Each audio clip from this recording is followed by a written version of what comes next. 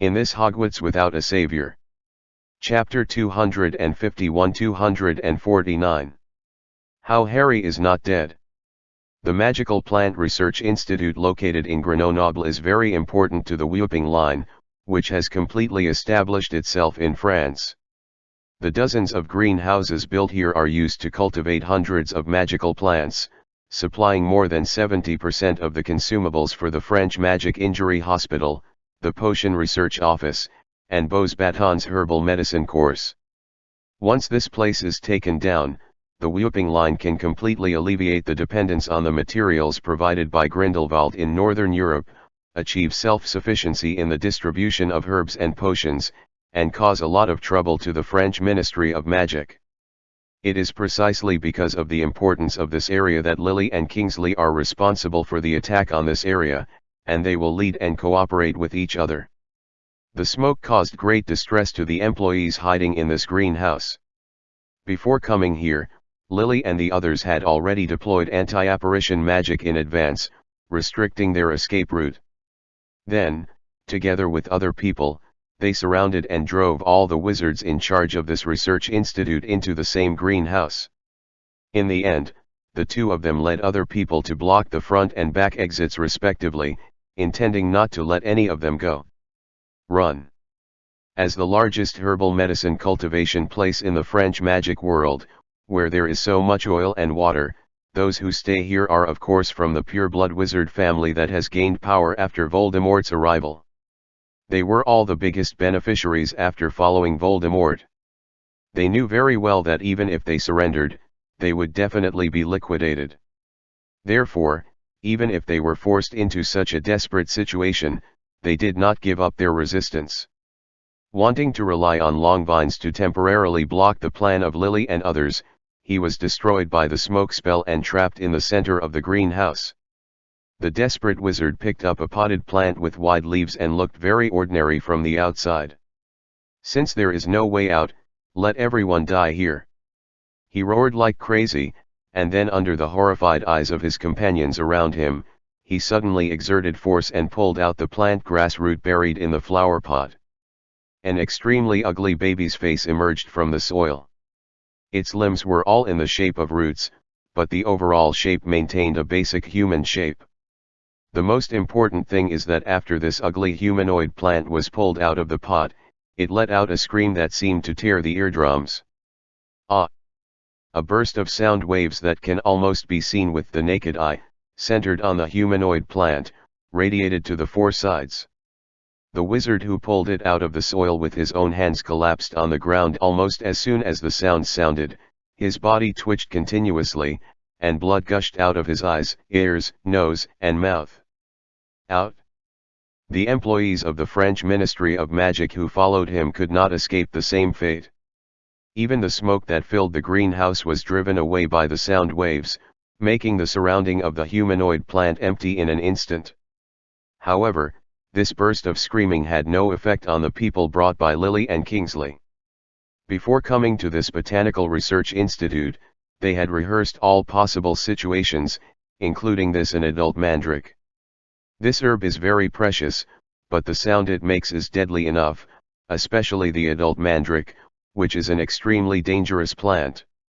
The employees stationed here may not have any great skills, but they can use these magical plants cultivated in the greenhouse to cause some unexpected troubles. It's just that this Mandela plant was not unexpected by Lily and the others. After they approached the greenhouse, Lily asked everyone to wear the cotton wool earmuffs they had prepared in advance. The two exits have been blocked. Even if they give up their sense of hearing, it will not have any effect on their spellcasting and arrest. Such preventive measures can save many lives. Wupingzian's wizards were mostly unharmed except for a small number of wizards who were stimulated by the faint sound passing through the earmuffs and a little dizzy. Lily dispersed the smoke in the greenhouse, revealing a miserable scene inside. The plants planted in flower pots were placed on a wooden frame, spilled all over the ground, and all the flower pots were shattered by the extremely lethal sound of the mandrake. In the land, those plants that seemed to have their own consciousness, everyone wanted to stuff all the stems and leaves into the soil, hoping to escape such torture. Those employees of the French Ministry of Magic have fallen to the ground in disarray. Almost all of these people are bleeding from all 7 orifices, and they are no longer breathing. There are only 1 or 2 people, because their willpower is strong enough, their bodies are still twitching unconsciously. There is a life.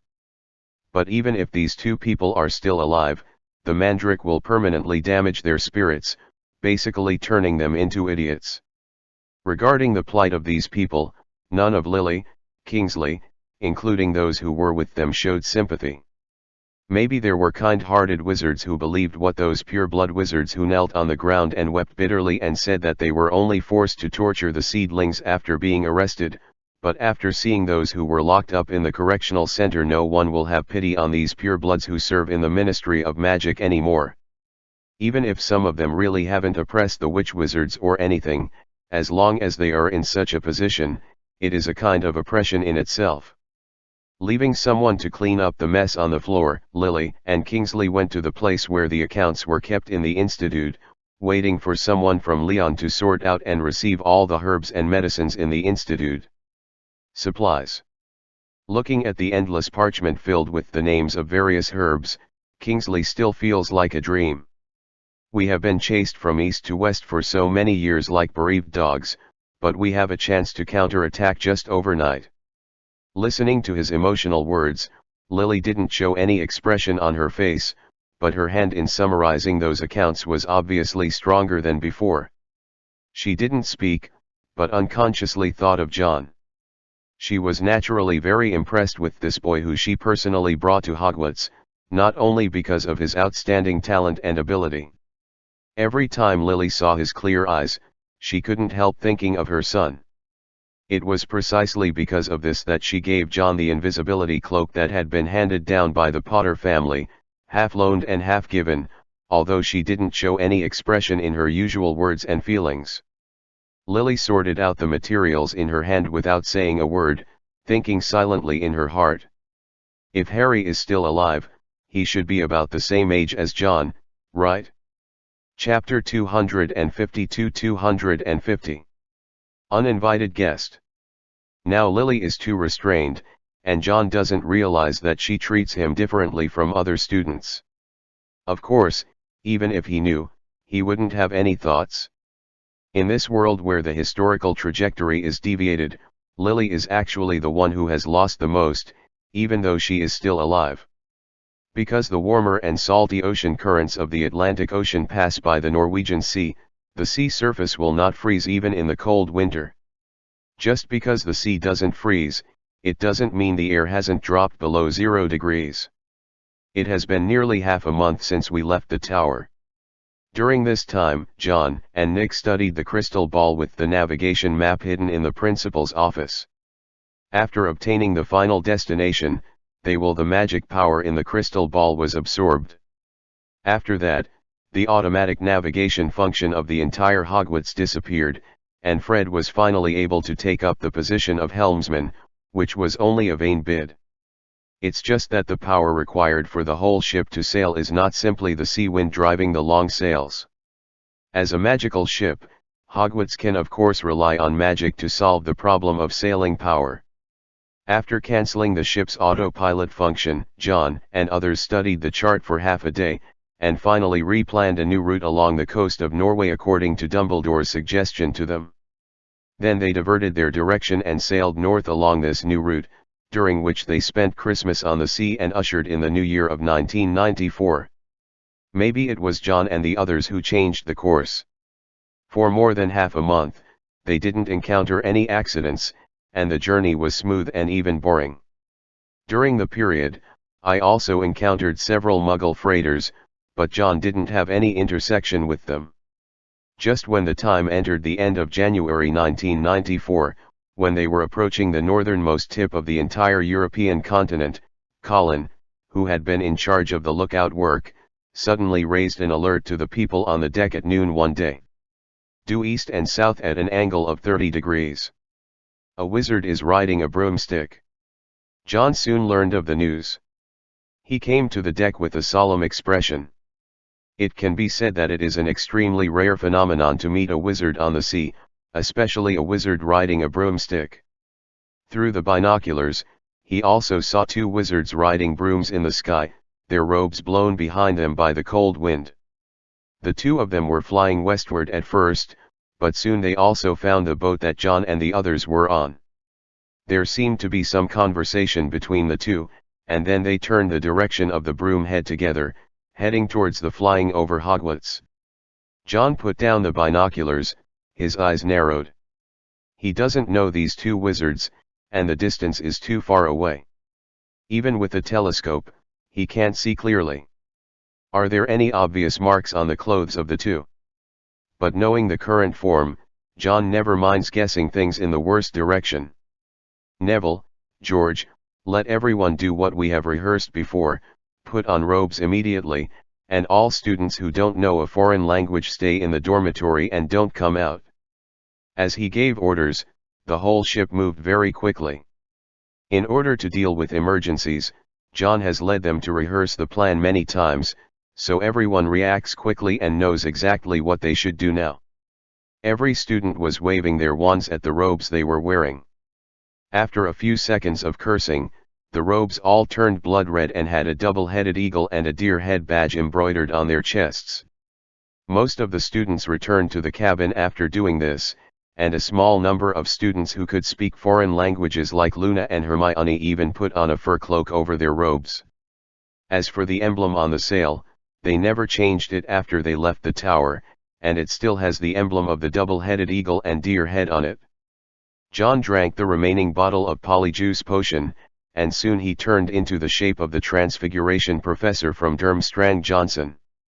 Just as everyone on the ship got ready, the two wizards on broomsticks were getting closer and closer, and not long after, they were side by side with the side of the Hogwarts ship.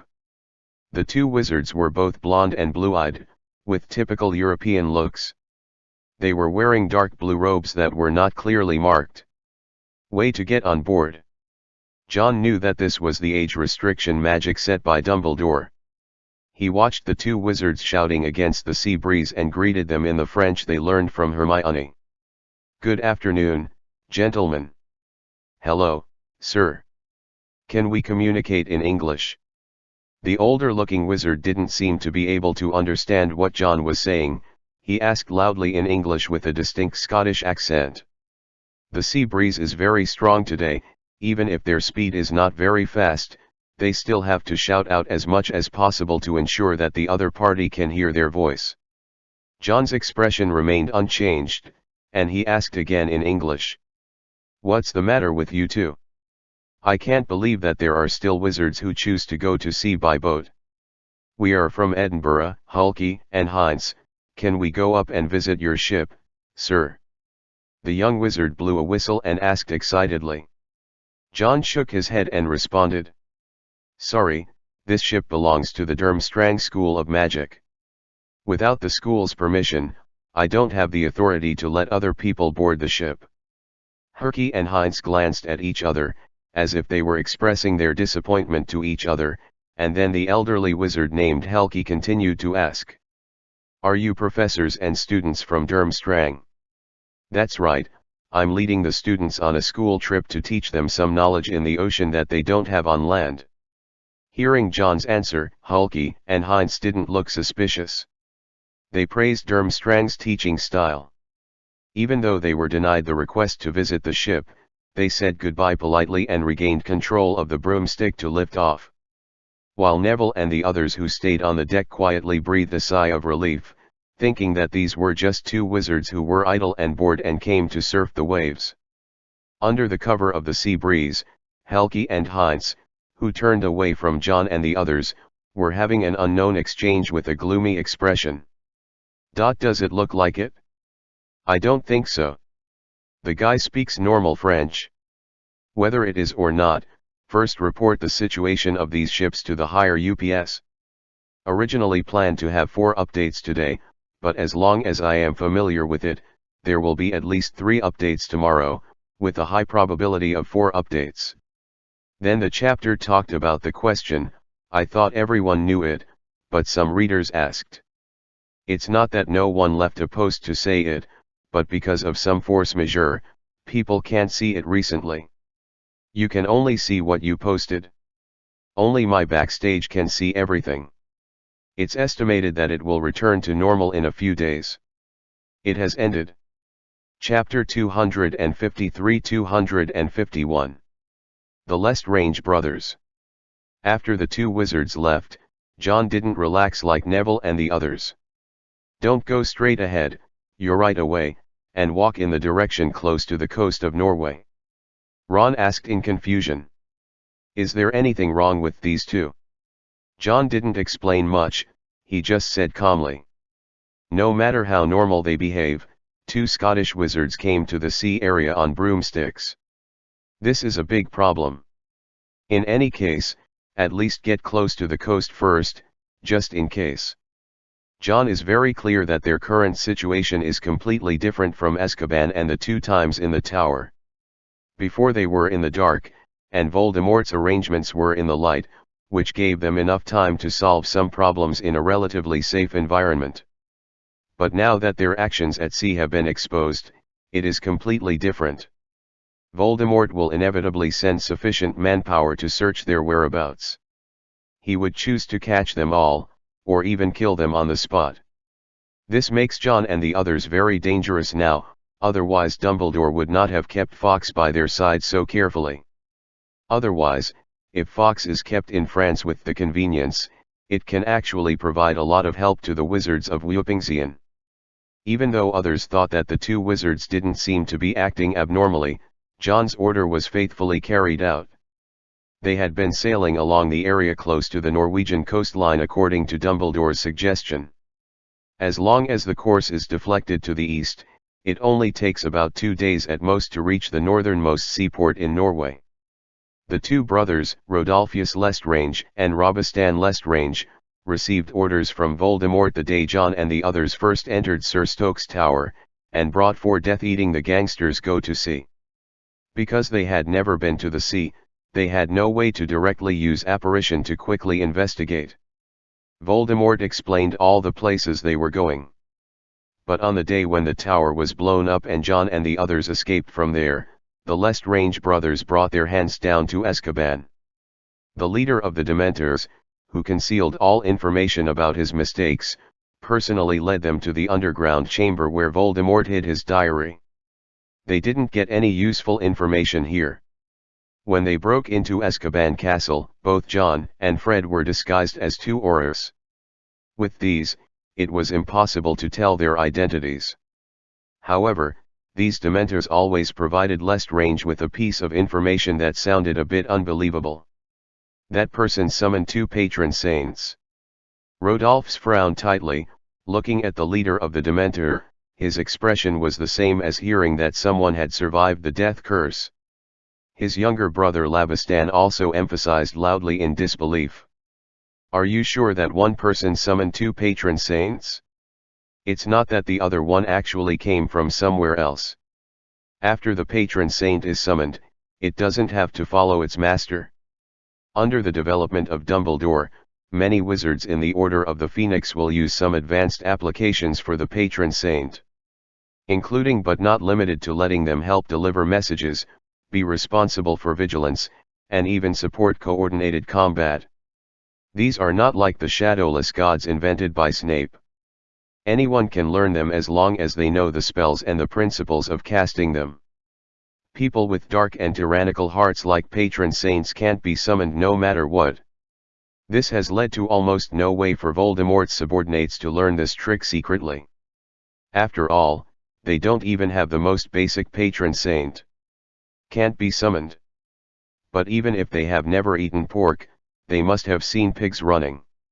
They don't know if it was possible to summon 2 patron saints by one person in history, but there is absolutely no relevant record in the officially recognized history of magic. That's why the reaction of the 2 Lestrange brothers was so great.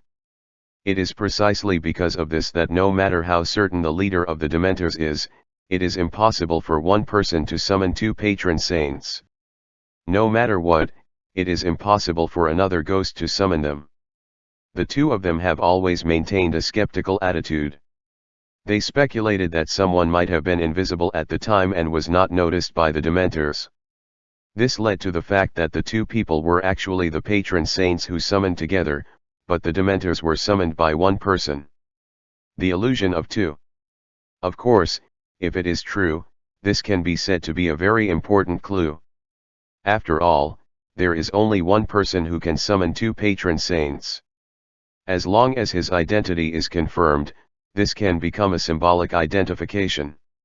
It can also be said that this clue is completely irrelevant, because in the conventional concept of wizards, although the patroness charm is powerful, it is only the most effective spell against some dark magic creatures. In normal wizard duels, this spell cannot plays as critical and effective as any other spell. However, after getting Nick's appearance characteristics from the Dementors, they quickly confirmed the judgment of the Aurors who came to Azkaban Island before that this ghost was the former Hogwarts castle. One of the resident ghosts.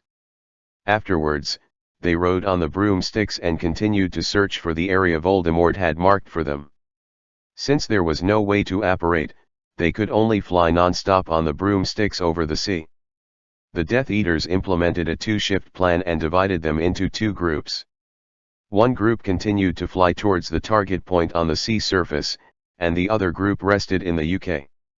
When it was time for the shift change, the Death Eaters on the sea surface, the gangsters operate back to England, took the rest back to the point they had flown, and continued on to the target. Although the Hogwarts that John and the others were on was sailing day and night without manpower, flying was always faster than on the sea, and they stayed on the tower for 3 or 4 times. In just one day, on the 4th day after John and the others left the tower, Rodolphus and the others found the sea area where the tower was located. It's just that the tower has collapsed. Even though there are still traces of magic in the sea, the building and the old man named Stoke that Voldemort marked for them can't be found at all. Something went wrong. This was the first thought that came to the minds of the two Lestrange brothers, but it didn't turn out right after they caught mermaids around and asked what happened here. A Howler letter from Voldemort was also delivered to them. Chapter 254-252. Death. There is no roar in the roaring letter, only a glacier-like voice. The man at sea is not the loser who left Nurmengard. Find them as soon as possible, and if you can't find them on the sea, send a separate party to wait for them at the end of the North Pole. I hope to get the last from you. The good news is that if you screw things up, you will die in the North Pole. After listening to the contents of the letter, Rodolphus and Robustan looked at each other. Along with this letter, there was also news from France. 3 days have passed since the night the correctional center was breached, and only now did they understand the whole story, as well as the fact that Voldemort was defeated by Dumbledore. The Lestrange brothers were not fools, and they heard a hint of meaning from Voldemort's tone of roaring the letter. The problem with the correctional facility does not come from the frontal battlefield, but from the sea they are searching for. This made Rodolphus very nervous and gloomy. Things are starting to go downhill. Originally, when they took over this mission, the Lestrange brothers were carrying on a semi-vacation style mission in their spare time when they returned to England after making great achievements in France. Because when he got the news from Azkaban at the beginning, Voldemort identified the person who investigated what he had done on the sea as Grindelwald, and asked the Lestrange brothers to lead someone to track it down. Wanting them to find his whereabouts, Voldemort will definitely have to face this big man who stirred up the world 50 years ago in person. But now things have gone awry. The person at sea is not Grindelwald, but the state of Voldemort and the meaning expressed in the roaring letter he sent. It sounded like they were going to hand over the matter to the two of Rodolphos, and issued an extreme order that was no different from a military order. This undoubtedly brought great pressure to them. What should we do? Robustan asked anxiously. The howling letter, which had completed its role, turned into a wisp of grey ashes and flew into the sea after bringing Voldemort's voice to it. Rodolph's face was also ugly, and he let out a long sigh. What can we do? What the master told us, we have to do. What? We never have a chance to choose. We can only do our best to do this matter well. No, it must be done. His tone was very firm, but he could also hear a lingering doubt from that firmness. Even if the person they are looking for and chasing now is not Grindelwald, he will definitely not be an unknown person in the magic world. And the ocean is so big, how can they be sure that that person will follow Voldemort's original itinerary and will definitely go to the end of the journey? Fortunately, their master is not an overbearing and unreasonable lunatic now. He will not assign them an impossible task, and then force them to die. That is meaningless at all. While sending this Howler letter, Brother Lestrange also obtained the right to mobilize all Death Eaters in Britain. Although to the entire sea, even if all the wizards in the Ministry of Magic were dispatched, it would be as inconspicuous as a drop in the ocean, but anyway, they have no worries in the hands of humans. Regarding the sea area where the tower is located, Rodolphus did not ignore the clues in the investigation. He asked the Death Eaters to capture many mermaids from around and brought them to him, and recruited wizards from the Ministry of Magic who could understand the mermaid language to interrogate these mermaids, in order to understand the mermaids here not long ago. In the end, what happened? However, Hogwarts did not stay by the tower for a long time, only less than 5 days.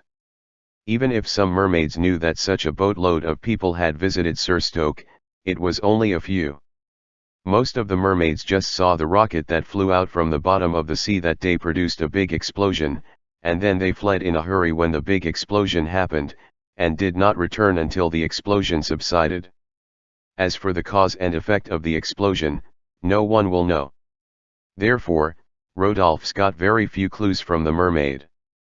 The only thing he can be sure of is that the tower that originally stood here has collapsed. And the old man whose surname Voldemort said was Stoke living in it has no bones left. In fact, if he can stay here longer and have enough patience to interrogate more mermaids, then it is very likely that he will be able to get a large ship with the flag of Durmstrang that once appeared in the sea area. Past clues. However, Voldemort's roaring letter lingered in Rodolphus's heart like a urging talisman. After some interrogation to no avail, he did not dare to have the slightest delay and stay, and immediately led people to continue along Voldemort to provide them with the route continues to search north. This kind of search lasted for more than half a month. They rode broomsticks and flew northward day and night. The speed was very fast, far surpassing John and the others who had deviated from the fastest route and drove the boat. So, just when John and the others had just reached the northernmost part of the Norwegian Sea, Rodolphus led the Death Eaters deep into the Arctic Ocean. Even reached the final destination marked by Voldemort, they did not find even a shadow of a wizard. Such a situation inevitably made the two Lestrange brothers feel panic. They were afraid that the man at sea would give up going to the final goal, so that they would never be able to complete the death order Voldemort gave them, and in the end, they would not be able to produce any results to make a difference. Compared with this possibility, they are more willing to believe that the person who caused great trouble to Voldemort has deviated from the original route, and the place he is going to is still in the North Pole. In order to confirm his conjecture, Rodolphus dispatched a large number of Death Eaters to conduct a large-scale search in the sea area from the Norwegian Sea to the Arctic Circle. If you find any suspicious people and ships, report them immediately, and if you see a wizard, you must find out the details of the other party no matter what. It was under such circumstances that Hogwarts was discovered by the two Death Eaters who claimed to be Herky and Heinz. Like the others on board who thought there was nothing wrong with the two of them, the two Death Eaters didn't see any flaws in John's response, but even if there were no flaws, according to the instructions Rodolphus gave them, as long as they were whoever encounters a wizard must find out the truth and report it. So, they didn't ignore this matter.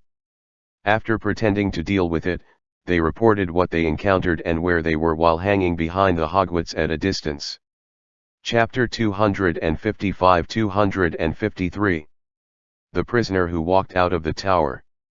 The person who got their news was the younger brother of the Lestrange brothers, Labistan. Even if the sea area close to the Arctic Ocean is nothing compared to the real sea, the Atlantic Ocean and the Pacific Ocean, it is not something that Death Eaters can keep an eye on all the time. Rodolphs analyzed that if John's destination is still at the end of the North Pole, then even if they deviate from the channel, they will not be too far away, and they must still follow the shortest route in the center. Therefore, he divided the sea area into east and west according to the central route. The west is from the middle of the Norwegian Sea to the east coast of Greenland, and the east is from the middle to the west coast of Norway. Rodolphs led people to search the entire west, and Robistan was in charge of the entire east. At the end of the Arctic Ocean, some people were left just in case. His arrangement is not insecure. Even if the Death Eaters do not have enough manpower to cover the entire sea area, because of the convenience of apparition, they can be quickly retrieved, and once people in one place find a problem, then people in other places can quickly provide support. It was also under such an arrangement that Robistan, which was in charge of the entire eastern part of Norway, received news that a wizard ship claiming to be Durmstrang School of Magic was sailing near the northern coast of Norway. As soon as he saw this report, Robistan noticed that it was unusual. It's not that he can see any problems from this short message, but according to the current form, Durmstrang's position is opposed to Voldemort. A magic school that indulges students in the study of black magic and never admits hemp students is rumored to be opposed to Voldemort, who enforces the pure blood policy. This is actually something that many people who don't know the truth can't understand. But in fact, the reason for this situation is only from one person. A demon who was expelled from Durmstrang and disrupted the entire wizarding world 50 years ago. It's just that he became a loser later on. According to the crimes he committed, he should have been unable to leave the tower named Numengard for the rest of his life, but 9 years ago, in the city of Hogwarts, half a year after the fall of the castle, the tall tower located deep in the uninhabited forest of Austria suddenly collapsed. The prisoner who was imprisoned in it, also disappeared without a trace. Over the years, according to Voldemort's orders, a team of Death Eaters has actually been investigating the news of the loser. They found some signs in Northern Europe, such as the wand family that is as famous as the British Ollivander family Grigovi, the disappearance of Strange, and the reactivation of the Wuzzy Party, officially known as the Saints, an organization that should have been forgotten in history, all show that the man who walked out of prison did not produce anything indifferent. Idea. It's just that Voldemort's attention has been on how to plan for France in recent years. He didn't make any in-depth layout for Northern Europe. The re-emerging forces suppressed it. But after all, these people have no way to fight against the former devil. Just this year, when Voldemort had a complete showdown and swallowed up the whole of France, Durmstrang also had a man named Gellert Bagshot. The new principal took office and joined the whooping line led by Dumbledore. After all, he still has some scruples about the impact of the surname Grindelwald if it reappears in the wizarding world. After all, 50 years ago, the movements and taboos he created were too great, even bigger than Voldemort's today. Much bigger, it can be said that it wants to pierce the sky of the magic world. It is precisely because of this that it became a situation where the world is enemies. Even now, once the news of his above-board comeback comes out, it will bring Dumbledore a lot of trouble. Just the behemoth that is separated by an ocean from Europe, the Magical Congress of the United States, will never allow such a thing to happen. In any case, this monster who once stepped on the face of the Congress must be re-imprisoned or directly killed. That's why Grindelwald chose the surname of another relative, Basht, and did not directly appear on the frontal battlefield in France. Instead, he has been providing logistics work for Dumbledore and the others in Northern Europe. But even though many Death Eaters ridiculed the former devil for turning into a timid, toothless tiger because of his behavior, everyone knew that the man must be accumulating his strength again. Now, although he and Dumbledore seem to have the same position, many people still suspect that he and Dumbledore still can't get together, otherwise he won't call his former subordinates to let the who has been buried in the dust of history. The Witch Party has reappeared. No one knows what his thoughts and goals are now, but it is clear to Robestan that since they belong to Durmstrang, the people on this entire ship must be Grindelwald's subordinates. Is Grindelwald's subordinate, that is Voldemort's enemy, and may be the culprit of all this. This is the root of Robastan's suspicion. Therefore, as soon as he got the news, he first checked all the information about Durmstrang. Finally, I got some clues from a daily newspaper from the Finnish Magic Circle. It was a story that took over the front page of this paper last Christmas, detailing how Durmstrang's Transfiguration professor, Spence Johnson, let the students go out to sea by boat for a different kind of Christmas vacation. This report provided part of the evidence for the wizard on the ship who claimed to be the professor of the Durmstrang school, and judging from the time when the ship went to sea, it is unlikely that they went to Azkaban Island to capture the two Aurors. Not only the time is wrong, but also the distance is too far. The location of Durmstrang has always been a secret, but the general location should be in the northernmost part of Europe, the northern part of the Scandinavian peninsula, the northern part of Sweden or Norway. If you go to sea from this position, it will take a long time to sail to Azkaban, and the time will not match. This will undoubtedly reduce the suspicion of John and the others, but now the Lestrange brothers has been killed by Voldemort. Even if there is only a slight possibility, they will do everything possible to find out. So that afternoon, Robestan personally led people to meet Helgi and Heinz near the coast of Norway. Chapter 256-254 John's Scruples. John has not been idle during these hours on the ship. In addition to absorbing all the runes in the stone slab that Sir Stoke gave him as promised, he also took a lot of time to study the forbidden books stored in the second gem. Because of sufficient magic power, almost all banned books already have specific content, which can be consulted by him anytime and anywhere. For such a treasure trove of knowledge, John certainly would not sit on the treasure mountain and not enter. Except for something on the ship that required him to come forward, he spent most of the time in the library. In addition to reviewing these forbidden books, he was also trying to handwrite the books that are missing in Hogwarts now. Come out. But the reason why a forbidden book is a forbidden book is not only because the knowledge it records is taboo, but the existence of many books itself is a kind of taboo that is rare in the magic world. And this kind of taboo is the premise that can carry taboo knowledge. So many of John's attempts failed, but he did not fall behind in learning new magic. Compared with the vast amount of strange black magic in the forbidden book, John was not dazzled. He simply chose the three most famous and most widely spread unforgivable curses in the magic world: Killing Curse, Cruciatus Curse, Imperious Curse. Began to try. The unorthodox magic may produce miraculous effects in some scenarios, but in most cases, these three unforgivable curses are the most practical. Perfectly includes the three effects needed to kill enemies, torture, and control, and there is no cure. But learning about black magic is not just about overcoming its difficulty.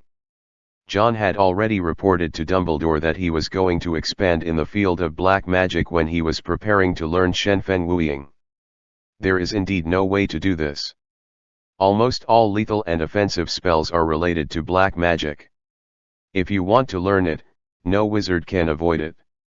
Of course, the definition of a black wizard is not a wizard who has learned black magic, but a part of people who have studied black magic very deeply and cast a curse on a disagreement. Dumbledore agreed to John's contact with black magic at that time, but also gave a warning. Regarding his warning, John has always kept it in mind: the side effect of subtly changing a person's concept is completely unpredictable.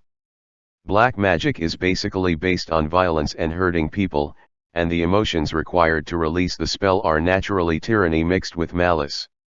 It is precisely because of this form of casting that frequent use of black magic will change a person. Even if your original intention of hurting someone is for revenge, protection, or other brighter purposes, it will not change the influence of emotions itself, otherwise black magic will not be able to be used. Because of this, John was extra cautious when learning the three unforgivable curses, and kept Nick by his side throughout the whole process, allowing him to observe whether there would be any special changes when he practiced and tried to release the spells. But Nick felt that it was unnecessary to be so cautious with him. Black magic is indeed worthy of caution, but there is no need to be so cautious, John. After observing John's practice against the unforgivable curse for nearly a week without any significant results, Nick finally couldn't help but speak. We can think about it from another angle. Black magic can affect a person's character because when using them, wizards have extremely negative emotions. Then when you use magic like the Patronus charm, your emotions are, isn't it, extremely positive? John stopped practicing. He followed Nick's train of thought and nodded thoughtfully. Nick continued. Whether it's too negative or too positive, it will have a great impact on the wizard's character, but after you use the Patronus charm, your character becomes that kind of optimist. You must first think about the positive side of things. Are you full of hope when you encounter everything? John shook his head. Of course not. Yes, the Patronus charm, as the most positive spell, can't bring you such a change, and the effect of the unforgivable curse is also not exaggerated. Nick said very seriously. As long as you are a person, you can't be happy all the time.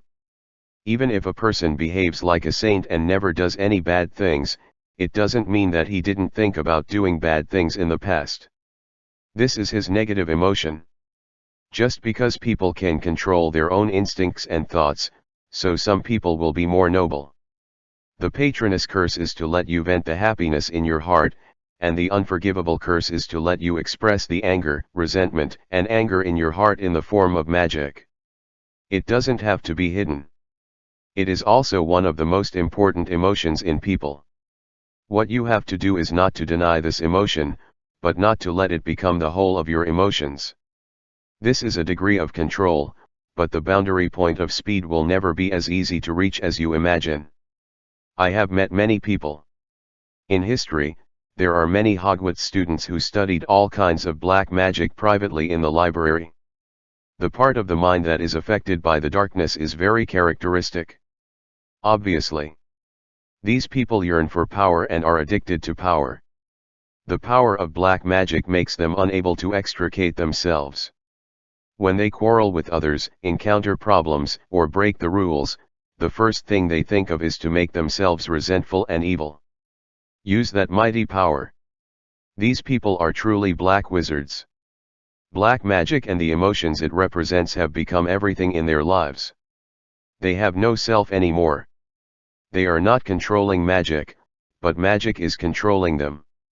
But you obviously won't be like this, John. You have also learned the magic front without shadow before.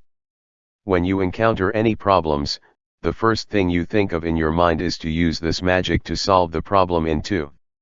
Since you haven't even had such an idea after learning Shenfen Wuing, what are you worried about the unforgivable curse?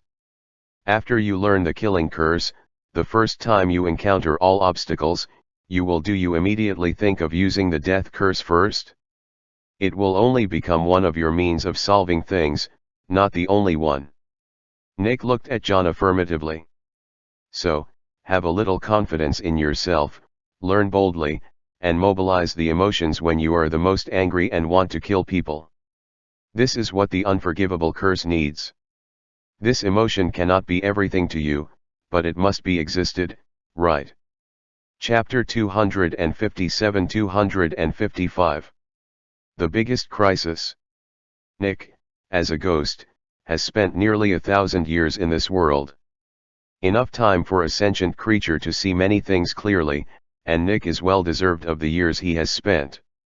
He has seen enough people, visited the Hogwarts library and read enough books in his spare time, and has traveled to many places after leaving Hogwarts Castle. With so much experience, Nick can actually teach John a lot, just like now. His words made John gradually let go of his restraint when he was learning Unforgivable, and things were indeed as he said. The Unforgivable curse is just a means of casting spells. Many dark wizards have fallen into darkness because of it, but there are also many great figures who have used it to create their own glory. John thought about what Nick said to himself, and no longer suppressed the emotion he had been afraid to release. Facing the crab tied to the target, which was fished out of the sea and used as a guinea pig, he couldn't help but think of the numb and dead eyes of the numb students he saw in Hogwarts Castle. Although that memory is still extremely clear, it has already happened more than a year ago. It was the scene before the tower collapsed half a month ago that really mobilized his emotions.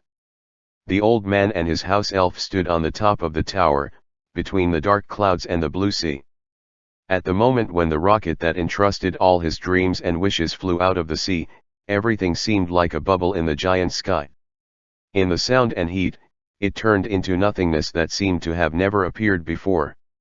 It's sad, and it's still fresh in my memory, but there is no positive emotion in such an impressive picture. It was a kind of anger that the progress of the times was destroyed, a kind of anger that noble dreams were killed by shameful greed. There are many emotions that such anger can drive, and those negative emotions that are unknown to outsiders are released in repression. John's face didn't change in any way, but became calmer and calmer, as calm as a dead pool. He waved his wand and said the unforgivable spell indifferently. Avada Kedavra. The miserable green beam shot out from the tip of the magic wand, passed through the short distance of less than 5 meters in the blink of an eye, and then precisely hit the center of the bullseye, the crab that kept waving its claws. The next second, the crab stopped all signs of life. There were no scars on its body surface, but it was as if its soul had been directly wiped out, and there was no more movement without a sound. This is the best effect John has had since he started learning the killing curse. This poor crab has been tortured in his hands for a week. John's death curse on it in the past few days is not even as good as the stunning curse. The demonstrations, the struggling legs of the struggling legs, did not show any sign of being affected by the mental head. Now, it can finally die safely. Nick, who was watching from the sidelines, praised John's performance extremely excitedly. "Your talent is indeed among the top 3 students I have ever seen, John. As long as you can figure out the level in your heart, no matter what kind of magic will cause you any difficulty. Just use in a week, I have harvested a life with the death curse. Even the most evil dark wizards I have seen are not slow in learning the death curse, let alone you are only 14 years old this year." John rubbed his forehead helplessly. "I can't tell whether you are complimenting me or scolding me." "Of course I'm praising you," Nick reassured. "Don't forget what I said, don't be so burdened with the unforgivable curse. No matter how infamous it is still magic from the hands of wizards. As long as it is controlled by you rather than it controlling you, then there won't be any problems." John looked at the wand in his hand. The old chestnut wand had many marks left by the years, but it could be seen that its previous owners had protected it very well, and there was not much damage on it. However, casting spells on crabs is definitely different from casting spells on people. It can be used in normal practice now. Whether it can have such an effect in actual combat is not guaranteed. Nick nodded in approval. "You are right, practice and actual combat are different after all, but if it can be used in practice, it is only a matter of experience and habit to apply it in actual combat. These 2 points can be solved naturally as long as you use it more." While they were chatting, the door of this spell classroom was suddenly opened from the outside. Neville stood outside the door panting, his face pale with anxiety. He looked at John solemnly and said, "You made us keep an eye on the 2 wizards hanging behind us, and now there are many people around them." John's gaze immediately became sharp. The 2 wizards did not stay away, and he knew that they had always been far behind their ship, so John had actually expected what happened now. It's just that although some things can be thought of in advance, the solution can't be found so easily. Up to now, he can only choose ponds to block the water and cover it with soil. "I'll go and have a look." John walked out of the charms classroom with Nick, and when they came to the cabin corridor, Fox also flew onto his shoulder. No matter what the situation is, it is the biggest support of the whole ship. With Voldemort's state and whereabouts unknown, Fawkes being on board means that Dumbledore is on board, and as long as Dumbledore is there, Hogwarts is in absolute safety. Came to the deck, there were not many people gathered here, most of the students were still in class, only George, Neville, and Colin, who was assigned the tracking task, were still there. Even if Neville and the others didn't specifically point out, and squinted his eyes from a distance, John could still see the group of broomsticks behind them, making no secret of their whereabouts as the wizard approached.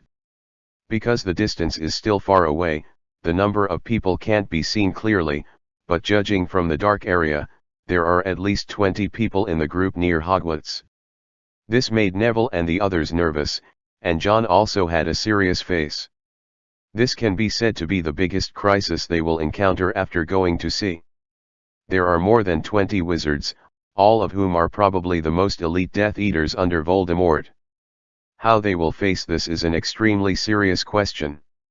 There is one more chapter, at least half an hour. Chapter 258-256. No problem with terrorist organizations. Fawkes didn't stay by John's side all the time after he came to the deck. It was specially arranged in a hidden place. After all, the Hogwarts is pretending to be Durmstrang's ship, and the Phoenix is too conspicuous in the wizarding world. Most wizards will use the Phoenix, and Dumbledore think of going together, let alone Voldemort's men. John didn't have any luck in his heart. These wizards were obviously bad people. Besides, even if they didn't see through their disguise, they didn't have a reason to do it. Durmstrang's name is not absolutely safe. So after coming to the deck, Fawkes was told to keep on alert at all times, to keep an eye on the gestures John gave it, and if the situation was not good, it would immediately go to Dumbledore to help here. The flying speed of a broomstick in the sky is obviously much faster than that of a boat sailing on the sea. Those wizards in black robes were getting closer and closer to John and the others, and John had already turned into Johnson and waited. He asked George to enter the cabin to suspend all classes, so that the students were on alert in case the worst happened later, and the students in the cabin were not prepared at all. Only Neville and Colin were left by John's side. The lookout with some freckles on his face seemed a little nervous, but after seeing John with a calm expression on his face, his mood was greatly relieved, took a deep breath, and became as relaxed as ever. At this time, the people led by Labastan had already flown to the position parallel to the side of the Hogwarts ship. Without any words of greeting, he first tried to directly drive the broomstick to the deck, but like Hulky and Heinz before, he couldn't control the broom's fall no matter what, as if there was a layer of powerless damaged membrane enveloped the entire ship, preventing them from boarding. John's originally flat face became visibly colder. It's rude to break in without the owner's permission, isn't it? This gentleman. His gaze swept across Rabastan's face, and at the same time, he also looked at Hulky and Heinz, who followed him, who had only met them yesterday. When Hulky and Heinz looked at John indifferently, their expressions were as usual. Of course, they had nothing to be ashamed of. The politeness yesterday was just pretending. Now they have an absolute advantage in numbers. Then there is no need to continue doing some things.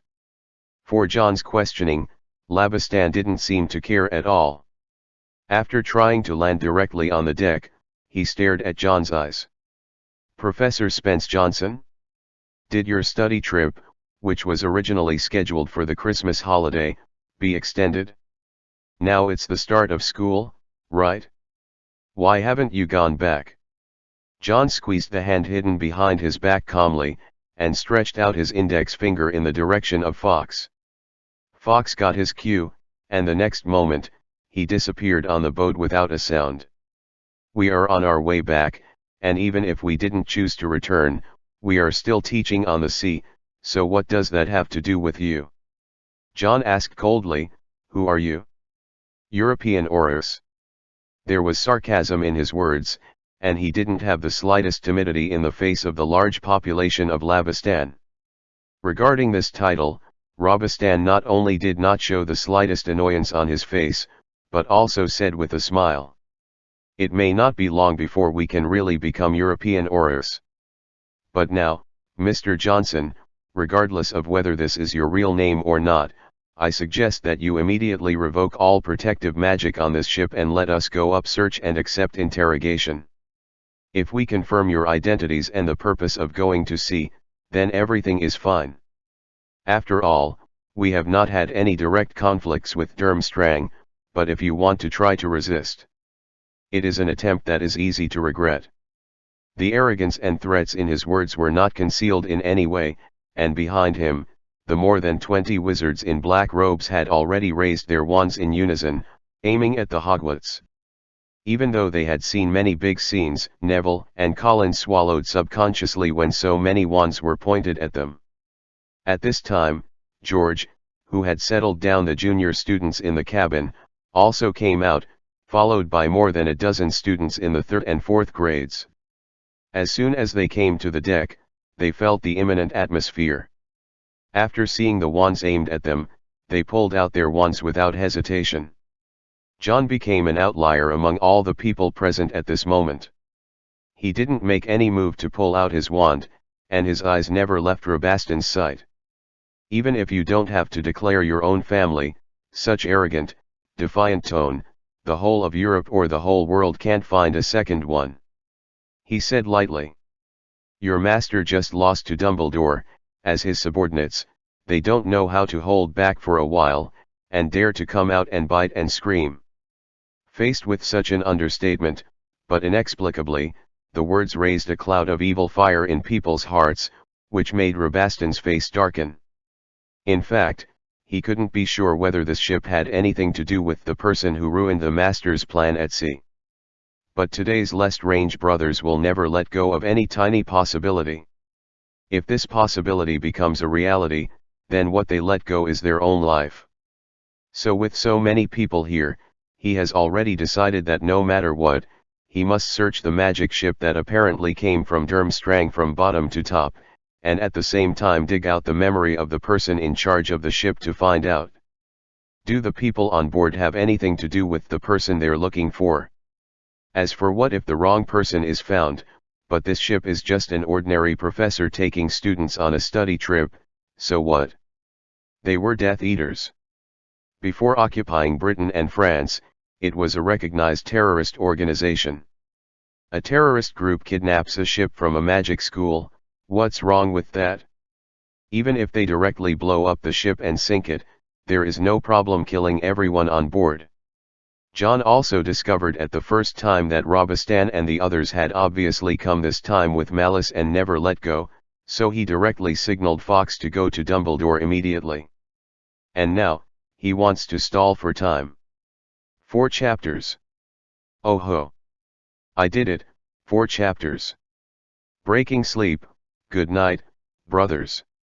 Chapter 259-257. Delay time. Dim yellow candles jump in the narrow passage. Dumbledore stared intently at the extremely dense runes on the stone wall. These runes were far more complicated than the stone slab that John got from the tower. There were nearly tens of thousands of runes arranged in a square shape. On the stone wall, it seems that some kind of protection is being applied to the space inside. Except for the sound of candles beating, there was silence in the secret passage. I don't know how long this kind of silence lasted. Dumbledore watched the magic words and tapped them with the wand in his hand. From time to time, dim fluorescent lights lit up on the words. He's been here. Dumbledore whispered softly. At this moment, a flashing golden red light suddenly appeared in front of him, and Fawkes pierced through the barrier of the secret passage to seal the space. Dumbledore turned around and looked at Fawkes with a solemn expression. He didn't communicate verbally, and he already knew the information that needed to be conveyed. Are more than 20 Death Eaters surrounding the students? His voice didn't sound much nervous. Have they followed my advice and sailed close to the coast of Norway? How far is it from the northernmost coastline of Norway? Fawkes tilted his head, as if conveying to Dumbledore something he had discovered. Dumbledore couldn't help chuckling, and turned around to continue studying the stone wall. Since he is here, I don't need to go there. Ever since John entered school, he has always wanted to see him. In the dark secret passage, I returned to the loneliness. On the Hogwarts, John didn't know what Dumbledore had planned. But Fawkes had been away for a while, but he didn't bring any reply, which made him feel a little uneasy. All petrified. The Death Eaters led by Labistan didn't give him any more time to wait. Dozens of petrification curses shot out from the tip of their wands, aiming directly at John on the deck and the others who just walked out of the cabin. "Come out, students!" But their spells had no chance of falling on the deck at all. When they were 4 or 5 meters away from the entire ship, they were blocked by a light film of the color of the spell itself. The original protection on the carriage was also inherited on the Hogwarts. The variant magic of the Iron Armor Curse is extremely effective in protecting the students. John and the others were not surprised by this, nor were Robistan and the others who used spells to attack. It should be a strange thing that such a magical ship has no protection. It is actually very simple to deal with this kind of protection. The killing curse without a cure can completely ignore all the Iron Armor Curse, but Robistan is just arrogant, but not stupid. Now they just feel that this ship is suspicious, and it is normal for these people on board to be unwilling to cooperate and want to resist. If he ordered everyone to use the death curse directly, then the person who killed the ship would be meaningless to him and his brother. Voldemort's order to them was to find the person who was behind the scenes on the sea, and capture or kill him alive. Now they are still not sure whether this ship is what they are looking for, so naturally they can't kill him. Of course John can figure this out, but he can't bet on the enemy's sanity. There were so many students on board, what if a Death Eater couldn't control his hand and used a death curse? And even the Iron Armor Curse arranged by Dumbledore himself has a limit. Once the attacks of these Death Eaters reach the saturation point, the spell protecting the entire ship will also shatter. Therefore, he actually planned a backup countermeasure at the beginning.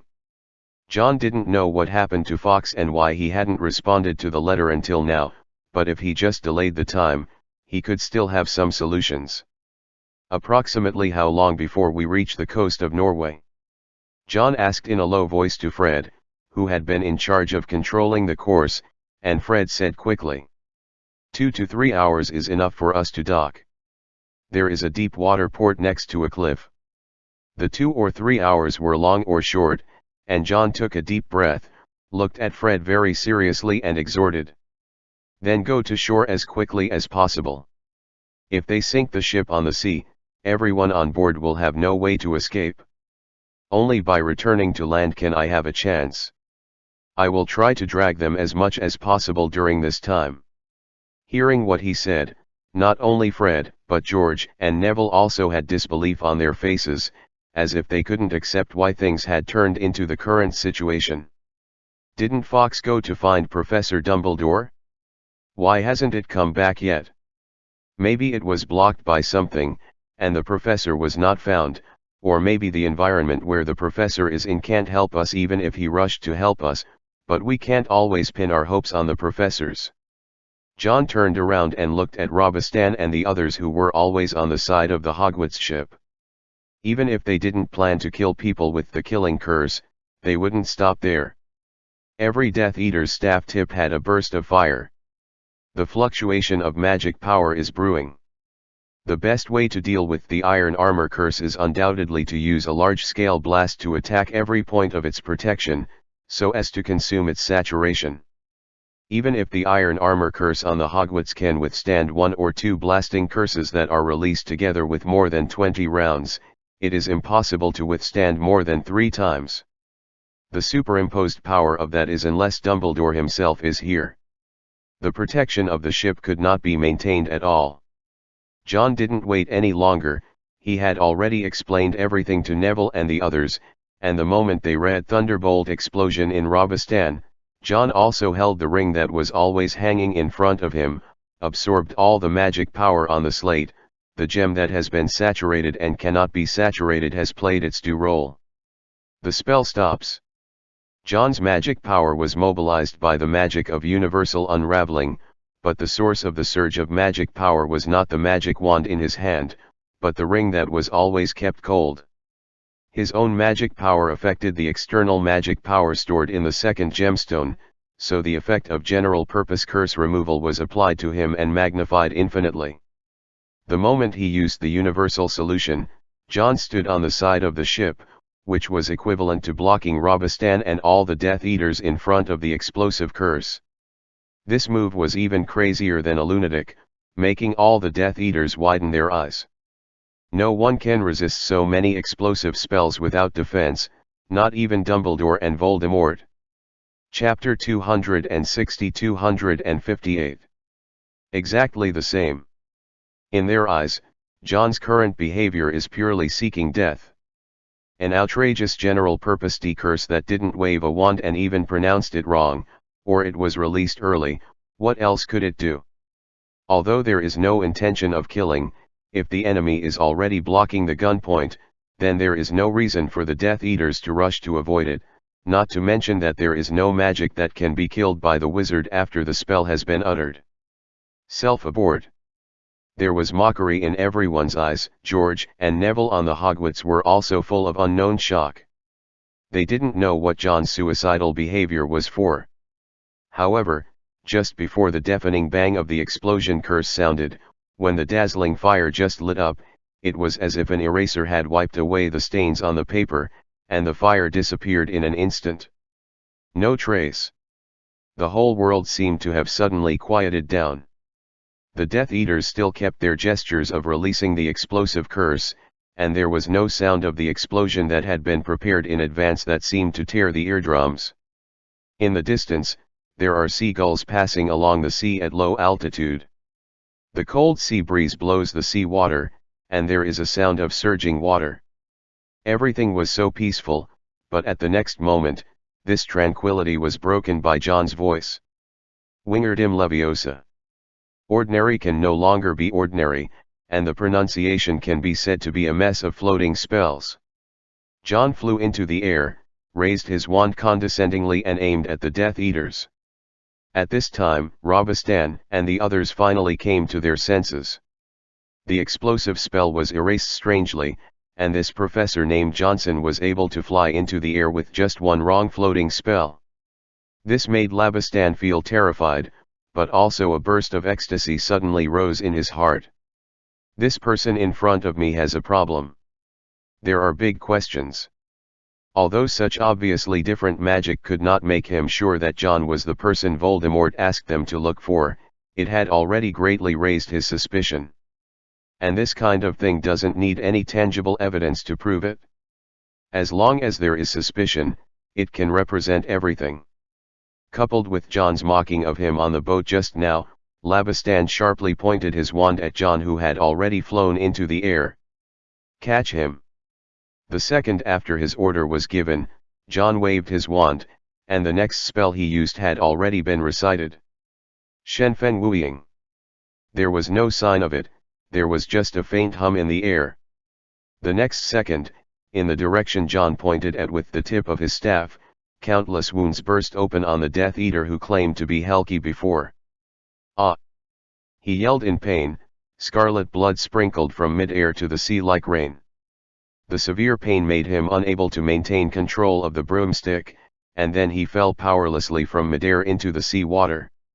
Go save him! Heinz. Labistan did not mean to give up his companions so easily. Shenfen Wuying is an extremely powerful black magic, but it does not belong to the unforgivable curse, because the inventor of this spell created it together with him. Understand the mantra. The wizard named Heinz turned the direction of his broomstick and flew towards the sea.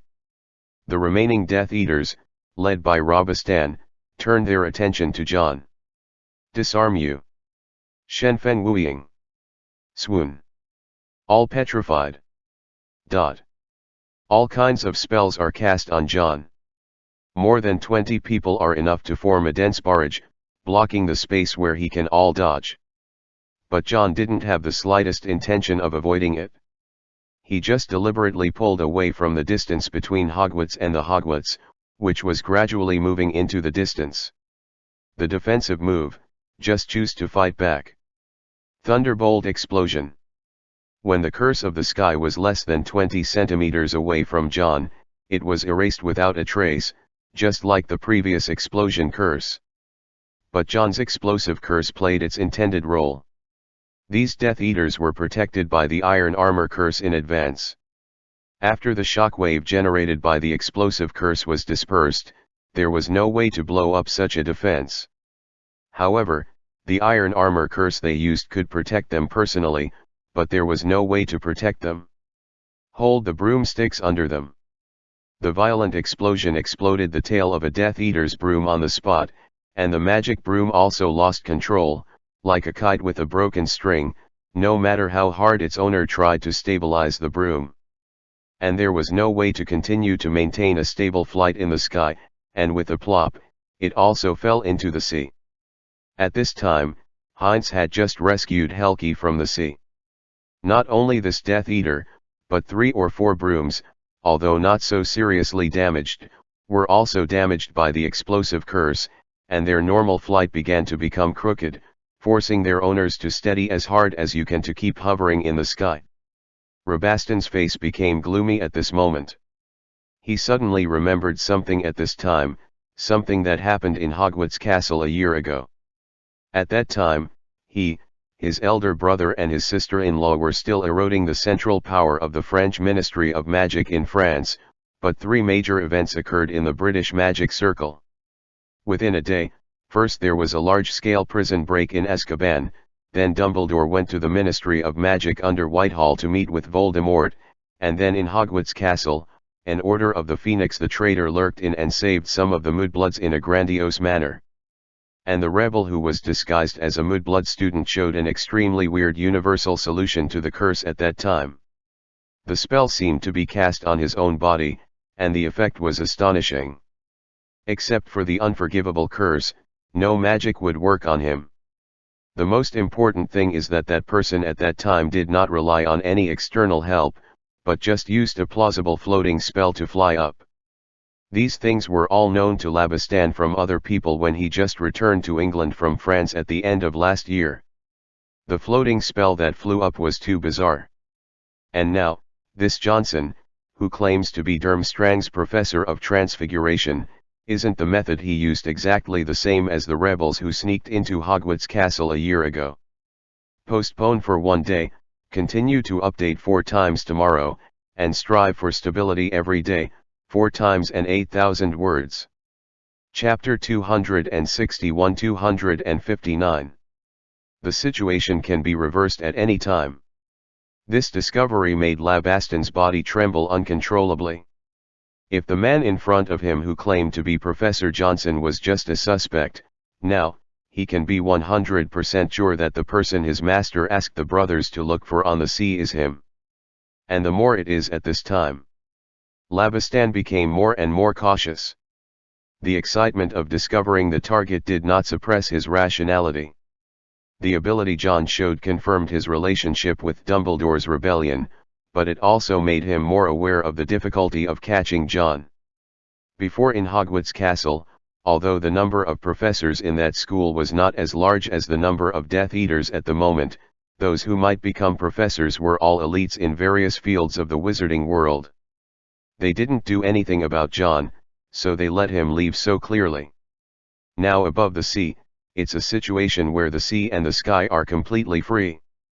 Labastan clearly knows that it is far from completing the task assigned to them by the Master. Although it is only 1 step away, it is the most difficult step to take and complete. John's current ability is enough to make him invincible. Immune to most magic, and can fly without relying on any magic props. In such a situation, unless a wizard with the strength of Voldemort Dumbledore comes in person. Otherwise, we can only rely on absolute numbers to block John's actions. Rabastan looked around at the Death Eaters around him. Not long after the battle started, 2 of them were already attrition, and several people's broomsticks were seriously affected. With the current manpower, it is definitely impossible to completely block John, he needs support. After figuring this out, Robustan didn't hesitate, and immediately winked at a Death Eater beside him, and then the Death Eater used apparition to disappear from the sea. Now that he can be sure that the Johnson in front of him is the person Voldemort asked them to find, he can gather all the people and don't need to waste time elsewhere. In addition, Robustan's gaze became extremely fierce, and the target was already confirmed, so there was no need for them to hold back. Judging from the current situation, it is more difficult than reaching the sky to capture John alive, and the order Voldemort gave them did not say that they must live alive. So, the first death curse in this battle flashed a miserable green light on the tip of Robustan's staff. Avada Kedavra. The green light seems to be able to penetrate the entire sky, across the blue sky and sea. With the leadership of Robustan, the other Death Eaters no longer had the slightest reservation. The taboo spells filled the entire sky like using the most common petrification spell. John's reaction speed was also very fast, when he showed the fierceness in Robustan's eyes. He suddenly let go of his control over his own gravity, and the whole person fell into a state of free fall, falling towards the sea. The next moment, more than 20 green spells passed through the position where he had just floated, and then disappeared at the place where the sea and the sky connected. John's body was falling and was about to touch the sea surface. He regained control of the influence of the floating spell on himself, and hovered in the air less than 20 centimeters away from the sea surface. After the first wave of killing curse failed, Labustan and the others did not stop their attack, but immediately dispersed their formation in a well-trained manner, forming a formation consisting of more than 20 people against John's position. Big net. They drove the broomsticks, blocked as much as possible the space where John would evade, and then raised the wand in their hands again. Avada Kedavra. The second wave of lethal attacks followed, and this time John reacted faster. He drove his body, pinpointed the cracks vacated by the spells shooting from all directions, dodged and moved in mid-air, and at the same time, he still had the strength to launch a further counter-attack. Wingardium Leviosa. He waved his wand, and once again said the incantation that was pronounced exactly the opposite of the normal levitation spell. The Death Eaters who were pointed at by their wands were not at all wary. The levitation spell has never been an offensive magic. Even if John uses it very strangely, it can only make him fly by himself. However, in the next second, something happened that made everyone present wide-eyed. In the direction that John's wand was pointing, the wands in the hands of 310 dead disciples suddenly soared into the air uncontrollably, and flew towards the sky quickly. It was as if a disarming spell had been cast on them, but the iron armor curse on them showed no sign of being triggered at all, as if the levitating curse wasn't worth defending at all. The 3 Death Eaters who suddenly lost control of their wands were shocked, and their immediate reaction was to control the broomsticks below them to grab their wands back. But when they just performed such an action, the 3 magic wands flying to the sky suddenly fell again, like 3 flying arrows, piercing straight towards the sea. There wasn't even a splash, and the wand fell into the water. Without their wands, the 3 Death Eaters basically lost the ability to cast spells. They stayed in the air helplessly, while the others swallowed subconsciously, watching John tense up countless times than before. Everyone couldn't help it. Clenched the weapon in his hand. His hand of the levitation curse is really brilliant. Looking at the entire magic world, it can be said that it has never been heard or seen before, and it is impossible to guard against. Iron armor can resist almost all offensive magic spells except the unforgivable curse, but in the eyes of ordinary wizards, the levitation spell is definitely not offensive magic. John, who was approaching the surface of the sea and quickly distanced himself from these Death Eaters, actually knew that such a method would only have an effect if he used it by surprise at the beginning. Once the people behind are prepared, the force generated by the floating spell is simply not enough to the wand out of their hands. But now, together with the 2 Death Eaters he shot down before, including the one sent away by Robustan, 6 people have lost the ability to cast spells. John doesn't need to kill everyone present, he just needs to reduce the number of opponents as much as possible, breaking the defensive net that could barely block him. After that, is it the hunter chasing the prey, or the prey consuming the hunter? The physical strength is waiting for the counterattack, and the form can be reversed at any time. Chapter 262-260 Plan. When John got the second gemstone from the Hogwarts library for the first time, because of lack of experience, he was worried that the magic power content in the gemstone was not enough to support him to use the floating spell on himself, as well as the effect of universal dispelling. So to be on the safe side, he simply used all the magic power in the gem. They are all used up for safety. From a cautious point of view, his approach is absolutely not wrong, but afterward, when John tried to use magic power to test out the upper limit of the ring's spellcasting power, he knew how irritating his waste was. Heartbroken. If he wants to maximize the effect of spells cast on himself, he does not need to consume such a huge amount of magic power. When the strength of magic is increased to a certain point, if he does not have enough support for his own understanding, then he will be considered as the master of all wizards in the world. All the magic power is put into it, and the effect produced will not increase in the slightest. According to what John found out afterwards, using the ring to cast spells to increase the magic power to the critical point, in fact, probably only needs to consume less than 1/10 of the full magic power in the second gemstone. At this level, not only the effect has reached the maximum, but the duration of the spell's effect has almost reached the maximum. Further up, we can only see if his understanding of the floating spell and the general solution can be improved in the future.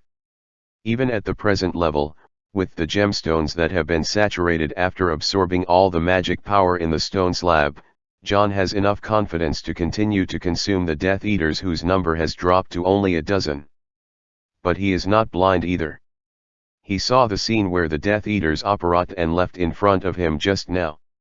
He knew that Robustan must have sought other support. The impact he had on rescuing those students from Hogwarts Castle a year ago must have been great, and the abilities he used at that time must have been circulated in the wizarding world. The unique effect of using the floating spell and breaking the spell is probably impossible to find a second one. Therefore, when he decided to involve these Death Eaters, John didn't expect to continue to hide his identity. He even deliberately wanted to expose his identity and attract the attention of people like Robustan to himself, so as to buy time for the Hogwarts to sail to the coast. But to be able to lurk in the French Ministry of Magic for such a long time, occupy a high position, and be trusted by Voldemort, Robustan is by no means an idiot. Although John's plan is not straightforward, it is by no means cryptic. When the chase continued and he didn't wait for his brother's support, he had to think about how to use other methods to restrain the slippery loach, John. And when he started to think carefully, by recalling John's various actions until now, it was not difficult to detect what his proactive behavior was for. He was protecting the ship. Protect everyone else on that ship. After thinking of this, Robustan changed his strategy without hesitation for a moment. He immediately separated a small group of Death Eaters and asked them to chase after the Hogwart that had gradually disappeared from their sight. Others continued to siege John. Labustan is very clear that with the remaining manpower they don't even think about killing or arresting the person in front of them, as long as they promise not to let John out of their sight and continue to reduce their own staff, then you can keep entangled and wait for Rodolphus to bring someone over to support. They are waiting for support, and John is also thinking about dragging on. He didn't know what happened to Fawkes, but he definitely knew that as long as Dumbledore knew their current situation, he would definitely not be indifferent, but for some reason, the support that should have been there has not arrived. A one-to-many competition was going on under the sky, and neither John nor Labustan found a raised black reef on the calm sea. Compared with other places, the water around this reef is extremely calm. On the reef, there is an old man with silver hair, so thin that he can even be said to be haggard and wearing a pitch-black robe. He looked at the sky that had been used as a battlefield, his eyes were as deep as the night sky, and he looked at John, who was constantly flickering under the dense spells, not knowing what he was thinking. In such a chase, Labistan quickly discovered a new problem. They are constantly shooting at John, and John is also constantly fighting back. He has used many spells in this, in addition to ordinary disarming spells, petrification spells, and stun spells. There are also spells such as the Shadowless Front and the Explosion. Curse such black magic. But even if the battle situation has reached this level, he has no intention of using the killing spell. Questions like this made Rabistan alarmed. Although he has never fought against the Order of the Phoenix led by Dumbledore in England in the past few years, he is also very clear that these exiles, who have become bereaved dogs, reject the unforgivable curse but will never resist its use. And with the magical literacy that John has shown now, except for the weird general-purpose dispelling and floating spells, the other spells he released are at most comparable to ordinary adult wizards. Not to mention other more powerful wizards, even among the Death Eaters, they are not as good as many people. This kind of spellcasting cannot be faked. Combined with John's current battle results, it gives people a great sense of contrast. Labistan didn't know the reason for this, but he knew that this was definitely not a normal phenomenon. Therefore, he became more and more careful in casting spells, and became more and more cautious in avoiding the spells released by John. Lurking in France for so long, he has developed the habit of trying to think in the worst direction no matter what kind of problems he doesn't understand. And his actions fell into John's eyes. John himself knew very well whether he was under certain spells.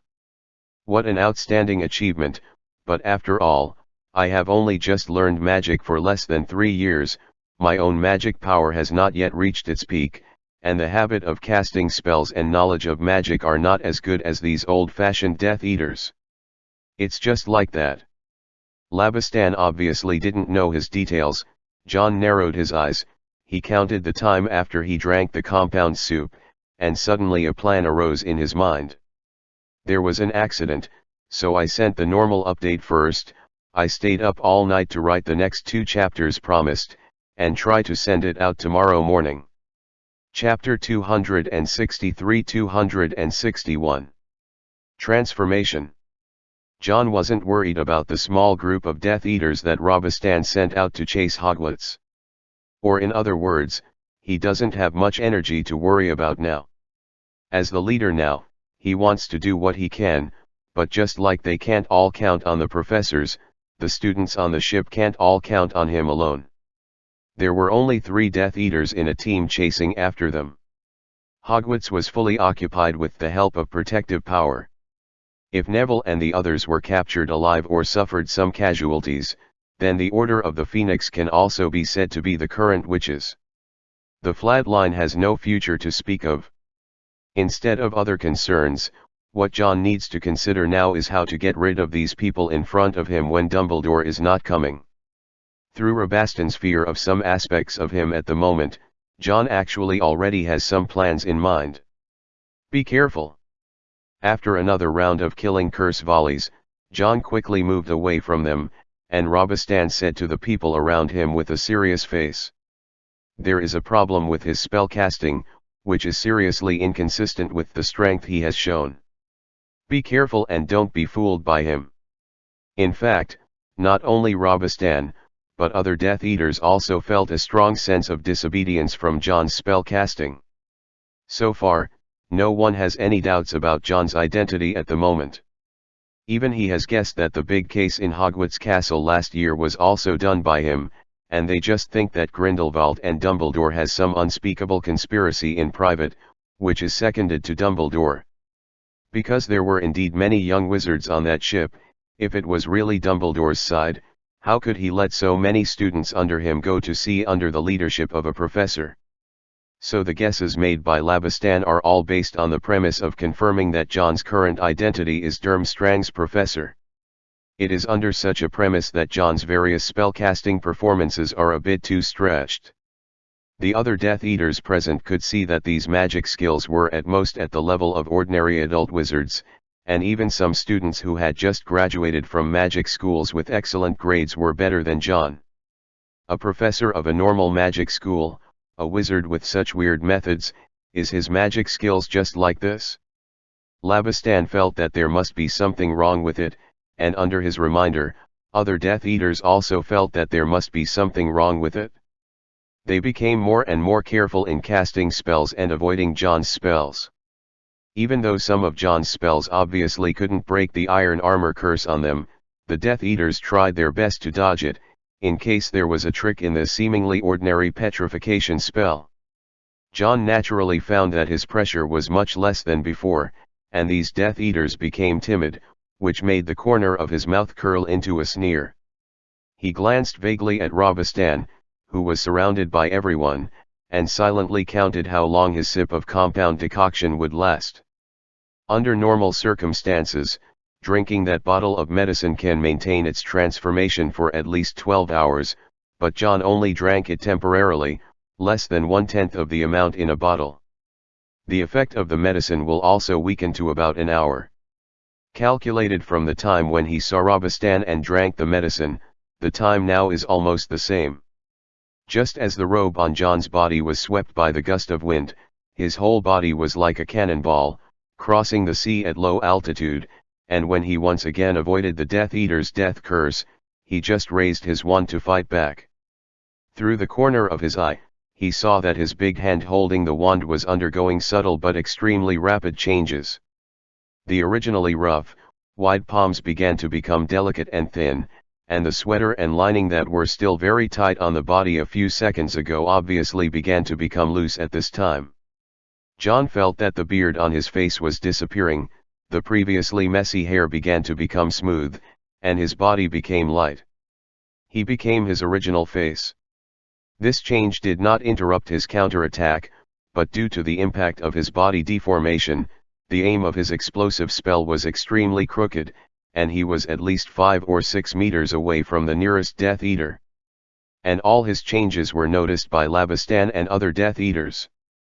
A middle-aged wizard with a rough appearance, thick hair, and a thick voice, turned into a boy who looked like he was only 15 years old right before their eyes. Labistan was stunned. A sense of absurdity rose in his mind. It felt like the world had changed. He had stayed in France for so long, and the next generation of little wizards in England were actually monsters. As an elite Death Eater, it is impossible for him not to recognize the change that happened to John just now, which is obviously the effect that will appear after the compound decoction fails. So, there wasn't a single serious adult wizard on that ship? The person who has been entangled with them for so long, and has even incapacitated 5 of his men from the beginning to now, is just a child who has not yet graduated from a magic school? Having figured this out, Rabistan came back to his senses, and his expression instantly became gloomy. What he felt the most was not humiliation, but an indescribable fear. Now in Rabistan, what is most in his heart is actually like the villain elders in most fantasy novels, who are terrified when the protagonist is young and promising. He has already grown to this level at this age. If he is given more time, when he grows up, then this son must not stay. Labistan's face was ruthless, but at the same time, at this time, he finally revealed the doubts that he had been unable to figure out before. That's why after fighting for so long, John hasn't killed him yet, and counterattacked the unforgivable curse against them. The explosive curse, Shadowless God's Shadow and ordinary spells like the Petrification Curse are also stretched up. What a conspiracy. Obviously this kid doesn't even know how to do it. The Unforgivable Curse seems to be a rotten street among dark wizards, but it is the top black magic after all, not something that any cat or dog can easily learn. What's more, John still looks so young, and the other spells he uses still seem so immature. If he can really improve his spellcasting to the same level as the well-trained elites in this short time, Rabistan has to wonder if his youthful appearance will be covered with fake leather like a nesting doll. Chapter 264-262 Failed Killing Curse. And, after all, young people are still young. John's trembling explosive curse just now when the compound decoction failed, in the eyes of Robistan, it is proof that he has already begun to panic.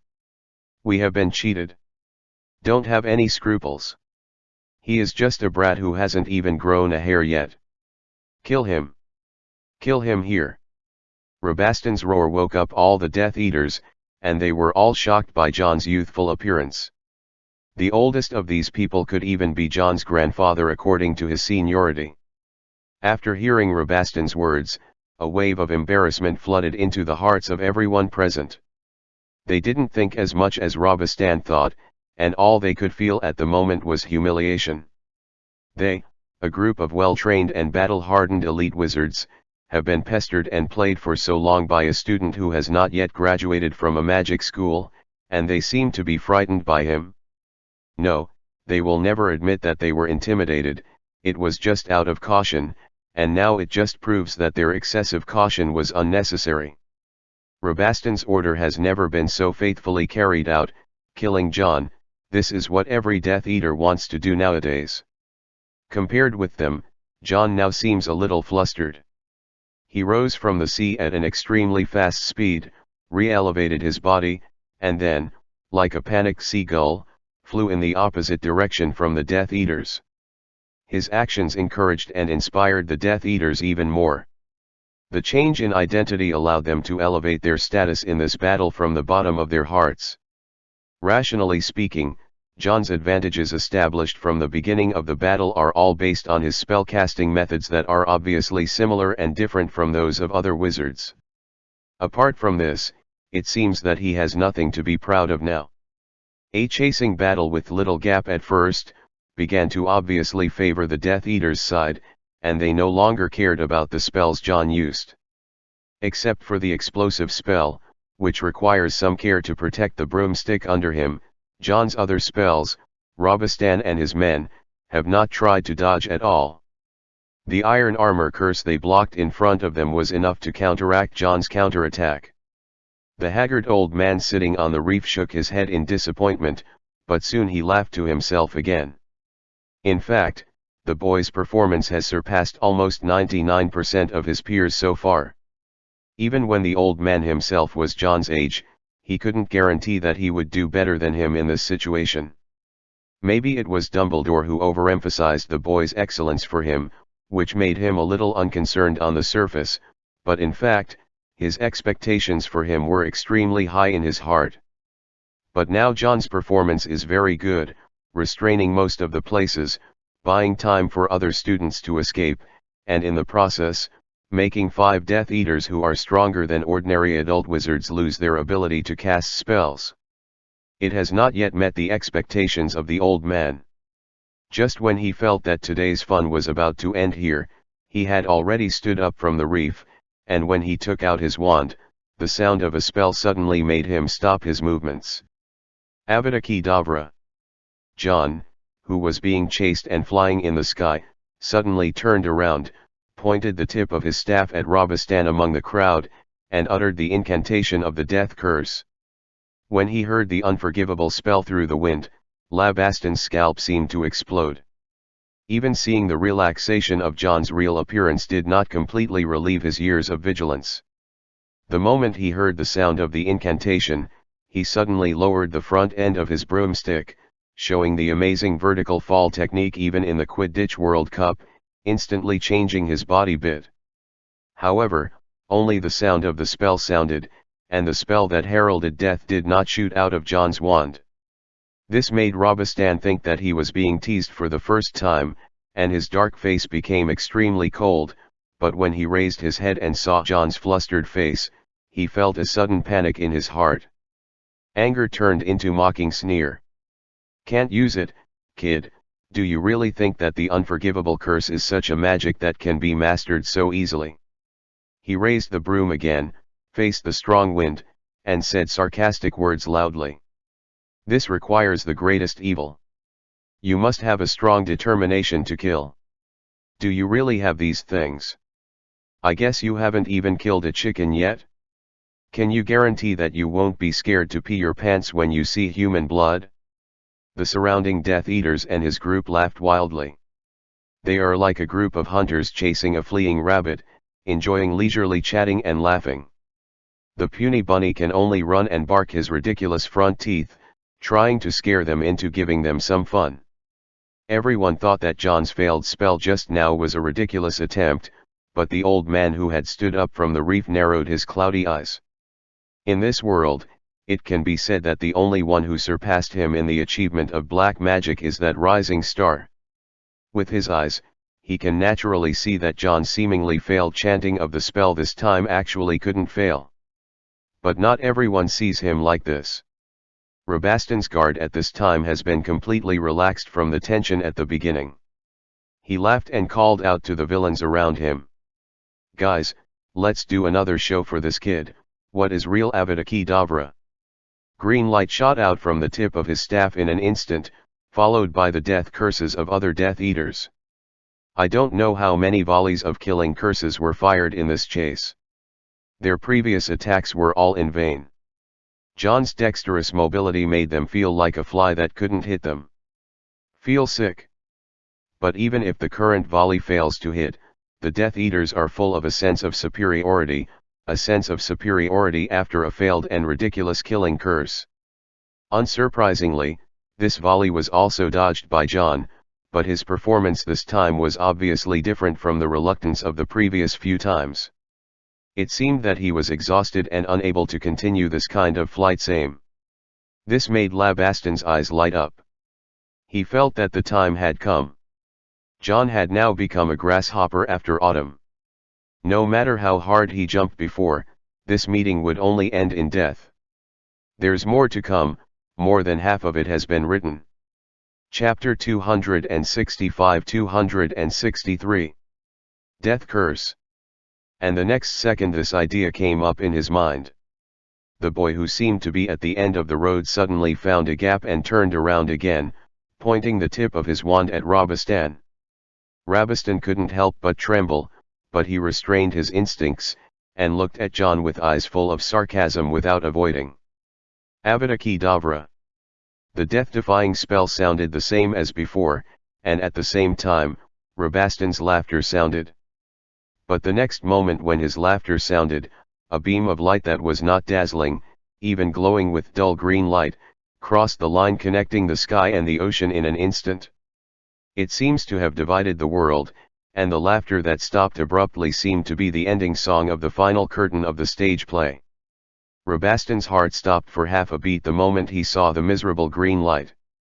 After that, the half-beat never slowed down, and the vitality of life was lost forever. This Death Eater, who has been lurking in the French Ministry of Magic for nearly 10 years and has made great contributions to Voldemort, has not had time to enjoy the reward and status he deserves, and slowly slipped off his broomstick under the icy sea breeze. Every Death Eater stayed in the same place in disbelief. They watched Rabaston staring at the pair of eyes that seemed to never be able to close, full of doubts that could no longer be answered, and fell into the boundless in the sea. The bleak cold wind blew the corners of the robes of everyone present, and the surroundings quietly set off this place as if there was no one in the sea. Until a mournful roar suddenly suppressed all the wind and waves. Rabaston. A burst of crackling sound continued to sound around, and each sound represented the arrival of a Death Eater. The support that Rabaston had sought from the beginning finally arrived on this battlefield. Unfortunately, he no longer had the chance to see it. Rodolphe's whole body was trembling, and his eyes were filled with unbelievable bloodshot eyes, looking at the sea where his own brother's body had already been submerged. In fact, he rushed over as soon as he got the news, but he was leading people into a sea area near Iceland and had a dispute with a group of mermaid tribes until his men killed all the mermaids in that sea area. Later, the Death Eaters from Rabaston came to report and found them here. Then, as soon as he apparat, he saw the scene where his own brother was hit by the killing curse. The Lestrange family is very big, but Rodolphus's only brother is Rabaston. He never thought that any of their brothers would die in this mission, but the reality is like the icy cold wind at this moment. The same has pierced his heart. His face was as pale as white paper, and his eyes, which had been occupied by hatred, were fixed on the young man floating in mid-air, without the slightest embarrassment he had shown before, only indifference and sarcasm. "Damn you!" Rodolphus trembled his lips, as if forcing the words out of his throat, and then he roared suddenly. "Damn you!" Behind him, nearly 100 Death Eaters who were rounding with Rabaston's men raised their wands at John. John didn't mean to run away, or he gave up the best time to run away from the beginning. Before, he had been wondering what was wrong with Dumbledore. Fawkes had been away for so long, but there was still no news. But just when he pretended to flee in embarrassment and lured Rabaston to put down his guard, he saw the old man in black robes standing on the reef out of the corner of his eye. John didn't recognize the old man's face, but he could use his brain. Combined with Dumbledore's advice on sailing along the Norwegian coastline when he met him before, as well as the current situation in Europe and Dumbledore's personal relationships. If he can no longer guess who this old man is, then he is not worthy of being a time traveler. At this time, he finally figured out why Dumbledore hadn't responded to the letter, or his reply had actually been there from the beginning. "Well, it's just that I was watching the show from the sidelines at the beginning." Just when dozens of magic wands were aimed at John, azure blue flames suddenly surged from the sea. As if the entire sea was on fire, the blue fire blocked the Death Eaters and John like a wall. The old man standing on the reef divided the battlefield into two areas. He attracted the attention of everyone present, and even Rodolphus, who had been staring at John all the time, turned his neck and looked at the unremarkable appearance on the reef, which even made people feel so thin that he was too big. An old man who could be blown apart by a little sea breeze. "First of all, I want to explain something." His voice is not loud, but it seems that the sea breeze can convey his words to everyone's ears. "Who allows you?" The blue flame began to stir like a huge wave. "In my territory, attack those who use my name." Boom. A sound that was countless times stronger than the explosion curse exploded here. The world seems to be ignited with azure fire. All the Death Eaters were surrounded by this flame. The fire revolved around it, as if forming a huge tower, sealing off another prisoner of the Dark Lord. The high temperature caused the people in the blue tower to scream piercingly. They had no way to effectively resist such magical flames. The iron armor curse was like butter on an iron pan, and it was destroyed almost instantly. Melted cleanly. At this time, Rodolphus had been pulled out of his hatred by the desire to survive, and he recognized who this old man was at the moment when the blue sea of flames burned. Even though few people have heard of his name and deeds, Rodolphus is no stranger to him. At that time when the whole of Europe was choosing to join the team, someone from the Lestrange family also chose to join his camp. He didn't have the slightest thought of resistance in his heart, just like he wouldn't even think of the word betrayal in front of his master. Escape. This was the only thought that Rodolphus had after waking up. The Lestrange family can no longer do without him, and all members of the family head's family will die. He growled, calling all the Death Eaters around who were still able to raise wands. "Follow me. Break the spell. Use the universal break spell." Chapter 266-264. "Let's go, I'll take you to Durmstrang." The instinct of survival took over everyone's heart. The words of Rodolphus were also heard by the people around him. Those Death Eaters who persisted in holding up their wands under the high temperature and scorching pain were already baked dry in just 3 or 4 seconds. Wand. At this time, their casting of spells no longer had any unity, and the sound of chaotic spells sounded, and the combined universal spell breaking exerted a stronger effect, but the faint blue flames that surrounded them all did not.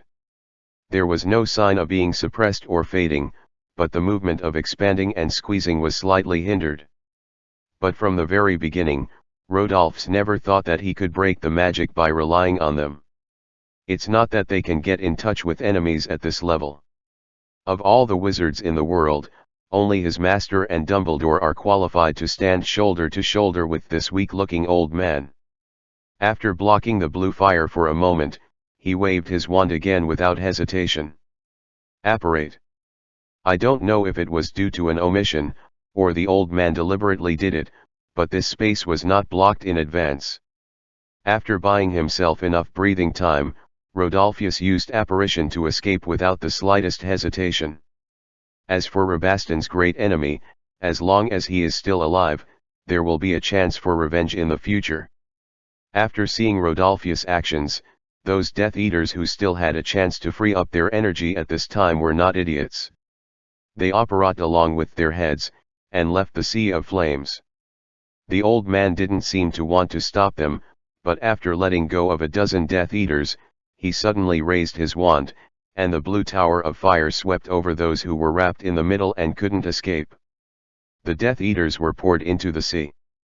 When the blazing fire came into contact with the icy sea water, there was no violent collision. Instead, it seemed as if they could be fused together, and they sank to the bottom of the sea without a sound. John stared at this scene.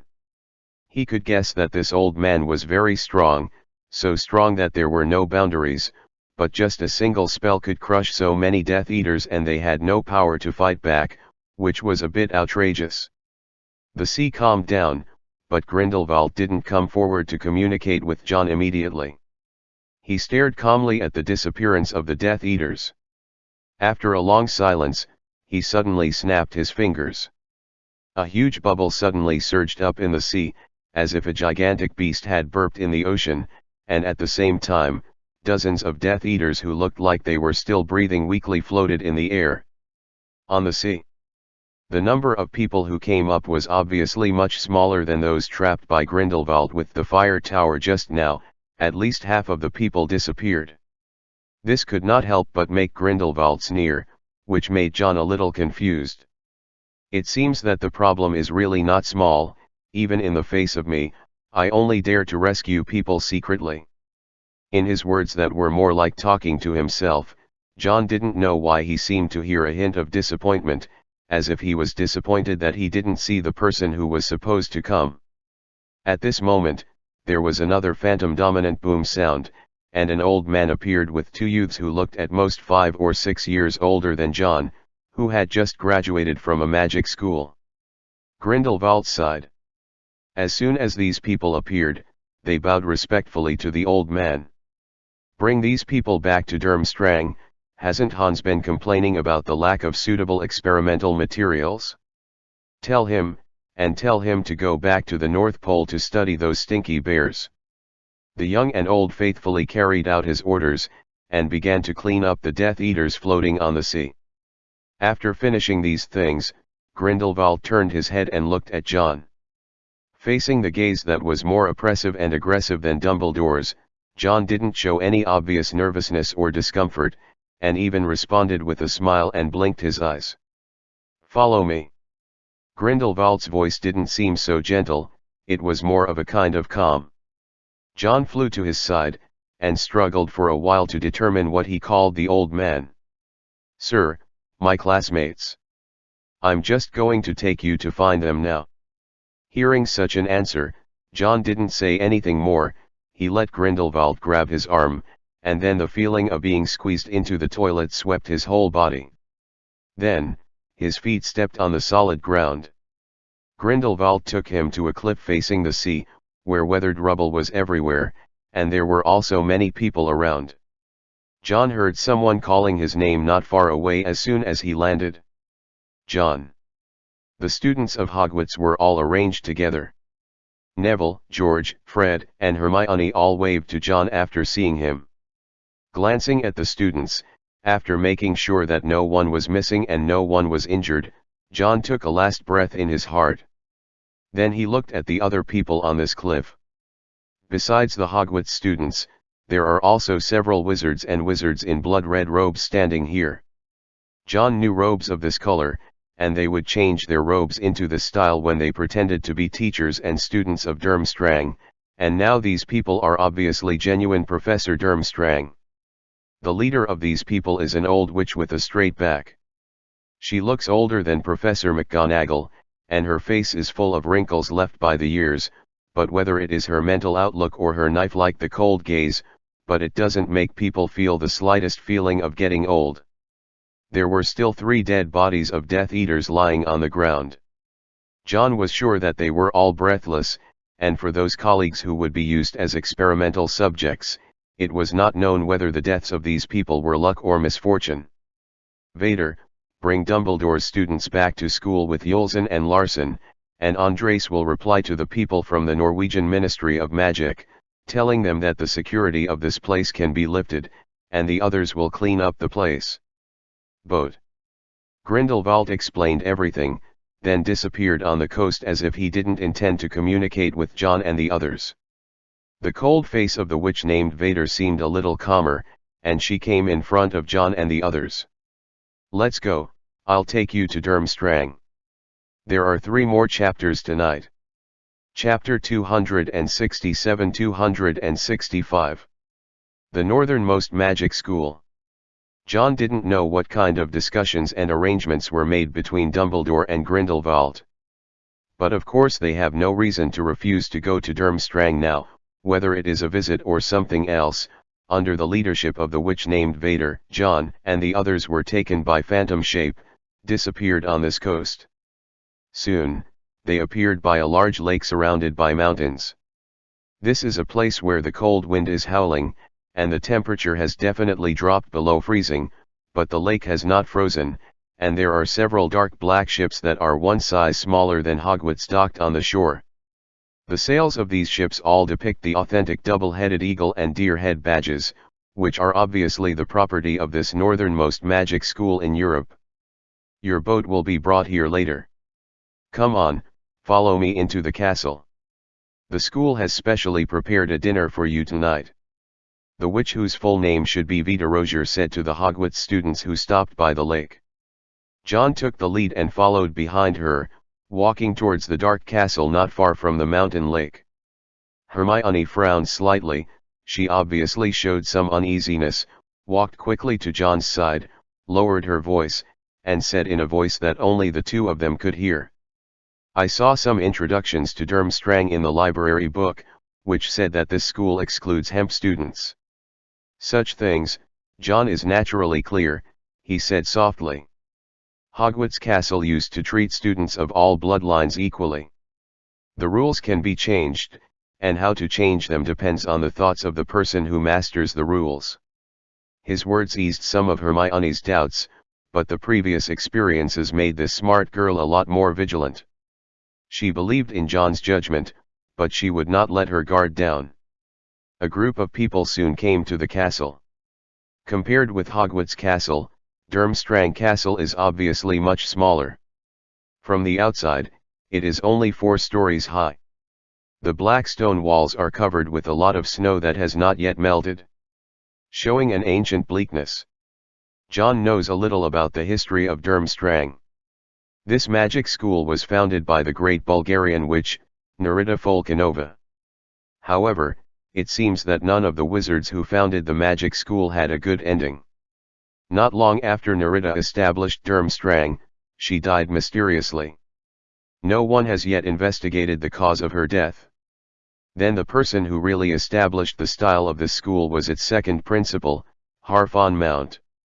Mount built Durmstrang a reputation for dueling and martial magic in all its forms, which is why the school is so open to the dark arts. Compared to the academic research atmosphere of normal magic schools, the teachers and students of Durmstrang are all keen on wizard duels and powerful offensive spells. And such spells are more or less related to black magic. But being open to black magic is by no means equated with black wizards. For some students who behave badly and are crazy about black magic research, no matter which headmaster in Durmstrang will not tolerate it. This has led to it is also the school that expels the most students every year among the 3 magic schools in Europe. Rozier walked into the Durmstrang castle with John and his party plus the 2 ghosts of Nick Gabriel. What greeted them at the foyer of the castle were 2 wizards also wearing blood-red robes. When one of the students at Hogwarts saw his face, everyone couldn't help but be taken aback. That was exactly what John had been pretending to be with the compound potion before. the Transfiguration professor named Spence Johnson. After John saw the real Johnson, his expression was a little weird. He thought that the identity he pretended to be might not exist, but Dumbledore and Grindelwald jointly released a smoke bomb, but he didn't expect it to be true. There are people. Facing John's strange eyes, the genuine Professor Johnson was much more cordial. Probably because he is also British, when he sees Hogwarts students, he always has a gentle smile on his face. He himself is very rough, with a thick beard and a big belly in front of him, a bit like a normal Hagrid. "Welcome to Durmstrang." Beside him was a tall, thin, middle-aged wizard with a cold face. It could be heard that the welcome he expressed in unfamiliar English was not perfunctory, but it just didn't make people feel much festive.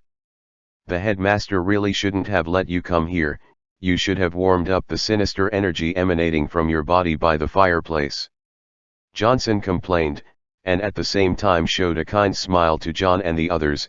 "I'm glad you can come and visit, boys." The Hogwarts students thanked him politely, and then followed the three Durmstrang professors into the castle, which was much warmer inside than outside. There is a long red carpet on the floor leading to the corridor from the foyer, and some Nordic-style murals are hung on the surrounding walls.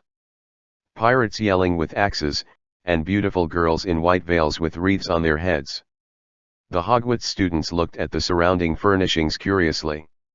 Most of them have been staying in the Hogwarts carriage since entering school, and have never been to the real magic school castle.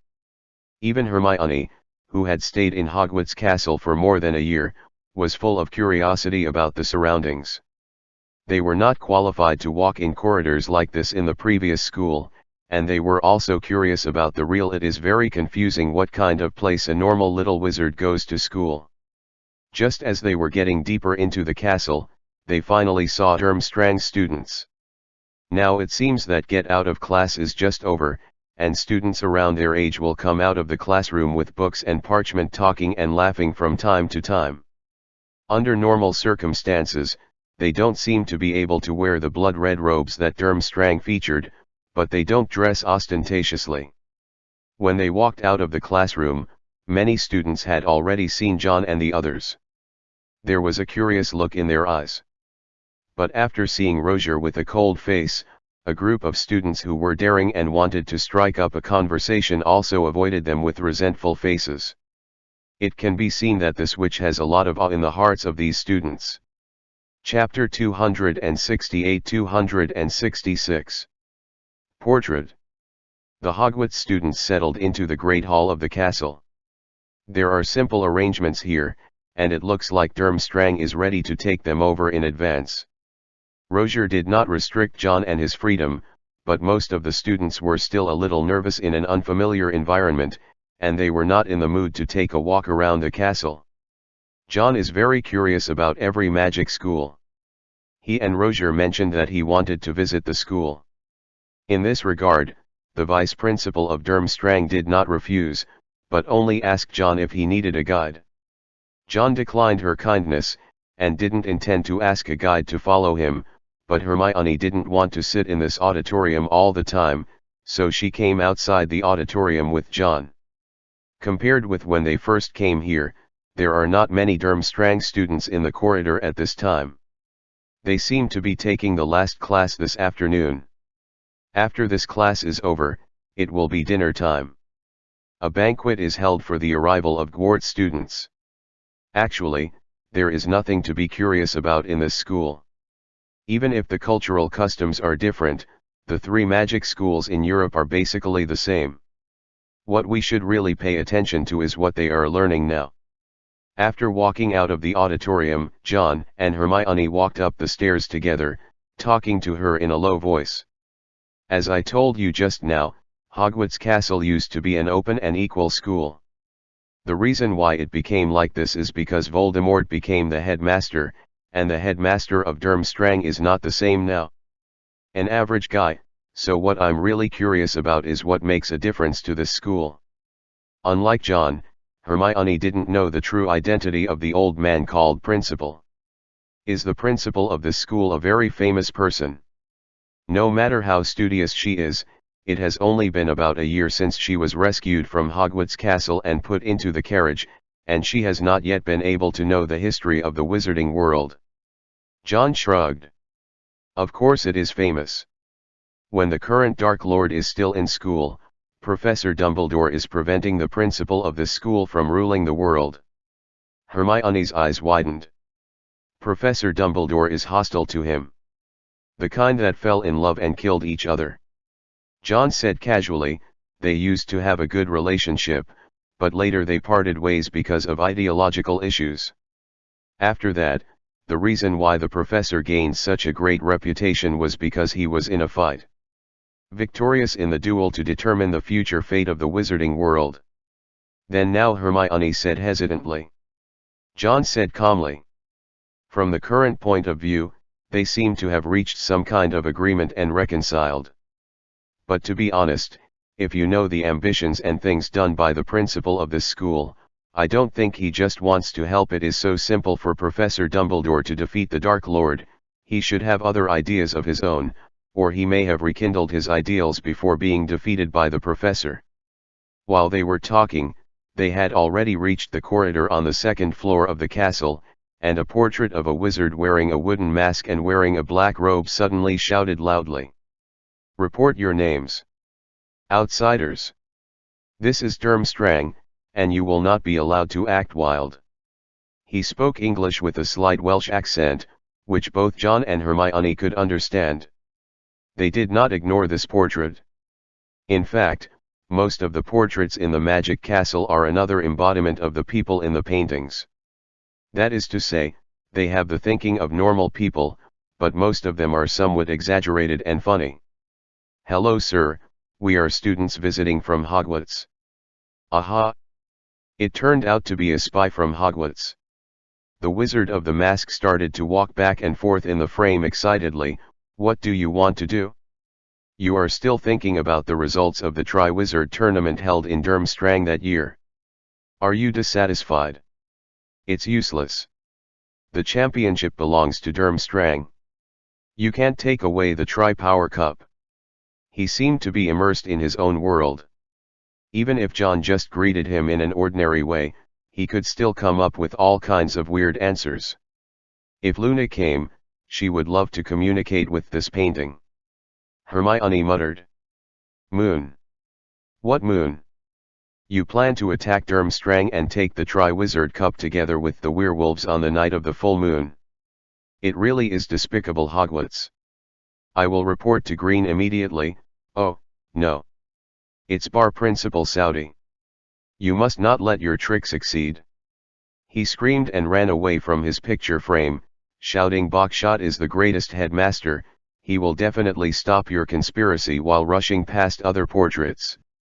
The people in the other portraits looked at the rude masked wizard angrily, and then a group of people crowded into a picture frame, speaking in a German-like language that John and Hermione could not understand, watching them whisper.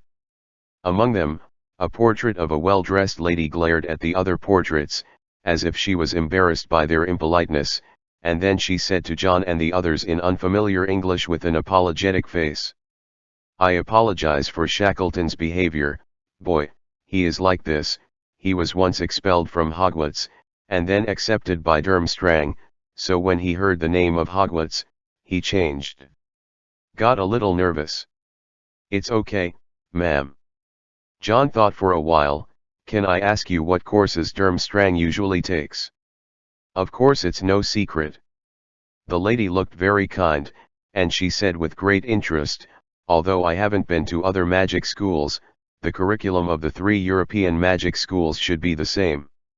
They are basically spells, transformations, defense against the dark arts, potions, herbs, astronomy, etc., but Hogwarts courses are more balanced.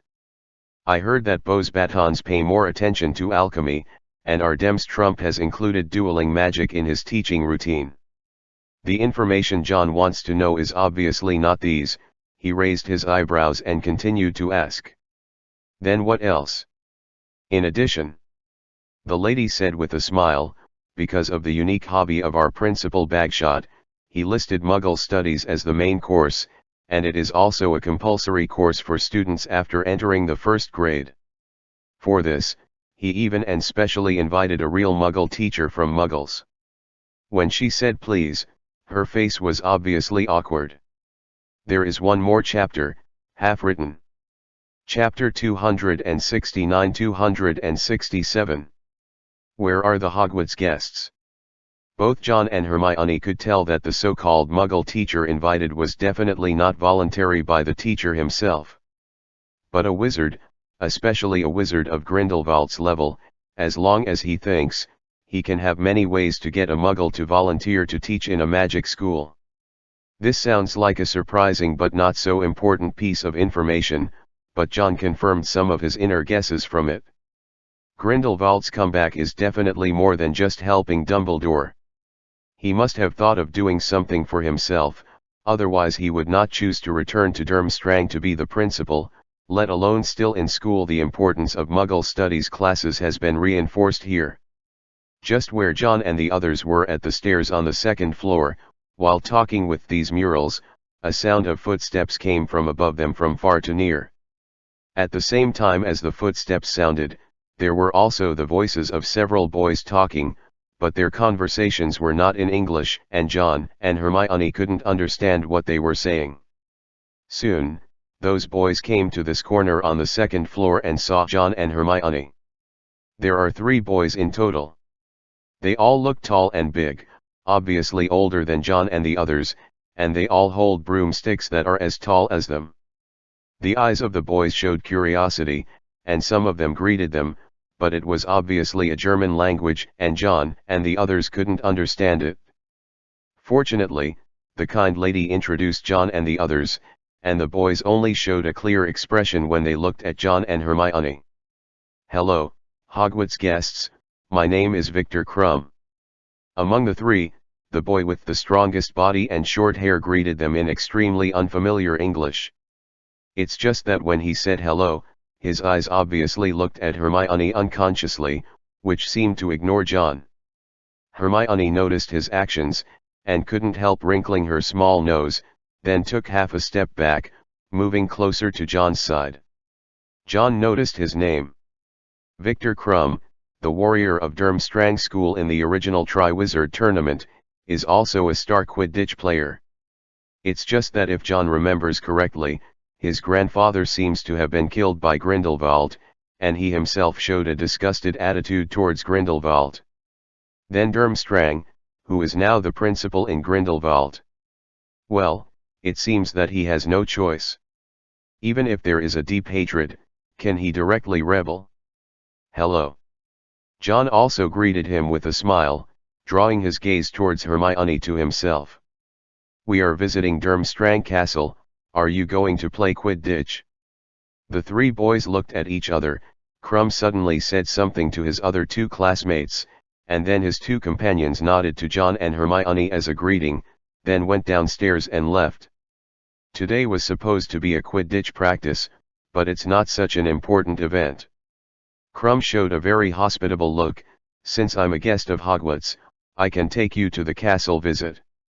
His English is really not very good, like a foreigner who is not proficient in Chinese. And even when he was saying these things, he couldn't help but sneak a glance at Hermione. It wasn't until Hermione glared at him fiercely that he panicked and put on a serious look again. "My name is John Green, and she is Hermione Granger. I'm glad you can show us around." John didn't care about the embarrassment of this adolescent boy. He was very curious about the Durmstrang under the control of Grindelwald, and a student who obviously didn't like Grindelwald or even had a grudge was a good communication object. They walked along the corridor on the second floor. Crumb seemed to want to express himself in front of Hermione, so he took the initiative to find a topic, and chatted endlessly in English that sounded a little creepy, introducing them to Germany, classrooms and history in Armstrong. Naturally, this communication cannot be one way. When he introduced Durmstrang to John and the others, he naturally learned from John how they came to this school. John didn't explain much about this. he just said that Durmstrang's principal saved them from the pursuit of Death Eaters. He could clearly see that when he mentioned the principal, Crumb's face could be seen to be stiff for a moment. This is enough to prove that the information about this boy in John's mind is not wrong, and he is really at odds with his principal. You are absolutely safe coming to Durmstrang. We are allies with Hogwarts led by Dumbledore. According to the newspapers, Dumbledore is doing well in France and redefeated in a duel. The Dark Lord brought about a great reversal of form. Crumb usually does not pay less attention to the news in the newspapers. Naturally, there will be no concealed reports on the French battlefield here in Northern Europe. As a party with Dumbledore and a member of the whooping line, the defeat of Voldemort must be a to be hyped. So those under the Dark Lord must want to capture you as a threat. But don't worry, they will definitely not dare to come here when you are here. Crumb patted his chest and glanced at Hermione as he spoke, as if he was the one who could bring them a sense of security. Just as they continued to walk forward, a cold voice suddenly sounded behind them. What is the fifth school rule in Durmstrang? John froze when he heard the voice, Hermione turned his head in doubt, and Crumb obviously froze. He took a deep breath, as if he had calmed down his emotions, then turned around with his head down, not even having the courage to look up at that person. Yes, respect the teacher, sir. Grindelwald's gaze is a kind of indifference. It's not that he has any special emotions towards Crumb, but that he looks like this on everyone under normal circumstances. Then what are you doing now? Crumb was very dazed, and John could even feel his grievances. Grindelwald's words seemed to be deliberately finding fault with him. He mustered up a lot of courage before speaking. I'm here, showing Hogwarts guests around the school, Mr. Headmaster. Hogwarts guest. Grindelwald's mouth curled up in a weird arc. That flat tone uttered a sentence that directly made John, Hermione, and Crumb freeze in place. He's your professor, the professor of Durmstrang's Transfiguration class, who is a guest of Hogwarts. 4 more. I have the confidence to ask for a monthly ticket. Throw 2 on me at the end of the month. If there are 4 more updates in the future, I will combine 2 chapters and publish them. If the title is marked with 2 in 1, it will be 2 chapters in 1 chapter. If there are no accidents tomorrow, it should be the 4th watch, just sauce, good night. Chapter 270-268. Straightforward and affirmative. Teach the professor. Crumb looked at John in disbelief. If he is the professor of Transfiguration, then Johnson will teach him. If I want to recruit 2 professors of Transfiguration, do I still need to apply to you? Grindelwald's voice was very flat, but it was this flat voice that made Crumb tremble in fright. He is muscular, but he is not a fool. He knows that the principal in front of him has no patience. I accept the punishment, Mr. Principal. I will go to the solitary confinement room now. He lowered his head, and his attitude of admitting his mistakes was extremely sincere, without the slightest meaning of far-fetched. Grindelwald did not express any attitude towards this, and Crumb bowed for the last time, and then hurriedly walked towards the confinement room. Different from when Crumb faced Grindelwald's high pressure, although John was afraid of the former Dark Lord, he was not afraid. After all, since Dumbledore dared to hand over the Hogwarts students to him with confidence, it proved that he would at least not harm them. Just what Grindelwald said just now gave John a headache. At the beginning, he didn't realize that his identity as a fake professor would still be confirmed by the real Durmstrang, but later, he seemed to figure something out.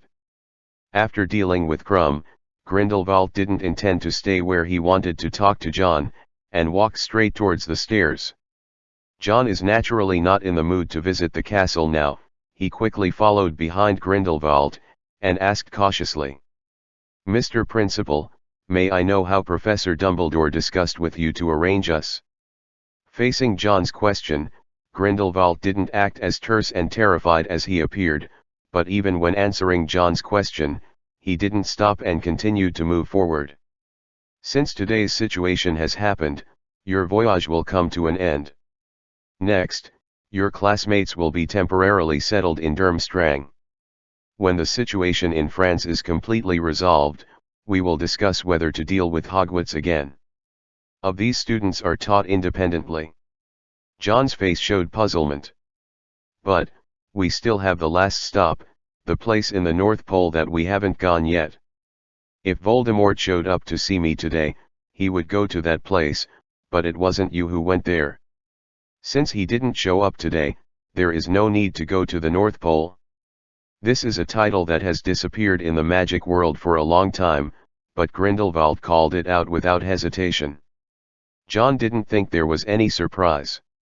Even though Voldemort might be stronger than Grindelwald today, he was not much stronger. Wizards of the same class would not be afraid of a name at all. His words also answered John's doubts. On the surface of the sea, John could feel that as long as Grindelwald wanted to, he could not leave Rodolphus and the others any room to escape, and all the Death Eaters present could stay, but he seemed to be deliberately letting them go. This is probably trying to put out the bait and catch Voldemort, a big fish, but it's a pity that Voldemort didn't show up in the end.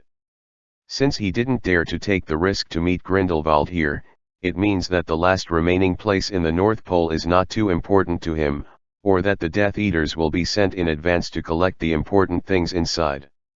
Take it away. For the sake of safety, it is reasonable to interrupt the remaining part of the Hogwarts voyage. Anyway, as long as the location is known, then if you still want to investigate in the future, there is still time to send other people there at any time. Now that Voldemort has discovered them, there is no need to let John and his group of children take this risk.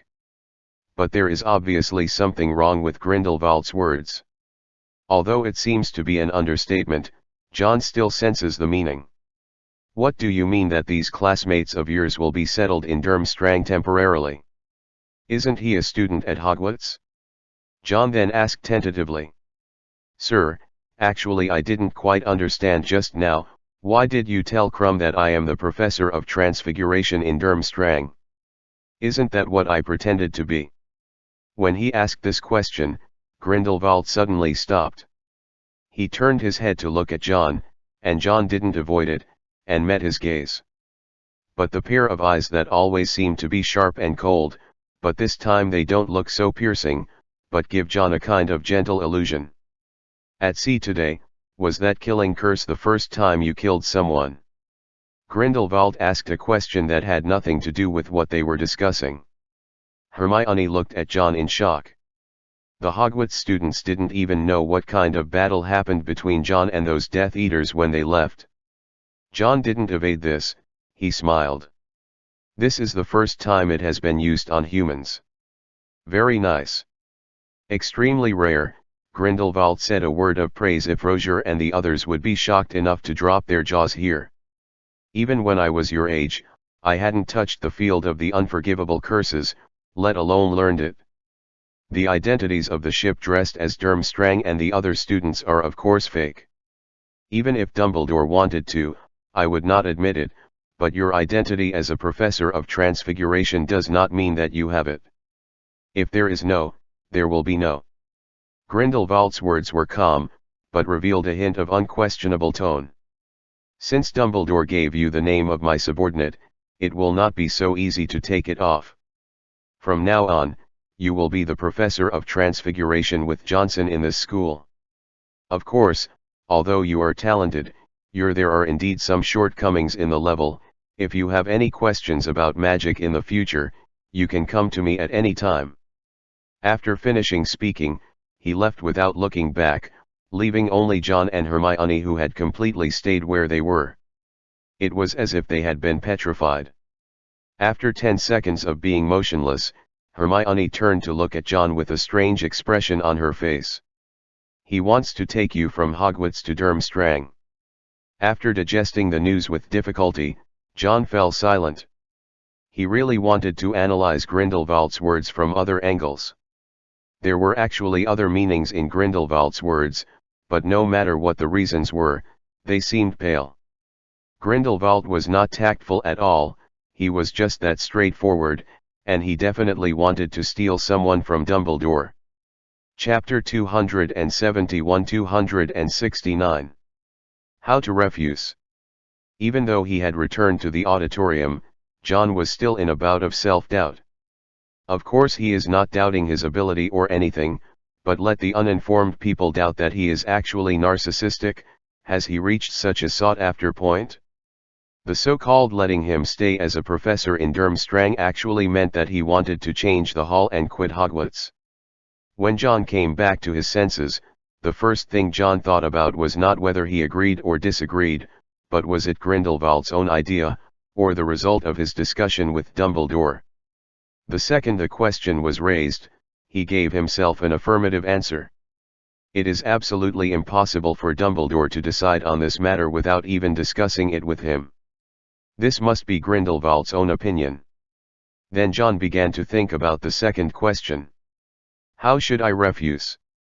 To be honest, even without elaborating, the conditions given by Grindelwald in the words just now are already generous enough. Let him find himself at any time when he has problems with magic, almost as if he planned to teach John himself and accept him as a student. It is not an ordinary teacher-student relationship, but more like the one that had a master-student inheritance earlier. There is no doubt about Grindelwald's level. His strength is recognized by everyone in the magic world. If he is allowed to be a teacher, John will definitely learn a lot. But John never considered staying in Durmstrang from beginning to end. He is not a sophomore. He has stayed at Hogwarts enough, and he feels that he is ready to go to other better places to develop.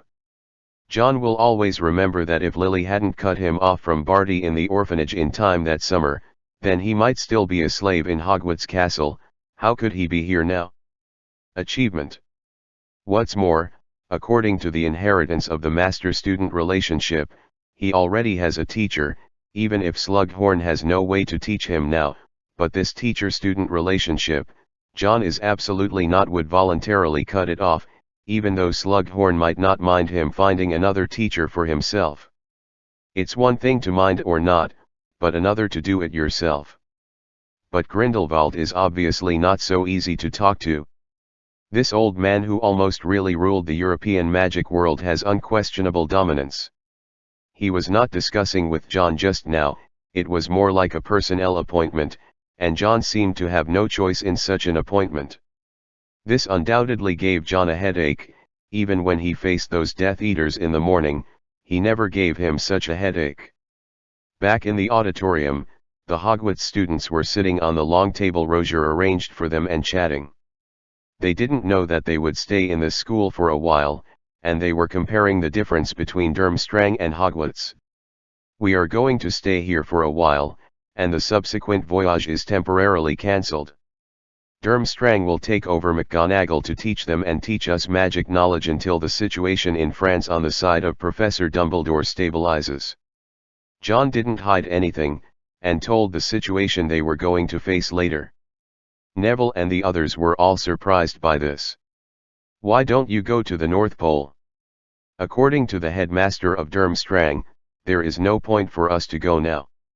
When John said this, it was obvious that he was thinking about something, but Neville and the others were all immersed in the news that they were going to stay in this school, so they didn't see it. George said worriedly. But the students in this castle should not use English in class, right? We have language barriers. John shook his head. Since Durmstrang is already prepared to keep us, there must be their arrangements for these matters. We definitely don't need to worry about teaching matters. What we are thinking now is how to deal with Den Bulletin. Get in touch with Professor Leto and listen to what he has to say. John felt that he didn't have the ability to refuse Grindelwald's intention, and Dumbledore had to come forward to solve this matter. The students at Hogwarts have already started discussing about staying in Durmstrang. They don't have any bad thoughts about this. They started going to sea in October before Halloween, and it has been 4 months since February. They have already spent enough time at sea, and now they can return to land with Hogwarts. To them, the famous magic school is also a novelty. To put it bluntly, Although Dumbledore and them have been using the name of Hogwarts School of Witchcraft and Wizardry, these students have never attended classes in a serious and fixed place. A stable teaching place and residence is a luxury for them. And now even if this is someone else's school, they finally have a place to stay. What's even more pleasing is that they should be able to take flying lessons here, right? Just as the Hogwarts students were exchanging these, a burst of chaotic footsteps began to sound outside the auditorium. Durmstrang's students filed in from outside the door. At this time, the sky outside was completely dark. Because this magic school is located in the northernmost part of Europe, the days in winter are very short, and the early sun disappears in the sky. These students have obviously finished today's class. They walked into the auditorium talking, and at the same time cast curious eyes on the Hogwarts students. Walking into the auditorium with the students, there are also professors from Durmstrang. Their team of teachers is much more luxurious than that of Hogwarts in Exile. Except for Rozier, who met at the beginning, Johnson, and the tall and thin wizard who greeted John and the others in front of the castle, there are about 7-8 teachers came to the long table on the high platform. It's just that they just walked to the chair, but none of them intended to sit down. Among these people, John saw at a glance one of them who was out of tune with the others, wearing a very modern suit and leather shoes. This should be the Muggle Studies professor whom the lady in the portrait mentioned to them, and Grindelwald personally invited here. He was chatting with a female teacher beside him. From the smiles that appeared from time to time, it could be seen that the two were having a good chat. Well, how do you say that sentence? Since you can't resist, you might as well enjoy it with your heart.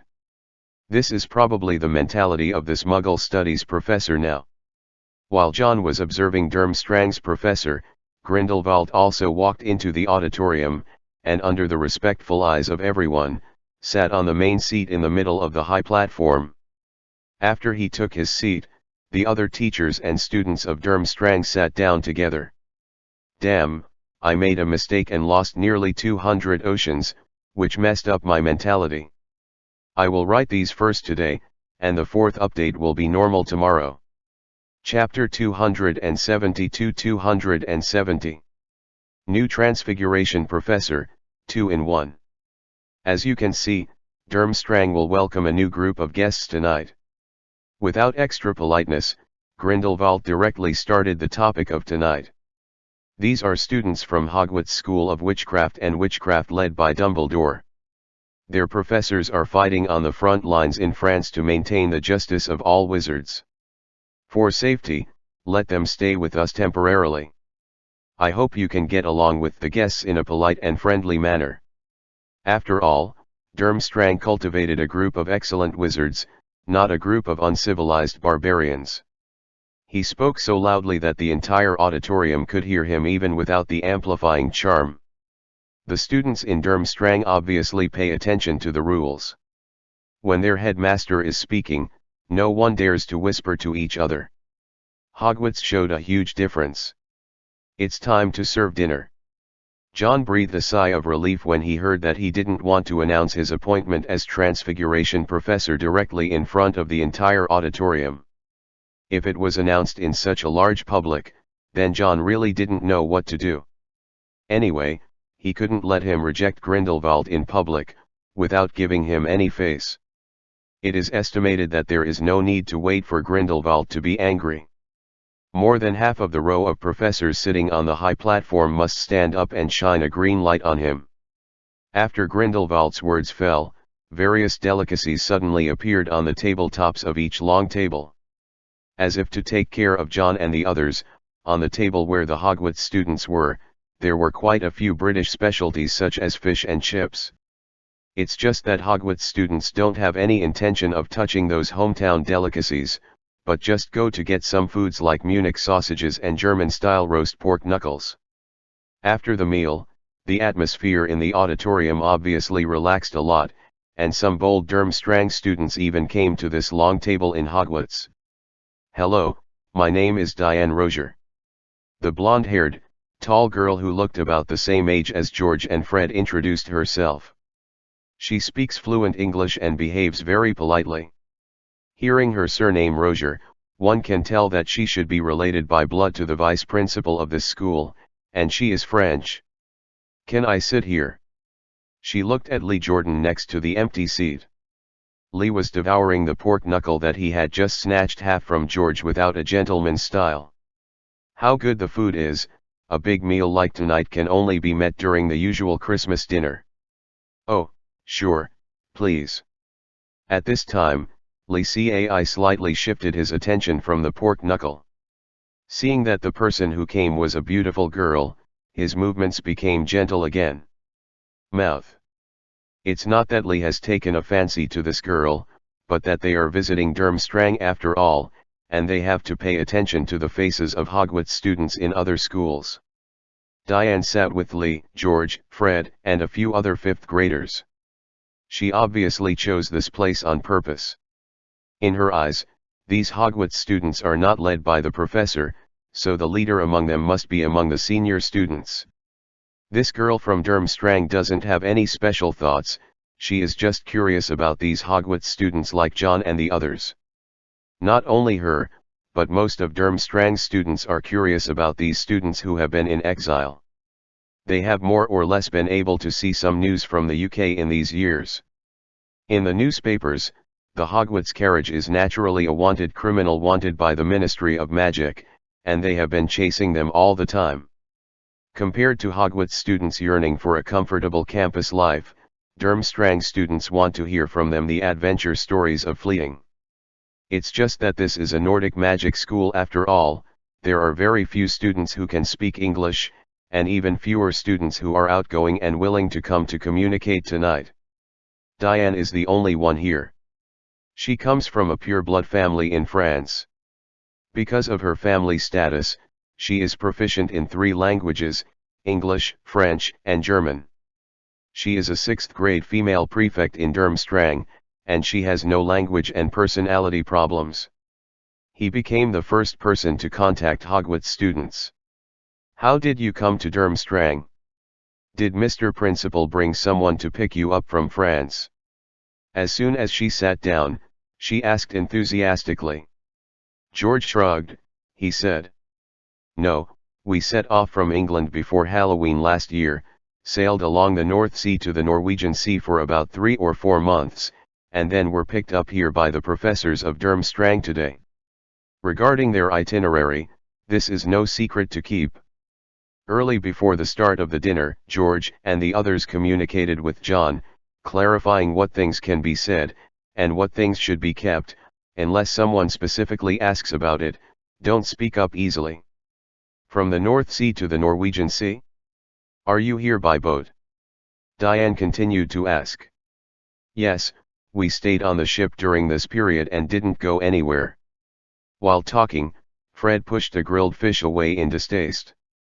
Because many fishing competitions were held and the trophies went into everyone's stomachs, basically every student in Hogwarts has a short term inside, it is estimated that he has no interest in foods such as fish and shrimp.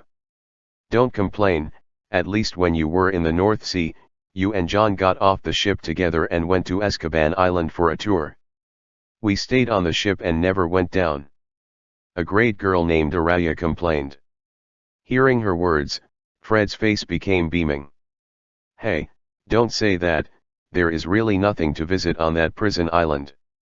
But you know, the battle on it is very exciting. I eliminated 2 British Aurors. I also broke into the Azkaban prison, and those Dementors face off. He was obviously showing off to Diane who just sat here, and he didn't disappoint him. Diane really showed a look of surprise and interest. You solved 2 Aurors by yourself? Can you still defeat the Dementors? Fred got what he wanted, he coughed lightly, pretended not to care and waved his hands. I can't call someone alone, I also have a 3rd grade student who helped me a lot. Whilst he was talking, he kept winking at George and Lee. The 5th grade students were all holding back their laughter, but Fred was not lying. The 3rd grader was indeed the one who contributed the most. But Diane didn't understand the inside story. The 3-year students in Durmstrang had only just learned the stun spell and the universal dispelling spell. Fred is being humble. Just when she looked at Fred with admiration, thinking that he was the leader of the Hogwarts students, a childish voice mercilessly exposed Fred's disguise. Liar! Nick told me that those 2 people were subdued by John, and you were just helping to cover them. As a ghost, Gabriel naturally couldn't enjoy this big meal tonight. She hadn't tasted human food for a long time, and she floated on the table sadly for a long time. After being comforted by John, she saw George and the others. After sitting down a Durmstrang student, he floated over curiously. Then she heard some rhetoric words from Fred. Of course, the righteous Gabriel would not allow John's achievements to be taken. Fred spread his hands helplessly. I'm not lying, didn't you hear me? I specifically said that John contributed the most. Gabriel crossed her hands in front of her body and looked at Fred suspiciously. Although she was not very old, she was not a little girl who could be easily fooled. Diane was a little dazed and didn't understand the conversation between them. Normal people really wouldn't think about a 3rd-year student defeating 2 Aurors. John is that 3rd grader. Hey, we don't usually think of him as a 3rd grader, he's our captain, Captain Green. Fred said with a smile. The joke just now was purely a recurrence of his nature, and he didn't mean to covet John's achievements. He pointed to John, who was dividing a steak on a plate not far away, frowning and thinking about how to reject Grindelwald's invitation. See? That's him. John's appearance is outstanding, handsome, with soft but tough features, but it is because of his outstanding appearance that he gives people the feeling that he can rely on his face for a living, and his magical talent can be so-so. The most important thing is that he is only 14 years old this year. At this time, he can be regarded as a teenager at most. Among the students of all sizes in Hogwarts, he is not particularly eye-catching. John didn't care what Fred was up to. He didn't relax too much because Grindelwald hadn't announced the appointment of him as the Transfiguration Professor before the dinner started. Even if it was the first time seeing him today, John always knew that Grindelwald was not an easygoing wizard like Dumbledore. Although he is not as crazy as Voldemort, he was once known for being evil, and he can be said to be completely indifferent to the lives of the weak and worthless. John, who was arguing with him for something, also knew very well that even if Grindelwald admired him a little, he is not qualified to make a request to refuse now, not to mention that this matter itself is still good for him. And just as the dinner was at the end, Grindelwald, who was sitting in the main seat, clapped his hands, and the entire auditorium fell silent instantly. It's getting late, everyone. Before finishing this dinner today, I have one last thing to announce. His calm voice spread to every corner of the auditorium, and at this moment, a bad premonition rose in John's heart. In addition to welcoming Hogwarts students to Durmstrang tonight, because Professor Spence Johnson is under too much pressure at work, I have found a new professor of transfiguration for him. Share his pressure. John Green, starting tomorrow, he will become the new transfiguration professor, and I will make specific arrangements for which grades he is responsible for. Hearing Grindelwald's words, although Durmstrang students in the auditorium all showed puzzled expressions, and didn't understand why a new transfiguration professor was found for them at this time, there was no major disturbance. There was a commotion, but they were all looking left and right to find out who the professor named John Green was. Professors seated on the high platform, these professors, including Johnson, who was allocated the duties himself, all showed strange expressions but were not surprised. Apparently, they had known the news in advance at the dinner just now. On the long table at Hogwarts, the students of Hogwarts showed a blank expression. What Grindelwald said just now was not in English, and they didn't understand what it meant. The Durmstrang the table looked at John in disbelief. John had a headache, and he couldn't understand Grindelwald's words, but it didn't mean he couldn't guess what the old man announced. He rubbed his temples, knowing that he couldn't escape anyway. Don't you stand up and get to know everyone, Mr. Green. Grindelwald looked in the direction of the long table at Hogwarts. This time he used English. Following his gaze, the eyes of all the students in the auditorium also gathered, but after seeing these Hogwarts students, they became even more puzzled, because there were no adult wizards sitting on this long table. Noticing the gazes gathered around and what Grindelwald said to John, the Hogwarts students finally guessed that what happened in the auditorium was related to John. They all looked at John blankly, except he. No one except Min understands why Grindelwald mentions his name in public. Under the attention of everyone, John sighed and relaxed. He stood up from the chair with a disheveled face, and looked at Grindelwald with a slumped face. Can't we discuss this matter with Professor Dumbledore before making a decision? Grindelwald actually showed an unobtrusive smile at this time. Of course I will inform him. With my relationship with him for so many years, will I rob his students? All the students in the auditorium, whether they were from Durmstrang or Hogwarts, all looked at each other in blank dismay, and some of them didn't understand the conversation between the two. Do you want to grab it now? Don't you have any idea? John secretly rolled his eyes in his heart, and at the same time could not help but sigh. Professor Dumbledore, if you do nothing, your students will be kidnapped. Chapter 273-271. Your Majesty John Green. The dinner party is over, the professors of Grindelwald and Durmstrang have left the auditorium, and other students are also walking towards the door one after another. It's just that they walk slowly, and while they were moving forward, they couldn't help but look back. They didn't look at anyone else, but they were just looking at their new professor of transfiguration today. John didn't get up, he was propping his face with one hand, fiddling with the silver fork in his hand, as if he was struggling with something. The students of Hogwarts did not leave either, they were learning from Diane what Grindelwald had just announced. G.E., Professor Green. Diane didn't explain much to the others, but cautiously addressed the boy who was 3 years younger than her. Even if someone doubts John's age, no one dares to violate Grindelwald's decision. As long as the principal of this school is willing, even if he lets a house elf be the professor of transfiguration, all the students must respect that house elf.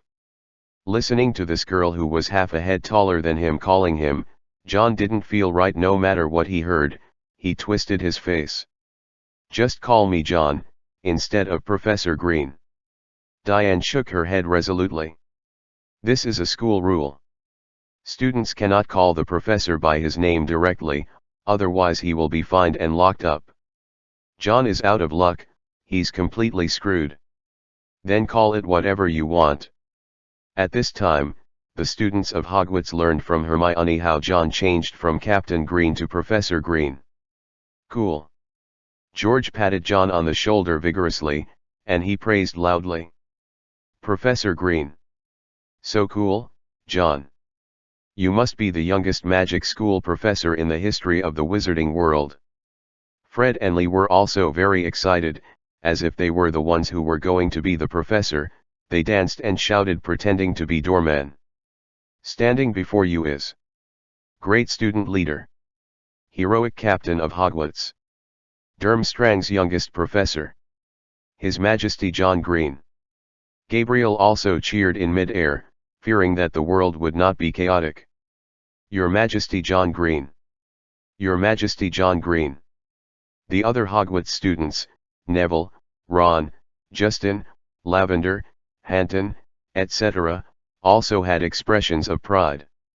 After all, Hogwarts students were in DOM strong became a professor, which is indeed something to be proud of.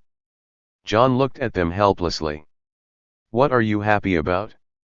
Do you want me to leave Hogwarts and join Durmstrang so much? His words immediately calmed everyone down, and Neville looked at John nervously. What does it mean to leave Hogwarts? John said weakly. It means literally, didn't you see it? The headmaster wants me to be a professor in Durmstrang, so he doesn't have to go back to Hogwarts to go to school. He promised that I would be a member of this school. Diane on the side corrected her solemnly. You are our professor now, Professor Green, since Mr. Principal said, this cannot be changed. The Hogwarts students couldn't be happier now. Their originally excited faces now collapsed together with John. That won't work. John is a student of Hogwarts. Without the consent of Professor Dumbledore, you have no right to take him away. Fred said angrily. Diane spread her hands and said, it's not what I say, or what you say, it depends on what the headmaster wants, and the headmaster also said, he will notify Dumbledore. John finally threw the silver fork back on the long table. The fork disappeared as soon as it touched the long table. It is estimated that there was a house elf in the kitchen staring at him when he returned the fork. Don't get excited. He comforted Fred and the others, then looked at Diane. Can you show me the way to the principal's office? Of course, Diane did not refuse his request. The Hogwarts students' residences were arranged before the dinner started, and now a special prefect Durmstrang took them there, so John didn't need to make any arrangements for other people, just followed Diane. They walked towards the principal's office together. On the way, Diane couldn't help looking at this boy who was obviously 3 years younger than her, and couldn't help but ask before halfway through the journey. Why did Mr. Principal invite you to be our professor? It's up to you, Mr. Principal. John didn't hide his attitude. To be honest, there must be many of you who have doubts about my being a professor. I don't want to, but you should be able to read it. Come out, I can't comment on this matter at all. Diane nodded first, then shook her head quickly. As long as it is the order of the principal, no student in the school will question it.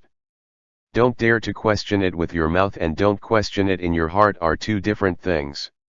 While they were talking, they had already arrived at a door on the 4th floor of the castle, where Diane and John stopped. I can only bring you here. The castle is about to start a curfew. Students are not allowed to go out at this time. I have to go back before then. Thank you for your help. John thanked her for her help, and then watched the girl trot out of the corridor. He stood in front of the door alone, and just as he took a deep breath and was about to knock on the door that was originally closed suddenly opened by itself. John hesitated for a second, then he reached out and pushed the door completely open. This is a very large office. The entire room is cylindrical in shape, surrounded by towering bookshelves on the wall. The top of the bookshelves reaches the ceiling more than 5 meters high. Books give people a full sense of oppression. The room was not bright, and a whitish-green light that was familiar to John filled the place. As soon as he entered the door, he saw the bird with golden red feathers standing on the desk. Fox. Fox also saw John. It spread its wings and glided to John's shoulder. Then a more familiar voice sounded from the direction of the fireplace. I asked you to protect my students, Gellert. Protection, you should have no other weird understanding of this word, right? John looked towards the fireplace, and the face formed by the green fire was Dumbledore. His voice was very calm, but in these calm words, anyone could hear the meaning of Xingshi's questioning.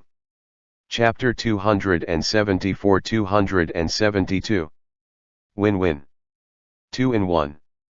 My English is very good, and of course I have no deviation in my understanding of protection.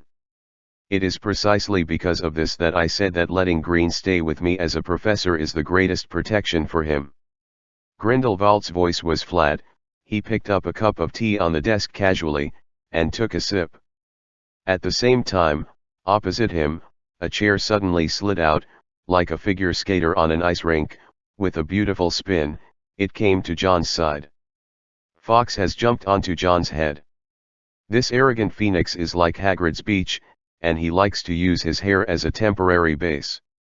John carefully sat on the chair, listening to this conversation, which was regarded as the highest standard in the magic world.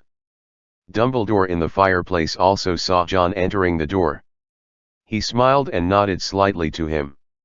His talent is very high, you know it, and I knew it when I saw him fighting those Death Eaters during the day. If he stays with you, always at the forefront of the battlefield, are you really sure can you guarantee his safety? Grindelwald said slowly. Especially when he still did such a thing, when your student learns his identity from the person who did it, do you think he will hate him as much as he hates you? Dumbledore was not bewitched by Grindelwald's fallacies. Well, maybe what you said is right. You left him in Durmstrang to protect him better. I have no problem with that. John has done enough. I don't think so. Feels like he doesn't deserve a safe environment. But what does that have to do with you making him a Transfiguration professor? He's a Hogwarts student living temporarily in Durmstrang, can't it? Grindelwald put down his teacup and said loudly. Of course not. With his talents, what can he learn if he lives with me temporarily and attends classes with other third-year students? He needs special instruction, Albus, and there is no one in this school except me. A person can still give full play to his talent. Do you think I will teach him things for no reason? Dumbledore's tone seemed to be sarcasm and sarcasm. You are such a mean person. Regarding this, Grindelwald snapped his fingers indifferently. So, here is the problem. In order not to waste his talent, I need to teach him something, but because of my stinginess, I will not teach someone for no reason, let alone this person has already taken one of my things. Is it an unreasonable request for him to come to my school as a professor and shine for my students? His words were obviously a rogue speech, but what he said was so reasonable, and his tone was full of unquestionable rhetorical questions and statements, as if blocking all Dumbledore's rebuttals. Dumbledore didn't look at Grindelwald, but turned his attention to John. The British Ministry of Magic has established a Centaur liaison office for hundreds of years, but during this period, no Centaur has ever walked into the gate of the Ministry of Magic and had any communication with wizards, because the so-called liaison office is just wishful thinking by wizards. It's just trying to make contact between the two parties. What you said is just your thoughts, Gellert. I don't really mind that you want to poach John away from me. What I do mind is, do you respect the boy's own thoughts? Has he told you what he thinks? Grindelwald leaned back in the chair, and he also looked at John. There was no persecution or threat in his eyes, but calm and interested. When this choice was thrown to John, how would he choose in front of himself and Dumbledore? John was a little dazed when Dumbledore's voice fell. I've already done it badly, why do you still let me make a choice? The two of you can't agree on a result, so let me make a decision? Don't feel embarrassed, just speak your truest thoughts.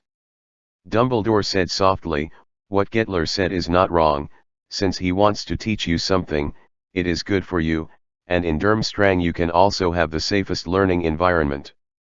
If you don't want to stay there, Fox is with you, it can bring you back anytime.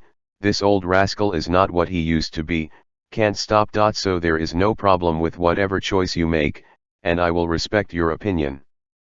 Facing Dumbledore's denunciation, Grindelwald didn't take it seriously. He just took a sip of the tea that had been refilled at some point. John rubbed his thighs with both hands, he frowned and struggled for a moment, then asked tentatively. You really can choose whatever you want? Of course, I'm such a bad old man that I'm not going to lie to a child. Dumbledore smiled and blinked. John took a deep breath, and under the watchful eyes of Grindelwald and Dumbledore, he said with certainty. I can't stay in Durmstrang. Even if Professor Dumbledore says I've done enough, I won't watch my classmates and teachers go to war alone in the safety of the back. The talent may be myself, yes, but without Hogwarts, the current John Green is probably still cleaning the toilets and washing clothes for the purebloods in that castle. Dumbledore's face made of green fire. After hearing John's speech, his smile didn't change in any way, but there was a trace of helplessness and relief. The expression on Grindelwald's face also didn't change much. Although he didn't know John well, it can be seen from his performance today that he has a strong sense of belonging to Hogwarts. When the power of choice is handed over to John, then he is destined to be unable to stay in Durmstrang. Just when this matter seemed to be so finalized, John seemed to have not finished speaking, and then continued. But I actually think that the two identities of a student at Hogwarts and a professor at Durmstrang are not that conflicting, right? There was an awkward smile on his face, and the thickness of his skin was obviously not fully exercised. It's not that Durmstrang is in short supply for the Professor of Transfiguration. I can learn from Principal Bagshot first, and return to Hogwarts to continue fighting for the liberation of Britain when the situation in France stabilizes. If Durmstrang needs when I was with you, I would certainly be obliged to take on the responsibility of being a professor. After John's voice fell, the principal's room fell into a silence. Fox, lying on top of John's head, was combing his brightly colored feathers with a sharp beak. It seemed to feel that the atmosphere suddenly became quiet, and looked up curiously to see what happened. The jumping green fire did not return to the normal bright yellow color, which proved that the flow network connecting Dumbledore from France to the principal's office had not been interrupted, and the picture was indeed in a non-stationary state. John just felt embarrassed at first, but after hearing no response, he already wanted to retract his head into the robe. This seems to be a win-win plan that neither breaks away from Hogwarts, nor makes Grindelwald lose face, but in fact, the only person who really wins is himself. In the name of Durmstrang's professor, learn something from Grindelwald, and then go back to Hogwarts. It is completely empty-handed, White Wolf. Just when John thought that both Grindelwald and Dumbledore had been shocked by his brazenness, a burst of unrestrained laughter suddenly sounded in the principal's room. Ha ha ha ha. I'd love to know how you taught him, Albus. He's smart, much smarter than you were when you were young. Instead of receiving the imaginary scolding similar to "you want to eat it," he was praised, which made John, who had planned to be an ostrich, raise his head again, and looked blankly at the situation in the principal's office. Grindelwald laughed, and Dumbledore's smile became even more helpless. I agree. John was stunned, and the expression on Dumbledore's face in the fireplace also showed surprise. They looked at Grindelwald, who had suppressed his smile at this time, and listened to him repeating what he had just said casually. You can take on the two identities of Hogwarts student and Durmstrang's professor together, and I also allow you to stay in Durmstrang as you like. If Grindelwald hadn't emphasized it again, John would have thought that there was something wrong with his ears just now. Even now, he still looked at the old man leaning on the chair in disbelief, and then turned his head again. Looked at Dumbledore. You just said that people are stingy, Professor. Dumbledore looked at Grindelwald, the surprise on his face had turned serious, and he asked seriously for John. What about the price? Grindelwald played with his wand in his hand and chuckled. Price? Of course there is a price. The world has always been fair. Since he can get more, he also has to pay something. It's just up to him to decide whether what he gains and what he pays are worthwhile. He turned to look at John. Since you want to occupy both, I can totally agree. Durmstrang doesn't really lack a professor of transfiguration like you, but if you want to learn from me, then until you leave this castle before you leave, you must complete any goals and tasks I give you. This request seems very simple, as that no matter who comes, he can immediately agree to it, but John hesitates. I can't do what I can't do. If I really wanted to torture you, I wouldn't have delayed so long with Albus because of this matter. Grindelwald said flatly, but don't take things too simply. If you now promised, but did not fulfill tonight's promise later, I will have a way to take back whatever you have learned from me. Regarding Grindelwald's words, Dumbledore didn't say anything, he just looked at John, because he was the only one who could make a choice in the end. After receiving Grindelwald's guarantee, John didn't continue to struggle. Since he dared to propose such a win-win solution with the cheek, he also had the courage to make this promise. I agree. John's answer did not exceed Grindelwald's expectations. He turned to look at Dumbledore in the fireplace. So, are you satisfied with tonight's result? Dumbledore smiled again. I said that I will not interfere with any of John's choices, as long as it is his own will. Then what are you still doing here? Grindelwald issued the eviction order mercilessly. I have already given the order you sent someone to send over, and the needed supplies will be prepared and delivered the day after tomorrow at the latest. About you, the student's problem is also solved, then quickly disappear before my eyes. Dumbledore didn't show any impatience. The smile on his face remained the same, but the green flame in the fireplace became weaker and weaker, and soon disappeared. Darkness returned for a second in the principal's room, and then the bright yellow fire was rekindled in the fireplace, illuminating everything around. Fawkes, who was lying on top of John's head, also spread his wings, and after a golden red light lit up, he also disappeared. Now in Durmstrang, as long as Grindelwald is around, Fawkes doesn't need to stay by their side all the time. It can go back to France to provide more help to the wizards of Weopingzian. Only Grindelwald and John were left in the principal's office. You can hang on to the title of professor, and you don't need to be responsible for the specific teaching work. As for the third grade courses, you can follow them if you want. If you don't want to go, the teachers in Durmstrang will not look for you. Trouble. Then come to me tomorrow afternoon, before dinner. Explained his arrangements to John, but John still didn't intend to leave the principal's office. This could not help but make Grindelwald, who had already bowed his head to read the letters in the office, raised his head again. Do you have anything else to do? John hesitated to ask. Sir. When you talked to Professor Dumbledore just now, you said that I have your things here. Grindelwald put down the quill in his hand, and he looked at John. Dumbledore didn't tell you. John shook his head. Professor Dumbledore never told me about it. Yes, this is really not something to show off. Grindelwald said softly, chestnutwood with phoenix tail feathers, 14 inches, is a pretty good match. Hearing his words, John raised the old wand in his hand with a look of astonishment. He recalled the scene when he got it in Dumbledore's headmaster's office on his first day on the carriage at Hogwarts. At that time, Dumbledore clearly showed his nostalgia for this wand differently from other wands.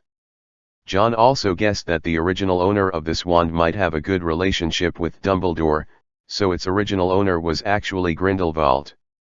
Chapter 275-273. The same magic wand. When I went to England, I went to Ollivander in Diagon Alley to choose a new wand, which is the one in your hand. Grindelwald said lightly. It works really well. After I got it, I basically didn't use the one I bought from Gregovish until I got another wand that works better. I didn't change it. And then all three of my wands fell into Albus' hands. John looked at the wand in his hand.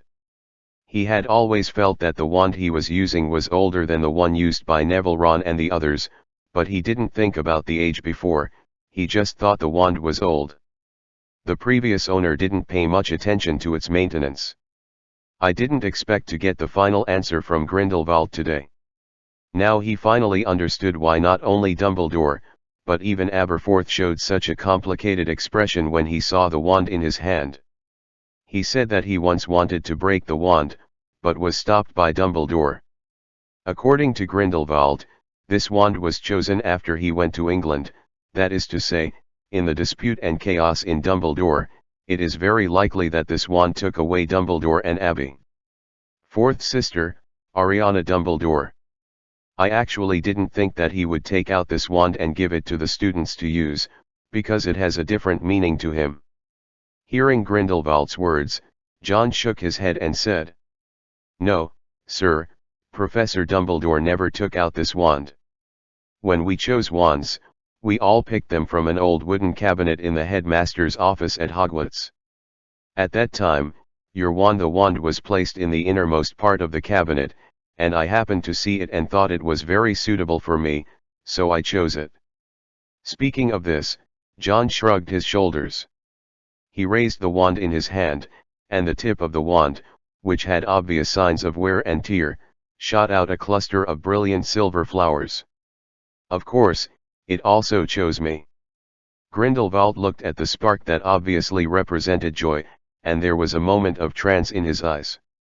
The reason why he took such a lot of trouble and poached John from Hogwarts to Durmstrang was not only because of John's talent, but one of the most important reasons was that he had holding this wand.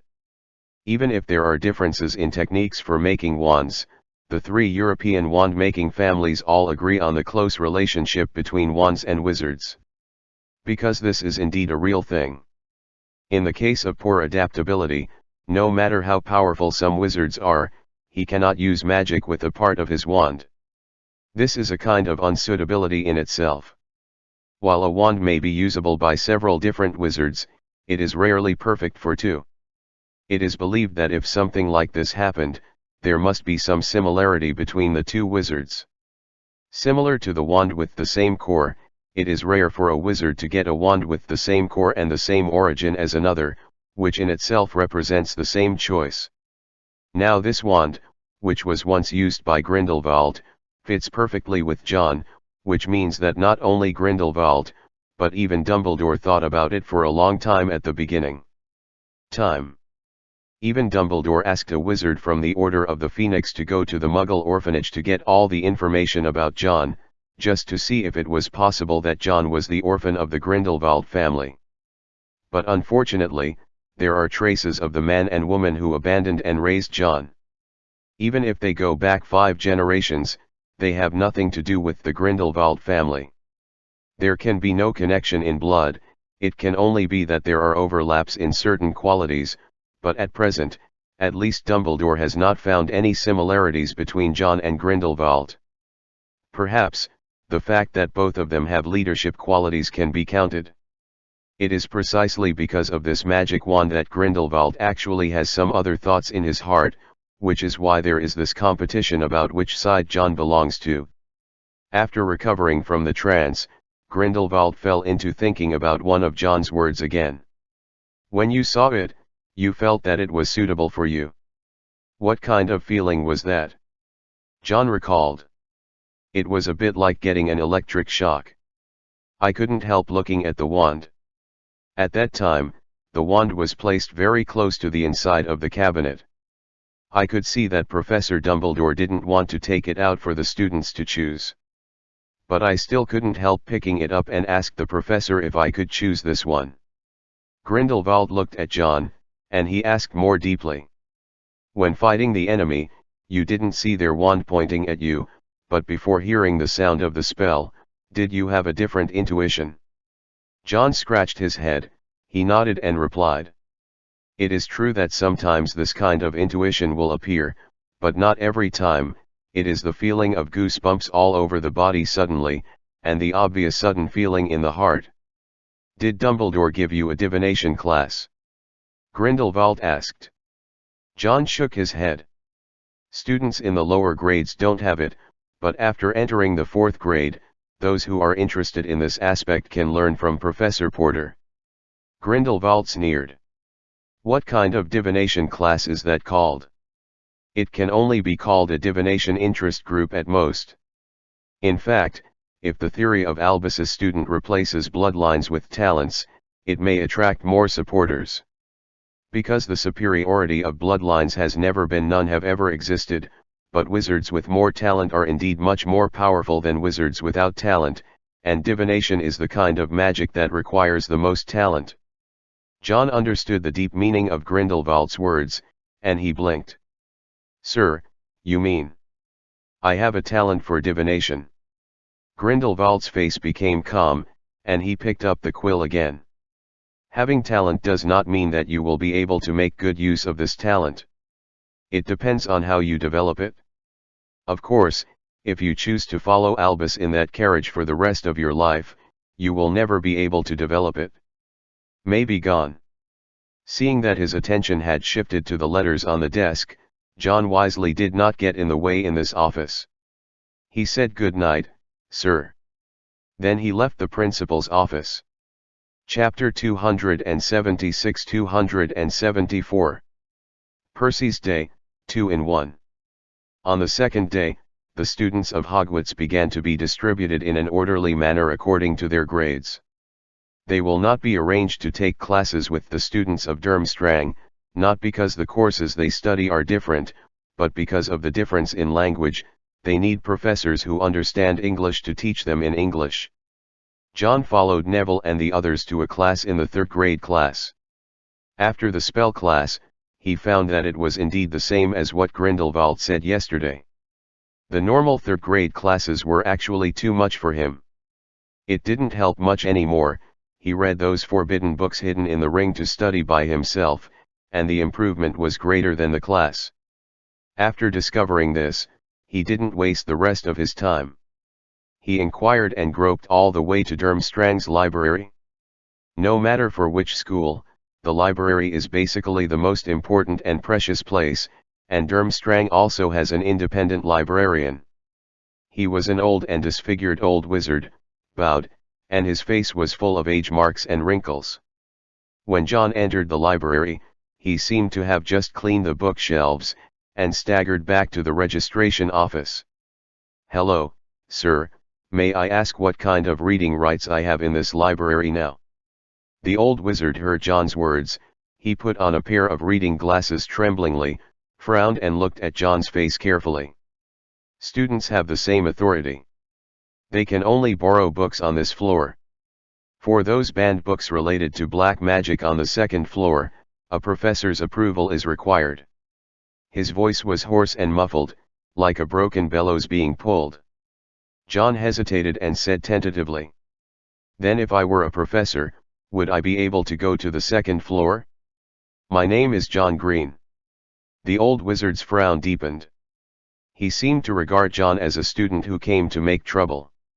His eyes had already moved away from him, and he said angrily while picking up a piece of parchment on the table, "So some students in the school really believe that I got that rumor of dementia? Tell those that my memory has declined, but it's not so stupid that students and professors can't tell the difference. This is what I am now. When I was old, when I was young, you disobedient bastards, I usually used the Cruciatus curse to make you obedient." Huh. There is another scumbag in the school. Is the current voodoo party already so miserable? It takes two people to teach one transfiguration. Suddenly, he seemed to see the name of the new professor on the notice sent by Roger. His cloudy eyes widened, and he reached out to help the reading glasses on his face. "John Green."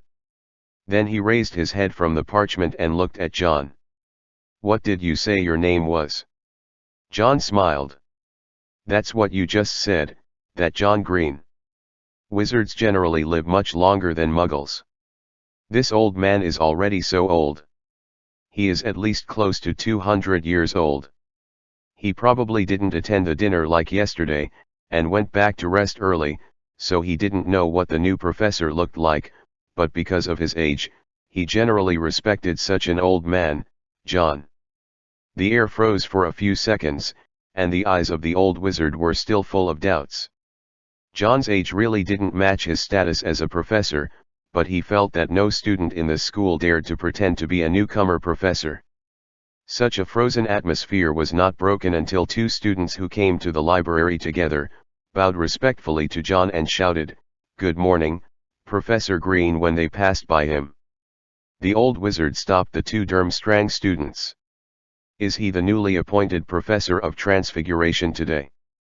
The two students also treated the old wizard's inquiries very respectfully. "Yes, Mr. Alpha. Mr. Principal announced yesterday that Professor Green and Professor Johnson will serve as professors of transfiguration in Durmstrang."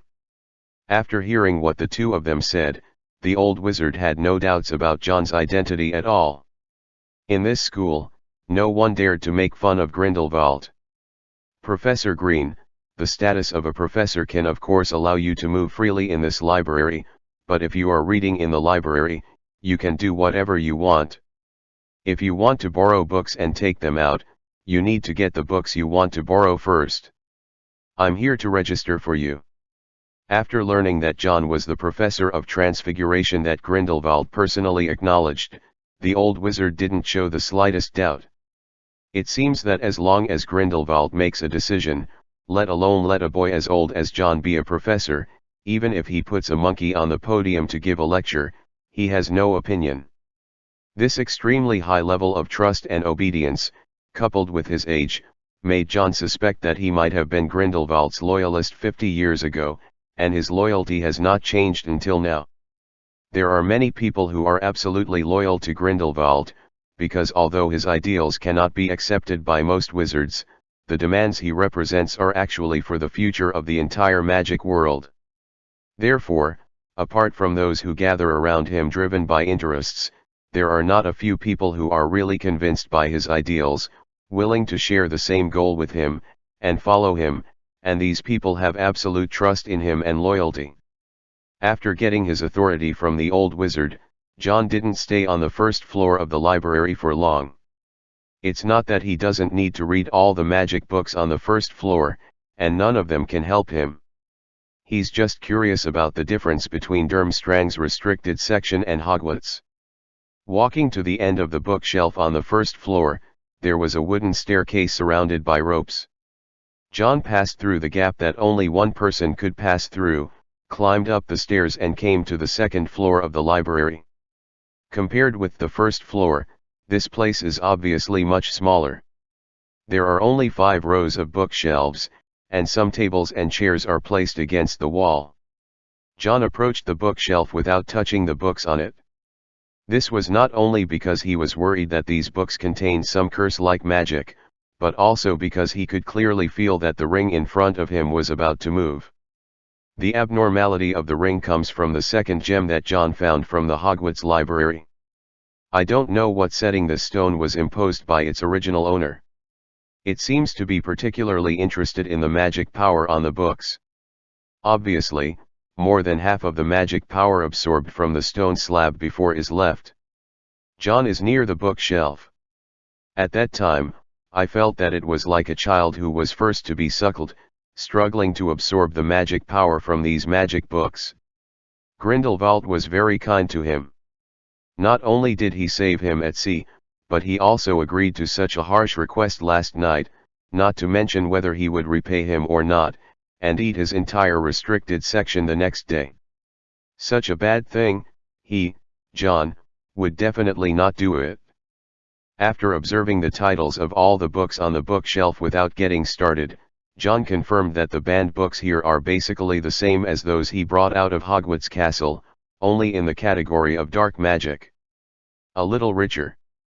After all, it is the inheritance of the school. In terms of research on the martial arts magic that Durmstrang claims to be, they are indeed far ahead of the outside world.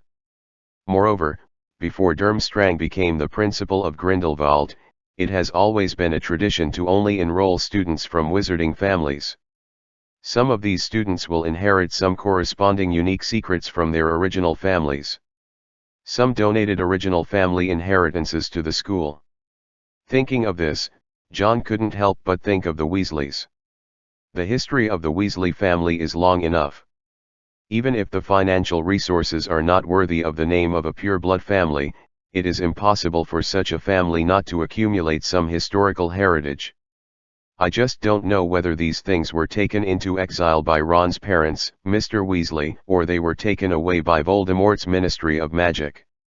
If it was taken away, since Percy has defected to the past, will these be returned to him?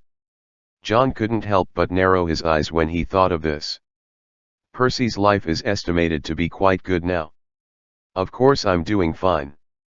Ground of Whitehall, London, British Ministry of Magic, Department of Magical Law Enforcement, Prohibition of Misuse of Magic Office. Percy looked at a wizard in front of him with a blank expression. Thank you for your concern, Mr. York, but now we are discussing work matters. Can you pass on the relevant information about the case on Magnolia Road to me?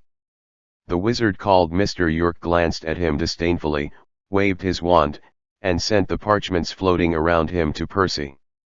Then he deliberately cancelled the magic on these materials, wanting to let the materials scatter all over the place, and see how Percy picked them up in embarrassment. But Percy seemed to have guessed his plan in advance. When the materials flew over, he held them up with his hands, thanked him, and turned around to leave. Mr. York, who failed to achieve his goal, snorted coldly.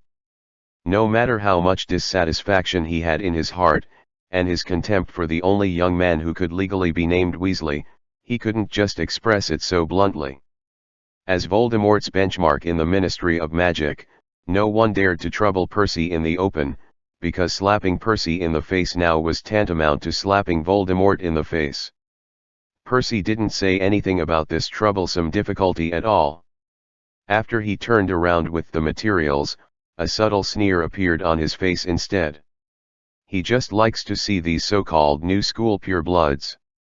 The more they hate him, but they still put on a hypocritical face to show their favor to him, the more it makes Percy happy. After betraying Hogwarts, he lost his family and affection, but gained other things. On the way back to the office, almost all employees bowed their heads to avoid awe and called him Mr. Weasley after seeing him. This is the privilege of pure-blood wizards in this Ministry of Magic. They are born to be higher than mixed blood. This eternal class gap allows Percy to enjoy the vanity that he will never enjoy in the Hogwarts carriage. And respect. With the endorsement of Voldemort, he has completely inherited the pure-blood class of the Weasley family under Voldemort's rule, which means that as long as he does not make a big mistake, in this Ministry of Magic, even Minister Fudge cannot show him face. When he just walked out of the office, from a distance, he suddenly saw a stream of people in front of him splitting up from the middle, and then 3 wizards in black robes with a black mark on their chest walked in front of him indifferently. Percy Weasley. The witch headed by called Percy's name. Percy's face was obviously dazed, marked with the dark mark. Even Aurors in the entire Ministry of Magic are not qualified to wear a robe embroidered with this coat of arms, except for that gentleman's personal guards, that is, Death Eaters. Yes, it's me. He also maintained the most basic composure. Although the Death Eaters were scary, he knew very well that he hadn't made any mistakes, and he hadn't had any problems at work. Do you have any doubts about our identities? The witch asked Percy, looking into Percy's eyes. The 2 wizards behind her had their right hands tucked into their sleeves, obviously holding wands. Percy swallowed. There is no doubt, ma'am, I recognize the dark mark. Give me your wand and come with us. Percy didn't have the slightest intention to resist.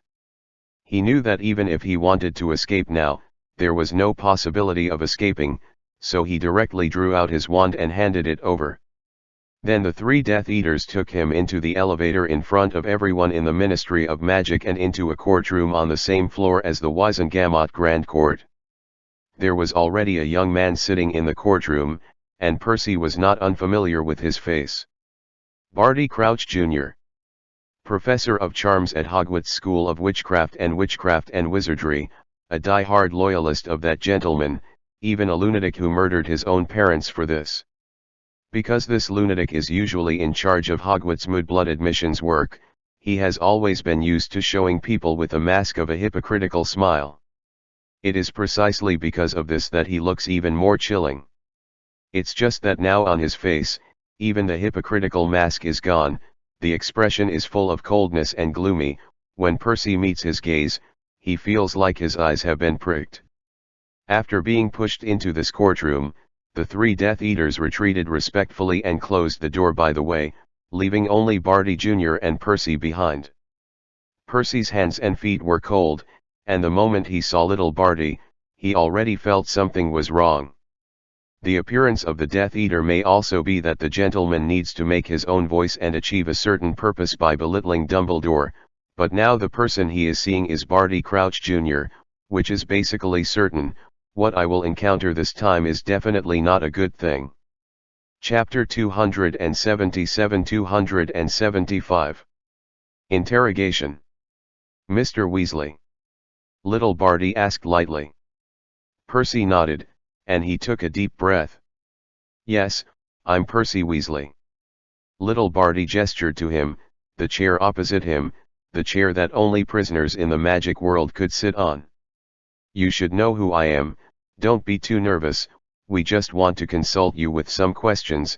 After all, in some respects, you are the real professional. His polite words reassured Percy a little, but his tense body never relaxed.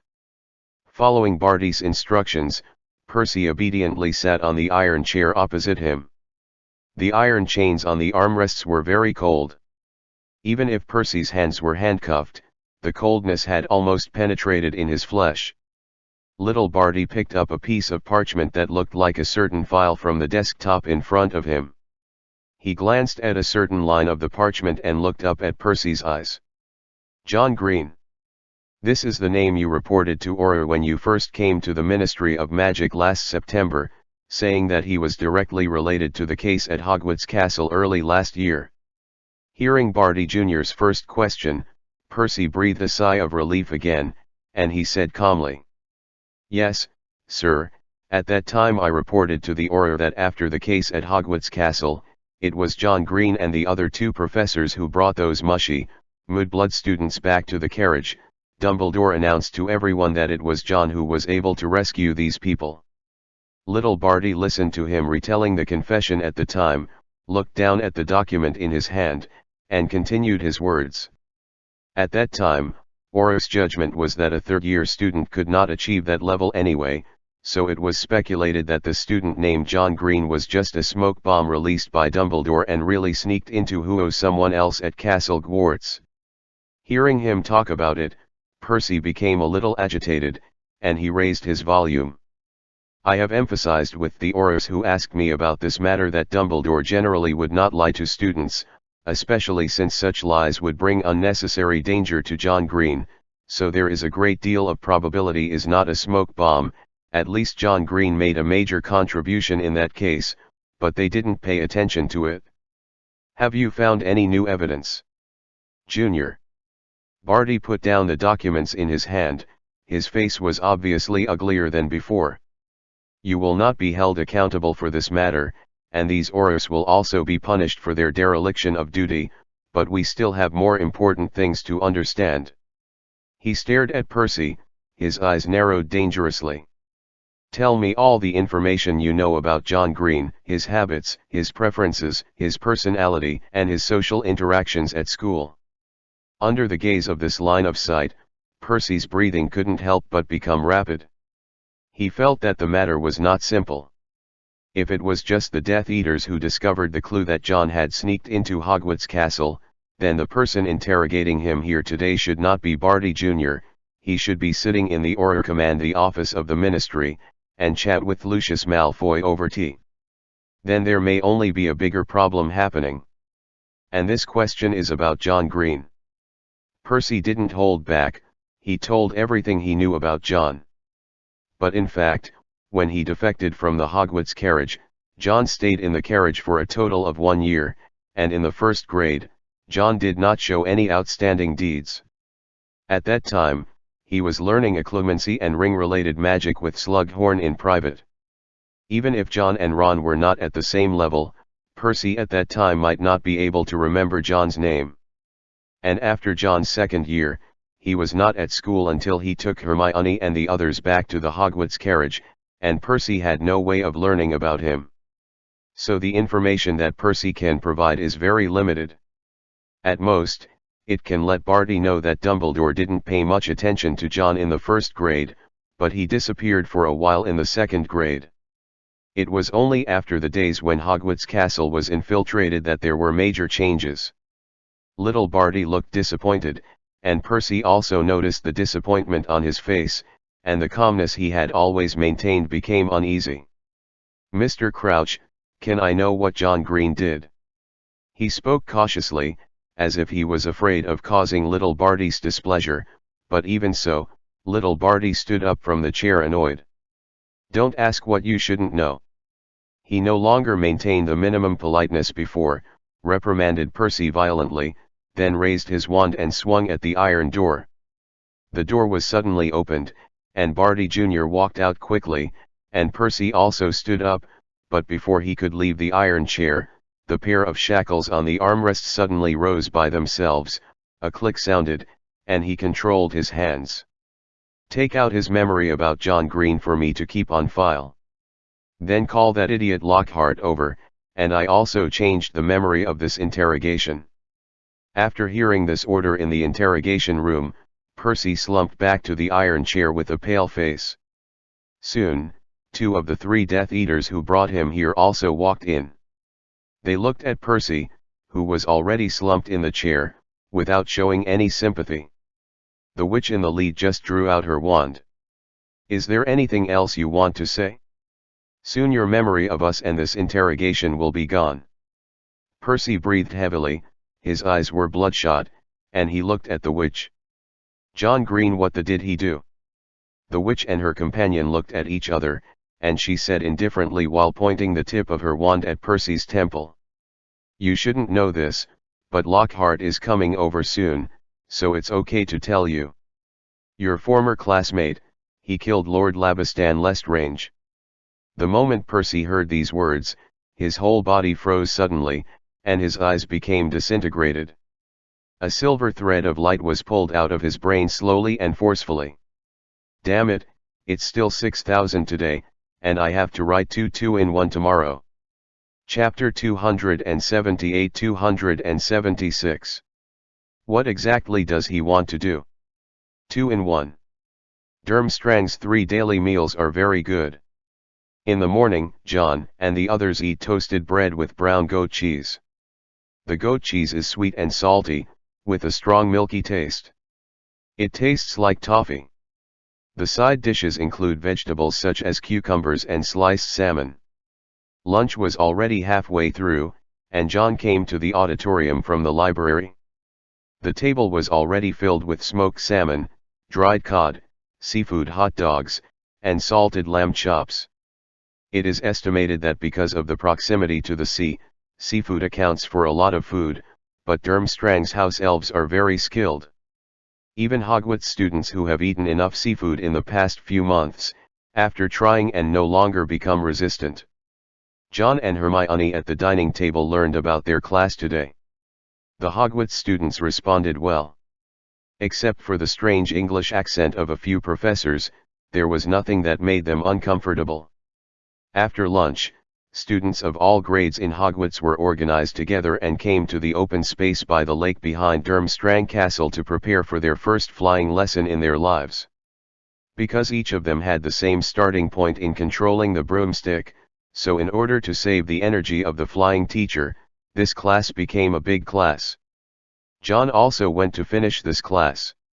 This is not the first time he touched the broomstick. He had learned the most basic lessons under the guidance of Dumbledore when he was traveling with Dumbledore in France. How to use the broomstick. After all, there are some places that cannot be reached by methods such as apparition and flip powder, and the wizard can only rely on the wizard to find a way to get there. After this flight lesson, John didn't delay any longer. He went directly to the door of Principal Grindelwald's office and knocked on the door. When he entered, Grindelwald was reading a newspaper from France called Starlight Daily. This newspaper is a magic daily established by the Whoopingsian organization led by Dumbledore in recent months. The implication of Starlight is to echo that every wizard should be equal and free even when the night is shrouded program. Now the Star Daily is engaged in a public opinion war with the magic news under the control of the French Ministry of Magic, and will also report on some of the current war situation. Actually, it never occurred to Albus that he would now lead an organization with political significance. Grindelwald put down the newspaper in his hand, and watched John walk in, with a hint of gloating in his smile. He has tried his best to stay away from everything to do with politics all his life. Even in his most prestigious days, countless people wanted him to be the Minister of Magic of the United Kingdom. People believed that if he came to power, he would give everyone bring what they want, but he still doesn't have any intention of running for election. He just became the mascot-like president of the so-called International Federation of Wizards. John was a little puzzled. Professor Dumbledore might prefer to be the headmaster in the school. It is he who hates the intrigue in the political field. Grindelwald put down the newspaper in his hand, if you want to defeat those who seek high positions for fame and fortune, you have to become worse and smarter than him. Just like Albus has never used the unforgivable curse, such a thing is against his inner will, so no matter how many people wish to do so, he has always stayed away from it. But now he has to do it. If he is still unwilling to take on these, then the so-called defeating Voldemort can only be a joke. Grindelwald looked at John, and he said calmly, "This is also the reason why I want to teach you something. I will never deny Albus's greatness, but people will have shortcomings. Being too idealistic is his biggest shortcoming. He is very clear that his biggest problem is what? But if it wasn't, then he wouldn't be called Albus Dumbledore. You have been following him in Hogwarts, and you will also be affected by his mentality unconsciously. I can see it from the death curse you used yesterday at sea. The spell it has been successfully used, but it is obviously not the enemy you are facing that makes you have such firm thoughts of killing. This is not good, and it is the biggest disadvantage of using the unforgivable curse. Because your emotions are not stable, temporarily killing intent will allow you to use the spell successfully, but human memory will pass with the passage of time. Sooner or later you will feel vague about the memory and scene that made you kill. Once you can't be there, then even if you use the killing curse, it will only cause nosebleeds at most." Grindelwald stood up from the chair while saying these words, and the long windbreaker and black round hat hanging on the hanger not far away flew to him by themselves. John saw that he was about to go out, and immediately followed. "Where are we going?" Grindelwald didn't go out the door. He came to the fireplace and pinched a small cluster of green powder. "A secret place, don't ask too much, grab some Floo powder, and listen to me tell the name of the place later, and then you repeat my actions." He sprinkled Floo powder on the fire, and the orange fire instantly turned green. Grindelwald walked into the flames that couldn't feel the slightest bit of heat, and said very clearly at the same time, "Romerhans Abbey." The next moment he was swept by green flames and disappeared in front of John. John didn't stop either. He also sprinkled the green powder into the fire that had turned orange again. After the flame turned completely green, he walked into the green fire and read the name of the monastery. In a barren mountain range in the northernmost part of Norway, there are dead trees and snow that can submerge people's knees everywhere. The only living creature here is like a crested goshawk gliding in the sky. And on the bleak mountainside, there is a dilapidated building that has been abandoned by humans. It is an abandoned monastery. The house in the middle is surrounded by dilapidated wooden fences. This layer of protection has no defense at all. Any medium-sized animal can smash it. Grindelwald took John out of the monastery. Every time they exhaled, a cloud of white mist would form in the air, lingering in the cold air. John tightened the robe on his body. His clothes were not thin, but coming suddenly from the warm environment of the principal's office to such a place, his body had not yet adjusted to it. Grindelwald didn't seem to be affected in any way. He walked ahead of John and led him out of the dilapidated monastery and into the dry woods. John followed behind him, and didn't ask them the destination of this trip. He was just a little curious, and Grindelwald brought him out specially, what exactly he wanted to teach him. Just as they walked into the dry forest, John from a distance saw something hanging in the depths of the forest. Those things were hung on the branches of dead trees, each of which was not small, reminding John of the bacon that was hung in front of his house in the countryside in the winter of his previous life to dry. Just when John was focusing on those bacon, a thin figure suddenly appeared in front of him and Grindelwald at some point. This is a very old man. From his appearance, John feels that he is not much younger than the administrator in the library in Durmstrang. He was unusually short in stature, about as tall as Professor Flitwick, but even thinner, and with that old face he looked like a scrawny monkey. But different from his appearance, after seeing Grindelwald, he was extremely emotional, and said in German that John couldn't understand. "My most loyal and greatest master. You are like a star in the sky. You guide the future of the wizarding world. Your contribution must be passed on forever. All wizards should thank you for your name before they start school magic. He chattered on and on about disgusting compliments, until he saw Grindelwald impatiently touching his wand. He honestly shut up. Sometimes I really want to sew that broken mouth of yours shut. The dwarf old man smiled mischievously. Then I won't be able to recite the mantra to help the master. Let me use a little bit of residual heat to sew my mouth shut on the day the master's dream comes true. When the old man was speaking, he turned his gaze to John. Who is this child? A relative of the owner. He can't help but have this kind of guess, because even if Grindelwald became the principal of Durmstrang, he would never bring any children to this place. Ask less about things you shouldn't ask. Grindelwald didn't intend to introduce John's identity to him.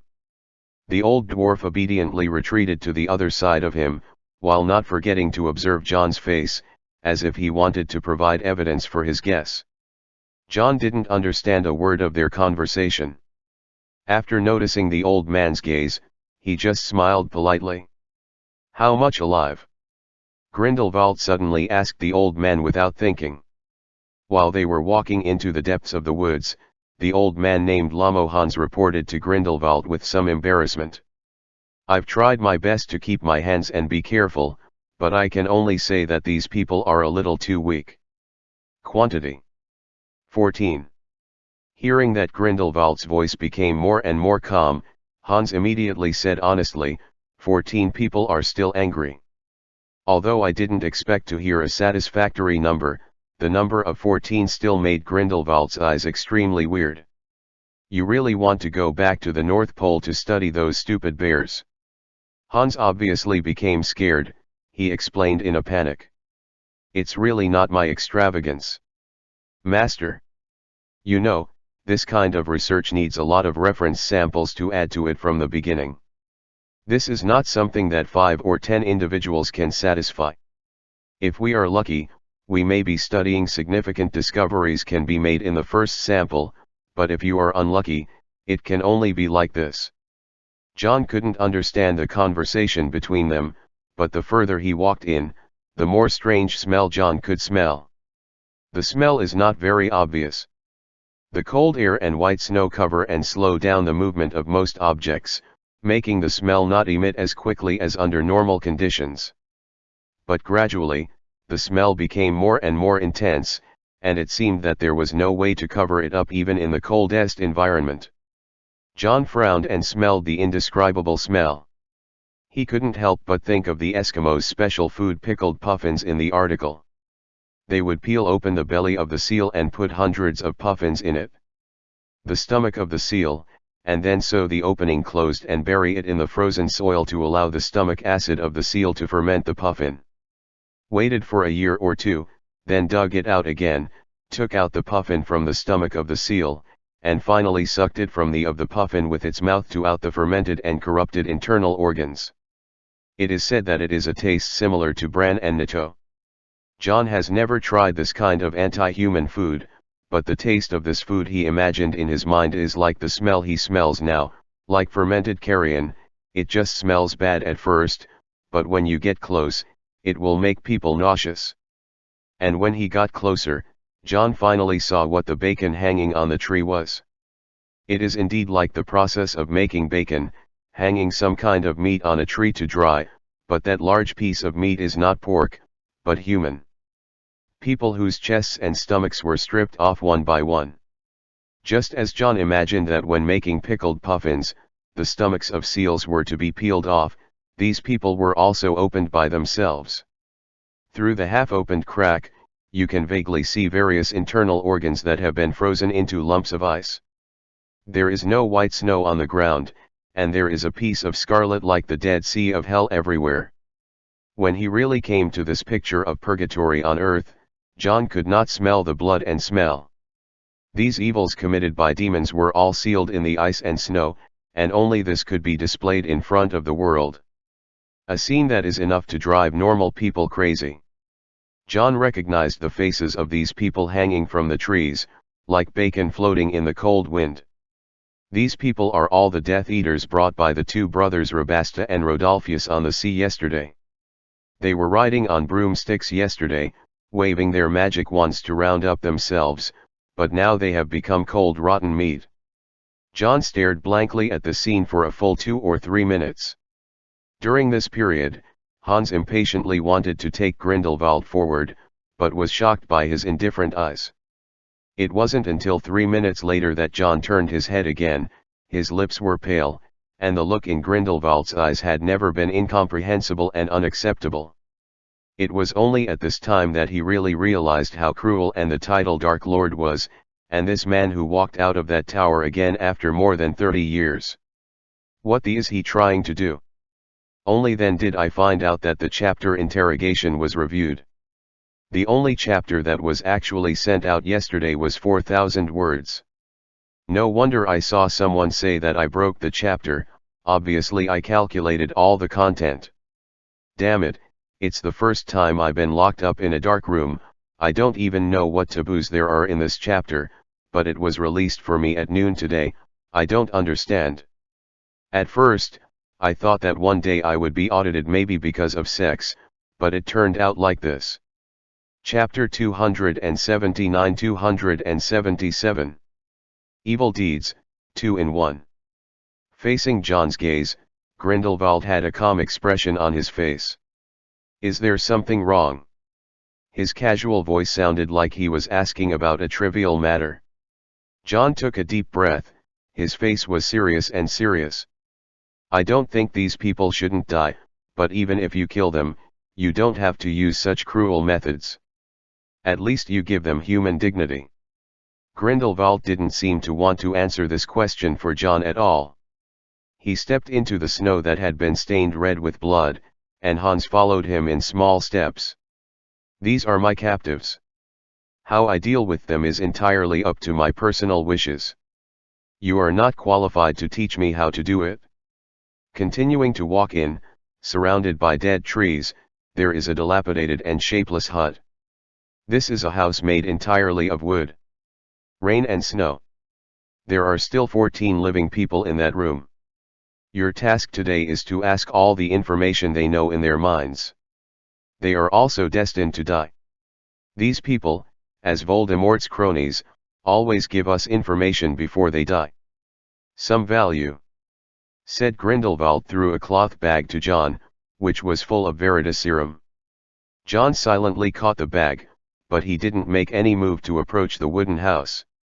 The scenes here have caused him psychological and physical discomfort, and even his original good impression of Grindelwald has been contradicted. These behaviors of killing captives have reached the point of being anti-human. Grindelwald seemed to have seen what John was thinking. He didn't mean to explain or get angry, but just said flatly, "Don't forget what you promised me in front of Albus last night, and you will go back on it before a day has passed." John took a deep breath. He raised his head, took a deep look at Grindelwald, and then walked towards the wooden house without looking back. Of course he hasn't forgotten the promise he made last night. Since he promised and can do it, he will do it. Seeing John walking into the cabin with a cloth bag, Hans pouted, expressing his disdain for John's reaction just now. "A child who doesn't understand anything, Master, why did you bring him here? Isn't the research here only limited to 3 people at most?" Grindelwald looked at him with a frightening indifference in his gaze. "If you are smart enough, you should know that I brought a person who shouldn't have been brought to such an important place, which means that the value that this person can bring to me is far higher than the value of this place itself. Do you understand, lamer Hans?" Under the gaze of that gaze, Hans trembled unconsciously. The dwarf old man, whose hands were stained with more than 3 digits of wizard blood, could only avoid his master's eyes in fear at this time, and said respectfully, I understand, Master." Grindelwald withdrew his gaze, and he walked to the surrounding corpses that were hung on the branches and disemboweled in the ice and snow. "So sacrificing so many samples, can you tell me something about your findings?" When talking about business, Hans also became serious. The samples you sent are all excellent materials.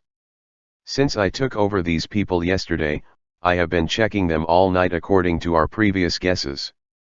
There are indeed some harvests that no one has ever discovered before. John didn't know what Grindelwald and Hans were talking about outside. He pushed open the door of the cabin, and an uncontrollable smell of blood came to his face. The ground was covered in scarlet blood, and a few pieces of meat and internal organs were scattered everywhere, looking dirty and messy. But what attracts the most attention is the group of people huddled in the corner. These people are all the Death Eaters who participated in the siege of John yesterday. They are male and female, but they have no madness at sea at all. Everyone has disheveled hair, tattered robes, and faces are all the black red blood dries up like a scar. Their eyes collapsed, as if their bodies had been sucked out of their souls by the kiss of a Dementor. Only when John came in, these people seemed to have some living people, trembling all over, looking at them with fear and despair in their eyes.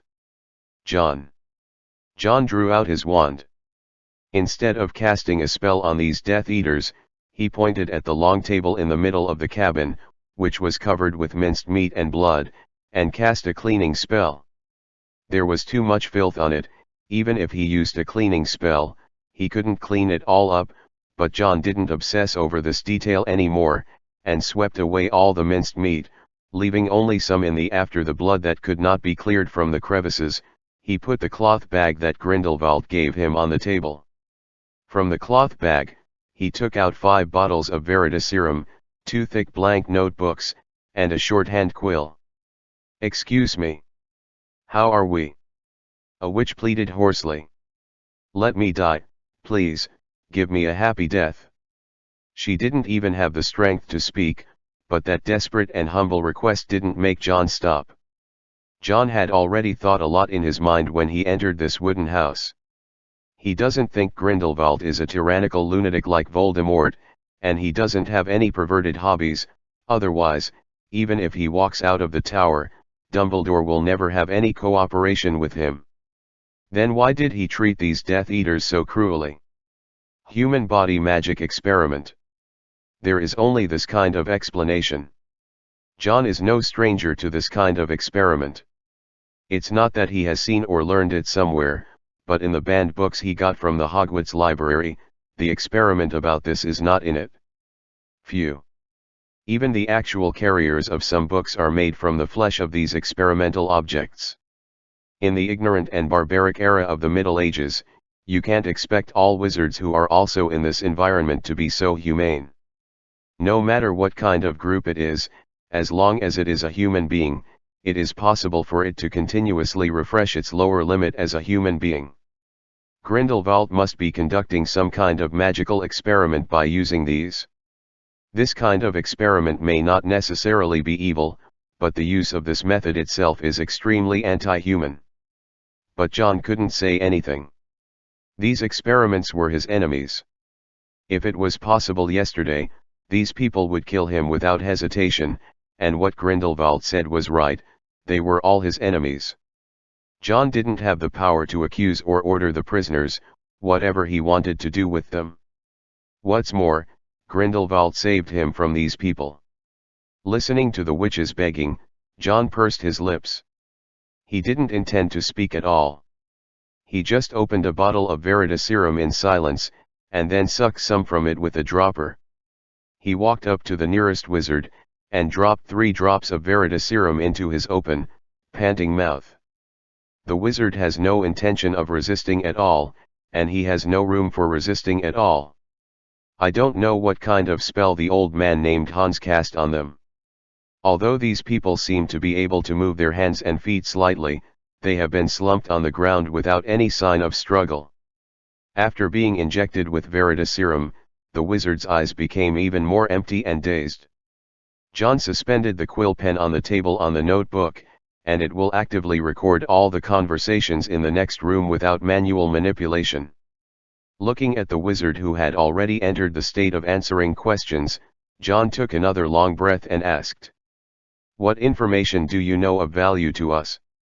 The wizard was silent for about a second or two, as if giving his brain time to recall and react, and then he opened and closed his mouth, like pouring beans, and said everything he had learned. The shorthand quill was scribbling quickly on the diary. In the wooden house, apart from the cold wind blowing through the hollows in the wooden boards and making a whoosh, there were only the sound of these Death Eaters' heavy breathing, and the sound of the pen tip scratching the paper. And the words of the wizard without any emotion. He confessed many things, saying that his name is Billy Scarrow, and that he has a cousin who are professors in Hogwarts Castle.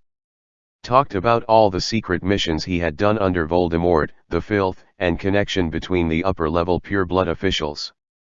Said something he knew about the British Ministry of Magic's round-up plan for the Order of the Phoenix. While letting him keep talking, John's face, which was still a little uncomfortable and pitiful, became more and more indifferent, and finally turned into a completely expressionless state. A week ago, the higher UPS arranged to encircle and suppress the remaining forces of the Order of the Phoenix in the UK. At that time, I was at Kruger's house. His wife was great, and he was very incompetent. He could only watch me play with his wife. But that day his son, who was just in his first year at Hogwarts, came back from a leave of absence for some reason, and he saw me insulting his mother, and he raised his wand at me like crazy. Kruger was scared, he wanted stop his son, the stupid woman under my crotch also screamed, they made me very upset, and the task assigned by the above made me very disturbed.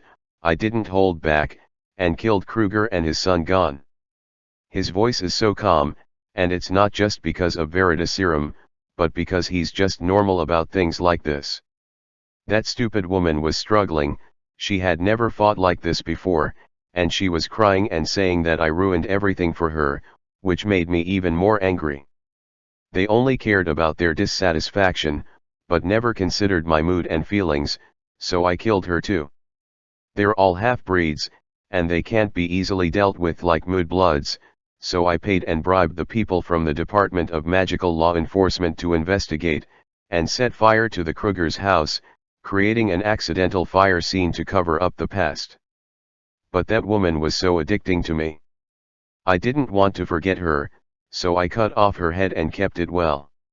It is still hidden in my study.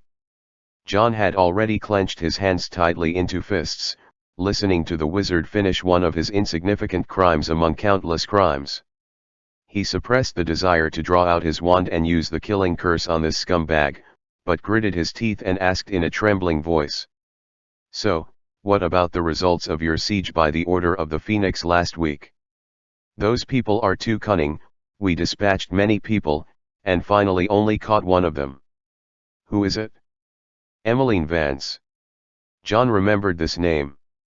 This was a kind old witch. On the night before Halloween last year, when the Hogwarts carriage and Dumbledore parted from them, this witch was among the members of the Order of the Phoenix who bid farewell to them. You caught her? John stared closely at the wizard. We caught her at the beginning, but she resisted fiercely and committed suicide many times. And she bit off her own tongue immediately, cutting off the possibility of us feeding her Veritaserum. These people, her memories are also difficult to extract, and the instigating thoughts of ordinary people can't break through their thought defenses at all. So, we chopped her up and threw her to feed the Voldemort. Boom. John suddenly punched the wooden table. The creaking wooden table shook violently, and was almost broken by him. The shorthand quill that was placed on it was constantly recording, and the quill also flew up. After falling on the table again, it continued to record. John couldn't bear the desire to kill in his heart anymore. He pulled out his wand, and the knuckles holding the wand turned pale because of too much force. He waved his wand at the wizard, but at the last moment, he changed the original spell casting, and the spell in his mouth also changed. Cruciatus. One of the unforgivable curses burst from the tip of his staff and fell on the warlock. No one can bear the torture that originated from the depths of the soul. The severe pain instantly awakened the wizard from the state of Veritaserum. His whole body convulsed like a boiled prawn, curled up in the together. But John didn't stop what he was doing. His expression was so cold that he had never used it before, his eyes were so terrifying, and the same spell sounded. Cruciatus. Ah! The warlock screamed miserably, his skin seemed to have shrunk and cling to his bones, and the blue veins were like wriggling earthworms, twitching constantly under the pale skin. John gasped violently. He stared at the wizard who had been tortured into an inhuman form, but the tyranny in his heart seemed to have not been vented at all, but accumulated more and more. The other Death Eaters were tremblingly watching this scene. John had a desire to drop everything in this wooden house now, turn around and leave. He wanted to escape the bloodiest darkness, and wanted to erase all the memories from being brought here by Grindelwald. But in the end, he didn't make any move to move his feet. Instead, he remained silent for a long time, and finally took a very long, deep breath, and turned back to looking at the next Death Eater with emotionless eyes. "Sorry, some gaff, let's continue. I hope there will be no accidents in this chapter. There will be another chapter of 2-in-1 tonight, and 8,000 more today." Chapter 280-278. Intolerable nausea. Both Grindelwald and Hans outside the wooden house heard the screams from inside. Hans asked with some concern, "Would you like to go in and have a look, master? Those experimental items are very precious. If he can't hold back, he will kill one." "Then kill." Grindelwald's voice was cold. He looked at the corpses hanging from the trees and fell into deep thought. "Is there any news from Eric?" Hans nodded cautiously. Eric made some discoveries in the glaciers of the North Pole, but he said that a lot of Death Eaters suddenly appeared there recently, so he had to move the laboratory to another place. Death Eaters. Grindelwald's eyes were deep. Keep in touch with him and ask him to pay attention to the movements of those people in addition to conducting normal research. If they have been in the North Pole and have no intention of leaving, let Eric report the news to me. Yes. Once a person becomes bad, the degree of evil committed will exceed everyone's imagination. John has always felt that he understands this truth. He never treats everyone as a normal person. He can only insist that he is a person with a little conscience. So after seeing those Death Eaters who were disemboweled, he would feel uncomfortable for the first time. Any normal person should feel uncomfortable seeing his own kind being treated like this. This has nothing to do with thought and morality. It doesn't matter, it's just a human instinct. But after recording the actions of each of these living Death Eaters in the wooden house, John felt that sometimes human beings don't even have instincts. The witch who was the first to beg for mercy learned from an ancient magic book a curse that could preserve youth. This magic requires a lot of human blood, and it must be completed with the blood of a virgin. So she secretly killed 7 Muggle girls. Originally, she only had to kill 5, but she chose the wrong targets for 2 of them. They were no longer virgins and could not meet the requirements. She used their blood to complete this magic, making her skin smooth and bright. Even at the age of 40, there were no wrinkles or spots on her face, and she was as young and beautiful as a young girl in her 20s. The oldest wizard among these people is over 60 years old. He likes to make some alchemy props related to the human body, but some things have very strict requirements on the person himself, such as a pair of eyes that are born blind, the right hand of a twin, the skull of a 100-day-old baby. He will specifically follow these requirements to find objects that can be obtained, and then get what he wants. Then use the forgetting charm to modify the memories of the victims and their loved ones, making them think that the loss of their body parts was just an accident. Counting the wizard that John interrogated at the beginning, these 3 people are the 3 most vicious among the 14. Although the others are not as perverted as the 3 of them, they all have innocent people on their hands. Blood villain.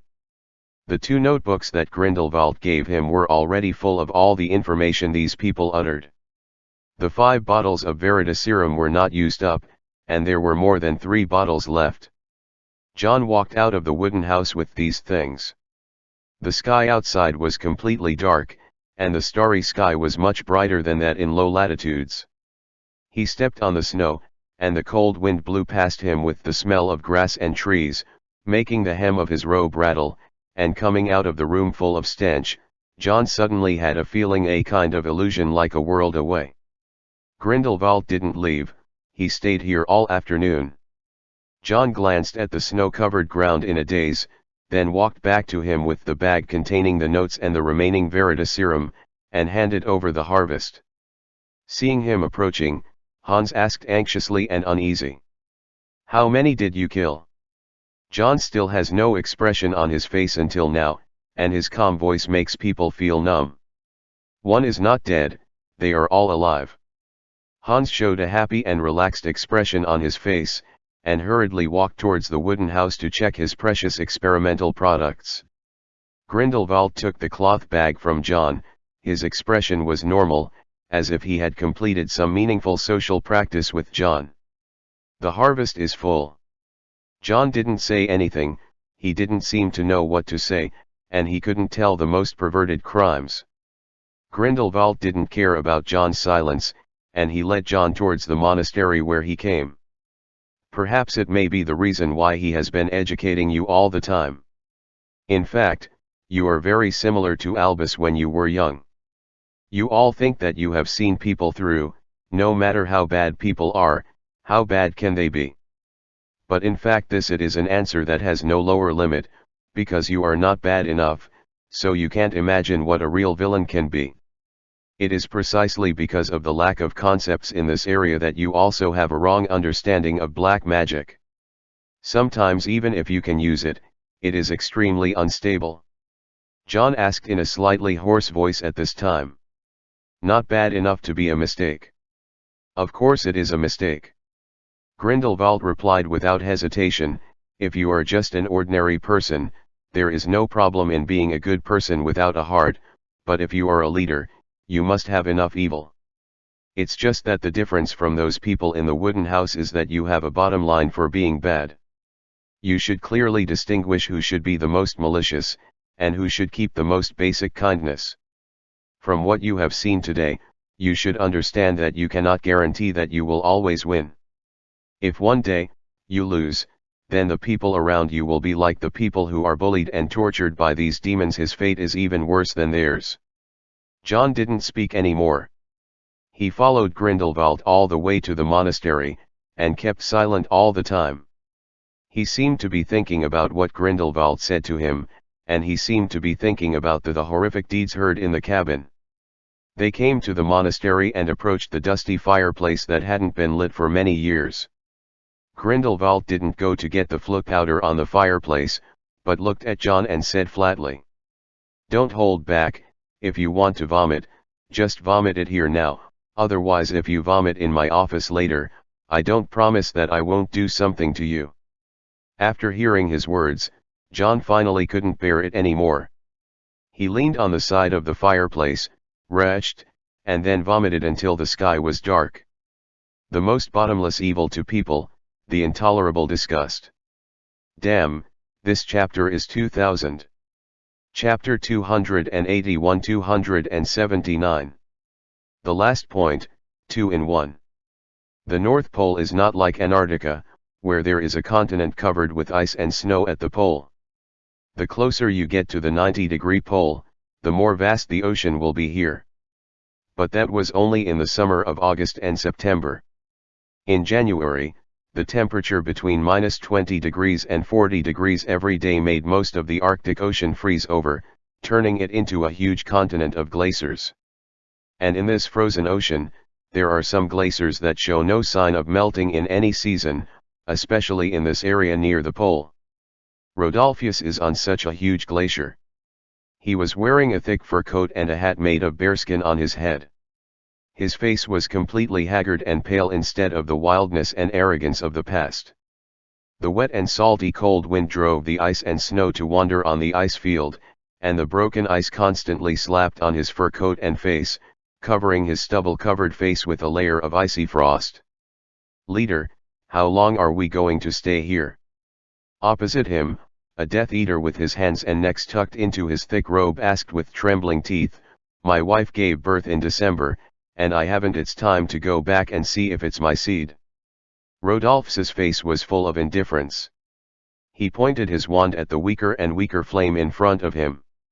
After the tiny flame suddenly exploded, he replied in a hoarse voice without emotion.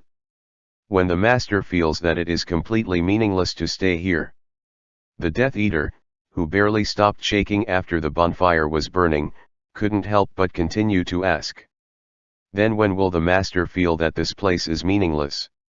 Rodolphe raised his numb face that seemed to have been blown by the wind and snow, and looked at him with those terrifyingly empty eyes. If you think you really need this answer, I can help you contact the master. How about asking him in person? Looking into those eyes, the Death Eater didn't know why, but his already warm body couldn't help shivering. He shook his head quickly and said, "No, no, head, I shouldn't ask more. On this cold glacier, the tranquility has been restored again, only the howling wind and snow cover up all the traces here." Suddenly, under a layer of ice not far from Rodolphe's and the others, a human head emerged from it. He rode his broomstick as if flying out of a huge cave, and at the same time shouted loudly to Rodolpheus. "We found a strange blue gem. Head. You better come and see. It's embedded in the ice. It has been more than a month since Hogwarts students came to Durmstrang. During these days, Hogwarts students have basically gotten used to studying and living in this castle. Professors in Durmstrang treat everyone equally. Even if they teach individually, they do not distinguish them from the school's own students. Even if some teachers don't know English, they try their best to let them take all the courses, including the Muggle Studies class taught by a real Muggle, as well as Durmstrang's own characteristic martial arts magic class. Many Hogwarts students had contact with that Muggle professor. This teacher is very enthusiastic, especially knowing that most of the students at Hogwarts are from pure Muggle families, so they have a lot of common language. During mutual yearning, they knew the name of this Professor Derek Smith, a British who was originally a teaching assistant at the University of Munich in Germany. Many Hogwarts students are curious about why he came to teach in a school of magic and magic like Durmstrang, but Professor Smith has always been hesitant about this question. There is no positive answer. It was just a perfunctory statement that President Bagshot invited him from the University of Munich in good faith and paid him a very high salary. He is only in his 30s, and his parents are still alive.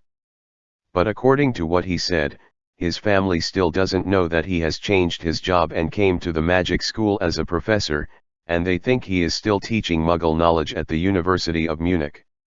However, from the words, the students of Hogwarts did not feel that the Muggle professor was dissatisfied with his job now. Instead, he was very grateful to Grindelwald, and at the same time felt that he had no way to learn and use magic with regret.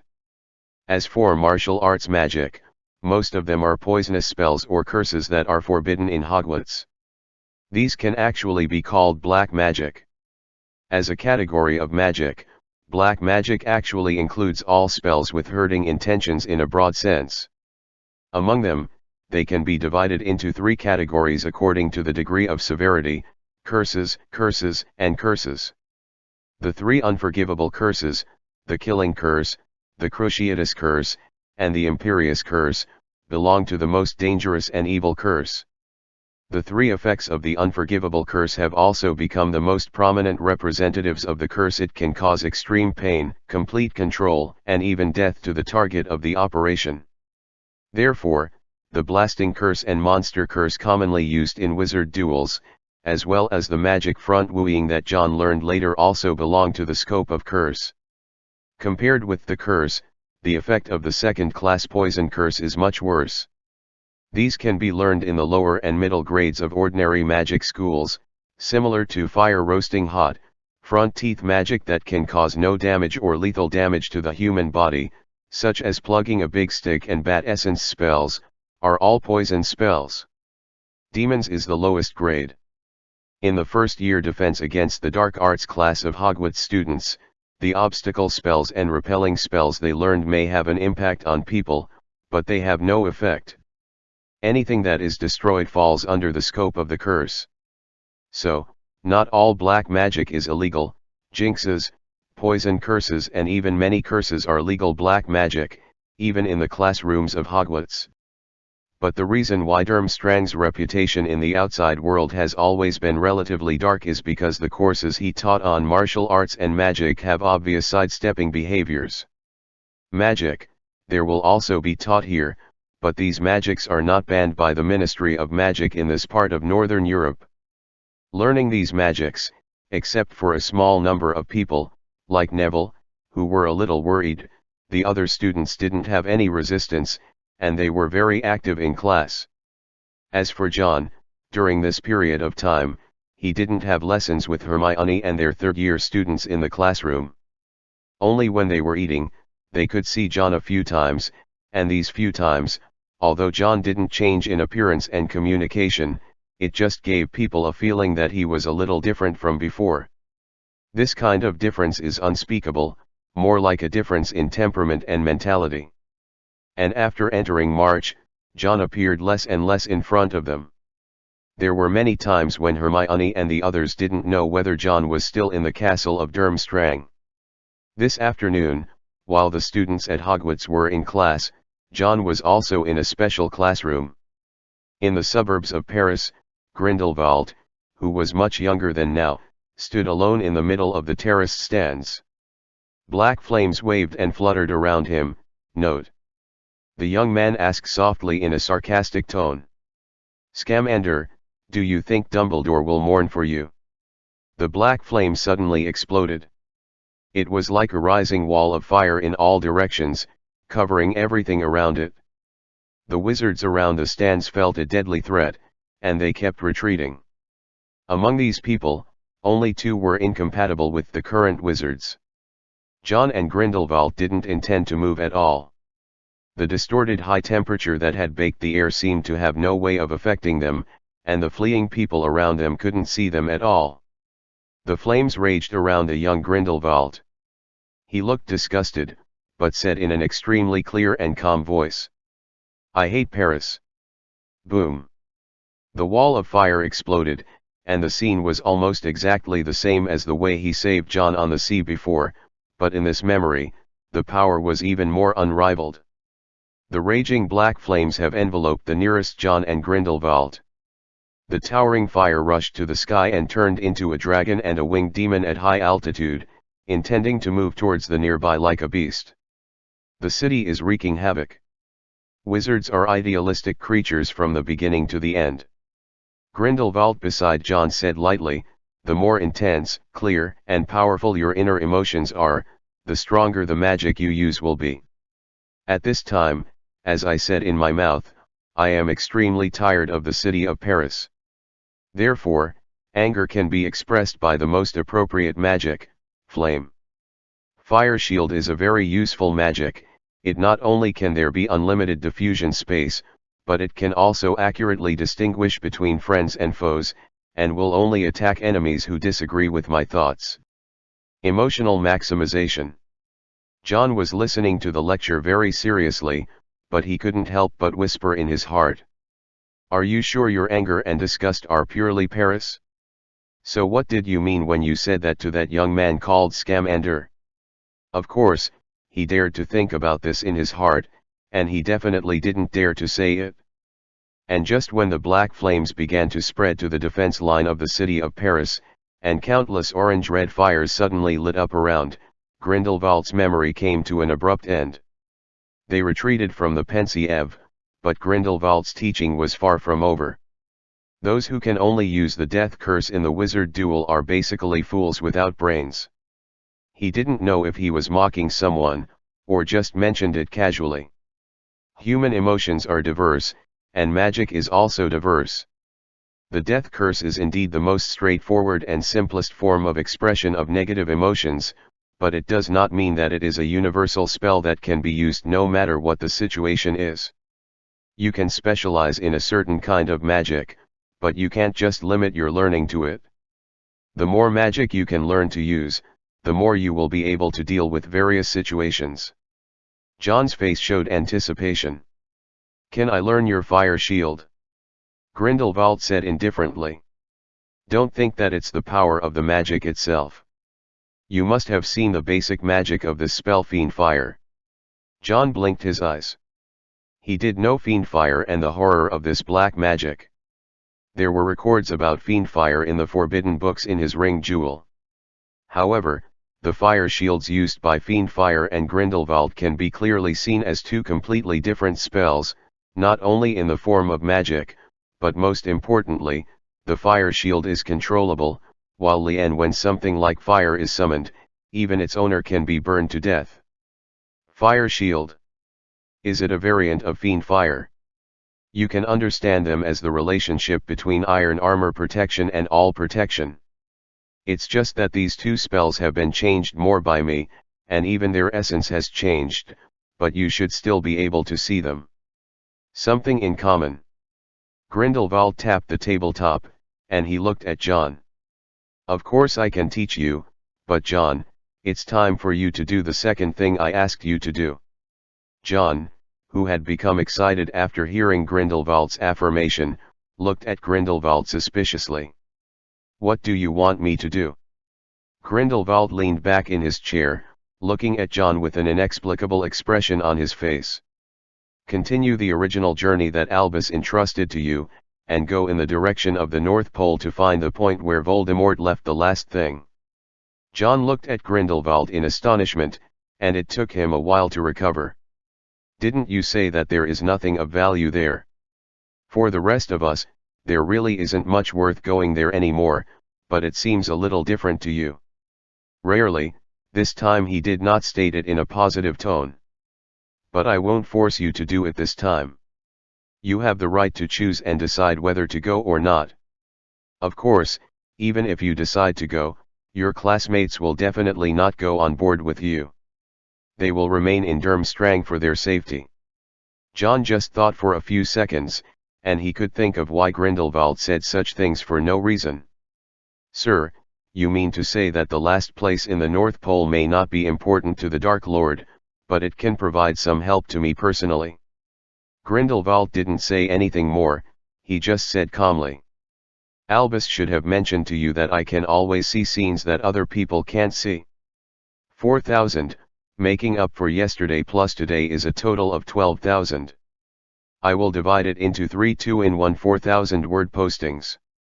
In the morning, 12 o'clock is also counted as morning, one chapter will be given first, another chapter in the afternoon, and finally in the evening. One chapter, just the sauce. Note, regarding the Black Fire, I did some research and found that in the script of Where Are the Fantastic Beasts, the fire is indeed black, but in the movie, the color of the fire should be changed to light blue in order to distinguish it from the dark tone scene color, and the description in the game is also black, so write it in black. Chapter 282-280. Sailing North, 2-in-1. France, Lyon. The cold of winter has not yet dissipated here. Lily and Mag are walking through a secluded alley together. Albus has decided to stop the plan to attack Beau's batons. Lily looked at McGonagall. McGonagall frowned tightly. After coming to France, except for the night when she attacked the correctional center, her brows never relaxed. There is no way. We have confirmed that the current headmaster of that school is one of the Dark Lord's loyalists, Igor Karkaroff. That school has completed preparations in advance. Hope, then he will activate the means left by the Dark Lord to make all the hemp students in the school die together. Lily squirmed her lips, as if she wanted to say something, but in the end it just turned into a calm inquiry.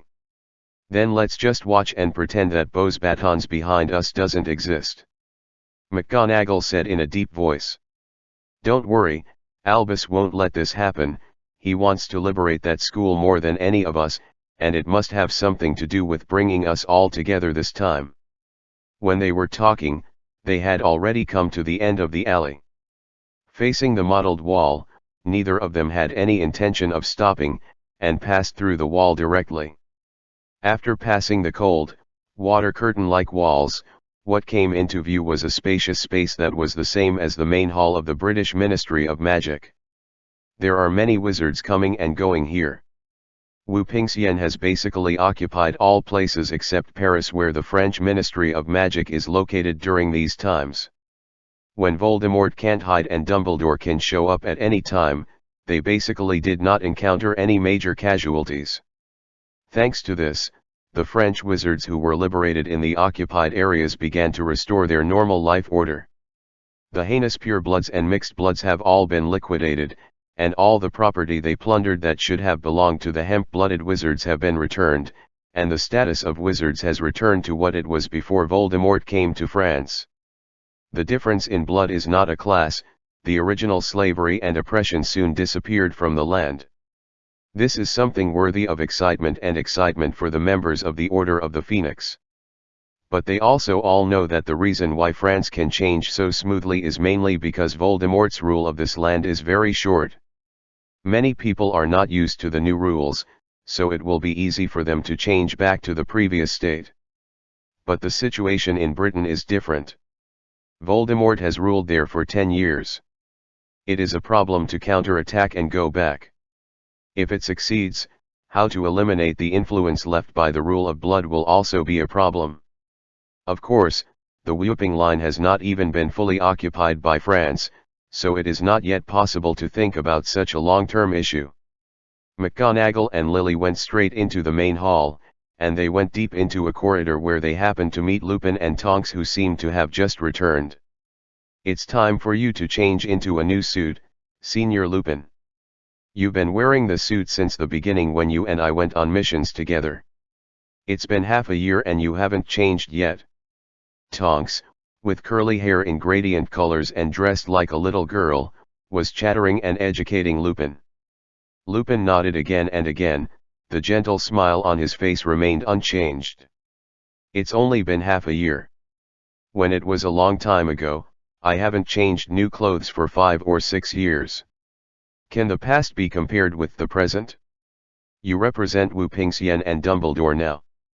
Wearing such old clothes will make people think that we are still the same weak force as before."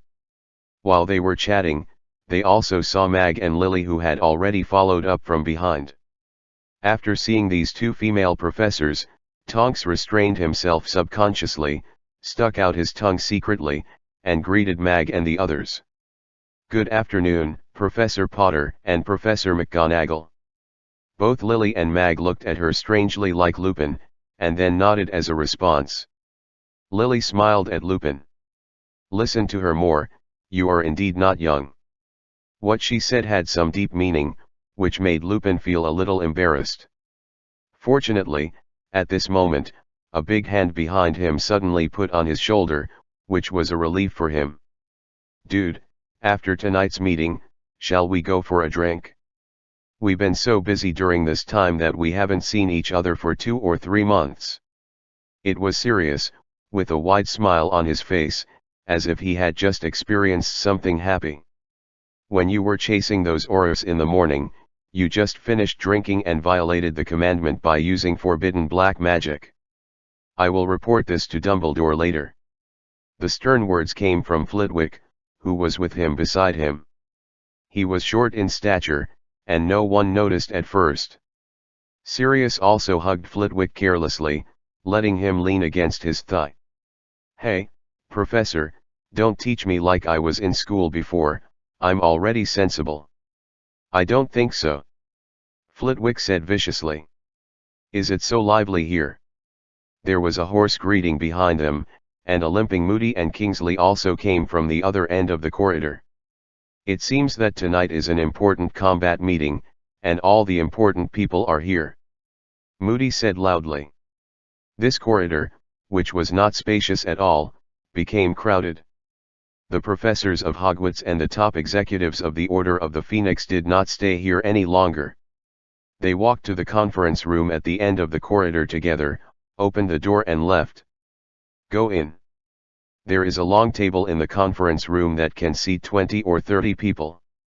When McGonagall and the others entered it, Dumbledore was already sitting at the head of the long table, and the seat on his right was also sitting on the table. already full of French wizards headed by Iniesta. After McGonagall and the others were seated, the meeting that gathered all the high-level Whooping Line officials officially began. Dumbledore, as always, maintained the good habit of never talking nonsense in the meeting. The first sentence he spoke was the main topic of tonight's meeting. In the whole of France, except for Paris, where the Ministry of Magic has been shrinking its defenses, and Beauxbaton, who uses students as a threat, all wizards in other regions have been liberated. Dumbledore's voice was not loud, but it could clearly ring in the ears of everyone on both sides of the long table. The current principal of Beauxbatons has been confirmed to be Igor Karkaroff. Although he has always been deeply trusted by the Dark Lord, when we sent someone to contact him, he once implicitly stated that if we occupy France, he is willing to voluntarily give up resistance and hand over Beauxbatons safely. Regardless of whether his words are trustworthy or not, we will fight for the possibility of peacefully occupying Beauxbatons. So, our next strategic goal is more clearly before us than ever before. That's how to break Paris. It was the same night when the senior leaders of Whoopingzian held this crucial meeting. Durmstrang, John has made all the preparations. He didn't refuse Grindelwald's mission, nor did he have any reason to refuse. As a natural prophet, Grindelwald can often see fragments of the future that others cannot see, including the route of Hogwarts trip, which is enough to show the power and precision of his prediction ability. And this time, he let himself continue to the North Pole, and John didn't think there would be a mistake. As for the dangers that may arise in the Arctic, opportunities always coexist with dangers. If he didn't even dare to take this risk, he wouldn't have allowed Dumbledore to sneak into Hogwarts Castle. What's more, this time John is not without means. One night, Fawkes suddenly appeared in Durmstrang and sent him a feather of his own. John never asked Dumbledore to tell him that he was going to leave Durmstrang. Now that Fawkes himself came to give him the feather, it is only possible that another insider disclosed the news. There was a warm feeling in John's heart. During the more than a month of getting along with Grindelwald, he didn't know if his personality was too extreme when he was young, but now he has become a lot more normal, or there are many rumors about him in the outside world. Reality. At least for himself, this old man who was once frustrated is really mean, and of course John will not forget this kind of help. This time going to sea, as Grindelwald said, he will not take any Hogwarts students with him, and even John plans to keep this matter a secret, in case Hermione and the others are in Durmstrang. I can't stay safe and want to go with him. But living people don't take it, but John intends to take Nick with him. No matter what kind of situation they encounter, ghosts are much more convenient in action than living people. After all, Nick has existed for so many years. He is experienced and can provide John with a lot of help. After getting everything ready, just when John was planning to leave tonight, a little accident happened. The accident came from Nick. John made an appointment with him to gather by the lake behind Durmstrang Castle. As a result, he brought another person with him, which is actually a ghost. Gabriel was carrying a small skull bag and was happily flying around John's head. Travel. Travel. North Pole. North Pole. John ignored her, but looked at the culprit with blank eyes. Let's agree, no one will talk about this. Nick had a guilty look on his face, and he argued. It's not my fault. It was Gabriel who overheard the conversation between us and followed her on her own. Gabrielle floated in the air, touching John's hair, which made him feel his scalp feel cold. Why doesn't John want Gabriel to follow? Gabriel is not a bad boy who likes to cause trouble. What if you get lost in the North Pole? John said helplessly, the place is huge. If you get lost and cannot cast spells, it will be difficult for us to find you. Gabriel raised one of her arms with a serious face. Gabriel promises that she will never disappear from Nick and John's sight for a second. You promise it's useless, go back. Ah. Gabriel is bored in the castle every day. The little girl's eyes were red, and she didn't know whether she was playing tricks or sincere feelings. Ginny, Luna and the others have classes during the day, and Durmstrang has no one Gabriel knows, and the ghosts in this school are old-fashioned and fierce, and Nick won't play with me, Joe. Well, you can't find anyone. She looked like she was about to cry, which made John unmoved, but after some hesitation, she finally changed her mind. Gabriel in the ghost state is basically very safe. Even if something happens to her, Nick can bring her back. The only thing that is not safe is that she is afraid that she will run around on the Arctic ice sheet. Just let Nick look good. Having hundreds of years of experience in dealing with peeves, Nick is still very good at taking care of children. Besides, he was the one who caused the trouble in the first place. After finalizing the sailing team members for this trip, John did not stay any longer. He and Nick Gabriel reboarded Hogwarts on the shore of Durmstrang Lake after nearly 2 months. CI number. No one came out to see them off on this trip, and no one knew that John would have such a long voyage. Grindelwald, the only insider in the castle, just stood quietly in front of the window of the principal's office, watching the Hogwarts that had already started sailing to the center of the lake. The scene from the not-too-distant future reappeared in his mind. In the resplendent hall, under the watchful eyes of wizards from all directions in Europe, scarlet blood blooms like enchanting petals. While he was thinking, the huge Hogwarts ship disappeared silently on the lake of Durmstrang under the already falling night. At the same time, on the northernmost coastline of Norway, near the border area of the Arctic Ocean, an old wooden ship suddenly jumped from the sea surface, and the towering long sail slowly fell from the top of the mast. 4 animals surrounded the H. The imprint shines brightly in the moonlight. Gabriel was wearing a pirate captain's tricorn hat that John helped her conjure up. She was standing on the bow of the ship with one foot in high spirits. Ring. Gabrielle. Go. Her childish voice couldn't penetrate the sea breeze, and didn't even startle the seagulls resting on the reef. Mate Nicholas. Pay attention to your surroundings.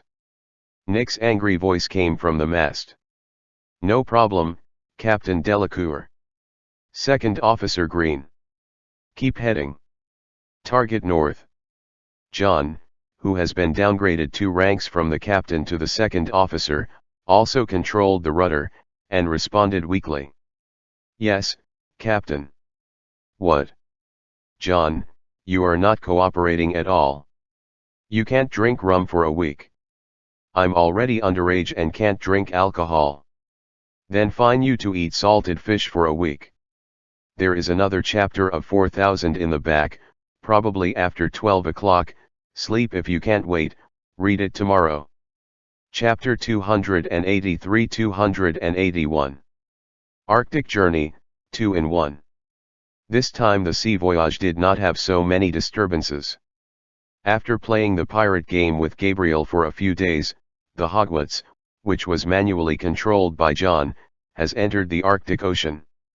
As the temperature drops further, they can already occasionally see some scattered ice floes on the sea surface. As ghosts, Nick and Gabriel are of course not afraid of the cold. After seeing the ice floe, the 2 ghosts became excited. Even if Nick has survived for such a long time, he has not seen all the scenery in this world.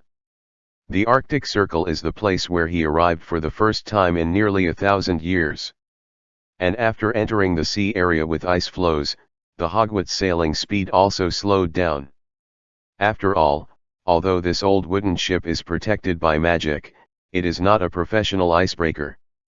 Be careful to avoid those hard ice. Taking advantage of this time, Nick took Gabriel to roam around in the waters around the Hogwarts. Poor John was the only one left on board, wearing a thick robe and a bearskin coat. Blow the cold wind and watch them fly back and forth. It's not that he can't fly, but that the temperature is 10 to 20 degrees below zero, and it's really unbearable for people to go into the air without any measures to keep warm. John didn't mean to let himself suffer this kind of crime just to look at the scenery. Besides, he still has a lot of things to do even if he is going out. During the period when Durmstrang was studying with Grindelwald, he had basically mastered the three unforgivable curses, and at the same time consolidated the two commonly used curses, the blasting curse and the shadowless god's etch. Before departure, I also learned from Grindelwald his unique secret skill fire shield. But it can barely be used to form a circle of fire around the side, not to mention Grindelwald's overwhelming ability to burn a city. Even if it is used in actual combat, it is still far away. So John did not waste the time on the ship. In addition to being familiar with the black magic learned from Grindelwald, he has also been studying various forbidden books in the second gem of the ring. This trip is not only for Grindelwald. Woe said that he himself always felt that it would not be so safe, and there must be nothing wrong with having more means. This kind of voyage lasted for about a week. With more and more large ice floes around, the Hogwarts finally had no way to go. There was a group of continuous ice floes blocking the way in front of them. If they wanted to move on, they had to disembark and rely on other methods. As for the disembarkation, this is something that John has anticipated from the very beginning of coming out of Durmstrang. In August and September, when the temperature is the highest, or in mid-March, which is at the end of winter, the ice floes will become their biggest obstacle. Fortunately, as early as in Durmstrang, he was ready. To be precise, Grindelwald helped him prepare. When getting off the boat, John didn't seem to bring much.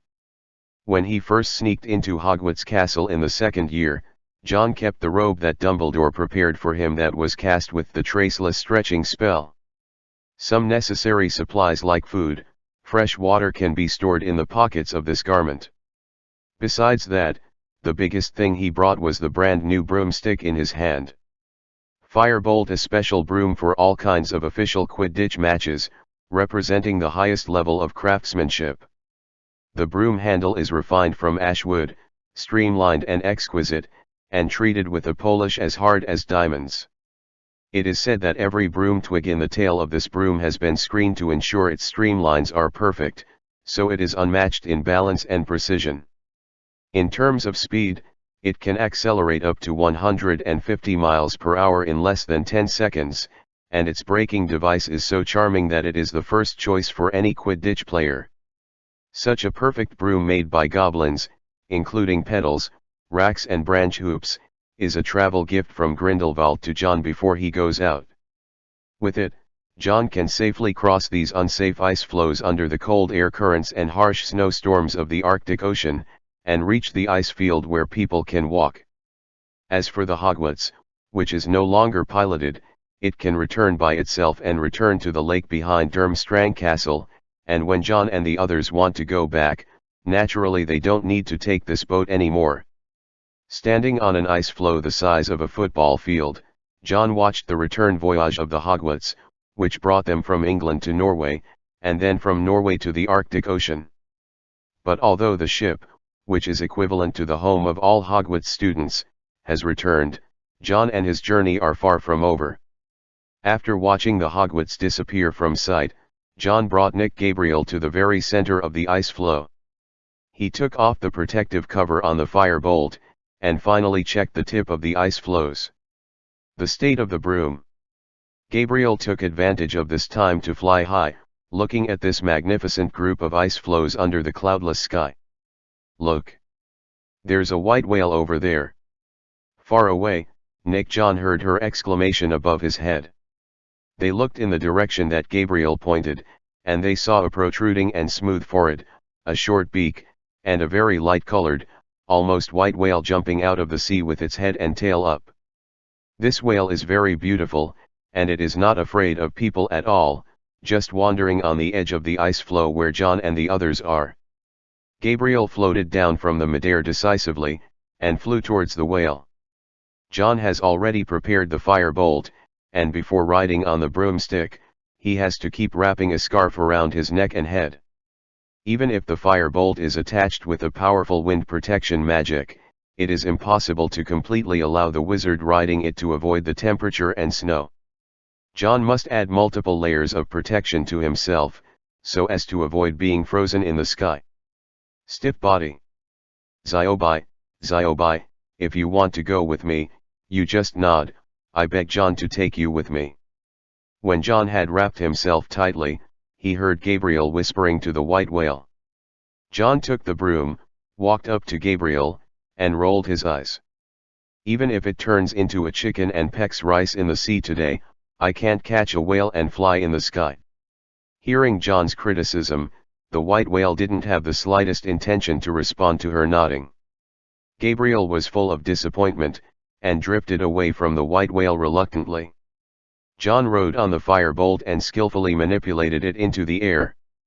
Gabriel just grabbed one side of his scarf, and she could always follow John without floating by herself. It's not that she thinks it's fun, but that John and Nick specifically asked her to do this. After a while, the firebolt will accelerate and fly, and a ghost like Nick who has lived for hundreds of years can control it flexibly. Gabriel, this kind of little ghost, is not necessarily the case. John didn't have the serious illness to rush over the Arctic Ocean at the highest speed of the firebolt. He had enough time. As long as he can go back before September this year, there is no other time limit for this trip. After trying the wind and snow with different speeds per hour, he controlled the speed within 100 kilometers per hour, and continued to fly towards the north near the pole. The ice floes under them were very large, and John had been flying all afternoon, but he hadn't seen a large ice sheet that connected into one piece.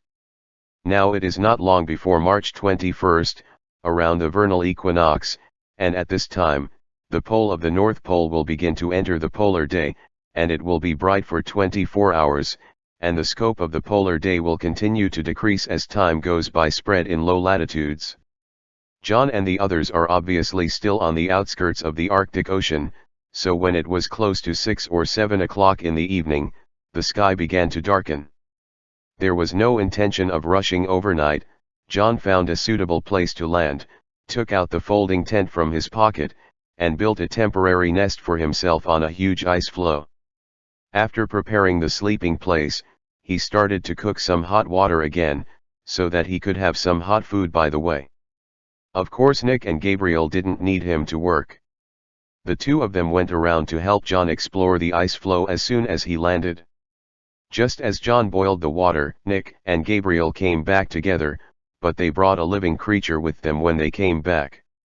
It was an Arctic walrus, which seemed to be attracted by the fluorescence emitted by Gabriel and Nick, broke away from the group, and came to John's tent. "Look, John, this is my new friend, Tusk." Gabrielle floated triumphantly above the walrus. John looked at the walrus beard with interest while pouring boiling hot water from the pot into the cup. "Don't name people blindly, this animal is called a walrus." He fumbled out a bag of raw meat from his pocket, took out a piece from it, and threw it over to the walrus, who was neither afraid of ghosts nor people. Seeing that there was something to eat, the walrus also slapped its hind legs and slid over the ice.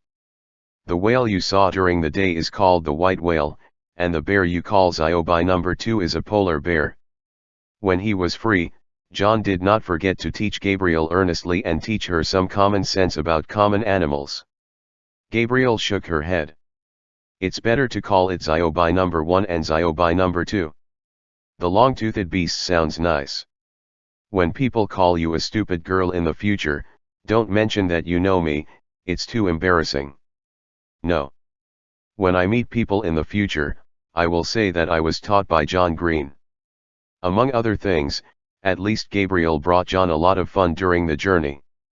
After teasing the little girl for a while, Gabriel and Nick went around to look for other novel animals. John was holding the hot cocoa in the teacup. Seeing that the walrus hadn't left yet, he stretched out his hand and waved to it. I don't know if it's because John fed it just now, or the walrus itself is not afraid of life. After seeing John beckoning, it moved forward with a grunt and came to John. John bought him another piece of raw meat, and then wiped its beard while it was chewing. "Aha! Teacher, I actually wanted to touch it a long time ago." He whispered something that outsiders could not understand, and his low voice was hidden in the wind and snow. The walrus did not resist, as if it knew that it had taken good care of the person in front of it, and there must be no shortage of food in the back, so John patted its long teeth and thick skin and whispered some irrelevant words alone. At dawn the next day, John got out of the tent. While reigniting the fire and preparing to boil hot water for washing, he looked around. The walrus that he had been talking about for several hours as an undercover agent to be careful had long since disappeared. It is estimated that they returned to their own group in the middle of the night. Of course Gabriel and Nick don't need to sleep. They play the role of night watchmen at night, which just allows John to have a good night's sleep. After a simple breakfast, John rode on the firebolt and continued on the road. In this way, he has been flying for 3 or 4 days, and finally came to an extremely wide ice field with almost no end in sight. After confirming their current position, John controlled the broomstick to land, and redelineated the next target point. After this trip, John's goal was not to go directly to the pre-planned endpoint at Hogwarts, but Grindelwald marked him a new location.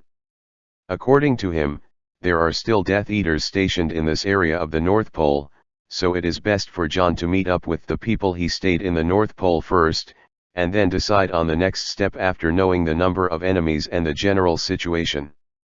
Plan and strategy.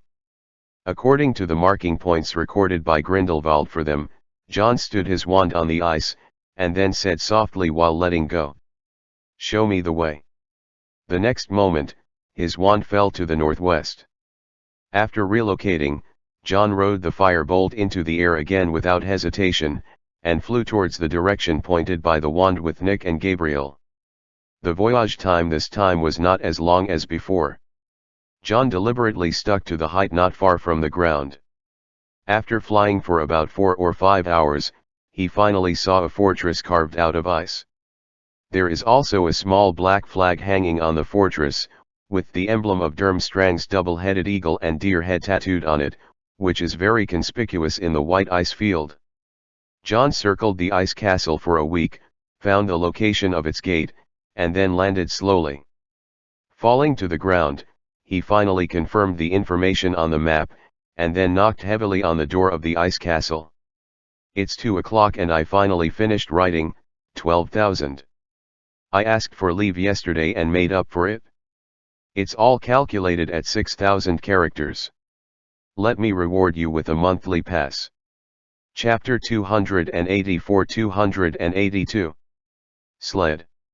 The wizard Grindelwald stayed at the North Pole was named Eric. This is a wizard who looks very young, at most in his 20s. He welcomed John and others into the castle made of ice. It was very warm inside. The fireplace dug out of the ice wall was burning a strong fire, but the high temperature did not melt the ice cubes at all. "Mean.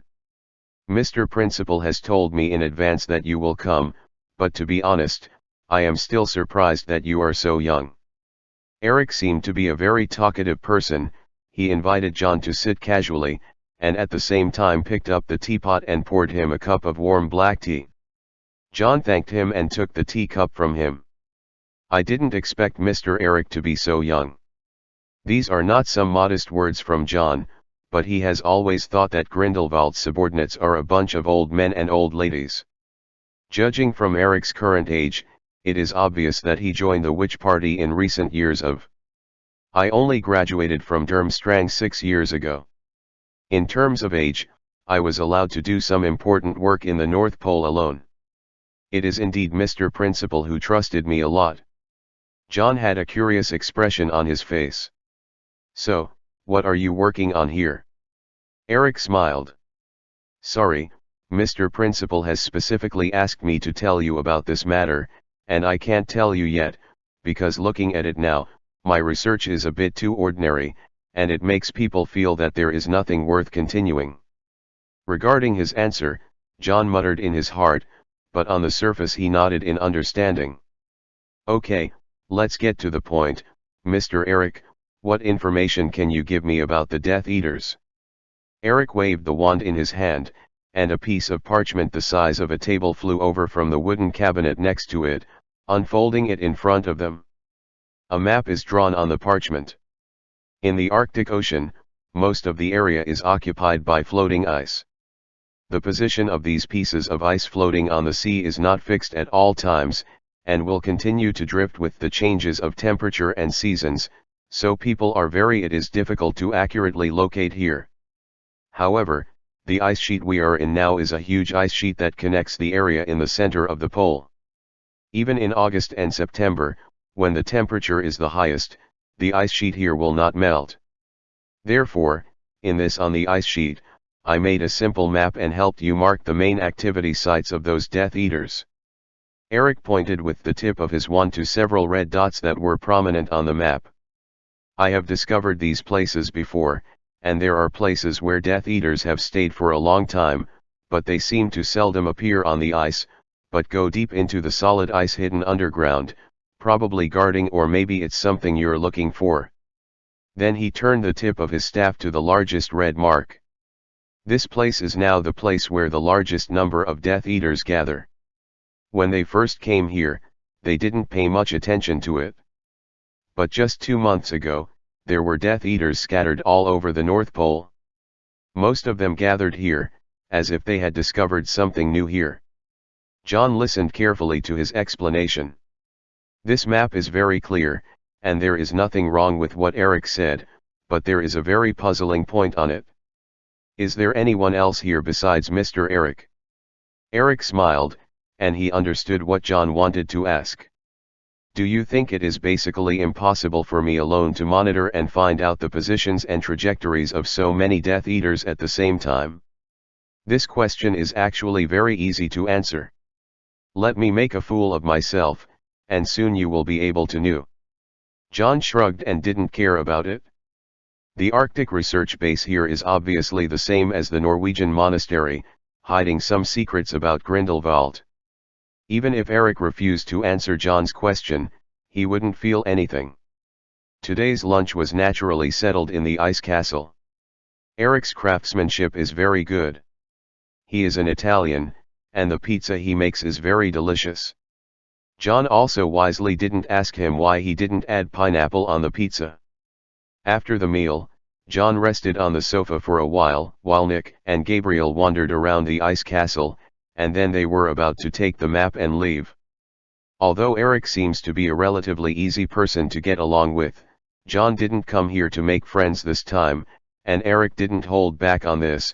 He just suggested to John, "Leave from me, and continue to move forward, and you will be within the detection range of the Death Eaters.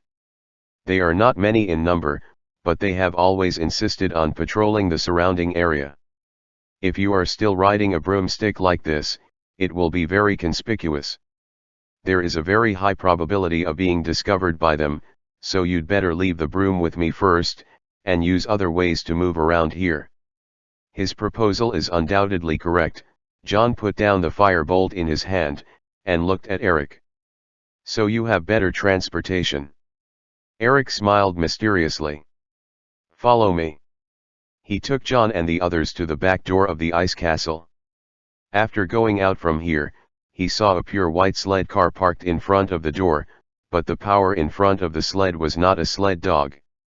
"Ziobino too!" Gabriel shouted excitedly. "That's right, there are 2 polar bears wearing reins." John looked at this unique sleigh car with a look of surprise, but then he said hesitantly, "The polar bear is inconspicuous here, but even if this animal can be tamed, it is not suitable for endurance to pull a sled, right? So, of course this is no ordinary polar bear." Eric clapped his hands while talking, and the 2 polar bears stood upright from the ground with both feet like soldiers receiving orders, and saluted Eric in a naive manner. John was even more surprised. Seeing this scene, he remembered the question he asked this morning. "Your eyeliner is these bears. They are natural scouts in the North Pole. Death Eaters will hardly notice them. Moreover, their running speed is not slow, and they are different from ordinary bears. They also have enough endurance, which is not inferior to the most professional sled dogs." Eric stood beside the sleigh. Of course, even if it's pure white, a sled will attract people's attention, so I specially prepared an invisibility cloak that is wide enough for you, and you can cover the entire sled with it when the bear is running in the car. That way, even if a Death Eater saw you, they would probably think it was two bears playing around. Chapter 285-283 Death Eaters on the Ice Field. Eric prepared John well.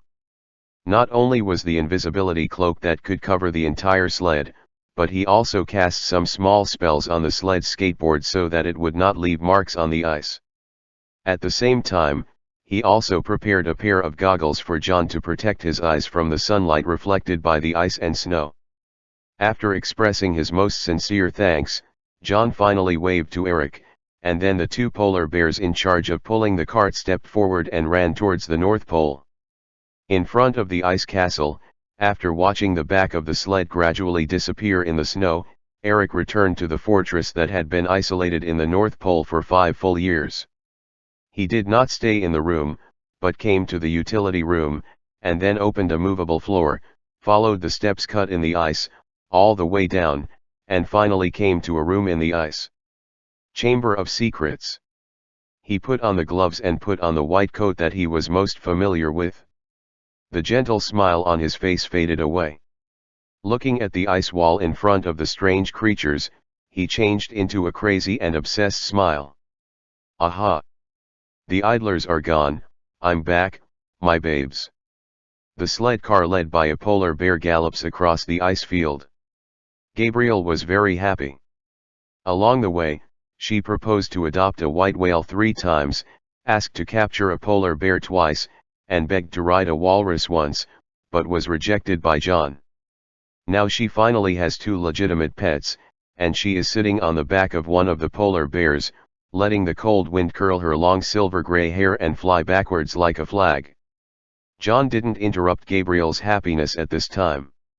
According to the map Eric marked for him, they are still some distance away from the area where the Death Eaters started scouting, so there is no need to be so cautious for the time being. He has a problem with his Arctic research. After staring at the map for a while, John turned his gaze to the bear under Gabriel, and at the same time deliberately lowered his voice, talking to Nick beside him. Nick frowned slightly. I took Gabrielle around after lunch, and nothing unusual happened. However, this is indeed the biggest problem. John thought for a moment, then he asked softly. You have been in Hogwarts Castle for so long before, have you heard of any bear magical animals? Nick followed John's words to think, but soon he shook his head. No, I got along pretty well with the wizard who taught the protection of magical beasts at Hogwarts for a while. He talked to me a lot about magical animals, but I never really knew about bears. I've heard of it. The only recorded one seems to be a creature called a panda in the East, and there will be a strange species with magical properties in this animal. But soon he patched up his judgment again. But this world is huge, and there are many types of magical animals. No one can be sure that they can know all the magical animals, not even a Hufflepuff student who was expelled. What's more, this is in the far North Pole, there are very few wizards to come and go, and maybe there are polar bear magic species that no one knows about. Do you suspect that the secret of the young wizard lies in these 2 bears? John's eyes were deep, and he didn't know what he was thinking. It's just some unfounded suspicions, and it's definitely not just a secret of that wizard named Eric. He didn't say anything more, but focused on studying the map. Grindelwald's trip made him come to the North Pole for a very clear purpose, which is to go to the place where Hogwarts's originally scheduled voyage ended. The location of this point was deeply in John's mind when he was on the boat, and it was 20 or 30 miles northeast of the North Pole. And this place was also marked with a prominent red dot on the map Eric gave him, and it was not far from this red dot, as he deliberately emphasized. There were not many Death Eaters gathered at the beginning, but 2 months ago, the North Pole where most of the Death Eaters gathered. The 2 points are very close to each other. According to the scale on the map, it is probably less than 2 miles. The location where John is located is about 400 miles away from the pole. Two polar bears can run at full speed and can maintain a speed of 35 miles per hour. 3 or 4 hours. But of course John would not be that inhumane, and it was already past 3 o'clock in the afternoon when he set off. Even if the closer to the pole, the longer the daytime, it would definitely be dark after 10 hours. So today's goal, he set a place not far from the pole, which is far from several places where the Death Eaters are stationed, and it is a good place for hiding. After continuing to move forward for about 2 or 3 hours, John called Gabriel over, and stopped letting her continue to wander around the sled car, but hid her under the invisibility cloak. The invisibility cloak that Eric prepared for them obviously couldn't compare with the one that Lily lent him. There are only two manufacturing techniques for invisibility cloaks in the magic world. One is to directly peel off the fur of the invisible beast, and then weave it into clothes, and the other is to use the illusion spell on special fabrics. Invisibility cloaks made of invisible animal fur are more expensive, and the invisibility effect they can achieve is also better, but as time goes by, the invisibility effect on it will weaken or become completely ineffective.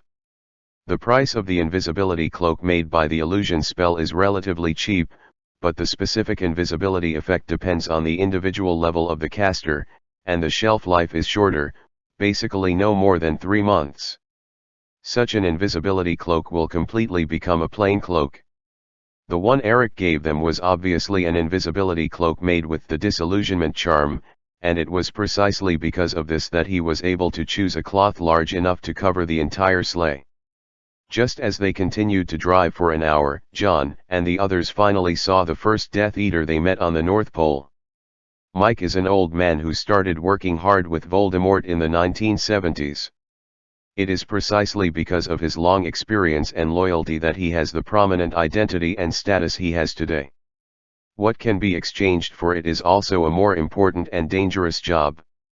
Just like this trip to the North Pole, before he was transferred, he had already heard that dozens of colleagues had died at the hands of the world-famous wizard 50 years ago, even in the French Legislative Council. After great efforts, Robestan, who had just returned to China to accept the reward from his master, also died in the hands of a boy. Yes, in the hands of a boy. This news cannot be suppressed at all, at least it is already a well-known secret among Death Eaters. After all, at that time, many Death Eaters who saw that scene escaped with Rodolphus, and they had passed this matter to other colleagues before the gag order was issued. A boy who looked to be 15 or 16 years old at most used a death curse on the sea, killing Labastan Lestrange, who was a very high-ranking figure even among pure blood. Most of the Death Eaters who didn't see that scene with their own eyes reacted in disbelief after hearing the news. It's nothing that Robestan died under the death curse. After all, no one has survived this spell since ancient times, but what is really unbelievable is that the person who used the death curse is still a student in a magic school. Kids. Until the higher UPS ordered all the insiders to shut up and block the news, those who had doubts before all believed it to be true. This can't help but make some people secretly wonder, is the boy who killed Robestan a student of Dumbledore's? You can use the killing curse at this age, even if it comes from Hogwarts Castle, where Voldemort himself is the headmaster. There is some suspicion of throwing the blame on Voldemort. However, this incident also made all the Death Eaters who were transferred to the North Pole extremely vigilant. It has been so long since the incident of Robastan's death, and they still have not relaxed. Be vigilant, always loyal to their duties and patrol the designated area. At most they will secretly complain in their hearts, after waiting for so long and there is no movement, why don't the people above let them withdraw from here? Mike thought of this question again this afternoon. In fact, many people suspected that it was their leader. Rodolphus was unwilling to reconcile his brother's death, and he didn't have the courage to go to the wizard's territory that rescued the boy to kill people, so he could only try his luck here and bet that they would come again. But Mike only thinks this is Rodolph's fantasy. No one is a fool, they have already caught them at sea. Anyone with a little brain will guess that they will have an ambush here in the North Pole, and they will not come here in a short time. Even if they do come, they must be. There is no point in waiting with wizards of the same level as their masters. Thinking in this way, Mike, who shrank his whole body in the robe, was suddenly attracted by two polar bears running side by side. The two bears seemed to be chasing and fighting each other, running wildly on the ice field, one behind the other. Mike didn't feel anything special about this. Of course, polar bears are the most common animals here. These stupid bears seem to have never seen anyone, and there are basically a few such bears squatting around where they gather. The Death Eaters didn't care about them, and some even wanted to practice with them. Unfortunately, these bears looked bulky, but they were very flexible in actual movements. They easily avoided the flying spells by moving left and right on the ice field. However, those Death Eaters who were interested in hunting only caught a few Arctic foxes and seals at most. Watching the two stupid bears running away, Mike put his hands into his sleeves and continued to walk on the ice field, silently thinking about when such a day would end. Before he knew it, there were 6 eyes staring at him and passing by him just now. The cover of the invisibility cloak is indeed very useful. Although the invisibility cloak made by the illusion curse is generally ineffective, but this is the North Pole, and it is white except for white. Even if the effect is poor, it will not have any effect. Sunlight shining on the ice field during the day will make a big impression on people's eyes. When the Death Eaters first arrived, they were not familiar with the conditions here. Many people's eyes were swollen, and they still haven't recovered. Not to mention the night is the best protection. This person looks a little dull. After the Death Eater could no longer be seen, Gabriel whispered. John patted her on the head. Same as Gabriel. Ah no. Gabriel is the smartest. Different from John playing with Gabriel, the expression on Nick's face became serious. Encountering the Death Eaters means that we have entered their scouting circle, and we must be more careful next time. John pressed Gabriel's head so that she couldn't hit him with her hand, and nodded with a serious face. Slow down, we're not in a hurry anyway. His words attracted Gabriel's attention, and the little girl finally didn't want to get back the place just now, but volunteered to slow down the two drivers pulling the cart in front. John certainly didn't refuse her for such a small matter. The two polar bears are indeed very unusual. Not only do they have enough stamina, but they can really understand human language. After receiving Gabriel's message, they automatically slowed down. In this way until it got dark, John and the others were less than 100 miles away from their destination. Did not choose to stay up all night and rush on the road. They arrived at the pre-booked location, set up a tent, and at the same time let the bear, which had been running for almost 7 or 8 hours, stop to rest. Didn't do anything else. After putting the invisibility cloak on the sleigh, John got into the white tent to rest. Tomorrow they will arrive at their final destination, so it is best to sleep well tonight and recharge your batteries. However, things are often so unsatisfactory. After falling asleep for about 4 or 5 hours, John was woken up by Nick, who was watching the night outside. Someone's coming, John. We'd better find a place to hide. John sat up very quickly. He only took off a coat when he was sleeping, and now he can walk out of the tent as long as he puts it back on. After getting out of the tent, he tapped the roof with his wand, and it disassembled by itself and fell neatly on the snow. They're coming. Gabriel, who was lying beside a raised snowdrift, whispered to them. John and Nick immediately bowed and walked quickly towards Gabriel's direction.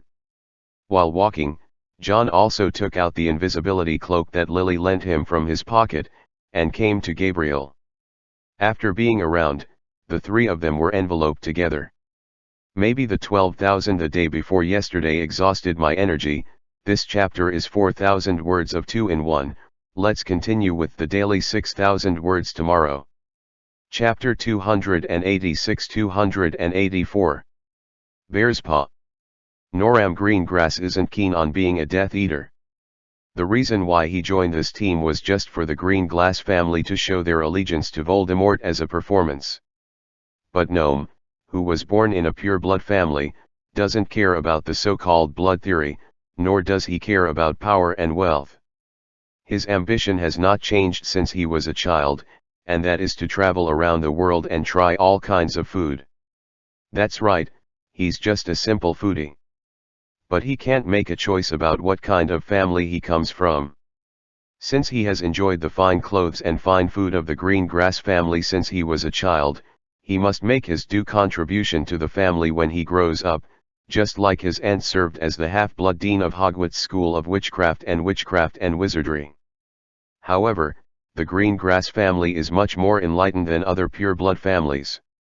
They knew that Norm was not interested in this, so they made a promise to him that he would stay among the Death Eaters for 3 to 5 years, and then after a period of time, let him resign from his position and do what he really wants to do.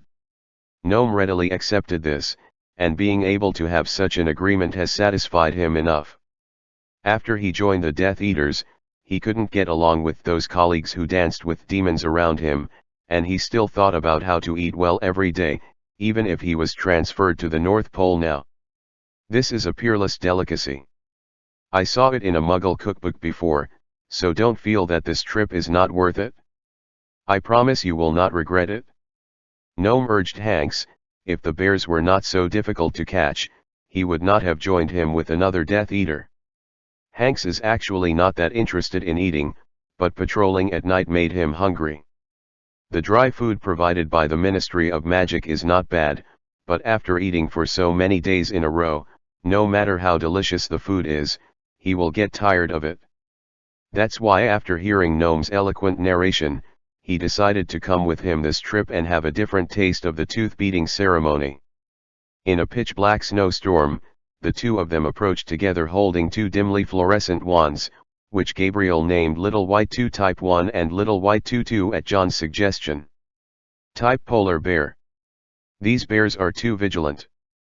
You go around and surround me from the opposite side. Don't use point-to-point spells, use the blasting spell directly to ensure that they can be killed directly. Anyway, we only eat bear paws. Norm whispered orders to Hanks. What he didn't notice was that on the snowdrift right in front of him, there were 6 eyes hiding behind the invisibility cloak, watching them silently. John heard the conversation between them, and only then did he realize what these 2 people were doing here in the middle of the night. They didn't find any problems, they just wanted to eat roasted bear paws. To be honest, it was also John's bad luck. There are so many polar bears in the Arctic Ocean, but Gnome just took a fancy to the 2 who pulled the cart for them. But no matter whether he attributes this to luck or not, John thinks these 2 Death Eaters who hunt bears in the middle of the night are weird. Not only John, but Gabriel also heard the conversation between the 2 Death Eaters. She didn't dare to make a sound at this time, but turned her head to look at John pitifully. At any rate, these are the only 2 pets she has had since she came to the North Pole. Of course, she can't bear to let others eat them. John just winked at her, signaling her not to act rashly, but John himself didn't intend to sneak attack. Although the points where the 2 Death Eaters designed the lurking bear hunt are separated, they are not far apart, and they always hold wands in their hands, maintaining a state of vigilance. John launches a sneak attack and knocks down one. Of course, it can be 100% do it, but there is no way to guarantee that the other one will stay. If another Death Eater escapes successfully and brings back the news that John has arrived at the North Pole, then it will be difficult for him to move on. So John did not act recklessly. Of course, this does not mean that he will give up these 2 bears who have made great contributions to them. In other words, these 2 bears don't need their help to save them at all.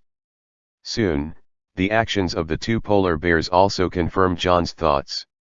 When Nick woke John up, the 2 polar bears woke up too. It's just that they didn't have any special actions, and they were still lying on the ice, looking like they were sleeping soundly. And just when Norm and Hanks completed the outflank and were about to attack them, the 2 polar bears squeaked and got up from the ground. The expression on Gnome's face froze for a second, and then he reacted immediately. Thunderbolt explosion. The blazing fire exploded in the direction his wand pointed, but the reaction of the two bears was beyond everyone's sensitivity. They ran and slid on the ice, easily escaped the range of Gnome's blasting spell, and then separated very tacitly, running in different directions. "Why are you in a daze?" Norm shouted angrily, which woke Hanks up. They did not give up easily, and coordinated their goals, chasing in the direction where one of the bears was fleeing, as if they wanted to eat this meal tonight anyway. Night snack. After they were completely gone, John lifted the invisibility cloak on his body and looked at the messy ice surface. The aftermath of Gnome's blasting curse unfortunately lifted a corner of the sleigh that was originally covered. If they hadn't chased the bear just now, but stayed where they were, they should have discovered the anomaly here. "Are they okay?" Gabriel still asked worriedly. At this moment, John is full of confidence in the two bears. Through yesterday and today's performance, he has confirmed that these two polar bears are by no means ordinary domesticated animals. In terms of physical fitness, it is also far superior to normal polar bears. Don't worry, they will be fine. Instead of worrying about them, it is better to worry about how we will go on the next journey. John took out the map in the dark, and then used the wand lighting spell. Whether it's because of our bad luck, or these two foodies have other goals, we definitely can't expect the two bears to come back later, so we can only go on by ourselves. Relying on human feet to walk 100 miles in this ice and snow world, for ordinary people, this is an attempt to seek death. No one can go this far without a supply point in between, let alone in the North Pole. But for John, this may be difficult, but it is definitely not impossible. Temporary moving, busy for a day, like a dead dog at night, I can't take it anymore after counting 2,000. If I don't sleep anymore, I think I'm going to die suddenly. The rest of today's bookkeeping, plus yesterday's 2,000, makes a total of 6,000. If it can be made up tomorrow, it will be tomorrow. If it can't be made up tomorrow, it will be the day after tomorrow at the latest. The 6,002 days after tomorrow is still normal. Chapter 287-285. Help. John used the shattering curse to destroy the sleigh they were riding in before. There is no way to take this thing away, and there is no point in taking it away. It is easy to reveal whereabouts if you keep it, so destroying it is the best choice.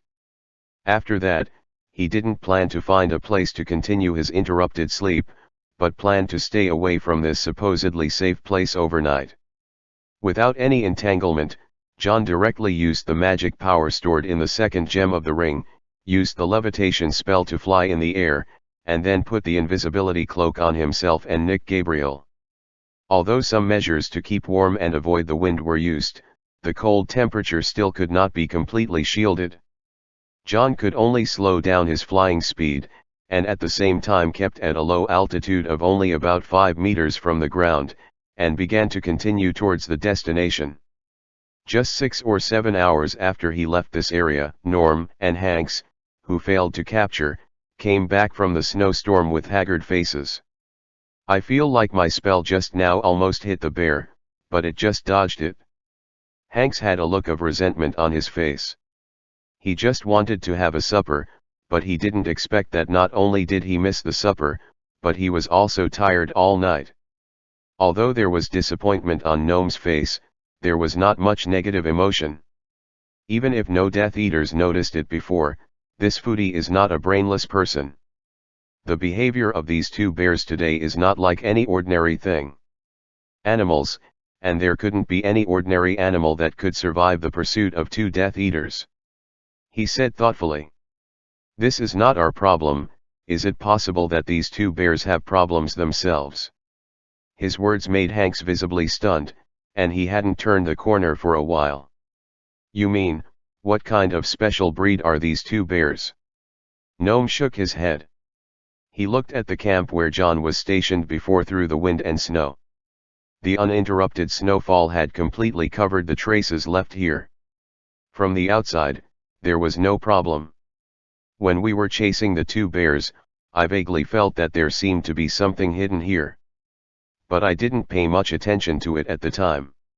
Hearing that Norm's tone didn't look like he was joking, the expression on Hank's face also became serious. He clearly knows that although his partner is usually very keen on eating, he is actually quite smart. You mean, who controlled these two bears? It may be controlled, or it may be that they are who they are. Norm said in a speculative tone, while pulling out his wand to search the nearby snow. The sky was completely lit up, and Hanks was not idle. He and Norm used spells to disperse the snow that was newly covered on the ice around them, but nothing was found. John handled it very cleanly, leaving almost no evidence that could provide clues. However, just as Hanks frowned and pushed aside a piece of snow, Norm suddenly reached out his hand to stop his follow-up actions. The wizard of the green glass family, who was forced to join the Death Eaters, squatted on the ground, stretched out his hand and grabbed the pile of snowflakes that Hanks swept away, and gently kneaded it on his hand. But strangely enough, these snowflakes were not clenched into a ball by his hands, but instead drifted back onto the snow like the powder of some hard object. This scene made Norm squint his eyes, and Hanks held his breath. "We seem to have found some big clues, Hanks," Norm said softly. Hanks and him looked at each other, and both of them saw the thoughts in each other's eyes by coincidence. Together, they pointed their wands at the white powder on the ground, and cast spells in exactly the same voice and wand gesture. Back to the original. The powder that had been cast with the repair spell flew up from the snow. They were obviously only part of a destroyed object, and many of them had been blown to other places by the wind and snow. With these alone, it is enough to build its original will frame. "This is," Hanks said hesitantly with his eyes wide open. Norm fills in what he left off. "A sleigh." After confirming what it was, Norm's face became serious. "This matter must be reported." John didn't know that his whereabouts had been exposed. He had indeed cleaned up enough. Even the dust from the sled that was crushed with the pulverizing curse was separated and scattered into the snow by him. But even if this has been done, Gnome and the others still found the problem from the two polar bears, and thus found these clues. There is no shortage of elites among the Death Eaters, just like there are many elites like Scarbio among the Aurors. Being able to control the entire United Kingdom plus Hogwarts Castle means that Voldemort has control over the most basic source of talent, and almost all of these people have joined the Ministry of Magic. But whether he knows his whereabouts or not, John can't make any changes now. Unless he gave up the task that Grindelwald gave him and turned back directly to Durmstrang, he would always find a way to reach the destination near the pole. Moreover, it is not easy to find a person in the North Pole, especially a person wearing an invisibility cloak. At least since John started to use the levitating charm that night to start his journey, he has not encountered any traces of humans for 3 consecutive days, let alone Death Eaters. In the early morning of the 3rd day, when John rubbed his face and just got out of the tent where he was stationed, he saw Nick and Gabriel sitting side by side in front of his tent, looking at the sky in amazement. John also followed their gazes and looked up. The half of the sky was colorful, and the brilliant colors were enough to make everyone who saw the scene stop and stare. The beauty of nature is fully displayed at this moment. It's the aurora. John rubbed Gabriel's head. Gabriel propped her chin on her hand, her big eyes reflected the majestic sky. "It would be great if my parents and sister could see it too." "Yes, there will definitely be such a day," John said softly. This gorgeous sky did not stop John and the others from continuing to move forward. The 3-day journey brought them closer to the finish line of more than 80 miles, and now there are only 20 to 30 miles left. If they speed up, basically they can reach the established target point tonight. And from this day on, the Death Eaters around him began to appear more and more frequently. In just one morning, John ran into 4 Death Eater squads, which was more than the total number of people he had encountered before. This made John feel that something was wrong. Even if the Death Eaters will deploy the most stringent defenses at the core, according to the information Eric gave him, there are less than 100 of these Death Eaters staying in the North Pole. If they deployed reconnaissance hundreds of miles away, it should be impossible for them to be so tightly defended in the core area. Unless they are aware of any troubles, they have arranged everyone to the most important location in advance. John was vigilant, but he didn't stop moving forward, and even accelerated his speed deliberately. So it was half an afternoon earlier than planned, and John and the others had already arrived at a place a mile away from their destination. It wasn't that he didn't want to get closer anymore, but that a group of guards had changed in this area, and the guards here were no longer Death Eaters, but dozens of Dementors. They can ignore the existence of the invisibility cloak, and can judge the position of a person simply by their sense of smell, which hinders John's progress. But seeing these Dementors also confirmed John's guess in disguise. These Death Eaters must have discovered something.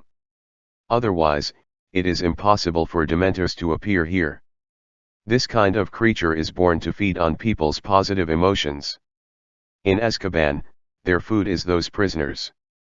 In the UK, they can privately find any suitable objects to suck.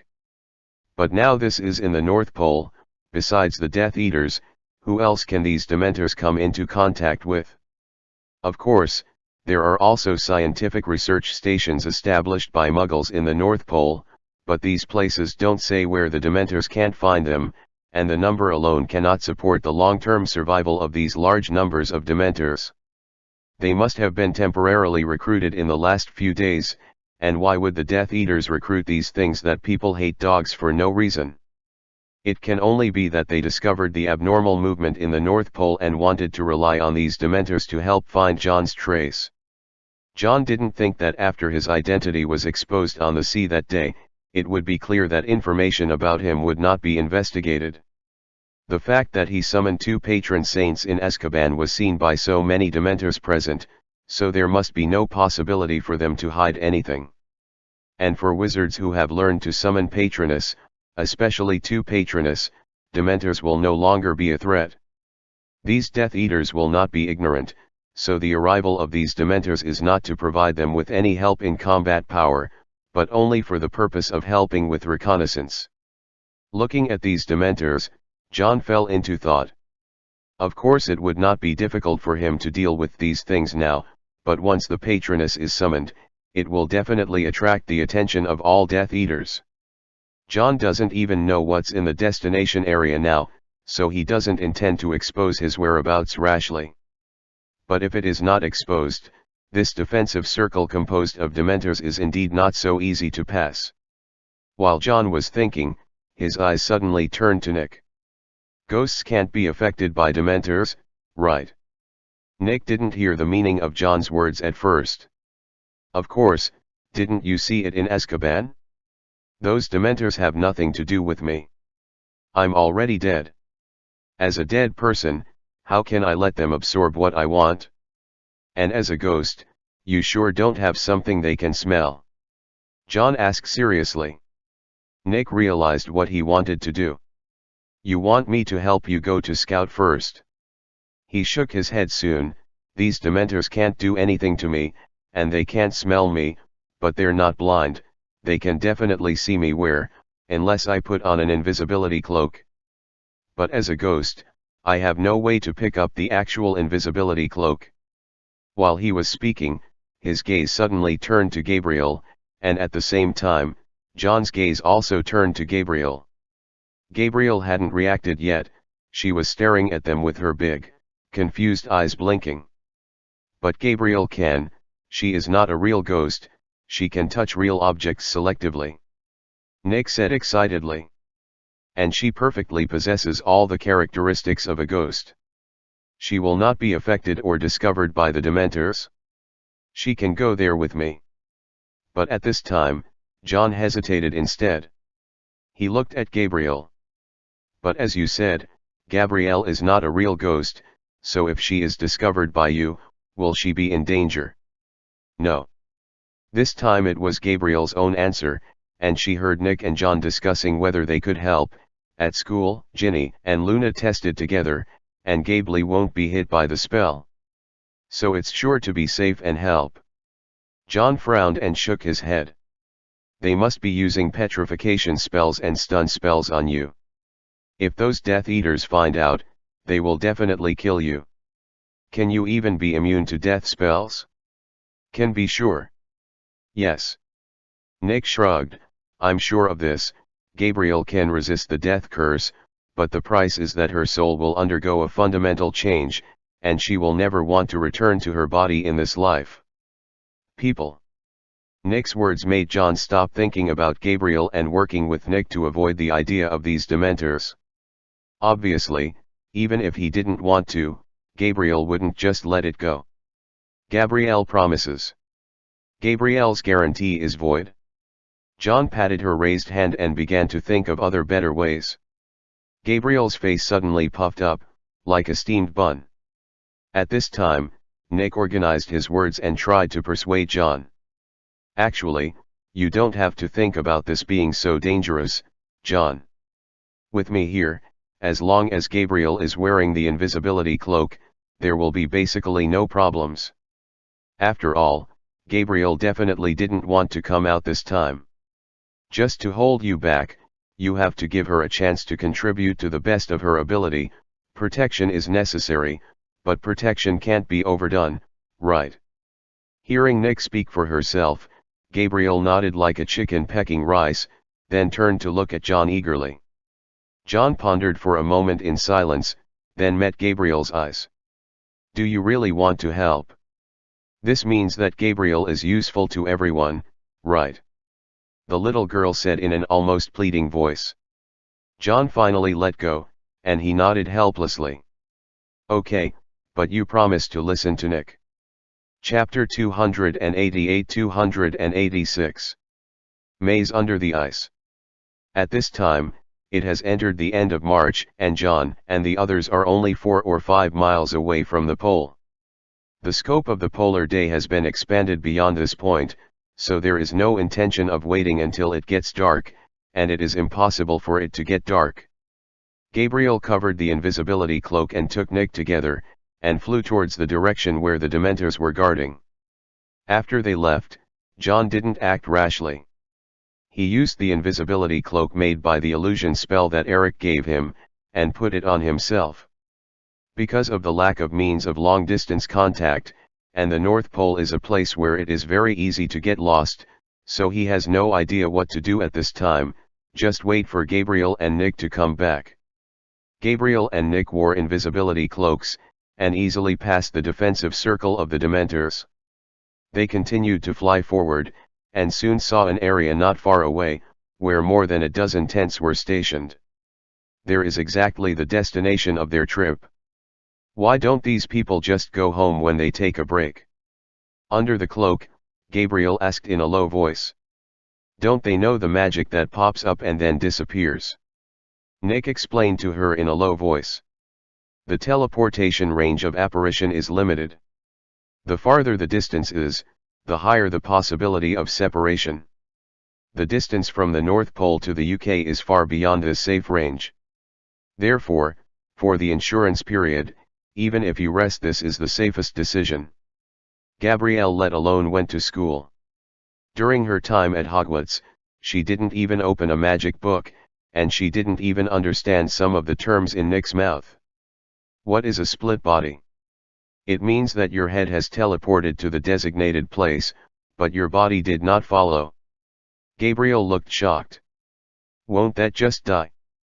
The magic power will maintain the connection between different parts of the wizard when the body is separated, but this connection cannot last for a long time. If the separation cannot be restored in a short time, the wizard will really die. Seeing that the group of tents was getting closer, Nick warned softly. Okay, we are not here for class. Now if I don't speak first, you should keep quiet and watch my gestures to communicate. Gabriel, who made a guarantee, behaved very well behaved, holding the invisibility cloak tightly with her 2 little hands to prevent the cold wind from blowing the cloak away. Even if she was a child, she knew the importance of the matter. Soon, they floated into the group of tents. After entering, they realized that there were not as many tents here as they saw in the distance. There were only a dozen of them, and most of them were erected around an area. There are 2 tents left alone on one side. The group of tents that formed a circle were obviously ordinary tents, and the entrances were not closed. Gabriel and Nick could clearly see a wizard holding a wand sitting in each tent. Their attention is basically focused on the area surrounded by them, but from the outside, the snow-covered ice surface is different. As for the 2 tents on one side alone, people would come in and out every once in a while, and those who came out would use apparition to leave directly. Nick could clearly hear the voices of many people talking from inside. This is obviously the resting place for the Death Eaters who are patrolling outside.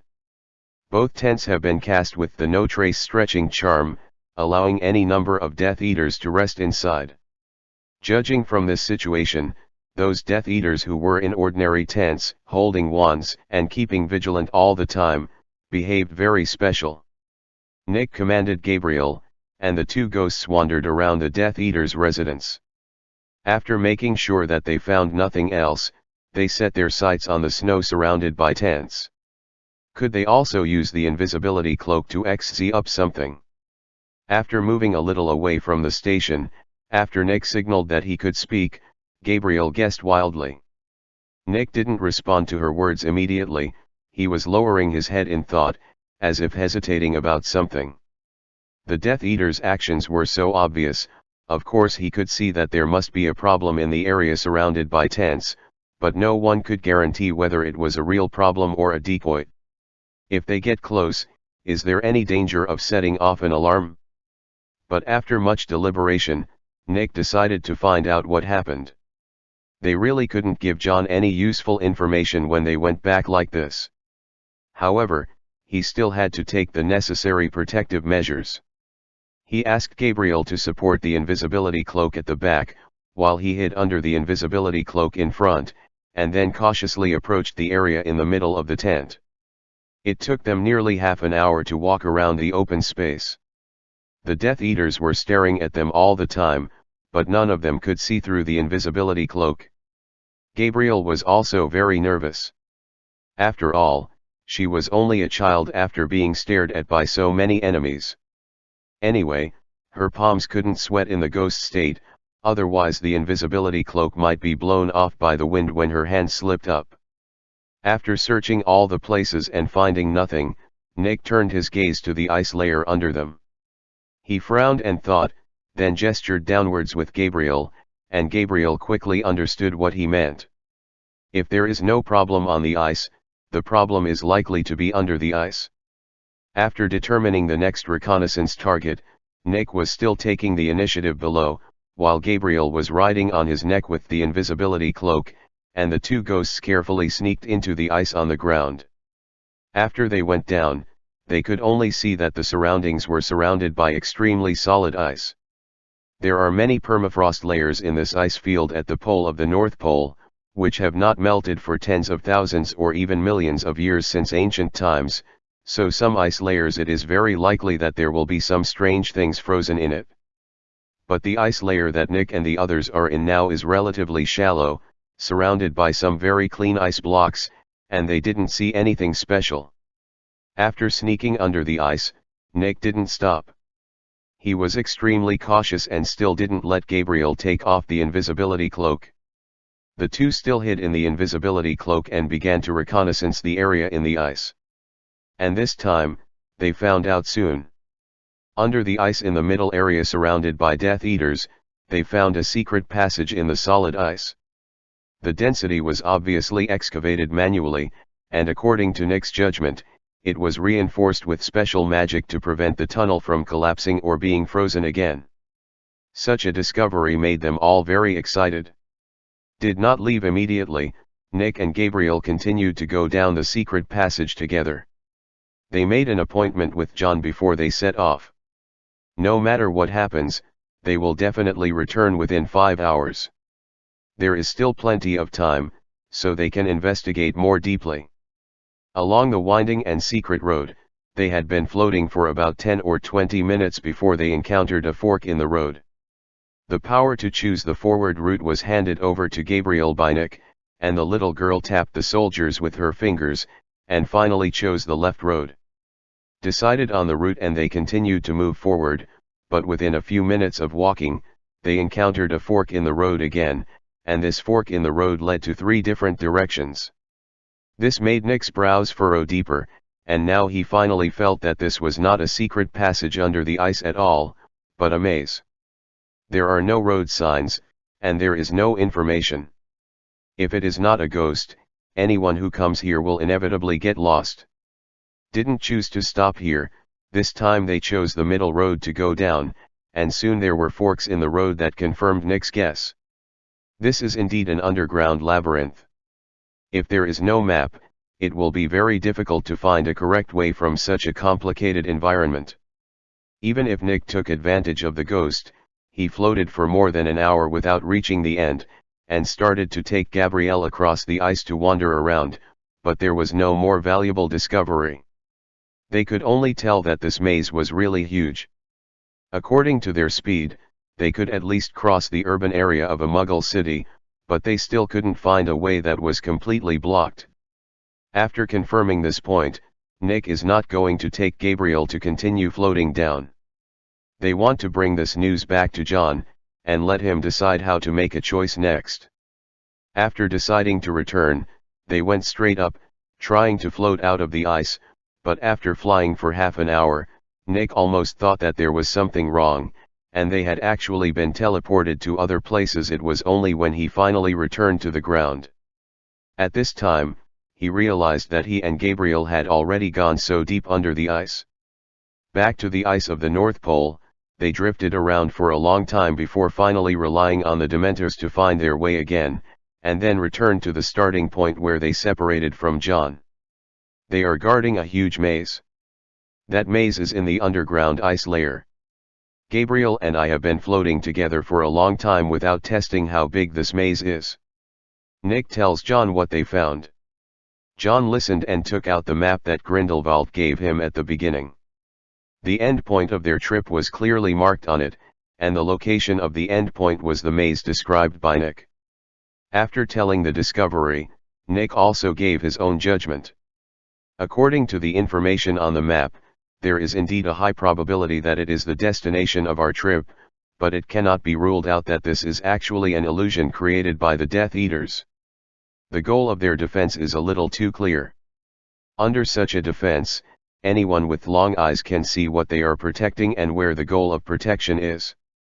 So I decided that this so-called maze is also possible. It's actually a trap. After listening to his words, John folded the map again and put it in his pocket. Actually, your 2 guesses can also be combined. That maze is our destination, and the purpose of these Death Eaters is also not to protect that maze, but to capture or kill me. Nick didn't understand John's words, but this was normal, because neither the students nor the ghosts on the ship knew exactly what effect the contract John tore up from the tower had achieved. I don't know who he killed on the sea that day. Isn't the stuff here very important to the Dark Lord? John shook his head, explaining what Grindelwald had said to him in private before. When it was the Death Eaters who appeared on the sea looking for us at that time, instead of the Dark Lord himself, it meant that this point in the North Pole was not very important to him, or it may be that he had already put the important point in advance. Things were taken. Nick thought about John's words, and after a while he continued to ask. So what are you going to do? John patted the falling snowflakes on himself. What else can we do? We've all come here, so why don't we just go back in such a desperate way? Haven't you already confirmed that there is no one in that maze? This proves that these Death Eaters themselves dare not go in deep, you'll get lost in it too, so there's nothing to be afraid of. As he spoke, he patted the pocket on the robe that was secretly sewn on the chest, and there was a feather in it emitting warmth. Besides, we still have a guaranteed means of escape, so we can definitely break into it. Of course, John is the absolute mastermind in this team of 1 person and 2 ghosts. Now that he has made a decision, Nick will no longer have any doubts, but starts to change his thinking and think about how to enter the room safely. Maze under the ice. The entrance to the labyrinth is sealed off on the ice, but Gabriel and I can still remember where it is, but the Death Eaters guarding there are very vigilant, and next to their base camp in the North Pole, if something happens their support will come quickly. These Dementors are easy to deal with. John looked up at the tall black shadows wandering in the distance. The patron saint can drive them all away, but after that we have to act quickly. We can't give too much reaction time for Death Eaters. John said with some regret. It's a pity that we didn't bring the firebolt with us, otherwise they would have no time to prepare if they would just accelerate with all their strength and try to rush over here. As long as you want to pass these Dementors, you can't continue to stay hidden. The movement caused by the Patroness charm is too great, so John can only find a way in terms of speed. How thick is the ice at the entrance of the maze? He asked. Nick thought about it and used the blasting spell that John usually used to make a measure. 2 blasting spells, or 3 shattering spells, are enough to break through that ice layer. Chapter 289-287. Bellatrix Lestrange. After understanding all the situation clearly, John didn't continue to struggle. Even without the firebolt, he could rely on the invisibility cloak and the floating spell to break into the maze in an unexpected way. And the Patroness charm is not only used to deal with Dementors, this spell can also give John more assistance. After setting the target, John covered him and Nick Gabriel with the cloak of invisibility, and then recited the Patroness charm without hesitation. Call God for protection. In the process of mastering magic, the most difficult step is undoubtedly the process of creating something from scratch. After successfully releasing the Patroness charm once, summoning them again is not a difficult task. Silver brilliance emerged in all directions, like a school of fish floating on the bottom of the sea, wandering and gathering around John. Soon a tall and a small figure appeared in the cold air, and the lion and badger were summoned by him again. Even though this was the second time we met, Nick still had an indescribable expression on his face. In the magical world of the Middle Ages, being able to successfully learn the magic of the Patroness charm is enough to qualify as a member of the Wizard Council, the predecessor of the Ministry of Magic. And the summoning of 2 patron saints, if some wizards who believe in fate and divination see this, they will probably treat John as some legendary figure in this world. Because this really violates the laws of magic.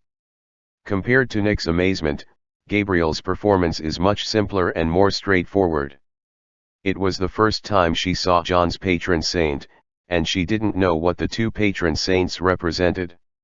She just thought that the silver lion was very majestic, and the little badger standing on the lion's head was very majestic. Cute. Just when she dared to reach out and touch the mane of the lion, the 2 patron saints rushed out. They were jumping in the air, almost in the blink of an eye, they had come to those Dementors. The silver light is like a deadly poison to the Dementors.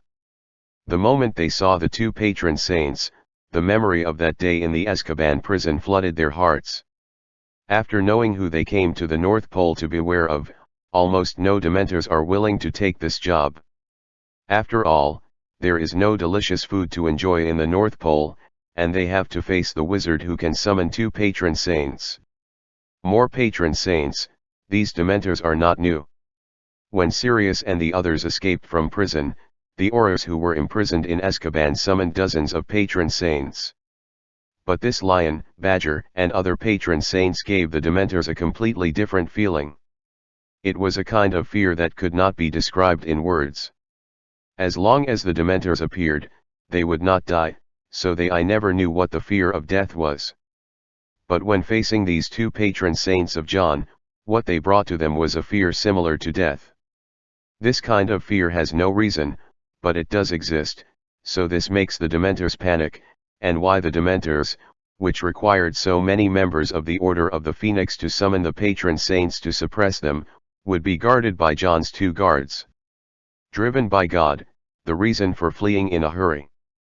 But maybe the leader of the Dementors felt a little guilty about Voldemort's relationship with lying about certain things, so he forced dozens of Dementors and Death Eaters to come to this ice field together.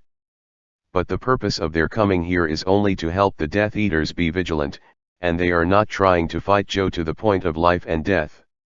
After seeing the lion and badger, the Dementors who were on patrol all rose into the air.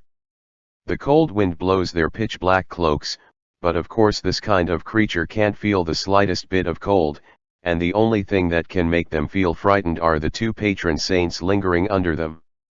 Neither the lion nor the badger intended to continue chasing them. After breaking up the defensive circle of the Dementors, John's patron saint did not stay for a moment, but flew straight to the Death Eaters stationed in the camp. Location. Their speed is very fast, almost covering the distance of nearly 4 miles in just 10 minutes. And those Death Eaters who were stationed in the tents also received a warning immediately after the Dementors lifted off. In the two independent tents, Rodolphus walked out with a grim and cold face. A dark green light beam suddenly rose behind him. After the green light reached the highest point, which was almost impossible for human eyes to observe, a huge black mark appeared in the sky above the North Pole, which seemed to cover half of the sky. At the same time, all the Death Eaters patrolling across the North Pole raised their heads and saw the skull passing by the poisonous snake. Each of them solemnly raised their wands, and uttered the spell of apparition, disappeared in place. The next moment, the figures of nearly 100 people appeared around the tent gathering place. Rodolphus didn't need to give any other orders at all. The Death Eaters who had all gathered together raised their wands and aimed at the distance. Those two silver figures rushing towards their position. Avada Kedavra. The sound of the death curse sounded from the mouths of these Death Eaters in unison, and then the pale green stained the entire white world. Nearly 100 unforgivable curses formed a huge beam of light, and the spells crossed this icy space in the blink of an eye with lightning-like speed. The lion and the badger didn't dodge at all, and the dead green penetrated their bodies, but it didn't cause even the slightest impact. Moreover, soon the two patron saints passed through this field representing death, and rushed into the ranks of Death Eaters without hesitation. The silver lion looked like a real beast. It opened its big mouth full of fangs and sharp teeth, and slammed into the front few Death Eaters. The huge momentum caused the iron armor curse on these Death Eaters to burst into a dazzling flash for a moment, followed by the sound of cracking glass shattering. Nearly 4 Death Eaters were broken through the iron armor curse, and then they were thrown to the ground by the lion. The feeling that their internal organs were smashed made them unable to suppress the fishy sweetness that gushed out of their throats. Poof! Thick blood stained the snow-white ice field red, like a bright plum tree dotted on pale paper. And the little badger also fully demonstrated its own sense of existence. It stretched out its slender and curved claws, the silver light was shining. It spread in all directions on the shimmering shield. Immediately afterwards, it completely tore away the harmless, honest appearance of humans and animals, revealing 2 rows of sharp fangs. Ah! The Death Eater who was bitten by the neck uttered a tragic wail, and his fangs pierced his artery. The scene was more spectacular than the damage caused by the lion.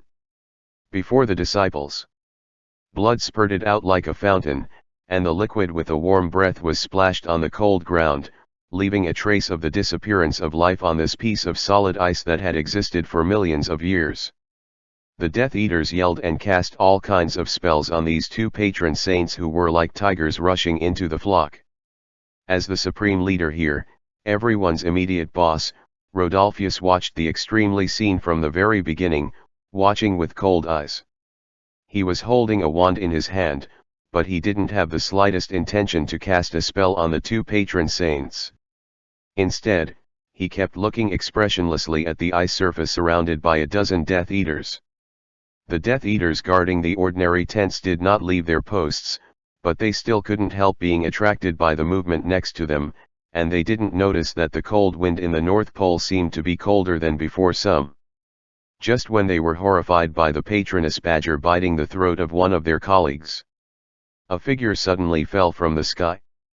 John seemed to appear out of nowhere, without any advance warning or signs.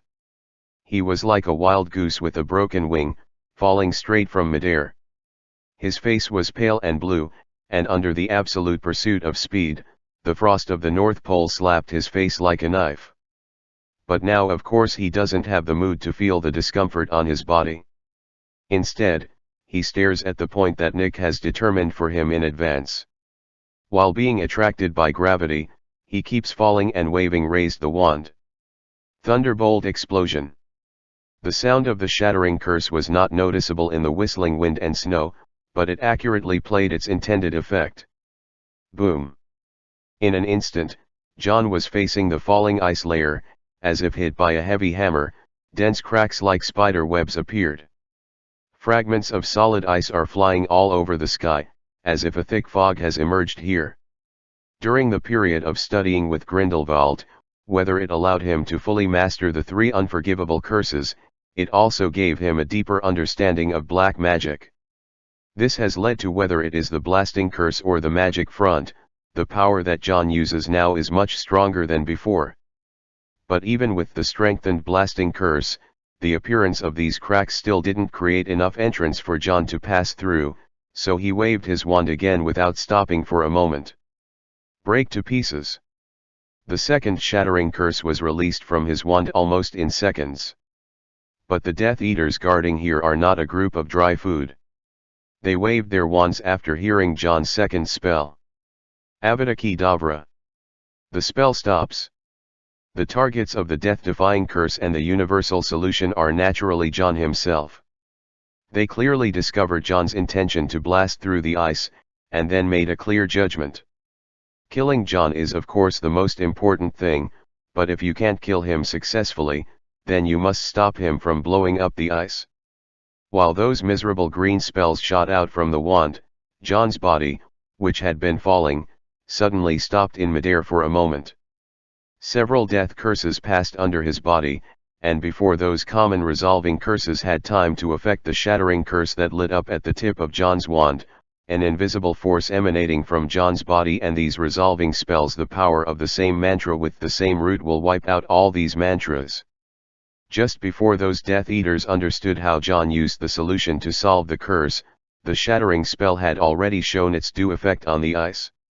Ben was blown out of a huge pothole, and the surrounding ice layer was torn apart. Under this shattering curse, it finally couldn't maintain the extremely thin surface. There was a loud crashing sound, and the ice surface that was as smooth as a mirror a few seconds ago was blasted out into a big pit with a diameter of about 3 or 4 meters. John's speed didn't slow down. He had already judged how many spells could penetrate the ice layer based on the information given by Nick. A blasting spell and a crushing spell are just right. Immediately afterwards, before the Death Eaters organized a second wave of attack, John's body had already disappeared into the ice pit.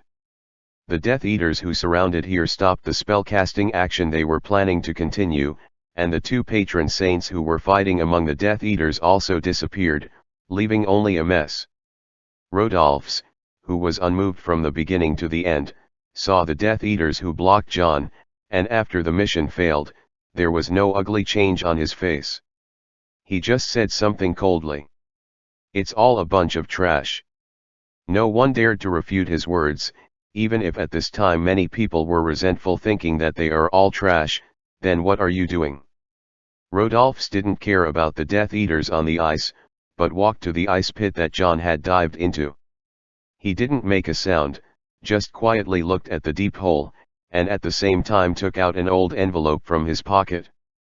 The envelope suddenly ignited in his hand, and the orange-red flame wrapped the entire envelope in an instant, leaving behind nothing but ashes.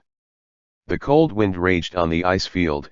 Those injured Death Eaters were helped up from the ground by their intact colleagues, those who were fed with potions were fed with potions, and those who were going to be transferred back to England were sent back to England. But no one suggested to chase after John, who had already entered the ice pit. At this moment, a distorted figure suddenly appeared beside Rodolphus. It was a witch with a curvy figure, exquisite appearance, and monstrous makeup. She was wearing a close-fitting black robe with a wide open neckline, and her long black hair hung behind her in big waves. Every Death Eater couldn't help shivering when they saw her. Because this woman, should be called a lunatic, even in an organization full of crimes like the Death Eaters, she can be called insane. Bellatrix Lestrange. Chapter 290-288. King vs. King. The time when John dived into the ice pit, to be precise, it was already 9 o'clock in the evening according to London's time zone. It's just because the pole is covered by the polar day, so there is no difference between day and night for him. But for the wizards in France, the situation is quite different. It must have been an extremely difficult night for the employees of the French Ministry of Magic. After the gang of rebels occupied all areas except Paris, the French Ministry of Magic began to implement the highest alert state, and every pureblood MP dared not leave this underground square for a moment. Not only that, there are also many pureblood wizards who actively responded to the pureblood policy once it was promulgated. Most of them escaped in a panic before Wu Pingxian occupied their city, avoiding the fate of being liquidated, but they could only hide in the French Ministry of Magic in fear all day long.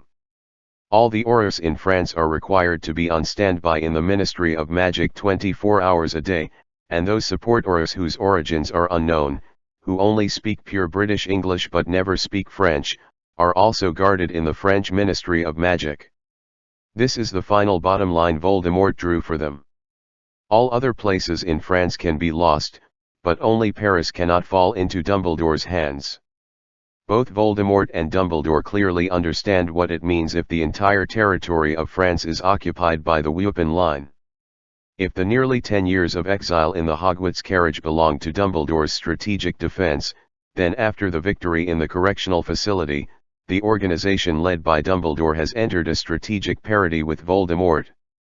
Situation. Once the entire territory of France falls, it means that Voldemort is gone, and even his prestige in the UK will be greatly shaken, thus entering Dumbledore's strategic offensive. Therefore, whether Paris can be held is of great significance to Voldemort. This is the bridgehead for his plan to rule the whole of Europe, and it is also the start of his ambition. The same is true, whether Paris can be liberated is also extremely important to Dumbledore. This will not only completely blow Voldemort's personal reputation, but also shake the superiority theory that is the basis of blood rule, directly shake the foundation of his rule, and prepare for the next attack on the British mainland. Therefore, the pure-blood wizards in France are still sticking to the Ministry of Magic, and the wizards of Wu Pingxian have not stopped their offensive. On the night of March 29, at 9 o'clock, there was an explosion at the only entrance to the Ministry of Magic, causing everyone stationed here to panic. The violent vibration made the whole ground tremble, and every floor in the French Ministry of Magic was shaking, and broken stones and dust were scattered everywhere. This noise made many French wizards think of that night half a year ago. It was just a few days after Voldemort announced that he was the Minister of Magic. At midnight, which was darker than tonight, 7 wizards wearing white robes used their lives to blow up half of the Ministry of Magic. That night was also like the ground shaking, but that night shocked the purebloods by the determination of these mudbloods to resist to the death, and it was also the beginning of Voldemort's establishment of his absolute authority. That power is so powerful that people dare not even look up, so that every pureblood who decided to stand on his side at that time did not feel that the implementation of the blood policy in France would have the slightest obstacle. The situation at the beginning was indeed the same. Obviously everything was developing in a good direction at that time. But why now, people like them who should be high above are hiding in the burrow like mice? Such a huge difference before and after is unacceptable to every pureblood who fled here. But no matter what emotions they had at this time, after the siren sounded after the loud bang, everyone hurriedly gathered towards the location of the Wizard Court trial chamber, which was a designated wartime refuge. The aurors of the French Ministry of Magic are almost always guarding the entrance. Each of them held their magic wands, swallowed nervously, and looked at the entrance occupied by the thick dust. In fact, they had already anticipated the current situation long ago. After the wizards of Wupingxian won the victory in the correctional center, they never stopped their pace of occupying France. Under the leadership of Dumbledore, the French Ministry of Magic continued to shrink its defenses, and now only the Ministry of Magic is left. This is the only isolated island. So in fact, everyone expected that today's situation would happen, but when Dumbledore and his people actually appeared in front of them, the psychological pressure brought by it could not be dispelled by thinking in advance. The dust gradually dissipated, and countless wizards in white robes stood at the blasted entrance. And in front of everyone, it was Dumbledore himself. He held an ordinary cherrywood wand in his hand, and looked at the French Aurors who were blocking them with a calm expression.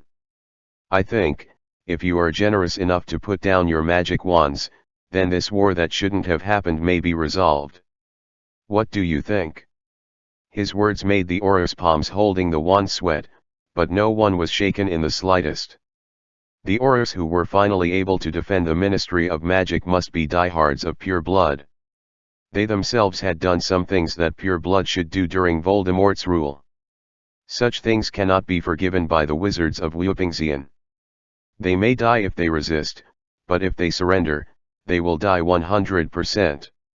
So, the first spell was uttered by an extremely nervous Auror, and a miserable green light suddenly shone on the tip of his staff. Avadaso. Boom. But behind Dumbledore, the wizard of Wupingxian reacted faster than him. No one uttered the spell at all. Although the power of the blasting spell under the silent spell casting has been reduced, the combined effect of the countless spells has far exceeded the imagination of normal people. There was a fierce confrontation between the blazing fire and the iron armor curse that lit up on the Auror. Countless teeth-piercing voices sounded, and the terrifying explosion effect forced most of the Aurors to start retreating unbearably. Even if they had no intention of surrendering, it was impossible for them to defend with their lives. Everyone had little hope of keeping the Ministry of Magic with them alone. Just as Voldemort can rely on his personal strength to suppress everyone's resistance, in the absence of him, Dumbledore alone is enough to suppress the entire French Ministry of Magic in terms of mentality and strength. Once there are signs of a complete fall here, these Aurors will not hesitate to take their families to escape from France, and go to any other place in the world, even if they go to live with giants or even giant monsters in those inaccessible valleys. Well, they will never come back to France in their lifetime. Of course, the reason why they didn't run away immediately was because there was only a glimmer of hope in their hearts, a glimmer of hope that Voldemort would not give up France so easily, and would definitely stand up. With this hope, they fought and retreated, relying on the complex terrain of the Ministry of Magic and the wizards of the Whooping Line to carry out street fighting. It is impossible for the wizards of Wupingxian to directly blow up the entire Ministry of Magic. They are not a terrorist organization. Once the Ministry of Magic located underground is completely blown up, it will inevitably directly affect Paris on the ground. At that time, it will not be solved by a few forgetting curses. And they also have to prepare for things after occupying the whole of France. The French Ministry of Magic must be reorganized, and the current Ministry of Magic can be killed, but other things must be preserved as much as possible. Because the occupation of France is not the final victory, they still need to rely on the backfeeding of the land of France to liberate the island of Great Britain. Because of the battle between wizards, it became extremely fierce, but because of Dumbledore's existence, the Wupingxian side always had the absolute upper hand. The Aurors guarding the Ministry of Magic kept retreating, and finally retreated to the trial court where all the wizards who did not participate in the war gathered. Until now, Voldemort has not shown any signs of appearing. Even those with long eyes can see the support Aurors from the UK. Only a few of them are still here, and most of them have already died. Disappeared. It seems that Voldemort completely abandoned them after that failure, and dared not appear in front of Dumbledore again. Just like that, the Aurors retreated into the courtroom, and the wizards of Wupingxian also raised their wands and aimed at everyone in this hall. Dumbledore's face was still calm. In fact, he didn't make a few moves in this battle. In most cases, he just rescued a few wizards from the death curse, but even so he brought a lot of trouble to the Aurors. Great deterrent. The Aurors and the wizards of Wupingxian faced each other in this trial court full of crime and punishment. Those pale-faced pure-blood wizards who were close to each other were like a group of prisoners in shackles who were about to be read out for their crimes. But, suddenly Dumbledore stopped in his tracks. Behind him, those who followed him also stopped. The air suddenly fell silent, only soft sobs, tense breathing, and swallowing sounds mixed together. "Riddle, since you're already here, why didn't you come out to see me earlier?" Dumbledore's voice echoed in the trial court.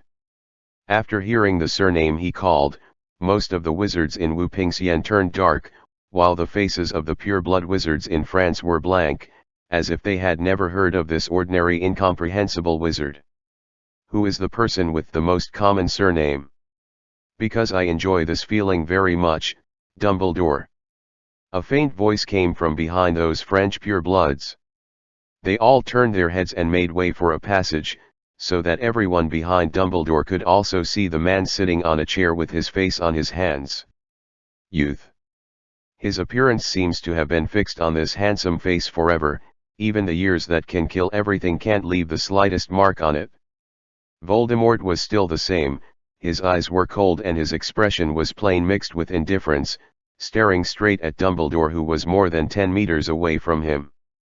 Pawns against pawns, kings against kings. Just like wizard chess, everyone has set up their positions, and people of the same status should be opponents with people he can look up to. After seeing him, the hearts of all the purebloods who were originally terrified turned into ecstasy at this moment.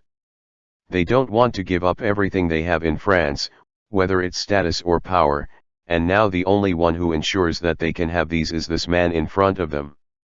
Even if this man failed once not long ago, his reputation has been spread for decades. As long as he stands in front of Dumbledore again, there will still be people who have great hopes for him. Just like Dumbledore, after experiencing that failure on the astronomy tower, some people will continue to believe in him. People stare at the two people who are facing each other. Their appearances are very different in age, but they carry the beliefs of different groups. Dumbledore looked at Voldemort, his blue eyes seemed to be examining something, and he seemed to be thinking about something.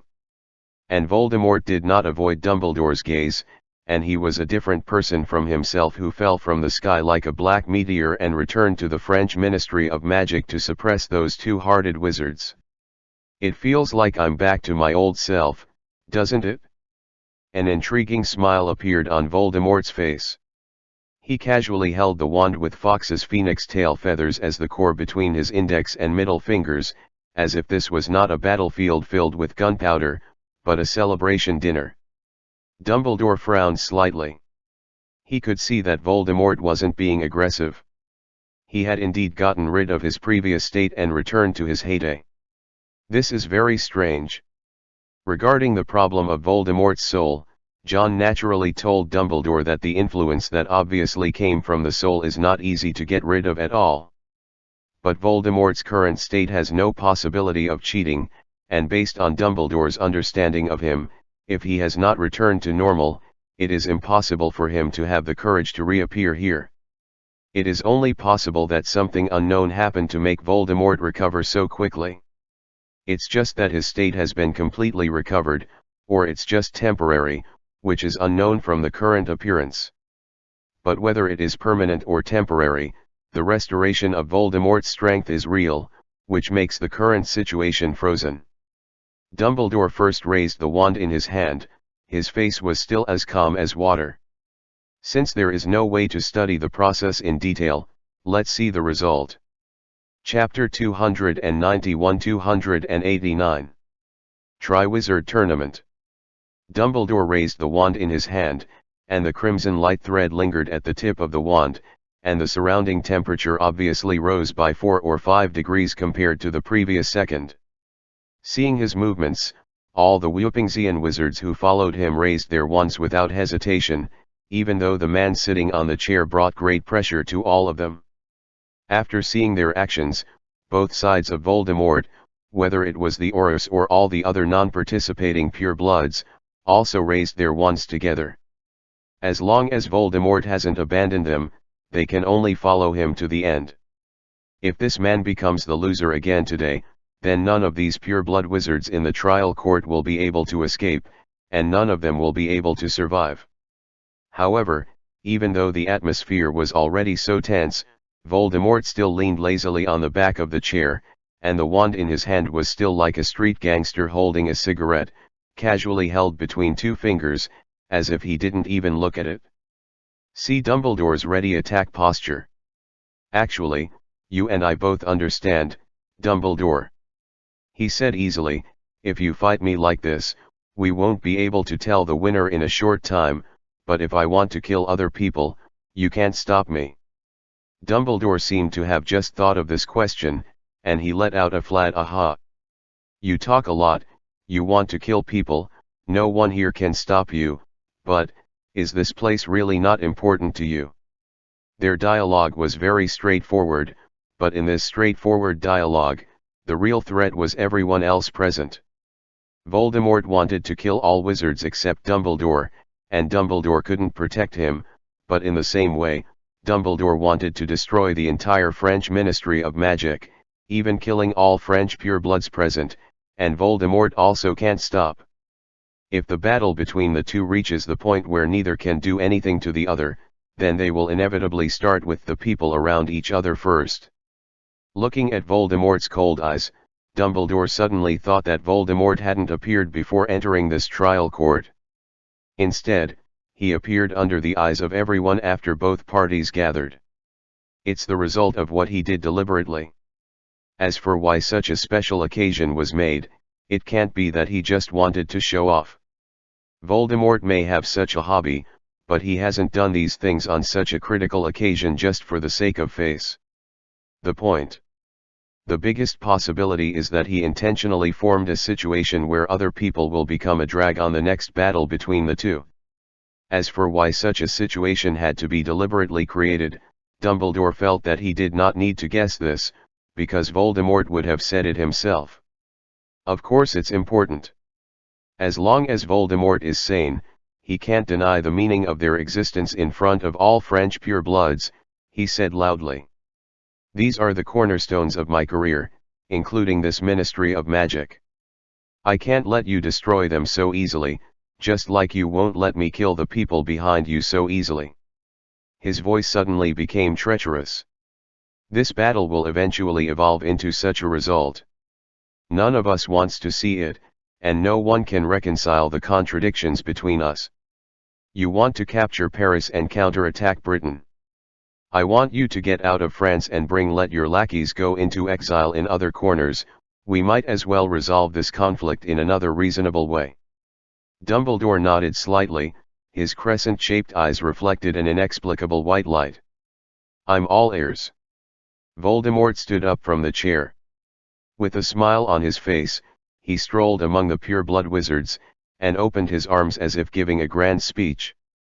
Actually, I have always wanted to be a pure educator, Dumbledore. If you had agreed to me when I applied for the position of Professor of Defense Against the Dark Arts in your office, then maybe I would have grown old. To be honest, be an excellent professor under you, and there will never be a great mister in this world. But you rejected me. This is a very shameful thing for me, and it is precisely because of this thing that it has contributed to my obsession with planning to take Hogwarts, the School of Wizardry, from you. The result is obvious, and I did it. Compared with various other gorgeous titles, the two titles I have been most satisfied with so far are only Headmaster of Hogwarts School of Witchcraft and Wizardry and Lifetime Honorary Headmaster of Bowes-Batten School of Witchcraft and Wizardry. Of course you refused to admit defeat, even if you fled from that castle in a hurry.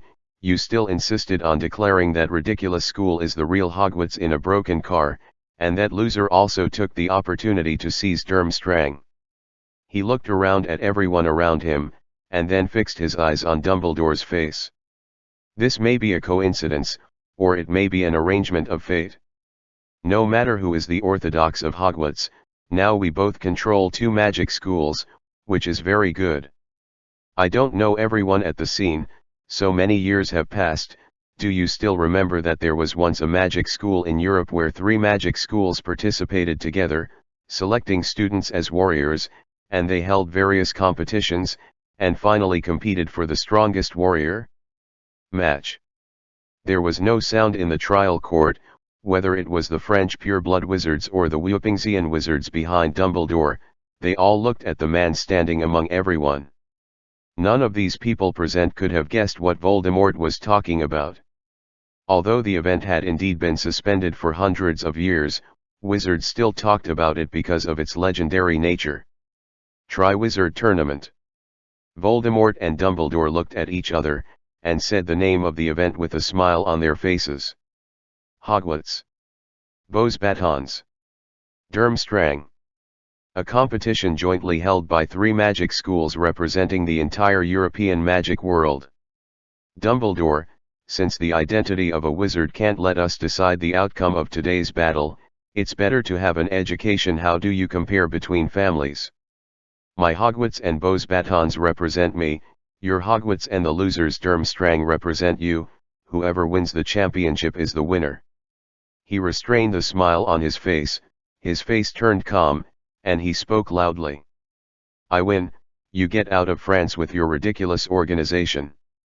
You win, I withdraw to England with everyone who will follow me, and give up everything in this land. And since it is a Triwizard Tournament, the result of this match will also determine that there can only be one Hogwarts. If you win, I will disband Hogwarts under me and step down as the headmaster. If I win, you also destroy that ridiculous carriage, and take off the title of the so-called greatest Hogwarts headmaster ever. Voldemort's voice echoed in the courtroom, causing this space to fall into a deathly silence. No one could have imagined that he would suddenly propose such a solution, using an event that has not been held for hundreds of years to determine the ownership of France. And in such a competition, only a group of children who have not yet graduated from school can really participate. 4 children decide the fate of a land and the legitimacy of Hogwarts. The connection of such hugely different things brought a severe impact to everyone present. No one knows exactly what kind of thoughts Voldemort came from to make such a decision, and no one knows what benefits such a decision will have on him. No one knows exactly what the gap is between the 2 Hogwarts schools, and the 4 schools of Beaux Batons and Durmstrang. The essence of this is to compare the quality of students in different schools, and the final result is unknown until the comparison is made. Even if the information is shocking, there is a moment for people to digest it.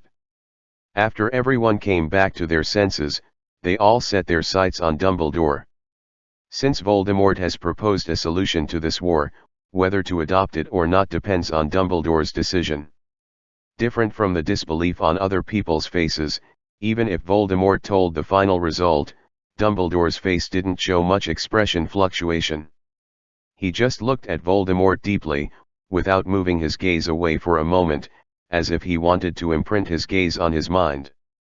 Voldemort did not avoid his gaze, but nodded and looked at him, quietly waiting for his answer. This waiting didn't last long, and Dumbledore ended his thinking, but what he said next caused an uproar in the audience. Where is the venue for the competition? There was no haggling, no more questions. His words were equivalent to agreeing to all the suggestions made by Voldemort in disguise. The corners of Voldemort's mouth were slightly raised, and there was no surprise or other expressions, but an expression that seemed to be sneering or sneering. Since this match also determines the orthodoxy of Hogwarts, how about setting the venue at Hogwarts Castle? Dumbledore nodded, as if deeply appreciating Voldemort's decision. Of course, Hogwarts Castle, that's the perfect place. He lowered his wand, acting as if the suggestion wasn't Voldemort's at all, but he had thought it that way in the first place. This is the best solution. Everything falls into the most basic competition. I agree with this suggestion. Riddle, so we should make some absolute commitments in this place. Voldemort seemed to have already guessed what Dumbledore wanted to say. After his words fell, he shook the wand in his hand without the slightest hesitation, and pointed the tip of the wand at his left hand. The next moment, the piece of flesh in the middle of his palm was suddenly cut open by an invisible sharp blade, and scarlet liquid seeped out from it. Voldemort clenched the hand that was dripping blood, and held it up in front of him. Dumbledore didn't stop either, he also made it in the palm of his hand, allowing blood to spurt out. Two bleeding hands were clasped together, and the blood belonging to different people mixed together, continuously dripping onto the already scarlet carpet. Dumbledore looked up at Voldemort, and on his calm face, he could see what he was thinking now. "So, when is the selection of warriors and the start of the game?" Voldemort said coldly. "Since the blood oath has been made, the selection of the warriors might as well start tomorrow. This Ministry of Magic, which is under our joint control for the time being, is also a perfect place. As for the start time of the competition, what do you think?" Dumbledore didn't speak immediately, he just looked at Voldemort quietly, and suddenly laughed after a long time. There was no sarcasm, no coldness, no restraint in that smile, just like an old man who has been at home for a long time and heard some funny jokes from his children and grandchildren. "Ha, it's too urgent, Riddle, it's too urgent. In fact, there is no need to be so anxious. Can we change the selection time a little bit?" To everyone's confusion, they have reached a consensus on the unbelievable things before, but now they don't know why such differences have arisen in the selection of warriors. Dumbledore raised his eyebrows slightly, and he asked Voldemort's opinion in a gentle tone. "Since you already have such confidence, why don't you spend more time?" Voldemort didn't know why he was ridiculed. "Be more generous? When do you want to wait, next year? The year after, or your whole life?" Dumbledore shook his head, and he said flatly, "Today next week is enough." Voldemort also seemed to hear some great joke, his original cold and mocking smile could no longer be suppressed. "A week? You are an old man, of course the old man should have some preferential treatment. So what if I just wait for you for a week?" Dumbledore didn't seem to understand the sarcasm in the words, he nodded happily and continued at the same time. "Actually, a week is already very urgent. Since the selection of warriors is so urgent, it is natural to allow some more time for the selected children to prepare. After all, they bear such a big responsibility, and the specific competition process is also very important. Decisions and discussions are required, which require a lot of energy. Therefore, I think it is better to start the competition in September when the new semester begins." At the beginning of the game, Voldemort didn't seem to have any objections, he looked into Dumbledore's eyes coldly. "It's bound to be a good show, isn't it, Albus Dumbledore, my esteemed professor?" Dumbledore smiled, that smile was still so gentle and plain. "Of course it will be a good show, Tom Riddle, my excellent student." Chapter 292-290. The Cold Snake. Cold. This was the only feeling John had after entering the ice pit. The biting cold seemed to have turned into a materialized white mist, lingering around him. During the continuous fall, he first used the floating spell to slow down the speed of the fall, and then tightened the robe on his body to block all exposed skin. The descent process was not long, only about 10 seconds passed before his feet touched the solid ice surface. After landing, the temperature here was not as cold as it was above, which made John, whose hands and feet were numb from the cold, heave a sigh of relief. He didn't stop or hesitate, and immediately started running along the only inward passage the second he landed. Although there is still a lot of magic power left in the gemstone, it cannot be consumed endlessly like this. John's entry into this ice labyrinth does not mean the end, but represents the beginning of a fierce battle. He couldn't waste the precious magic power in the gem on the road, so he didn't use flying as the fastest way of action. He just mobilized his own magic power, reduced the weight of his body, and let him run faster, and save more effort. There will be a fork in the road ahead. When Gabriel and I came here, we chose the one on the left, but after that, we soon encountered a three-fork road, and we found nothing behind it. There is no end to it. Nick followed John, and quickly recounted to him what he and Gabriel had discovered in the maze. John said while running, "Then let's try another way this time. Anyway, we don't know where the right way is, so we'll go right this time." They kept running forward, and there was no sign of Death Eaters catching up behind them, but John did not slow down his pace, but accelerated his pace. He hadn't been blinded by the ease with which he entered this maze guarded by so many Death Eaters. Things went too far in a good direction. John actually had two alternatives for this intrusion plan, but nothing unexpected happened. The vast majority of Death Eaters were indeed attracted by his patron saint, and none of the Death Eaters guarding the entrance could successfully stop him. Let him cast a blasting spell and a shattering spell, and he will be able to stop him. In this way, he broke into the maze. This kind of smoothness made John feel very abnormal. Even if there were mediocre Death Eaters, it was absolutely impossible for them to be so incompetent. They seemed to be just pretending just now, but their real purpose was to let him enter this maze, not to stop him. This phenomenon made John a little more certain. The main goal of this group of Death Eaters in the North Pole is not to guard the place where Voldemort once came, they are for themselves. If their real purpose is to lure him into this maze, then they must rely on this place to deal with him. So John not only did not relax after entering the maze, but became more vigilant. After running for nearly half an hour, he finally came to the first intersection where Nick said he and Gabriel met. John didn't hesitate, and ran directly to the road on the left. Although this road is unknown, it is because of the unknown that there are more possibilities. If he wants to be safer, he can walk the road that Nick and the others have walked before, but then he will enter this maze. It's meaningless. And when John ran across the side road, Bella with a cold face on the ice also looked at the Death Eaters who had made all the preparations. "Since he is here, this is the last chance the Master will give you." Her voice was sharp and cold, and she couldn't see the French Chief Justice Roland at all. Even when she looked at her husband Rodolphus, her gaze was no different from that of other Death Eaters.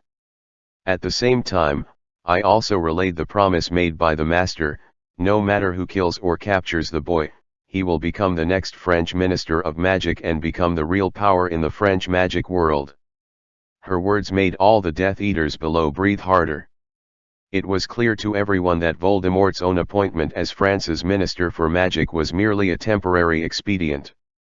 His ambitions must not only stop in Britain and France, or even in continental Europe.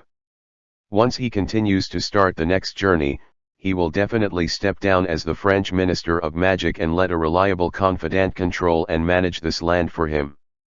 Different from Voldemort's lair and stronghold in England, the land of France will not be subject to his excessive influence and control, which means that the next Minister of Magic will have great autonomy.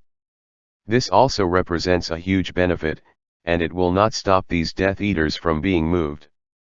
But then Bella's voice changed suddenly, and she looked at everyone fiercely. "But the same, if our mission fails this time, you should also know what you are going to face." When she finished speaking, she gave Rodolphus a special look. There was no sympathy or comfort for her husband who lost his brother in that look, but it was more of a threat. Even if the consequences of failure were not clearly stated, everyone present knew it well. What their master hates the most is the incompetence of the servants. The Death Eaters led by Rodolphus have already failed once on the sea. If they fail again on the ice sheet of the North Pole, no one can get his forgiveness. So after Bella explained the consequences of success and failure clearly, the Death Eaters started their actions. They were divided into 3 groups, led by Rodolphus, Bella, and another leader. The group led by Rodolphus directly used the ice pit blown out by John, and rode a broomstick to start descending. Latent. The other Death Eaters were led by Bella and another leader to apparate to another entrance, and entered the maze from different directions. After entering the maze, they also began to go deeper along the maze, and every time they encountered a fork, they would form a 3-person team. In the end, all the Death Eaters were broken into pieces and began to form a network structure towards the maze. Spread. John certainly didn't know about this. After passing the first fork, he encountered another fork in a short time. He didn't hesitate or struggle much, he chose one of the paths and continued to walk down. It's just that before leaving, he used Shenfeng Wuing to leave a shallow mark on the ice wall on one side. After feeling short of breath, John stopped running. Only when he really came in could he feel that the maze was too big. Just running blindly like this, it is estimated that before he ran to the end, he would be about to run. Was exhausted? Actually, I am very surprised, who has such ability and energy to build such a place in the North Pole? Nick expressed his doubts on the way. John is actually thinking about this question too. This maze is at the point that Grindelwald saw and Voldemort had come to, which means that he would not have dug it out by himself. And with such a large project, John didn't think that Voldemort had the ability and mood to create such a place after only disappearing for a month.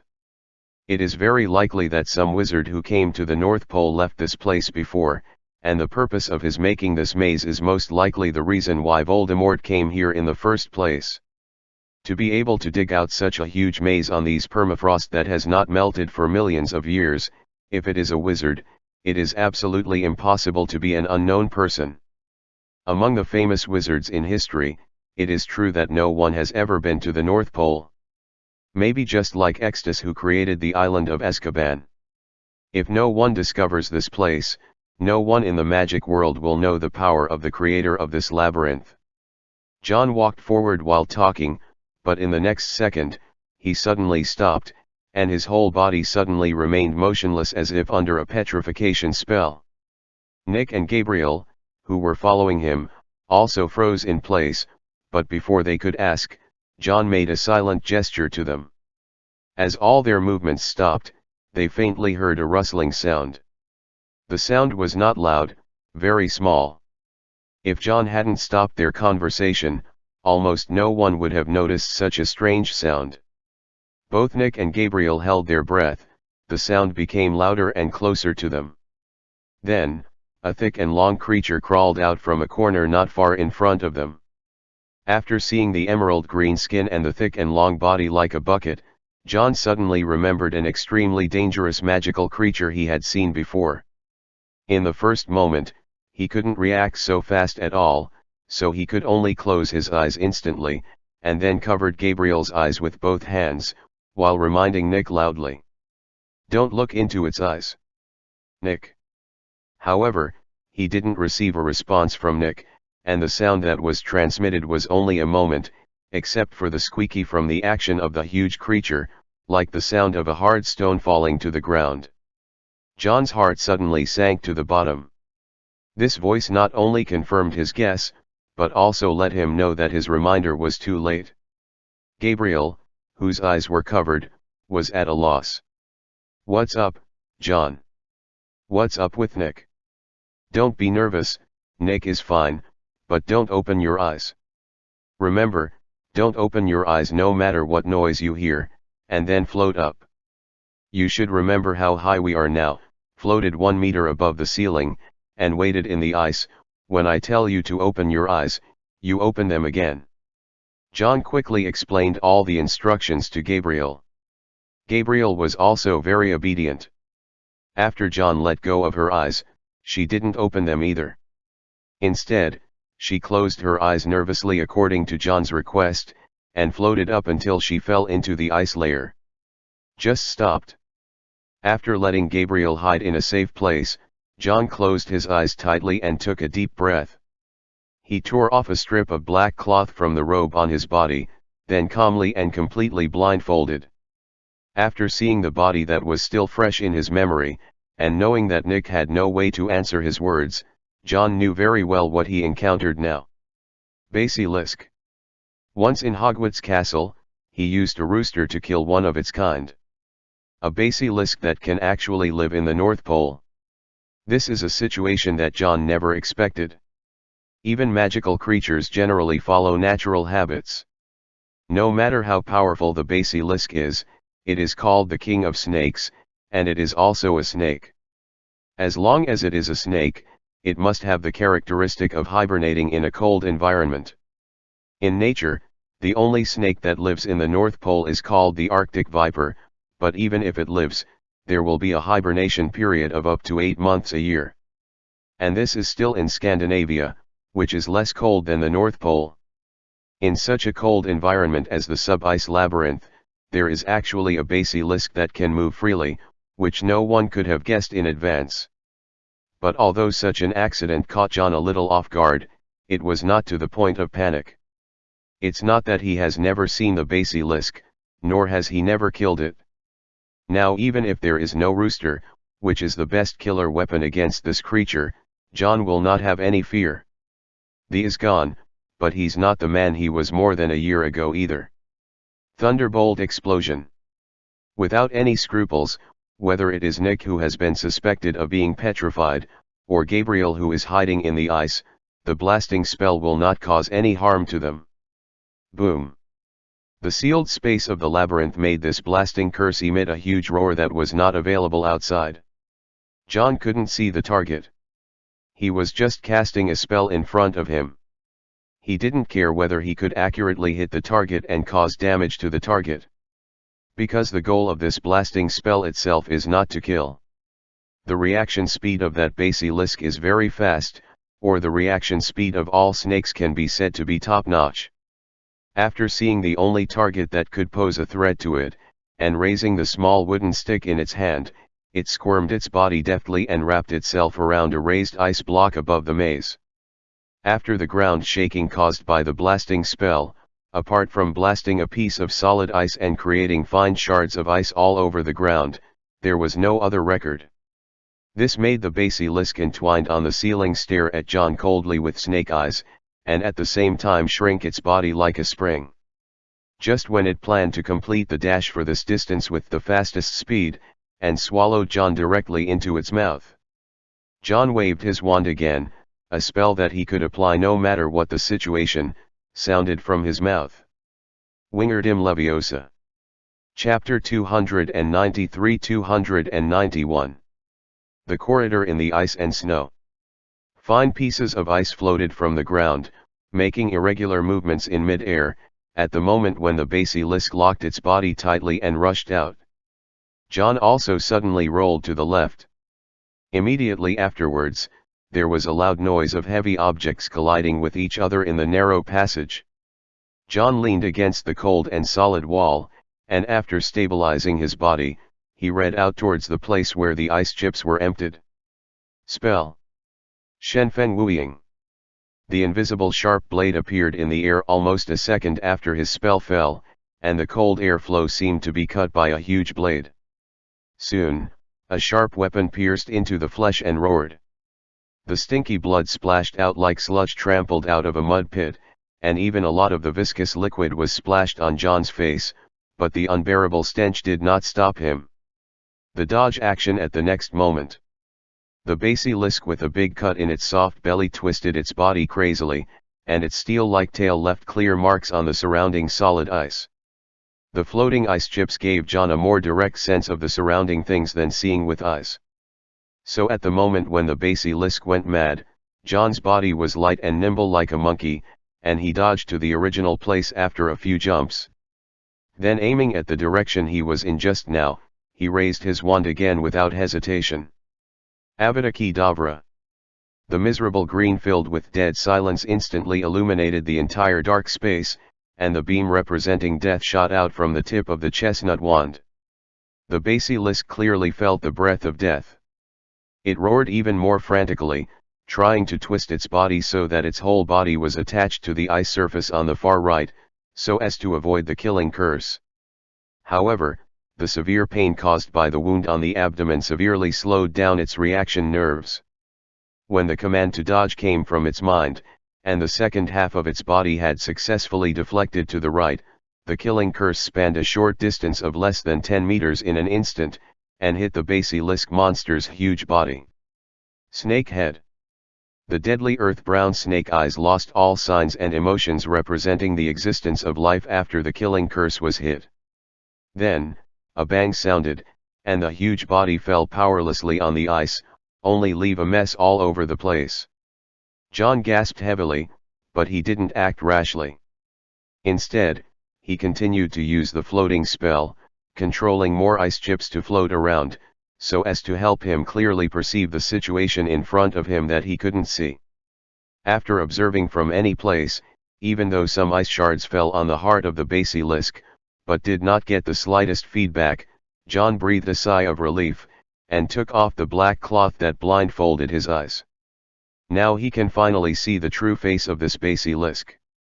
Its body is the same as the one in Hogwarts, and it is also extremely huge, as long as 30 or 40 feet.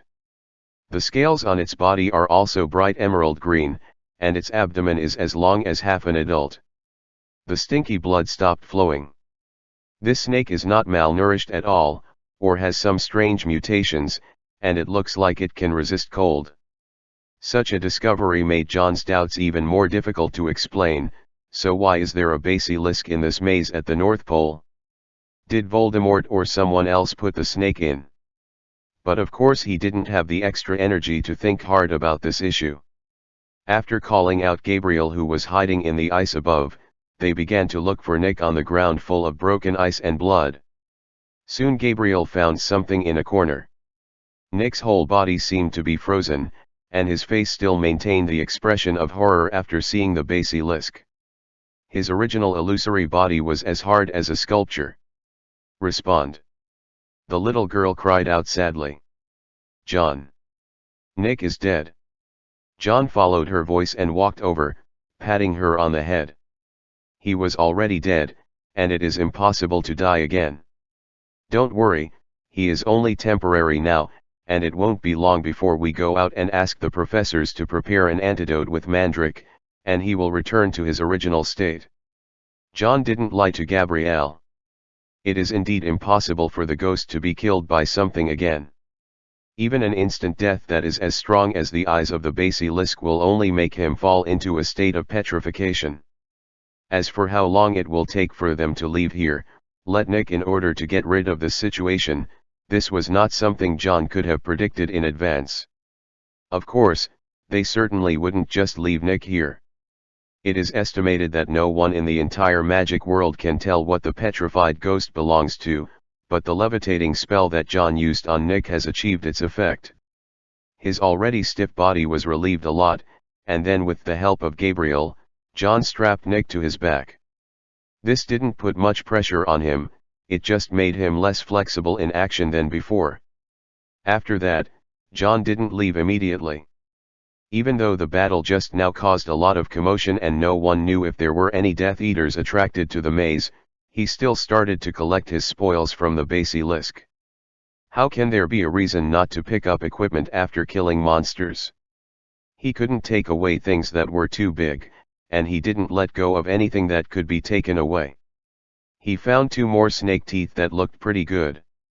Following the opening made by Shenfen Wuying, John took out a fist-sized tooth from the snake's belly, which looked like snake gallbladder thing.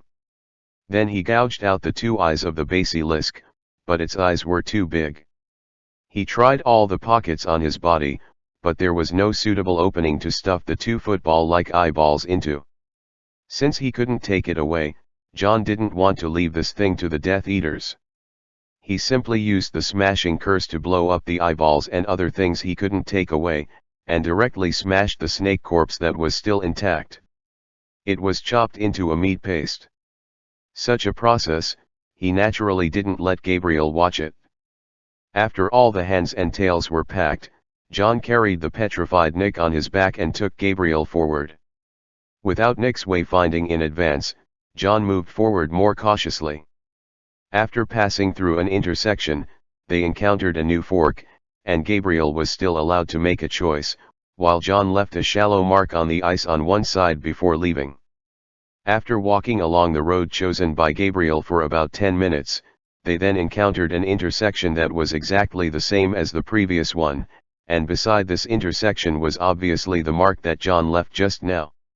This discovery made John frown slightly. But he didn't say much, he just took Gabrielle to another road, and they continued towards the road in the middle of the three-way road, but they still walked for more than 10 minutes, and they returned to that intersection again. Forward. Gabriel's face was full of surprise.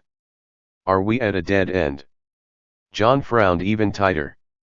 Instead of answering Gabriel's words, he led her down the last road that hadn't been taken yet. But the result remained the same, it was still more than 10 minutes away, and in the end they returned to this fork in the road. Now there is no way for them to try again. Gabriel's face was full of surprise.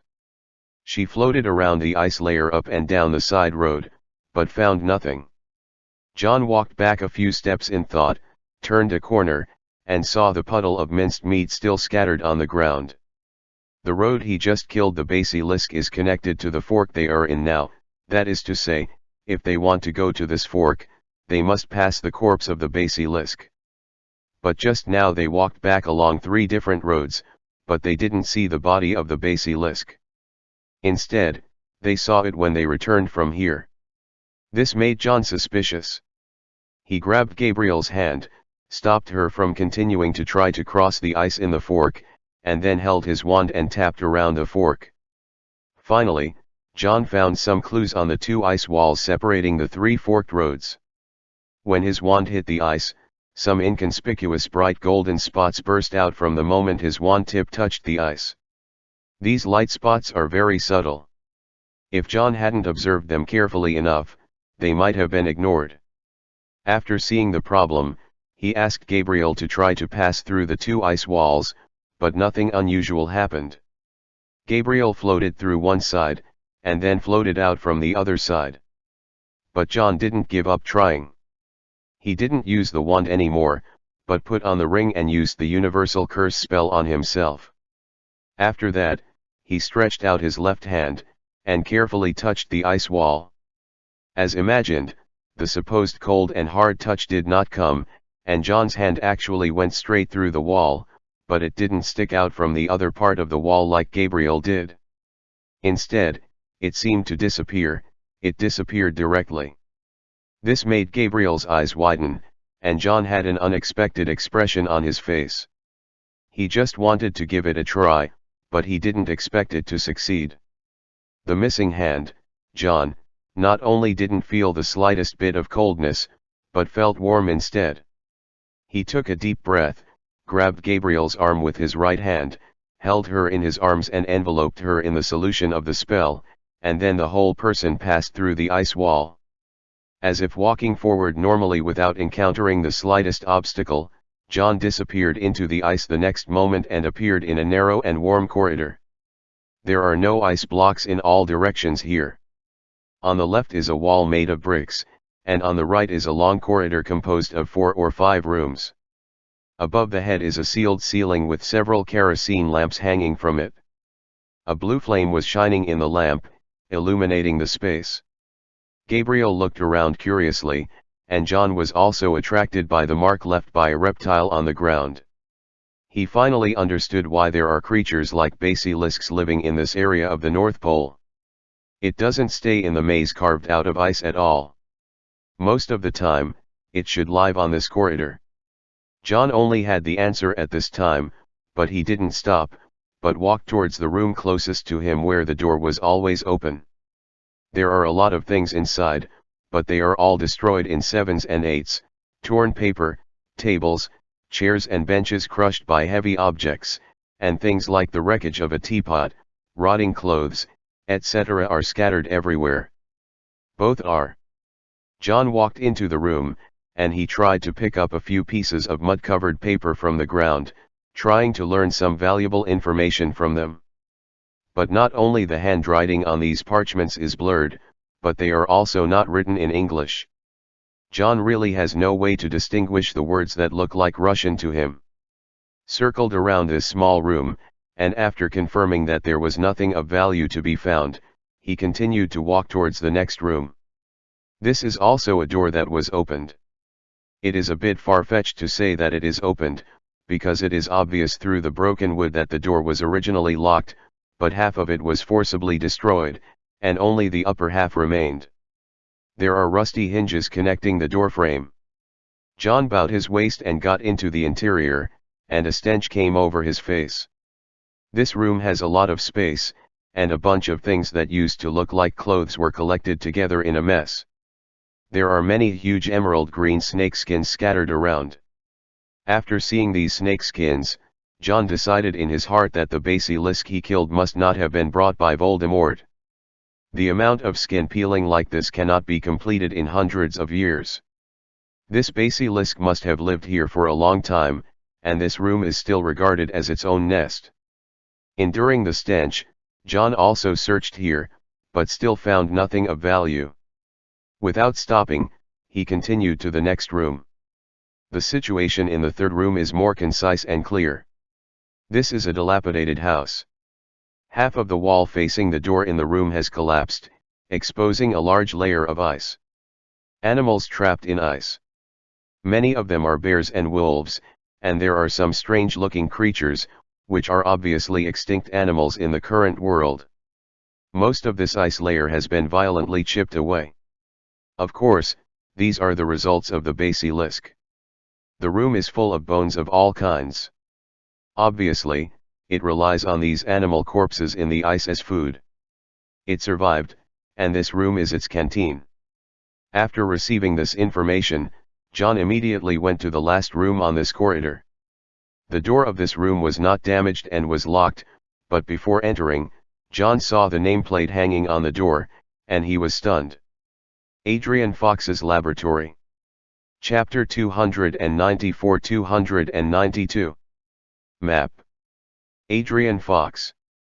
The name only appeared in his memory 2 or 3 times, but it was these 2 or 3 times that John deeply remembered it.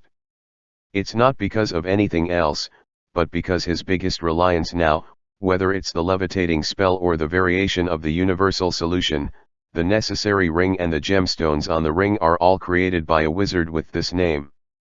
This person used to be a good friend of Slughorn, but after creating the ring and a few gems, he passed away, and he didn't even have the chance to see whether the work he completed had any real effect.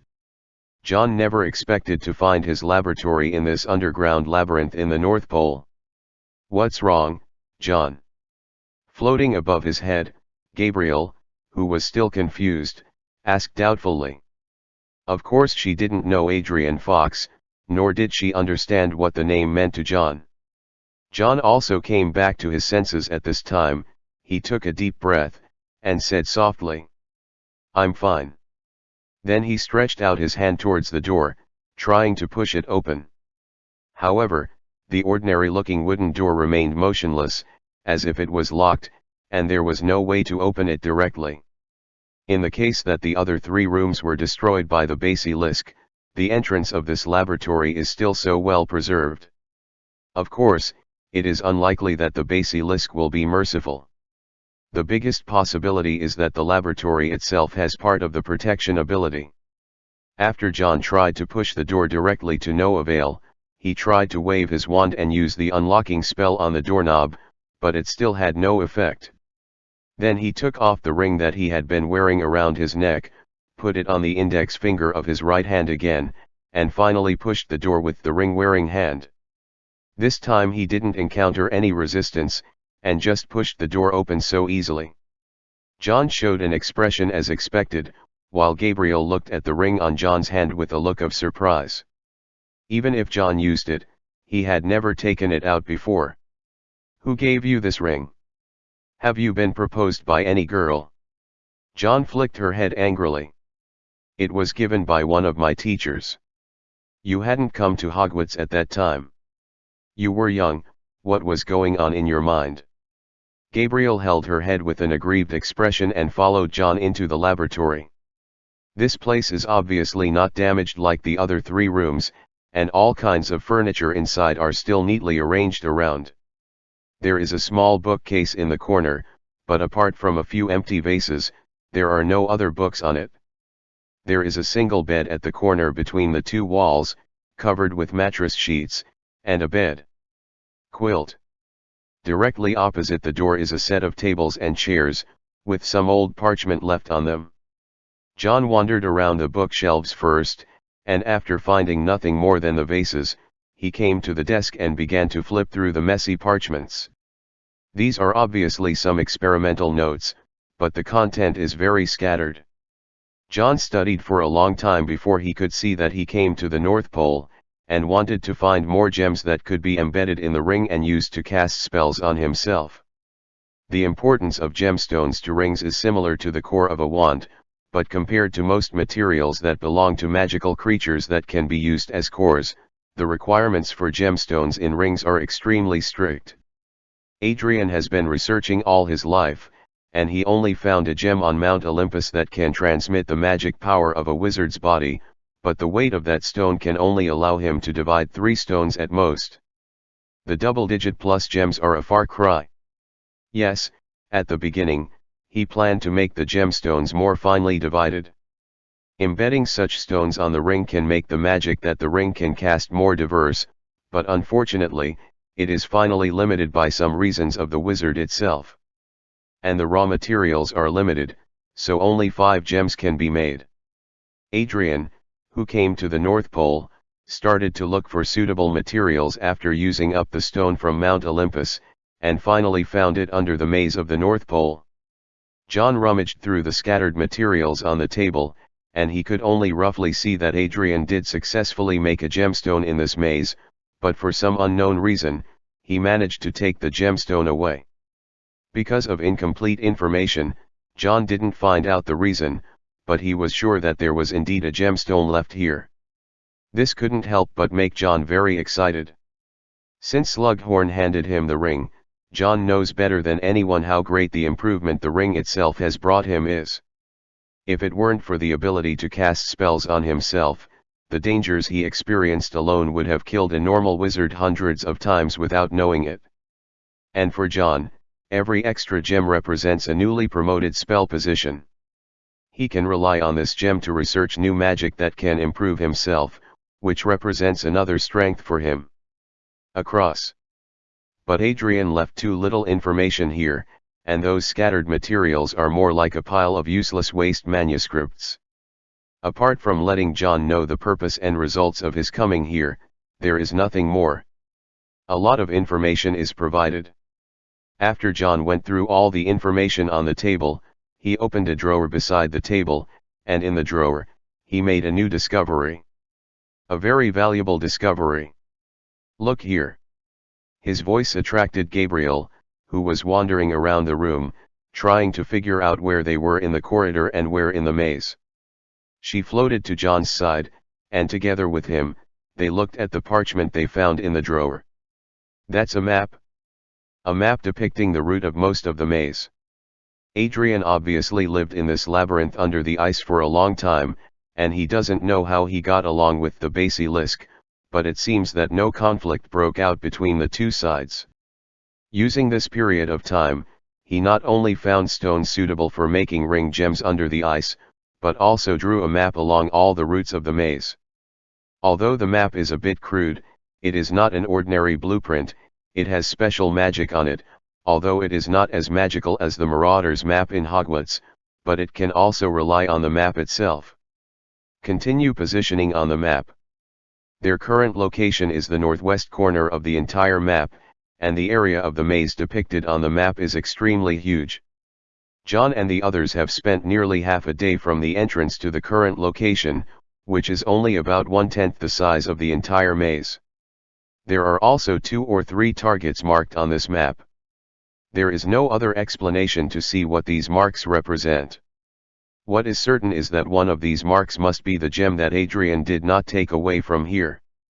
With this, it not only provides John with a walking route in the maze, but also gives him an exact goal. Even though he has already entered the maze, John actually hasn't figured out why Grindelwald asked him to come here specially, but now that he has the news of one of the ring gems, he at least has an accurate direction. It can be said that this map is his biggest gain after entering the maze. Afterwards, John carefully checked everything in the room again, and after confirming that there were no other more valuable discoveries, he had no intention of leaving here immediately. At present, this corridor is safe for the time being, and John didn't rest during the day. He rushed for a day, and then fought with a group of Death Eaters in the evening, and ran away after entering the maze. I have been exercising nervously for several hours, and I even killed a basilisk just now. This has already made John feel exhausted. It just so happens that there are beds and quilts in this laboratory. He used a cleaning spell and lay down on the bed with peace of mind, and then hired child labor, so that those who did not need to rest helped guard the corridor outside the door, and fell asleep peacefully like this. John was indeed very tired. When he woke up, he looked at the time on his pocket watch, and it was almost 10 hours later. Gabriel was so free during this period that she panicked. When John came out of the laboratory to find her, she was squatting in the room that originally belonged to the basilisk cafeteria to observe the bears and wolves in the ice. "Do you want to taste what Ziobi number 2 tastes like?"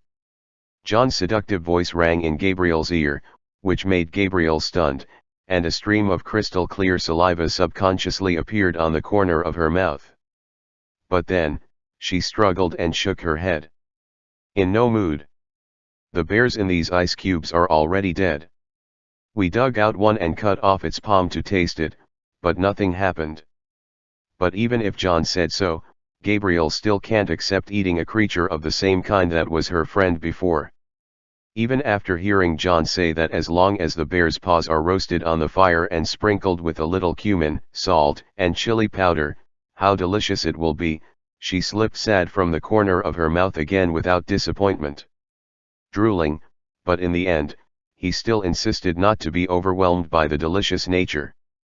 John could only regretfully take out the dry food that Eric had prepared for them from his pocket, and gave some of it to Gabriel. Gabriel in a ghost state certainly doesn't feel any hunger, but she is not a real ghost after all, and she has been using her sense of taste to taste something, which is always good for her future state. After eating and drinking enough, they were ready to go again. John carried Nick, who was still terrified, on his back, and left with a map in his hand in the opposite direction of the corridor they entered. After reaching the end of the corridor, John did the same thing as if he had entered here, used a universal dispel on himself, and then left here with Gabriel. Returned to the icy maze. This time, they didn't have to run around like headless chickens when they encountered a fork in the road. Instead, they followed the directions on the map and headed towards the nearest marked point. Why does Nick always have this expression, "Can I change it for him?" Gabriel, floating behind John, tries to have some fun with Nick. If you can move his face, of course you can change it casually. He's hard as a rock, I'm sure I can't squeeze it. Give me a quill, please, John. Hearing Gabriel's request, John shook his head decisively. If you want, you can take it yourself. If I give it to you, and you scribble on Nick's face, then he will definitely reprimand me loudly after he recovers. He will definitely not know now. As long as I don't say it, and you don't say it, no one will know. Gabriel floated around John. She had been wanting to draw on Nick's face for a long time. But as Nick's loyal friend, John still sternly rejected her. In fact, he knew that although Nick had been petrified, his perception of the outside world was still there, and protectively put Nick on his back. In front of him, to prevent Gabriel from making trouble secretly. Just as Gabriel kept begging John, and they had just passed a fork in the road, John suddenly had a very bad premonition in his heart. This premonition came out of nowhere, like a sudden panic, but there was nothing around. He didn't take this flustering seriously. This kind of intuition-like perception has verified its accuracy many times. Grindelwald also emphasized to him that this intuition is actually a manifestation of his talent for prophecy. Alien immediately stopped the playfulness with Gabriel, stopped Gabriel with a serious face, and stopped his own steps. Gabriel could feel the seriousness of the matter from John's expression. She immediately shut up, grabbed the corner of John's clothes obediently, and followed him closely. After a rough glance around, John didn't find anything unusual, but he still didn't move forward. Instead, he kept looking ahead, holding the wand in his hand, and started to step back cautiously. Just as he took the second step backwards, a sudden change occurred. On the ice walls on the left and right, and the position directly in front of him, there was a burst of air distortion, and three figures suddenly appeared. At the same time they appeared, the sound of spells sounded together. Avada Kedavra. The pathetic green light instantly illuminated the entire passage of the maze, and the three killing curses that almost blocked all of John's escape routes tore through the cold air like violent snakes. John, who was always blessed by the floating spell, the moment his brain reacted, his body began to stretch the distance and position to the limit at a speed that normal people could not do at all. Even so, he narrowly avoided the two killing curses, and the killing curse shot from the left still hit his body accurately. Nick, who was petrified before. Chapter 295-293. The book hidden in the ice. The curse that represented dead silence exploded on Nick's terrified face, but Nick was still Nick, and he didn't even change the expression on his face. John was even ready to die when he realized that he could not avoid the killing curse, but the spell unexpectedly fell on the petrified Nick. Sure enough, good people get rewarded. He rejoiced in his heart that he rejected Gabriel's intention to scribble on Nick's face just now, and changed him to the position in front of him in order to protect him, while turning around and fighting back without saying a word. Thunderbolt explosion. He didn't respond with the same killing curse, not because John was soft-hearted, but because he clearly understood that in the case of three opponents, even if his killing curse could accurately kill one of them, it would be defeated by the other two. Find a gap and do the same backfire. So the large-scale casting of the blasting curse is undoubtedly the best choice. Boom. The Death Eaters who had seen one of the killing curses hit John were almost unprepared for him, not only not dead but also able to fight back. The magic power has affected the reality, and the strong explosion effect caused by it instantly exploded the iron armor curse on the three of them. Following Grindelwald to learn and deepen the black magic for 2 months, the power of black magic that John uses now can be said to be different from what it used to be. Before that, after his blasting spell shattered the iron armor curse of the Death Eaters at most, it no longer had any offensive power, but now, it directly blasted the three Death Eaters out without losing power. John wasn't confused by the temporary results he had created right now. After blowing up the three Death Eaters, he just casually made up another shot of Shenfen Wuing, and then took Gabrielle, and at the same time used the old Nick, switched back to the shield behind him and began to flee the area quickly. Just now, the three Death Eaters obviously used the disillusionment curse to crouch here. John is not clear for the time being by what means they learned of his forward route, and it is not clear that other than these three Death Eaters besides, do they have any more helpers rushing over. The inside of the maze is no different than the outside. The space here is small. As long as more than 5 people surround John, he will basically be unable to escape all the spells shot at him. One shot hit him is the best proof. The limited space made it impossible for John to make better use of his speed and flying advantages, so he could only retreat as soon as possible, and wait until he got rid of these 3 people to see the specific situation. John evacuated in a timely manner. The small space limited his ability and maximized the benefits of his blasting spell. The 3 Death Eaters were all disgraced by the bombing, and the one who was facing John was even killed. 2 fingers were blown off. After they dodged in embarrassment, the sharp edge that John later used to cover disappeared, and John was no longer in front of them. The Death Eater whose fingers were blown off was obviously the captain of the 3-person team. He had a distorted expression caused by pain on his face, and picked up the 2 blown-off fingers from the ground trembling. "How long has it been since the letter was sent to Lord Lestrange?" His face was full of ferocity, the wand was pinned to his waist, and the two subordinates hurriedly took out the potion and poured it on his severed finger that was still bleeding and trembling violently, and replied, "It's only been less than half an hour, Captain. The letter we sent when the arrangement we left on that road was triggered. According to the scope of this maze, if Lord Lestrange is far away from us, then it will take at least 3 days to receive the letter and rush over." 3 days. 3 days is enough for them to collect the corpses for us.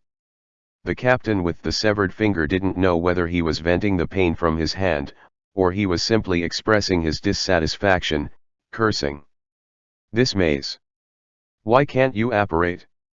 Even if everyone is equipped with a magic broom, it is impossible to provide immediate support in such a short time. Where is the paper plane you used to seek nearby support? Have you released it? Tell others those idiots we found him in this position. Let those idiots start to surround this place immediately." When asked by him, another Death Eater said in a panic, "As soon as you told me, I released the paper airplane, Captain, but the team closest to us seems a little far away." Before he finished speaking, a sound of footsteps came from behind them from far and near. The 3 Death Eaters immediately maintained the highest vigilance. Even the man with the severed finger, the captain, also endured the severe pain and gripped the wand tightly with his left hand. Soon, an erratic paper airplane appeared in their field of vision. After looking at the paper airplane, all 3 Death Eaters breathed a sigh of relief, and then everyone looked with ugly faces and followed the paper airplane to find the other 3 Death Eaters they just felt. "Where are people? Already ran away. Why didn't you keep him? When will you take your men, intercept him, and leave him behind, then ask me this question again?" The communication between the two teams could not be considered harmonious, but they had not forgotten their responsibilities in this maze. Except for the captain with the severed finger, the other 5 chased in the direction where John fled. John has great limitations on his abilities in the maze, and the same is true for Death Eaters. All areas of this maze are covered by anti-apparition magic, and their total number does not exceed 100.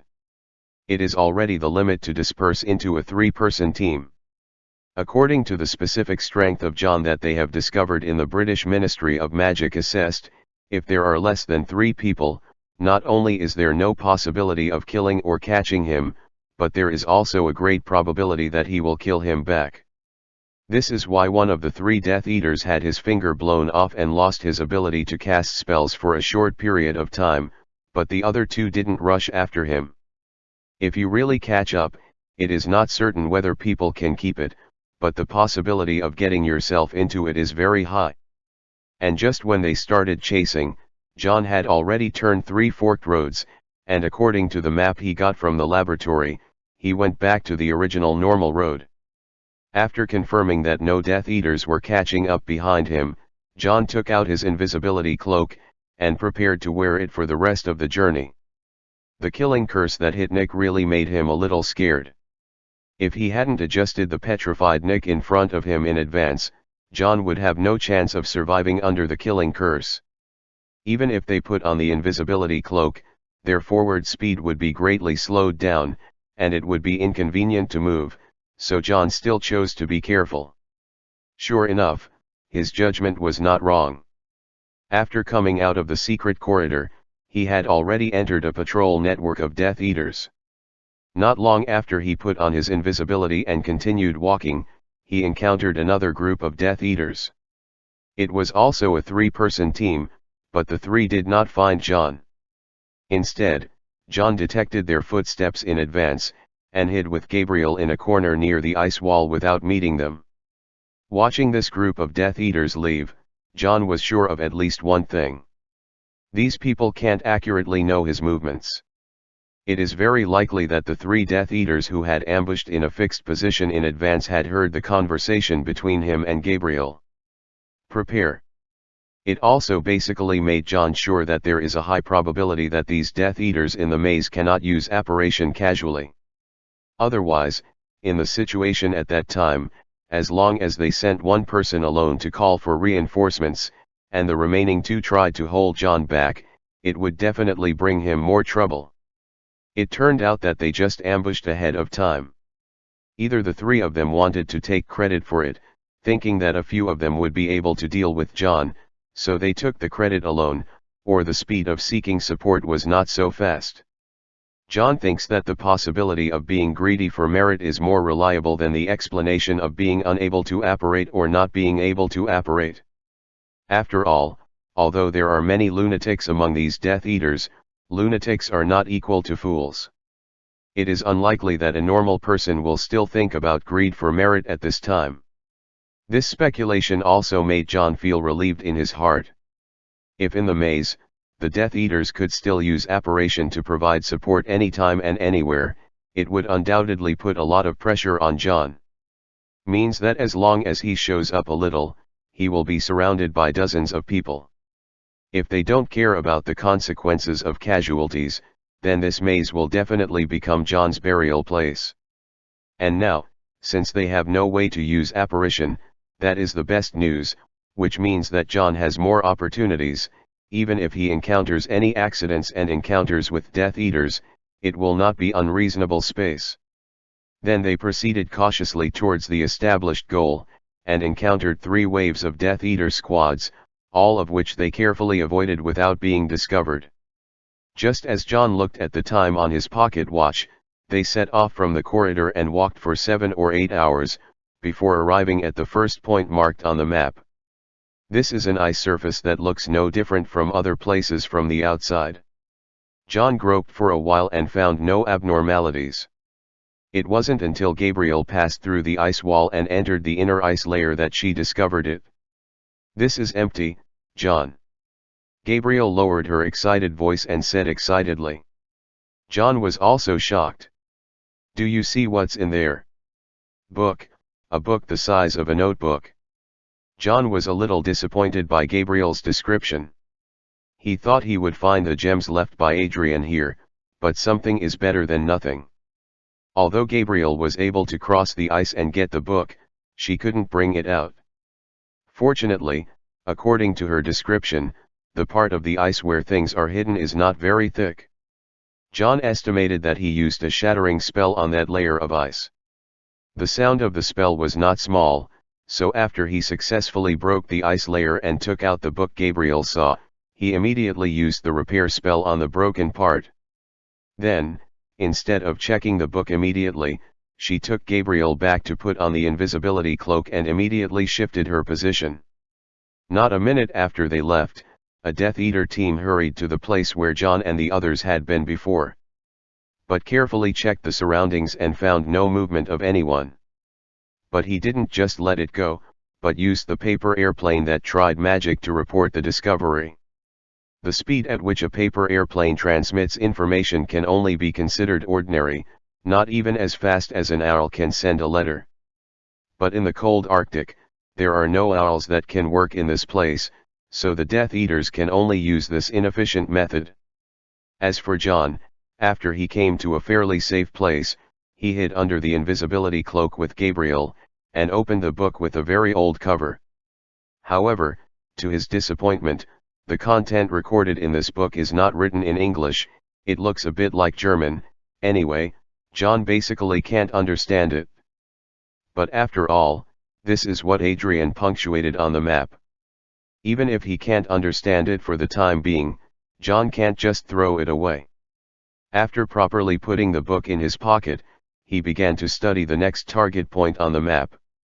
Adrian marked a total of only 3 points on the map, 2 of which were dotted with red ink, and the other was black. The black mark is where John and the others found the map. Among the red dots, one has already discovered the book, and now there is only the last dot left. This point can basically be determined, which is the location of the gem made by Adrian in the North Pole. John didn't realize that he had worked so hard to come to such a place just to find the raw materials for making gems. As a result, the things were found and made, but there was no way to take them away, and he would not leave a mark.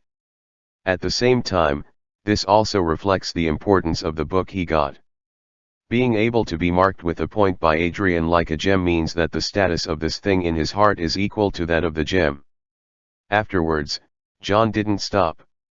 The last point was far away from where they were now, basically about twice the distance from where he came here after entering the maze. They are still operating in invisibility cloaks, and only Gabriel is left, and John is not at ease to let her explore the way ahead alone, so their speed of progress has undoubtedly slowed down a lot. But apart from encountering Death Eaters and a battle broke out not long after coming out of the secret gallery, they were safe and sound during the rest of the journey. Even if they encountered a Death Eater team, they all avoided it smoothly. It was not until 2.5 days later that they finally came within a mile of the marked point on the map. Chapter 296-294 Bronze Door. The way Rodolphe and Bella get along with each other is very strange. Even in the eyes of most of the other Death Eaters, they can feel that they are more like a couple in name, and they basically don't have much relationship between husband and wife. The fact is true. Even in private, Bella never gave her husband any kindness, even though this was the first time she met Rodolphe after she learned of the death of her brother-in-law Labastan. The Lestrange family can no longer disappoint their master. You should know this better than anyone else. Deep in the ice and snow labyrinth, in front of a huge copper door, Bella said coldly. Rodolphe still looks taciturn. Since his own brother died, he has obviously become much more decadent than before. Why is the master sure that this place is no longer important? He asked in a hoarse voice, and at the same time looked up at the old and unremarkable copper door, which seemed to be completely welded to the entire ice layer, and remained motionless beside him. Bella had no expression on her face. This is not unimportant to the master, but very important. But he knows that no one in this world can open this door except him, even if Dumbledore comes in person. So, this is actually a decoy. Rodolphus looked at her sideways. The owner didn't expect this bait to work at first, because they are not stupid. They can't even find such an obvious bait, and they will send people to die. Bella looked at Rodolphus coldly. So I keep saying, this is your chance, a chance to make up for your previous failure. We can't deduce why they are willing to let that evil student in since they know it's a bait, but as long as they enter this maze, his only goal is the things behind this door, otherwise it would be meaningless for him to come here. Stay here and kill him. This is the only chance for you and the Lestrange family to regain the trust and favor of the master. Bella paused here for a moment before continuing. You don't want to, Robistan just dies like this, meaningless and worthless. There was no change in expression on Rodolphus's face, but the hand holding the wand had already clenched tightly at some point. Of course he didn't want all this to become worthless. Not only the death of Robistan, but also the exploits they made in the French Ministry of Magic before. Only by recovering their mistakes from here, can they enjoy the rewards and value brought by those achievements again. Otherwise, without Voldemort's trust, everything in the Lestrange family will become a complete joke. A joke created by a teenager. Have you asked the owner about that gem? After a moment of silence, Rodolphus raised his head again, and looked at the inconspicuous blue diamond-shaped gemstone embedded in the ice not far from the bronze door. Since they discovered this stone, they have thought of many ways to try to get it out, but they all ended in failure. Unless they can destroy the entire ice layer connected to the copper door, there is no way to get this strange gem out of it, but the ice layer itself is as indestructible as the door. Only I know about this matter. Let me remind you once again that the current situation of the master has no way to control these matters. Bella said with a cold face. Otherwise, do you think that since he attaches so much importance to that boy, why doesn't he come here himself? His condition is not as good as others can see, and he doesn't have the energy to take care of other things at all. He is preparing for another more important matter. That's why I entrusted you and me with such full power. If he needs to do everything himself, then why do we have to do it? Do we his blood like moths? As she spoke, she stared closely at Rodolphe's eyes. "Remember to write all the words I said to you in your heart. We have been in France for so long, you should know what words can be said, and what words can't come out of your mouth in this life." Rodolphe didn't make any promises, he just nodded wordlessly. He shouldn't have any dissatisfaction. Bella rarely used the tone of a family to say something that should be enough for her to know alone, and he really shouldn't have any dissatisfaction. It was inexplicable, he just felt a burst of ridicule, and that burst of ridicule had no reason, just like it was normal for her to say these things to himself without any reason. John didn't go any further. After being less than a mile away from the target, there were significantly more Death Eaters patrolling nearby. Wearing an invisibility cloak, he stopped in a corner, grabbed Gabriel's arm, and stared at a group of Death Eaters walking not far in front of them, and slowly relaxed the breath he was holding. In the invisibility cloak, John reopened the map. He looked at the last straight road from the marked point and said softly, "Obviously, this location is not only where the gemstone is located, but also the area that the Death Eaters focus on guarding. It is very likely that this is the final destination that the Dark Lord came to when he came to this maze." Gabriel looked up at John with her small face up. "So what do we do now?" This question also made John think. The passages in the maze are too narrow. It is not impossible to continue walking while wearing an invisibility cloak, but the probability of problems will become higher. In this short few hundred meters, John has seen no less than 3 waves of Death Eater squads passing by him, which means that if he is discovered, these people can gather him as quickly as possible surrounded. When such a situation arises, John can't go on at all, he can only use Fox's feather to summon it, and take himself away from here. But he couldn't think of any other safer way. The current situation cannot be solved by any strategy. Apart from relying on pure strength to force through, otherwise there will be no other better way. John thought about it, and finally decided to give it a try. He wrapped the invisibility cloak tightly around his body, so that Gabriel always hugged his arm and followed him, and that hand was holding the feather of Fox. Wearing an invisibility cloak, he can dive as deep as he can. Once an accident occurs, he will directly pinch the feathers in his hands to death without stopping at all. John knew very well that if he took a risk, he would not only be risking his own life, but also the life of Gabriel who was with him. At the same time, he blocked the still hard Nick in front of him again. The petrified Nick is an excellent shield.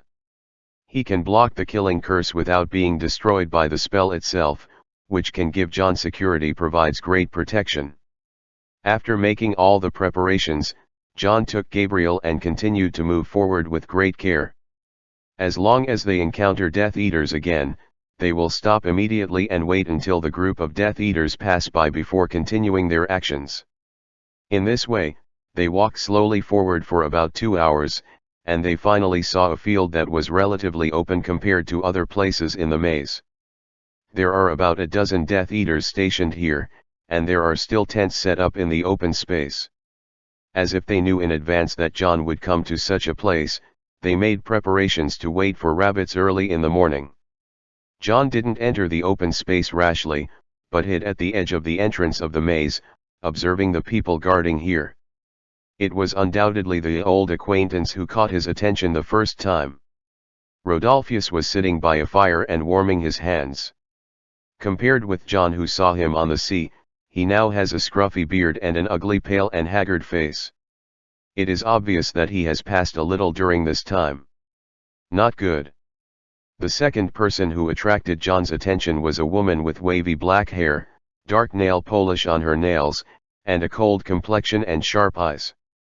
This is the first time John has seen this woman, but her temperament, coupled with her identity as a female Death Eater, made John have to think of a woman who is very famous in the original book. Bellatrix Lestrange.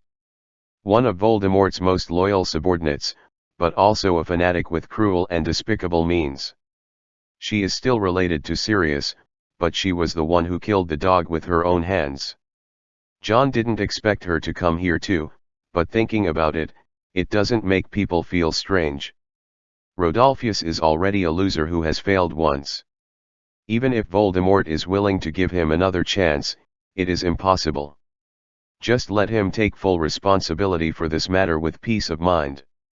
Although Bella is the wife of Rodolphus, compared with the master-servant relationship between Voldemort, the so-called husband-wife relationship can be called bullshit.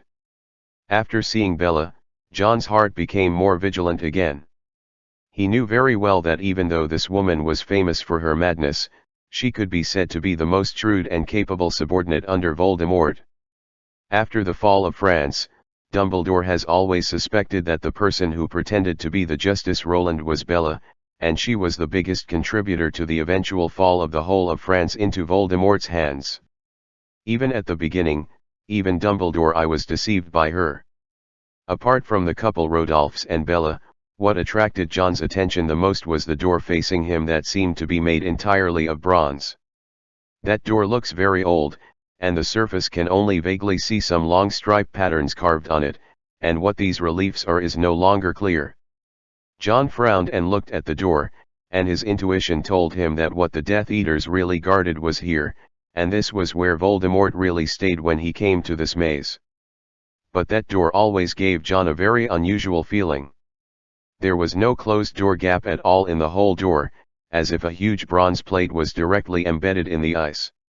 Then his eyes drifted, and when he saw the ice wall on the left of the bronze door, John's pupils shrank slightly. It was a blue diamond-shaped stone, so small that even if it was embedded in a ring, it would be enough to hold 5 of them. The gems seemed to be completely integrated with the ice layer, and there is no difference between them. John suppressed his inner excitement, turned his head and winked with Gabrielle. Gabrielle nodded like a chick pecking at rice. Under such circumstances, she didn't even dare to take a breath, and followed John's command all the time. Wearing an invisibility cloak, John took Gabrielle and began to leave the passage of the maze very carefully. He had already put a layer of thick cotton cloth on the soles of his shoes, so that he would not have the slightest trace when he stepped on the ice. Sound came out. In this way, he held his breath, leaned against the corner, and passed a Death Eater who was delivering a teapot to Rodolphus almost face to face, and barely passed through 2 tents that were close together, and finally close to the ice surface inlaid with gems. John didn't rush to try to buckle the gemstone immediately. He knew very well that things would not be so simple. If this stone could be taken away so easily by him, Adrian would not have left it here at that time.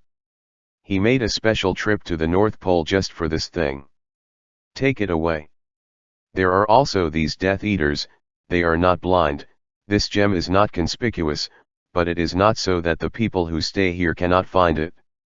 Such a strange stone, John does not believe that the Death Eaters have never tried to take it out of the ice, but it is still here, which proves that neither Adrian nor the Death Eaters have succeeded.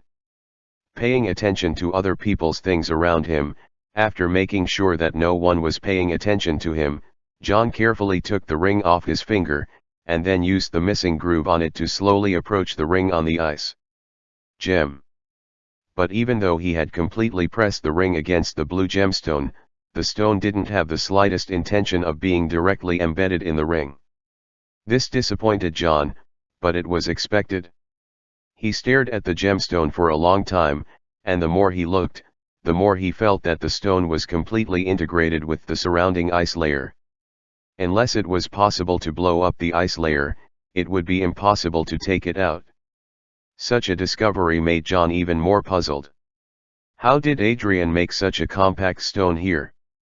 Doubt did not stay in his mind for long, and soon John temporarily gave up the idea of forcibly taking the gem away. Since he can't get it now, it doesn't mean he won't be able to get it in the future. Anyway, he already knows this place, and the Death Eaters can't send people here forever. There will be time for him to come back and try again. And now his main target should be the guarded door. John stared at the bronze door and narrowed his eyes. Chapter 297-295. He will definitely come today. A bronze door, of course, is very conspicuous in such a labyrinth covered with ice everywhere. At such a distance, John could see clearly that there was a tiny gap in the middle of the iron gate that seemed to be integrated into a hole. This proves that this is a door that can be opened, not a whole piece of copper plate embedded in the ice. But even if it was a door, he found no sign of a handle or lock. When Voldemort came to this place, he must have done something or taken something behind the door. If John wanted to find out, he must also enter this door. But just how to open and enter this door is a problem. John leaned against the ice, squatting in a corner, observing the situation around the bronze door, trying to find out if there was a chance to sneak in under the cloak of invisibility. But soon, he saw an eye hanging from an unobtrusive corner directly above that door. To be precise, it is an eyeball. John has seen such a magic false eye, once an elite Auror of the British Ministry of Magic, and now the mainstay of Dumbledore's Order of the Phoenix, Alastor Moody. One of the eyes that was originally blind was replaced by fake eye. And Moody's fake eye has a very powerful ability to see through disillusionment spells and invisibility cloaks. The eye that is now hanging on the bronze door may also have this ability. These Death Eaters have prepared for the possibility of John sneaking in using the invisibility cloak, and they have made perfect guarantees in the areas that need protection most. John's current location is just outside the observation range of that eye, so he has not been found, but as long as he is about 3 meters closer to the bronze door, the eye will definitely be able to find him. This made John's heart sink to the bottom. He frowned and looked at the magic prosthetic eye. In a short time, he had thought of many ways in his mind. The second gemstone on the ring has the ability to absorb the magic power of magic items, but the premise of this ability is that the gemstone itself cannot be too far away from the object to be absorbed. And he has no way to get close to that eye, and he still doesn't know how the Death Eaters manipulate this eye. If he absorbs the magic power and turns the false eye into a useless eye, Death Eater, how long it will take the gangsters to react is also an uncertain thing. So John can only veto the option of directly destroying the prosthetic eye itself. Since the eye cannot be destroyed, he can only start from himself. But this is even more a matter of fantasy. The invisibility cloak he wears can be said to be the most advanced magic item in the entire magic world, one of the 3 holy weapons of death, and there is nothing more powerful than it. Even so, the fake eyes can still see through the camouflage of this invisibility cloak, and it is impossible for John to be stronger than the god of death who gave the 3 hallows. There is no way to solve the fake eye, and it cannot be strengthened by itself, so the only thing left for him now is the simplest and most direct solution. John stared at the copper door without blinking. Break hard. Fight to be discovered, try to see if you can open that door. No matter what the result is, he must summon Fox later, and let him take Nick and Gabriel away. Let's not talk about whether the door can be opened or not. Even if he managed to open it, it is impossible to deal with them after being blocked by such a large number of Death Eaters in such a narrow place. Unless there should still be a huge space behind the door, the same as the maze they are in now. John didn't dare to have such fantasies. Originally, Grindelwald asked him to come to the North Pole, but he didn't say what he was asked to do, and gave him the power to choose. Now that he has been able to come to this place, he has already tried his best to find the location of a gem, and he can also find a book from Adrian's map, which is considered a good harvest. For the rest, even if he can see a little more useful information to bring back, it will be a profit. After thinking about this, John clenched the wand in his hand, and at the same time, the other hand also grabbed the fiery red feather that belonged to Fox. Just before John entered the open space where the Death Eaters were stationed in the maze. In the banquet hall of the French Ministry of Magic, usually only used on extremely important occasions, wizards from all over Europe gathered at this time. The blood-sworn bet between Voldemort and Dumbledore spread throughout the world in just 1 week. Not only because of the weight of the stakes, even the future of the entire French magic world, but also because the Triwizard Tournament has not been held for hundreds of years. In the past, this competition, jointly organized by 3 European magic schools, was suspended because the content was too dangerous, causing the death of students almost every time. Now it is restarted to decide the outcome of a war. Such an alternative and unique topic, it became the focus of discussion among wizards all over Europe. In peaceful times, the Triwizard Tournament should be stopped, but in today's turbulent times, a duel between little wizards to end a war is undoubtedly the best way to reduce casualties and promote peace. In this regard, when they learned that this idea was first proposed by Voldemort, it even made most wizards feel unbelievable. If this was the solution that Dumbledore proposed first, most people would take it for granted, because it is very similar to the style of Dumbledore's way of doing things. He always likes to use some childish means to solve matters with great influence, and because of this, not everyone likes him in peacetime, and many rigid and rigorous people privately call him crazy old man. Voldemort is completely the opposite of Dumbledore. Even if he is no longer as moody as he was 10 years ago, in the past 10 years, it is not possible to say that he will let a group of children who have not yet graduated decide to use the hard work he has received now. The point of the result. But the fact is that he proposed it on his own initiative, and Dumbledore readily agreed. Although the truth is unknown, this does not prevent the wizards who support Voldemort's side from singing meritorious deeds for him. The pureblood said that Mr. Great is a kind gentleman. He couldn't bear to see the bloodshed again, and wanted to have a fair and just game to give Dumbledore another chance.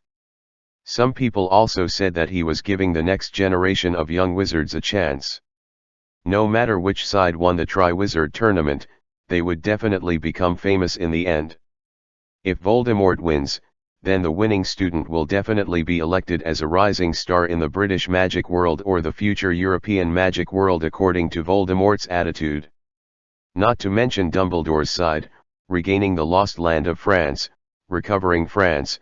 Not to mention Dumbledore and the people of the Order of the Phoenix, all the wizards of France will treat him as a hero. Even ignoring his age, it is not impossible to directly elect the new French Minister of Magic. There are various theories, but what is certain is that, with Voldemort and Dumbledore having made a blood oath, this match that will determine the final outcome of the French war is bound to begin.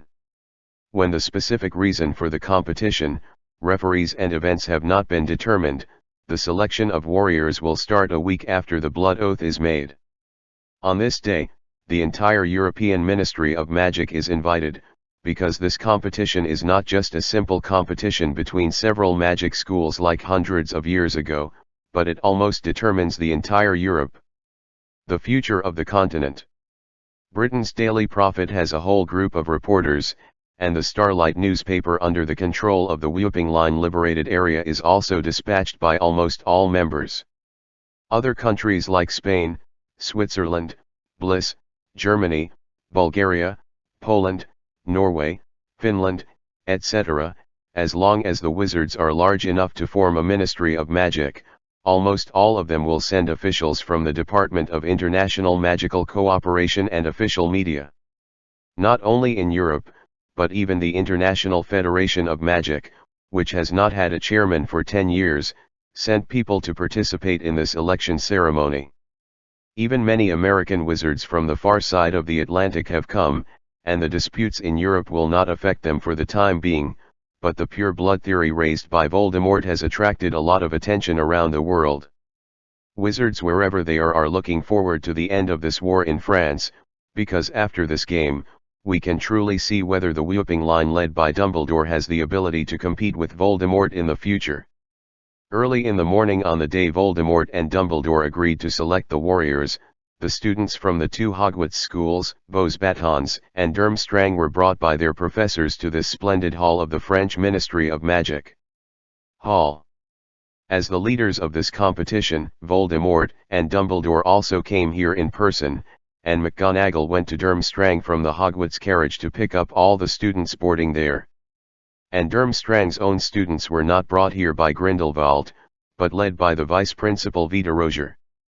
Vos Baton was the same, their unknown headmaster didn't come either, but a female professor led a group of students here. The students of Hogwarts Castle were brought by Vice Principal Snape himself. The always pale-faced, vacant-eyed wizard brought the pure-blood students from grades 1 to 7 to Voldemort's side, then bowed respectfully and stepped back. Hogwarts Castle, which is based on the theory of pure-blood superiority, will of course only bring pure-blood students to participate in this selection. The same is true for Beaux Batons. This French magic school was just completed a year ago. The distinction between blood colleges. In fact, apart from the Hogwarts carriage, Durmstrang students only brought students who were in the 3rd grade or above who voluntarily wanted to participate this time. Even though there is no age restriction on the selection of warriors for the Triwizard Tournament this time, Grindelwald also directly cut off the possibility of students under the 3rd grade participating for the safety of his students, and only selected students who meet the requirements and volunteer students come over. Compared with Voldemort, who really ruled the two magic schools, Grindelwald is willing to provide help to Dumbledore, but of course this kind of help will not be unreserved. Dumbledore knew this, and John, who had stayed in Durmstrang for a while and saw some things with Grindelwald, was also very clear. This man who once turned the whole world upside down for his own ideals and the future of the magic world, will not come out of that tower again, just to help Dumbledore. Grindelwald never puts personal feelings first.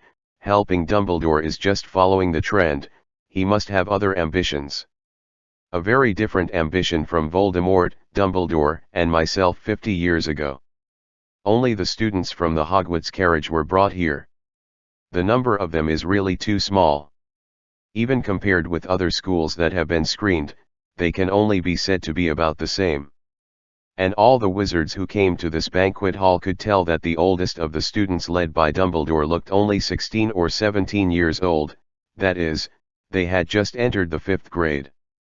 For young wizards, there is a huge difference between the upper and lower grades. After all, some things are only allowed to be learned after reaching a certain age, and the first to bear the brunt is magic like apparition. From the perspective of age, Dumbledore has already fallen into a big disadvantage before he even started.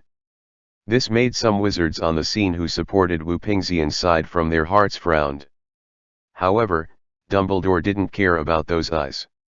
He just looked at the students brought by McGonagall with a gentle smile on his face, and asked them patiently how their lives in Durmstrang were going. The students excitedly told him about their life in Durmstrang, and some younger students asked Dumbledore enviously when they would have their own castle. Dumbledore still had a smile on his face, but his eyes became extremely serious. "We will surely retake our castle." His promise made all the young wizards around him nod firmly. At this time, Hermione looked at Neville, Neville looked at Ron, Ron looked at Hermione, and finally Hermione asked with a worried face, "Professor, where did John go?" "They were taken away from Durmstrang 3 days ago." At that time, McGonagall had explained to all of them what the Triwizard Tournament was and what it meant. But it's okay to never see John's people in Durmstrang. Even here John has never appeared, which has to attract Hermione's attention. Hearing Hermione's question, Dumbledore blinked and said softly, "Don't worry, he will definitely come today." Chapter 298-296. The door that was opened. Dumbledore's promise is undoubtedly extremely guaranteed. Since he said that John will definitely be able to do it today, there must be no mistakes. This also made many students who were worried about John's safety feel relieved at this time.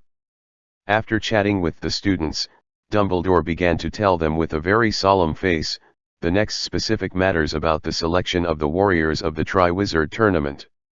Students in the 1st and 2nd grades cannot participate.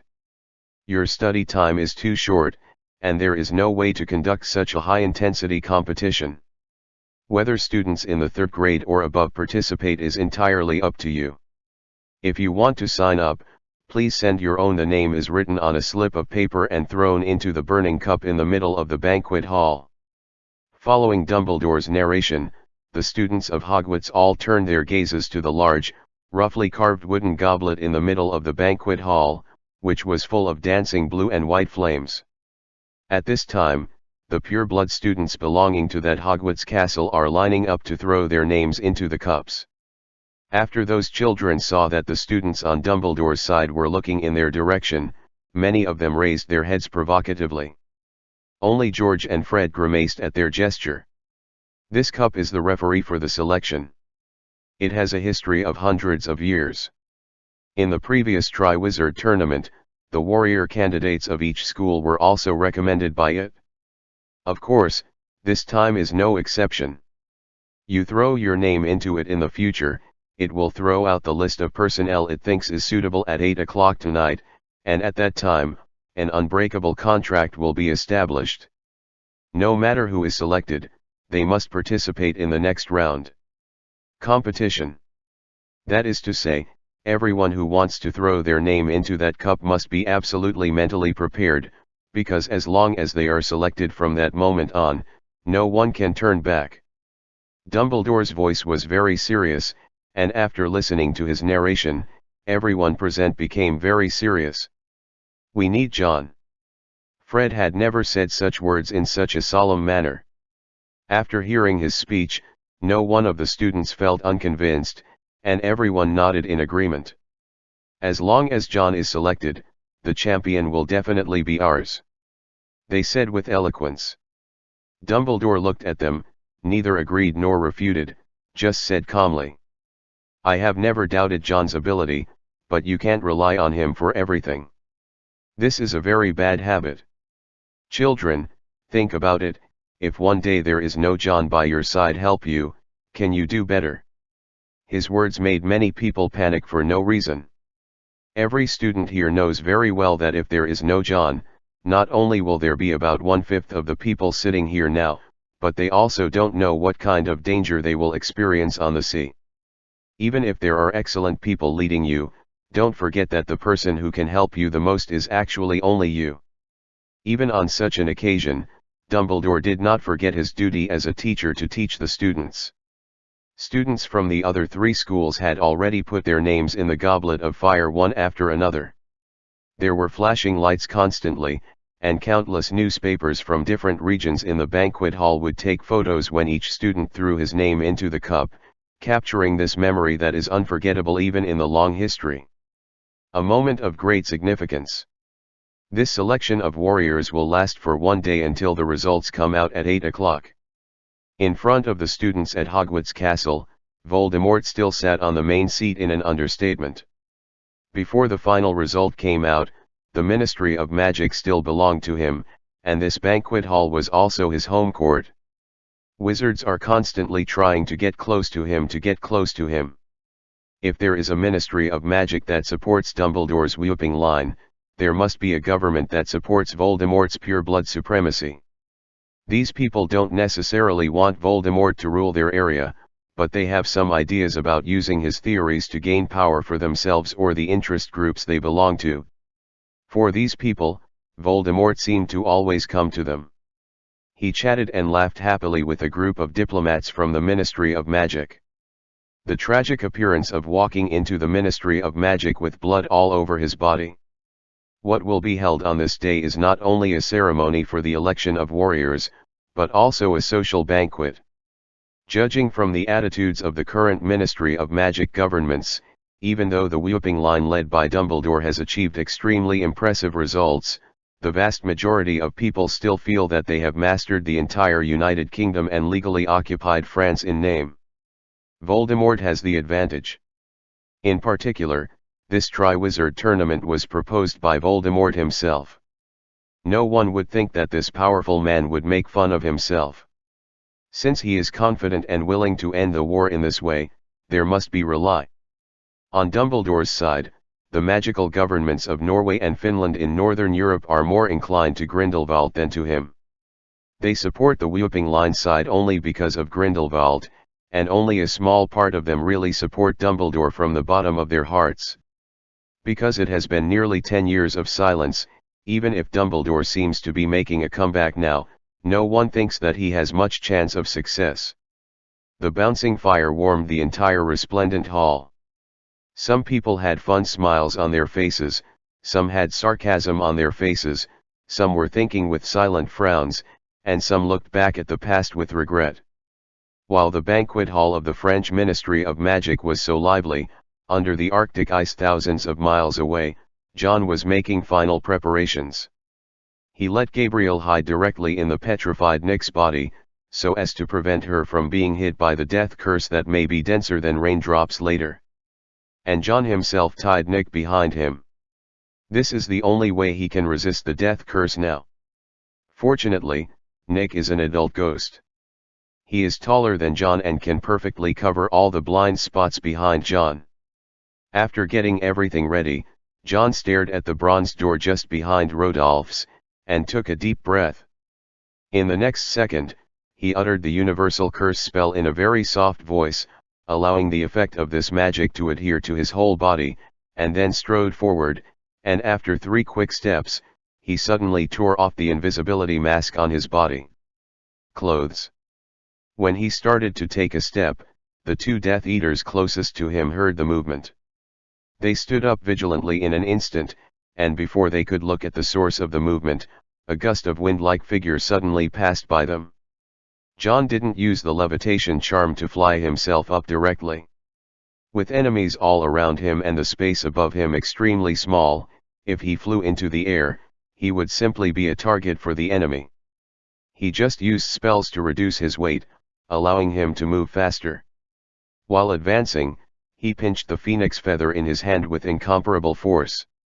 In an instant, John felt that the surrounding temperature was rising significantly, and after he passed the 2 Death Eaters who were closest to him, he was only less than 5 meters away from the bronze gate. Avada Kedavra. He heard the voice of the Death Eater who had already reacted behind him chanting the death curse, but he didn't have the slightest intention to dodge or resist. 3 miserable green rays of light that belonged exclusively to the death curse illuminated the entire space under the ice, and flew straight to John's back. Boom! There was a sound more like 2 hard objects colliding together. 3 Kedavra curses, 1 hit Nick's terrified face, and 2 landed on his round belly. Not only did the death curse not bring effective damage to John, but the force brought by the spell also formed a kind of thrust, increasing his forward speed. At this time, he had already crossed more than half of the distance between himself and the bronze door, and Rodolphe, who was guarding the door, finally reacted at this time. He stared at John's face, his eyes were full of ferocity and hatred, and he raised his wand without any hesitation in the movements of his hands. What spell he was going to use next, John could think of it without guessing. At such a short distance, coupled with the lack of any protection in front of him, as long as Rodolphe's killing curse is used, John is almost certain to die. But when Rodolphe's was halfway through the spell, John didn't have any intention of avoiding it at all, so he put his body directly in front of the tip of his wand. Avada! Snapped. A loud slap was slapped on Rodolphe's haggard and pale face with incomparable precision. The remaining half of the killing spell that has been recited can no longer be recited, and the green light that had already flashed on the tip of the staff disappeared completely.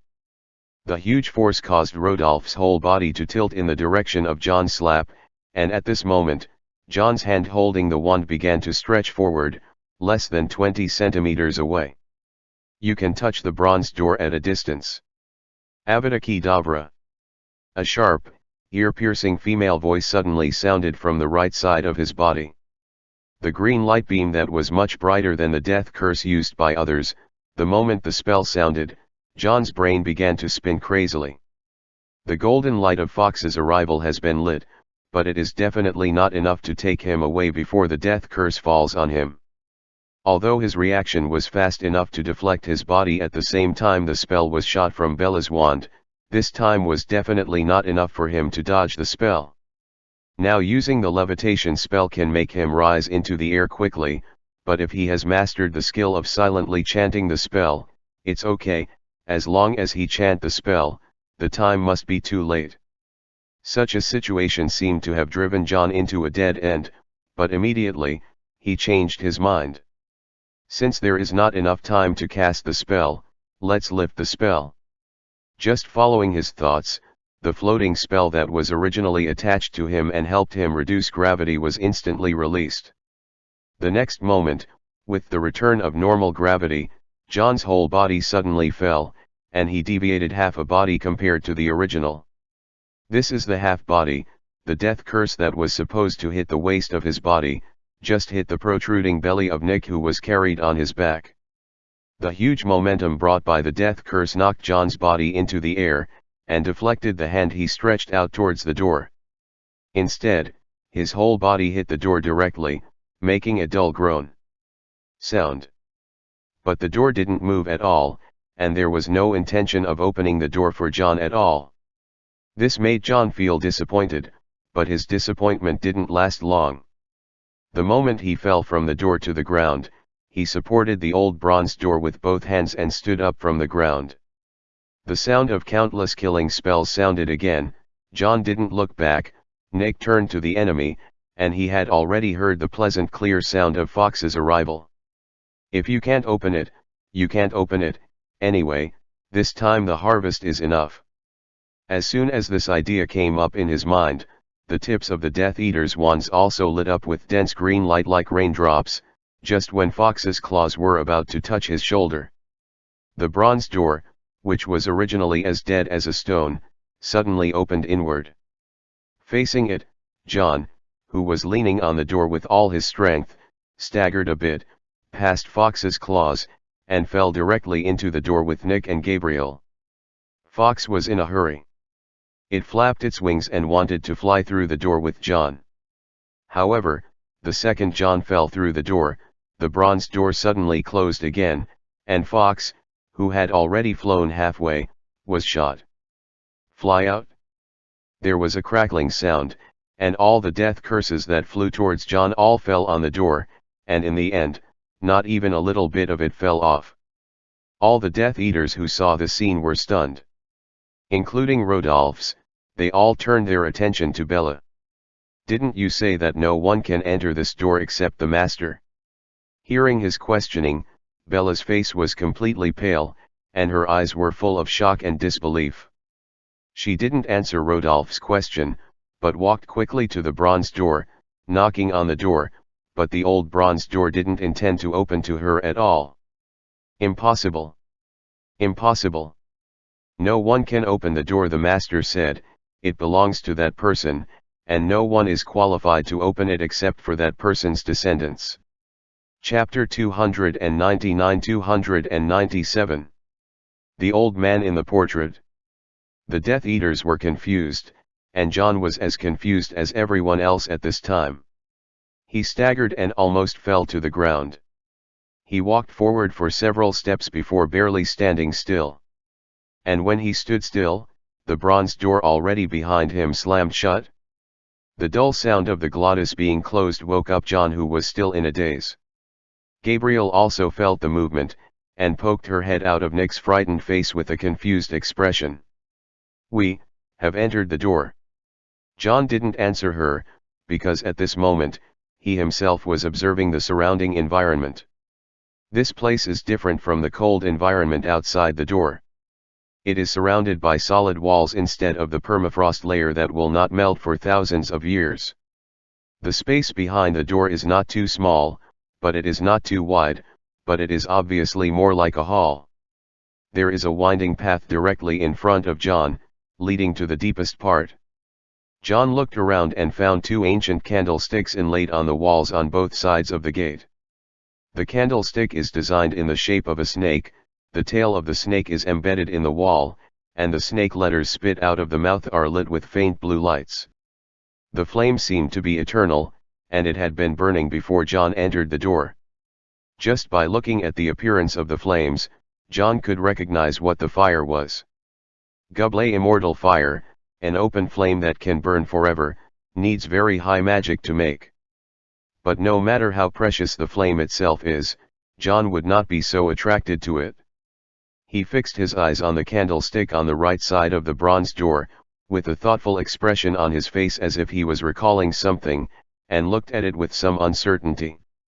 Asked Gabriel.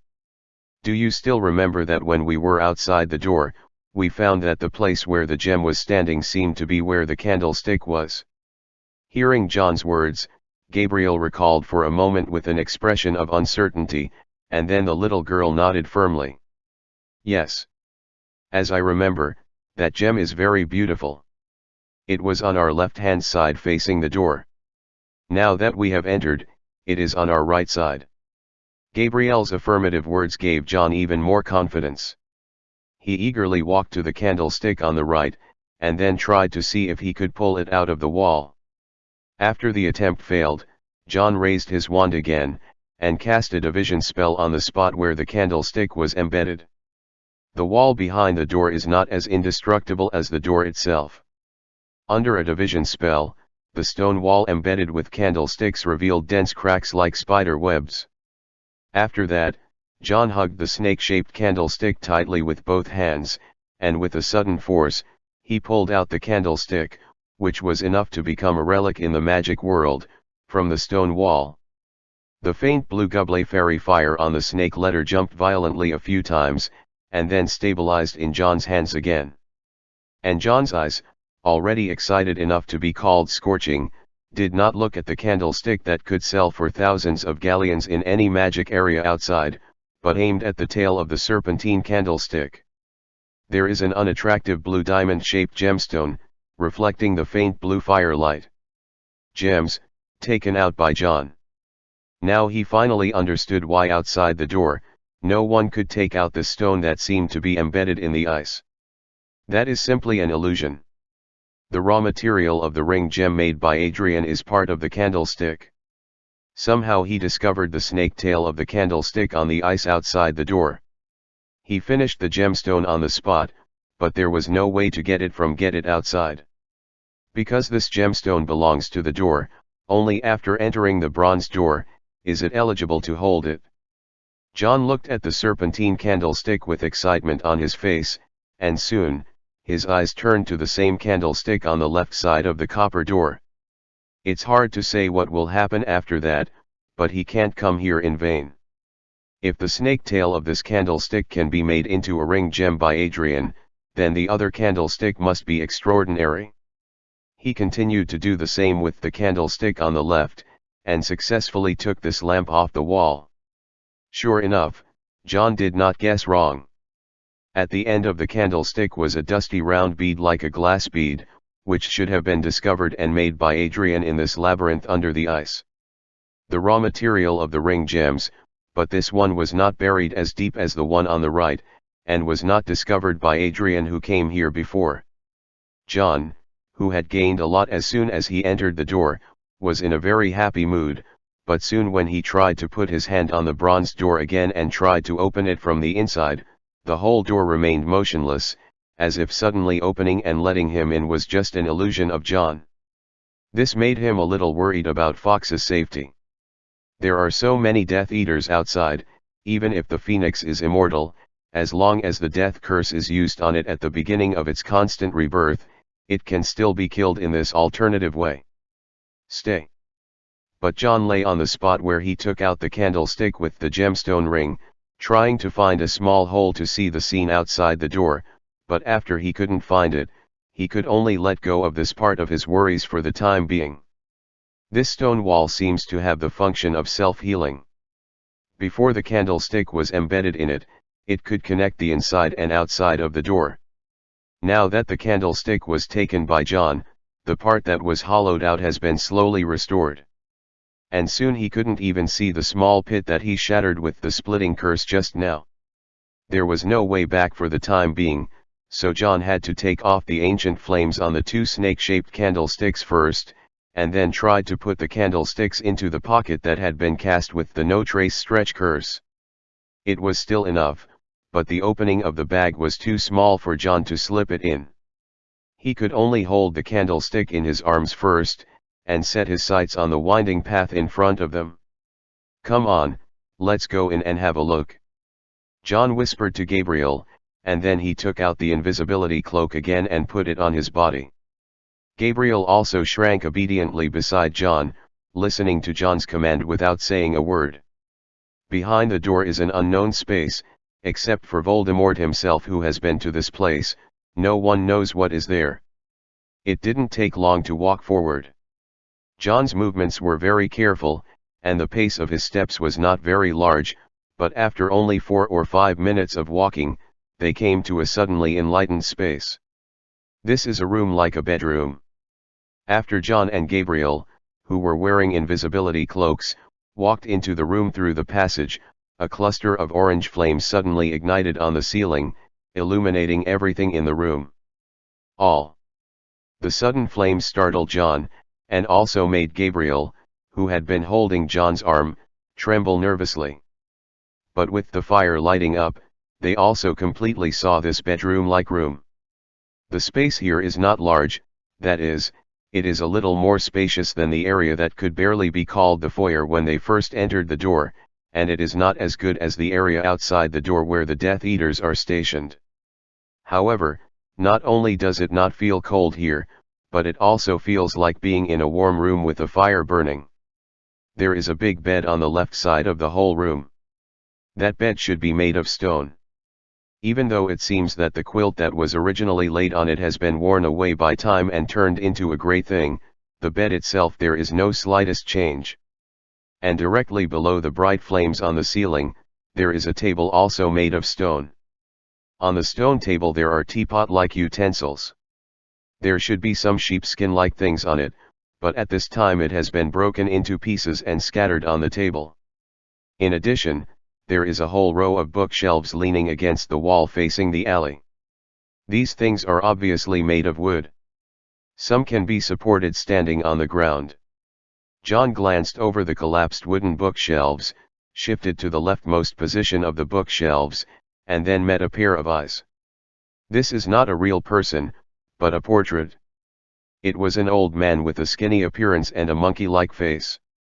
He had a bushy goatee hanging from his chin in front of him, and those cloudy eyes just looked at John without blinking.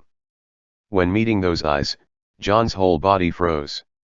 He looked at the portrait through the cloak without moving, and was quite sure that the old man in the portrait could see him through the cloak. John took a deep breath and tried to say hello. "Hello, sir."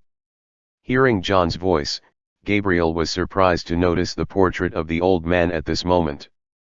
Her eyes were wide open, and she lay on John's body like a koala aware of danger.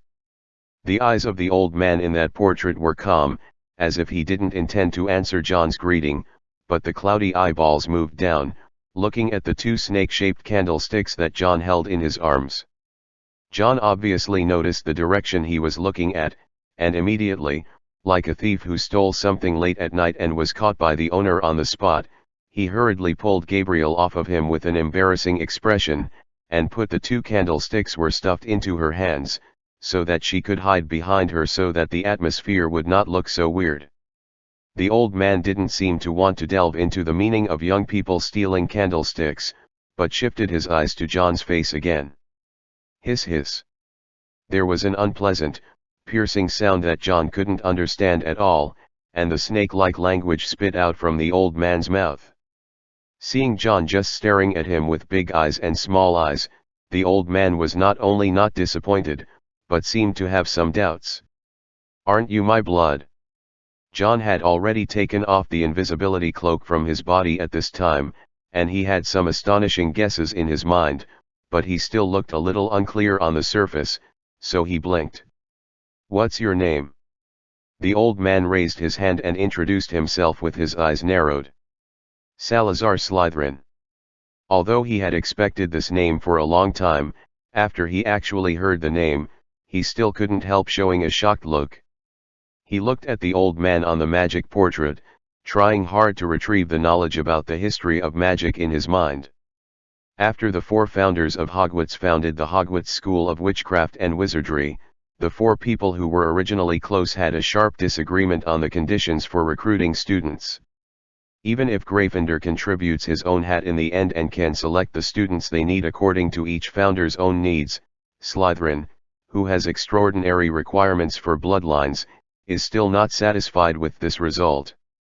Even for this reason, he turned against his best friend Gryffindor, and had conflicts with the 2 witches Hufflepuff and Ravenclaw, and finally chose to build a secret room in Hogwarts Castle, and hid a basilisk in it. When his heir finds this place, he can release the basilisk to kill those students who study in the castle but cannot meet his own requirements. After completing these arrangements quietly, he himself left the Hogwarts that he founded together with others, and has since disappeared. So, then he came here at some point? Including this labyrinth under the ice, he built it? And that basilisk was also raised by him before? Many questions arose in John's mind, but his eyes on Slytherin's old face did not shift in any way.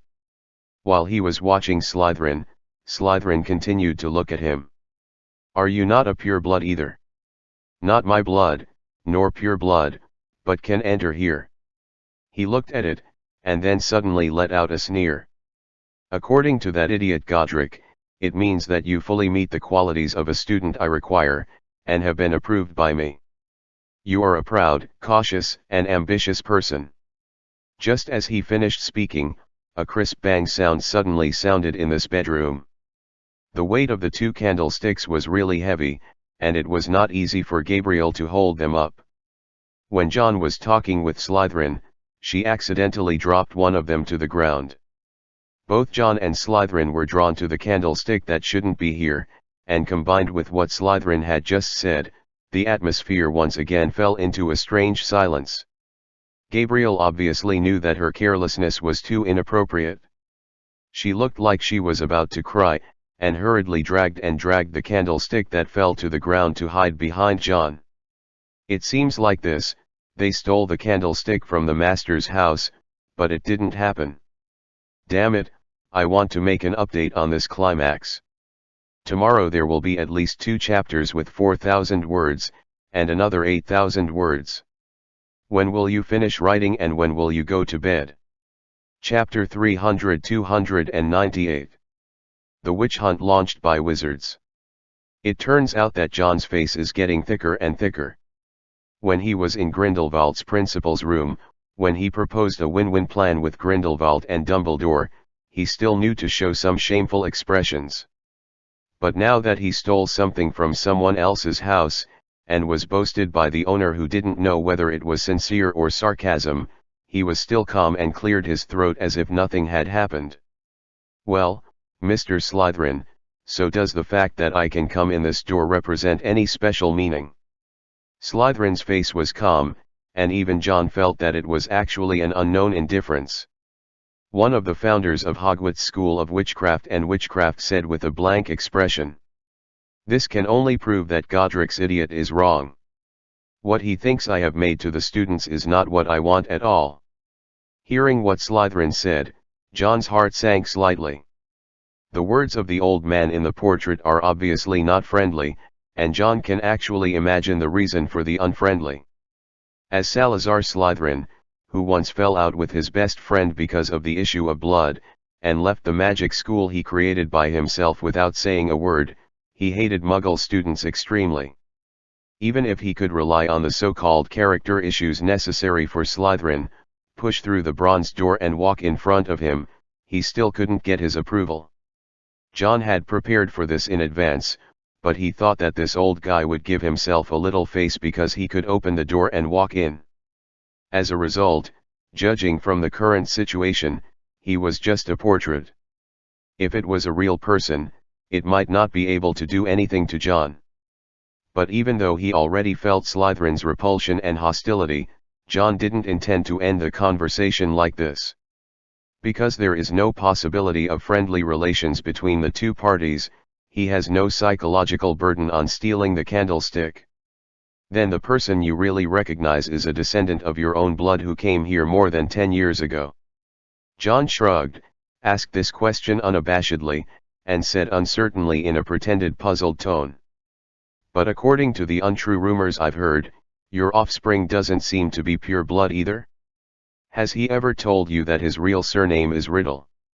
Even if Slytherin showed his dislike for John, he didn't seem to want to keep silent. After all, as a portrait hidden in a secret room, he may have little chance to communicate with others. Even if he doesn't like it, John is at least someone who can talk. It was the fault of his mother's ignorance, and it had nothing to do with him. I never thought that noble blood could be diluted by other things, or that I actually didn't think that people with so-called pure blood wizard blood were better than those without blood. How good will a person of this bloodline really be? Slytherin didn't seem to be irritated by John's words, nor did he feel dissatisfied or provocative. Instead, there was a touch of sarcasm in his words, which seemed to be a mockery of John's ignorance. The reason why I have always firmly believed that only pure-blooded children are qualified to learn magic is not because I believe that people with pure-blooded blood will be better, but because only children born to wizards are worthy of the trust of wizards. Yes, and Mazhong. History has proved that even if they learn magic, this part of the people will never be able to get rid of their ordinary people's bad roots. There was obvious disdain in his words, and it didn't seem like he was explaining anything to John, but simply answered John's rhetorical question about the impurity of Voldemort's blood. John frowned. He wasn't offended by Slytherin's contempt. Even if he is small-minded, he is not to the point where he would compete with a portrait, but he heard some weird things from Slytherin's words. John asked calmly and sincerely in a tone of asking for advice. What is the inferiority of ordinary people? The bad roots of ordinary people. Slytherin looked at John with a cold smile on his face. If you are a bitch, you should know this better than anyone else right now. These people come from ignorance. Children from ordinary families who have the aptitude to learn magic, even if they successfully master magic, what will happen to them? John's frown deepened, and he felt as if he couldn't keep up with Slytherin's brain circuit. Is there any difference between these people learning magic and people from wizard families learning magic? Children of wizarding families, they will always recognize themselves as wizards. Slytherin said coldly, but the weeds are different. Even if you have learned magic, you will rarely see yourself as the same kind as wizards. Compared with magic, you are more inclined to use this method to return to the world of ordinary people in order to gain noble status and wealth for yourself, and you can even harm people like yourself for this. An idiot like Godric never thinks about these issues. He and those two women have always believed that as long as the magic school is established and these children are given a good enough education, they can avoid the silent generation and make magic a mess. It is thriving. But they have never seen the real reason for the so-called silence. Gifted children are persecuted to suppress their magical powers, causing extreme negativity that erodes their power and turns them into monstrous monsters. The problem has never been that these children have no way to control the power they have, even if there is no one to guide them. As long as they are not persecuted, they can grow up healthy and become ordinary people with some special abilities. The fundamental reason for the silent appearance is only because of the oppression of those ignorant fools, but a group of mortals who can only wield iron swords and shields, how can they have the ability to persecute a group of wizards who have magic wands and can use magic? What about the children who have initially possessed magical talent? Slytherin stared into John's eyes, and the sarcasm in those cloudy pupils was beyond words. Aren't you those who have learned magic? John has never listened so carefully to what a portrait is saying at this moment, even though the original intention of this portrait is to deny him and the group of people he represents. The bad roots of the hemp seeds make them unable to regard themselves as part of the wizards. Before Hogwarts was founded, most of the hemp seeds met well-intentioned wizards and learned real magic to control their own magic power. In the end, they all turned to their so-called king and the Holy See. There has never been a tradition of wizards believing in religion before. How can we, who have mastered extraordinary powers, believe in some incomprehensible gods? These are the customs of the hemp species, and some of them have become court mages. John looked at Nick behind his back when he said this, and some turned into loyal believers of the church. In order to gain higher power and wealth, and to suppress those who have the wizards who may threaten their current status in the future, the scumbags instigated those ignorant ordinary people, prompted and helped them launch the so-called witch hunt. John's face was full of disbelief. He stared at the Slytherin in the portrait, and for the first time heard the truth about the medieval witch hunt from a wizard of that era. Stupid mortals have absolutely no possibility of dealing with wizards. The so-called flames they use to burn witches to death are nothing but a joke to real wizards. But why is there still such a long time? So many wizards died in this turmoil that shouldn't have happened. It's you, the bastards, who have mastered the magic that belongs to wizards, but turned around and used this ability to deal with wizards. In that dark age, everything it all stems from your greed. The fundamental reason why Hogwarts School of Witchcraft and Witchcraft was originally established was to eliminate such chaos, but Godric and his idiots always insisted that as long as the young and magically gifted puppets are brought to the school to teach, that will change things. There is simply no more ignorant idea than this. Even if they extend the Hogwarts school system to 7 years, and let all the students board all the time, they can only stay in the school except for holidays, but they are already 11 years old. The enrolled students have already had a clear understanding and intention of the dirty world before coming to Hogwarts.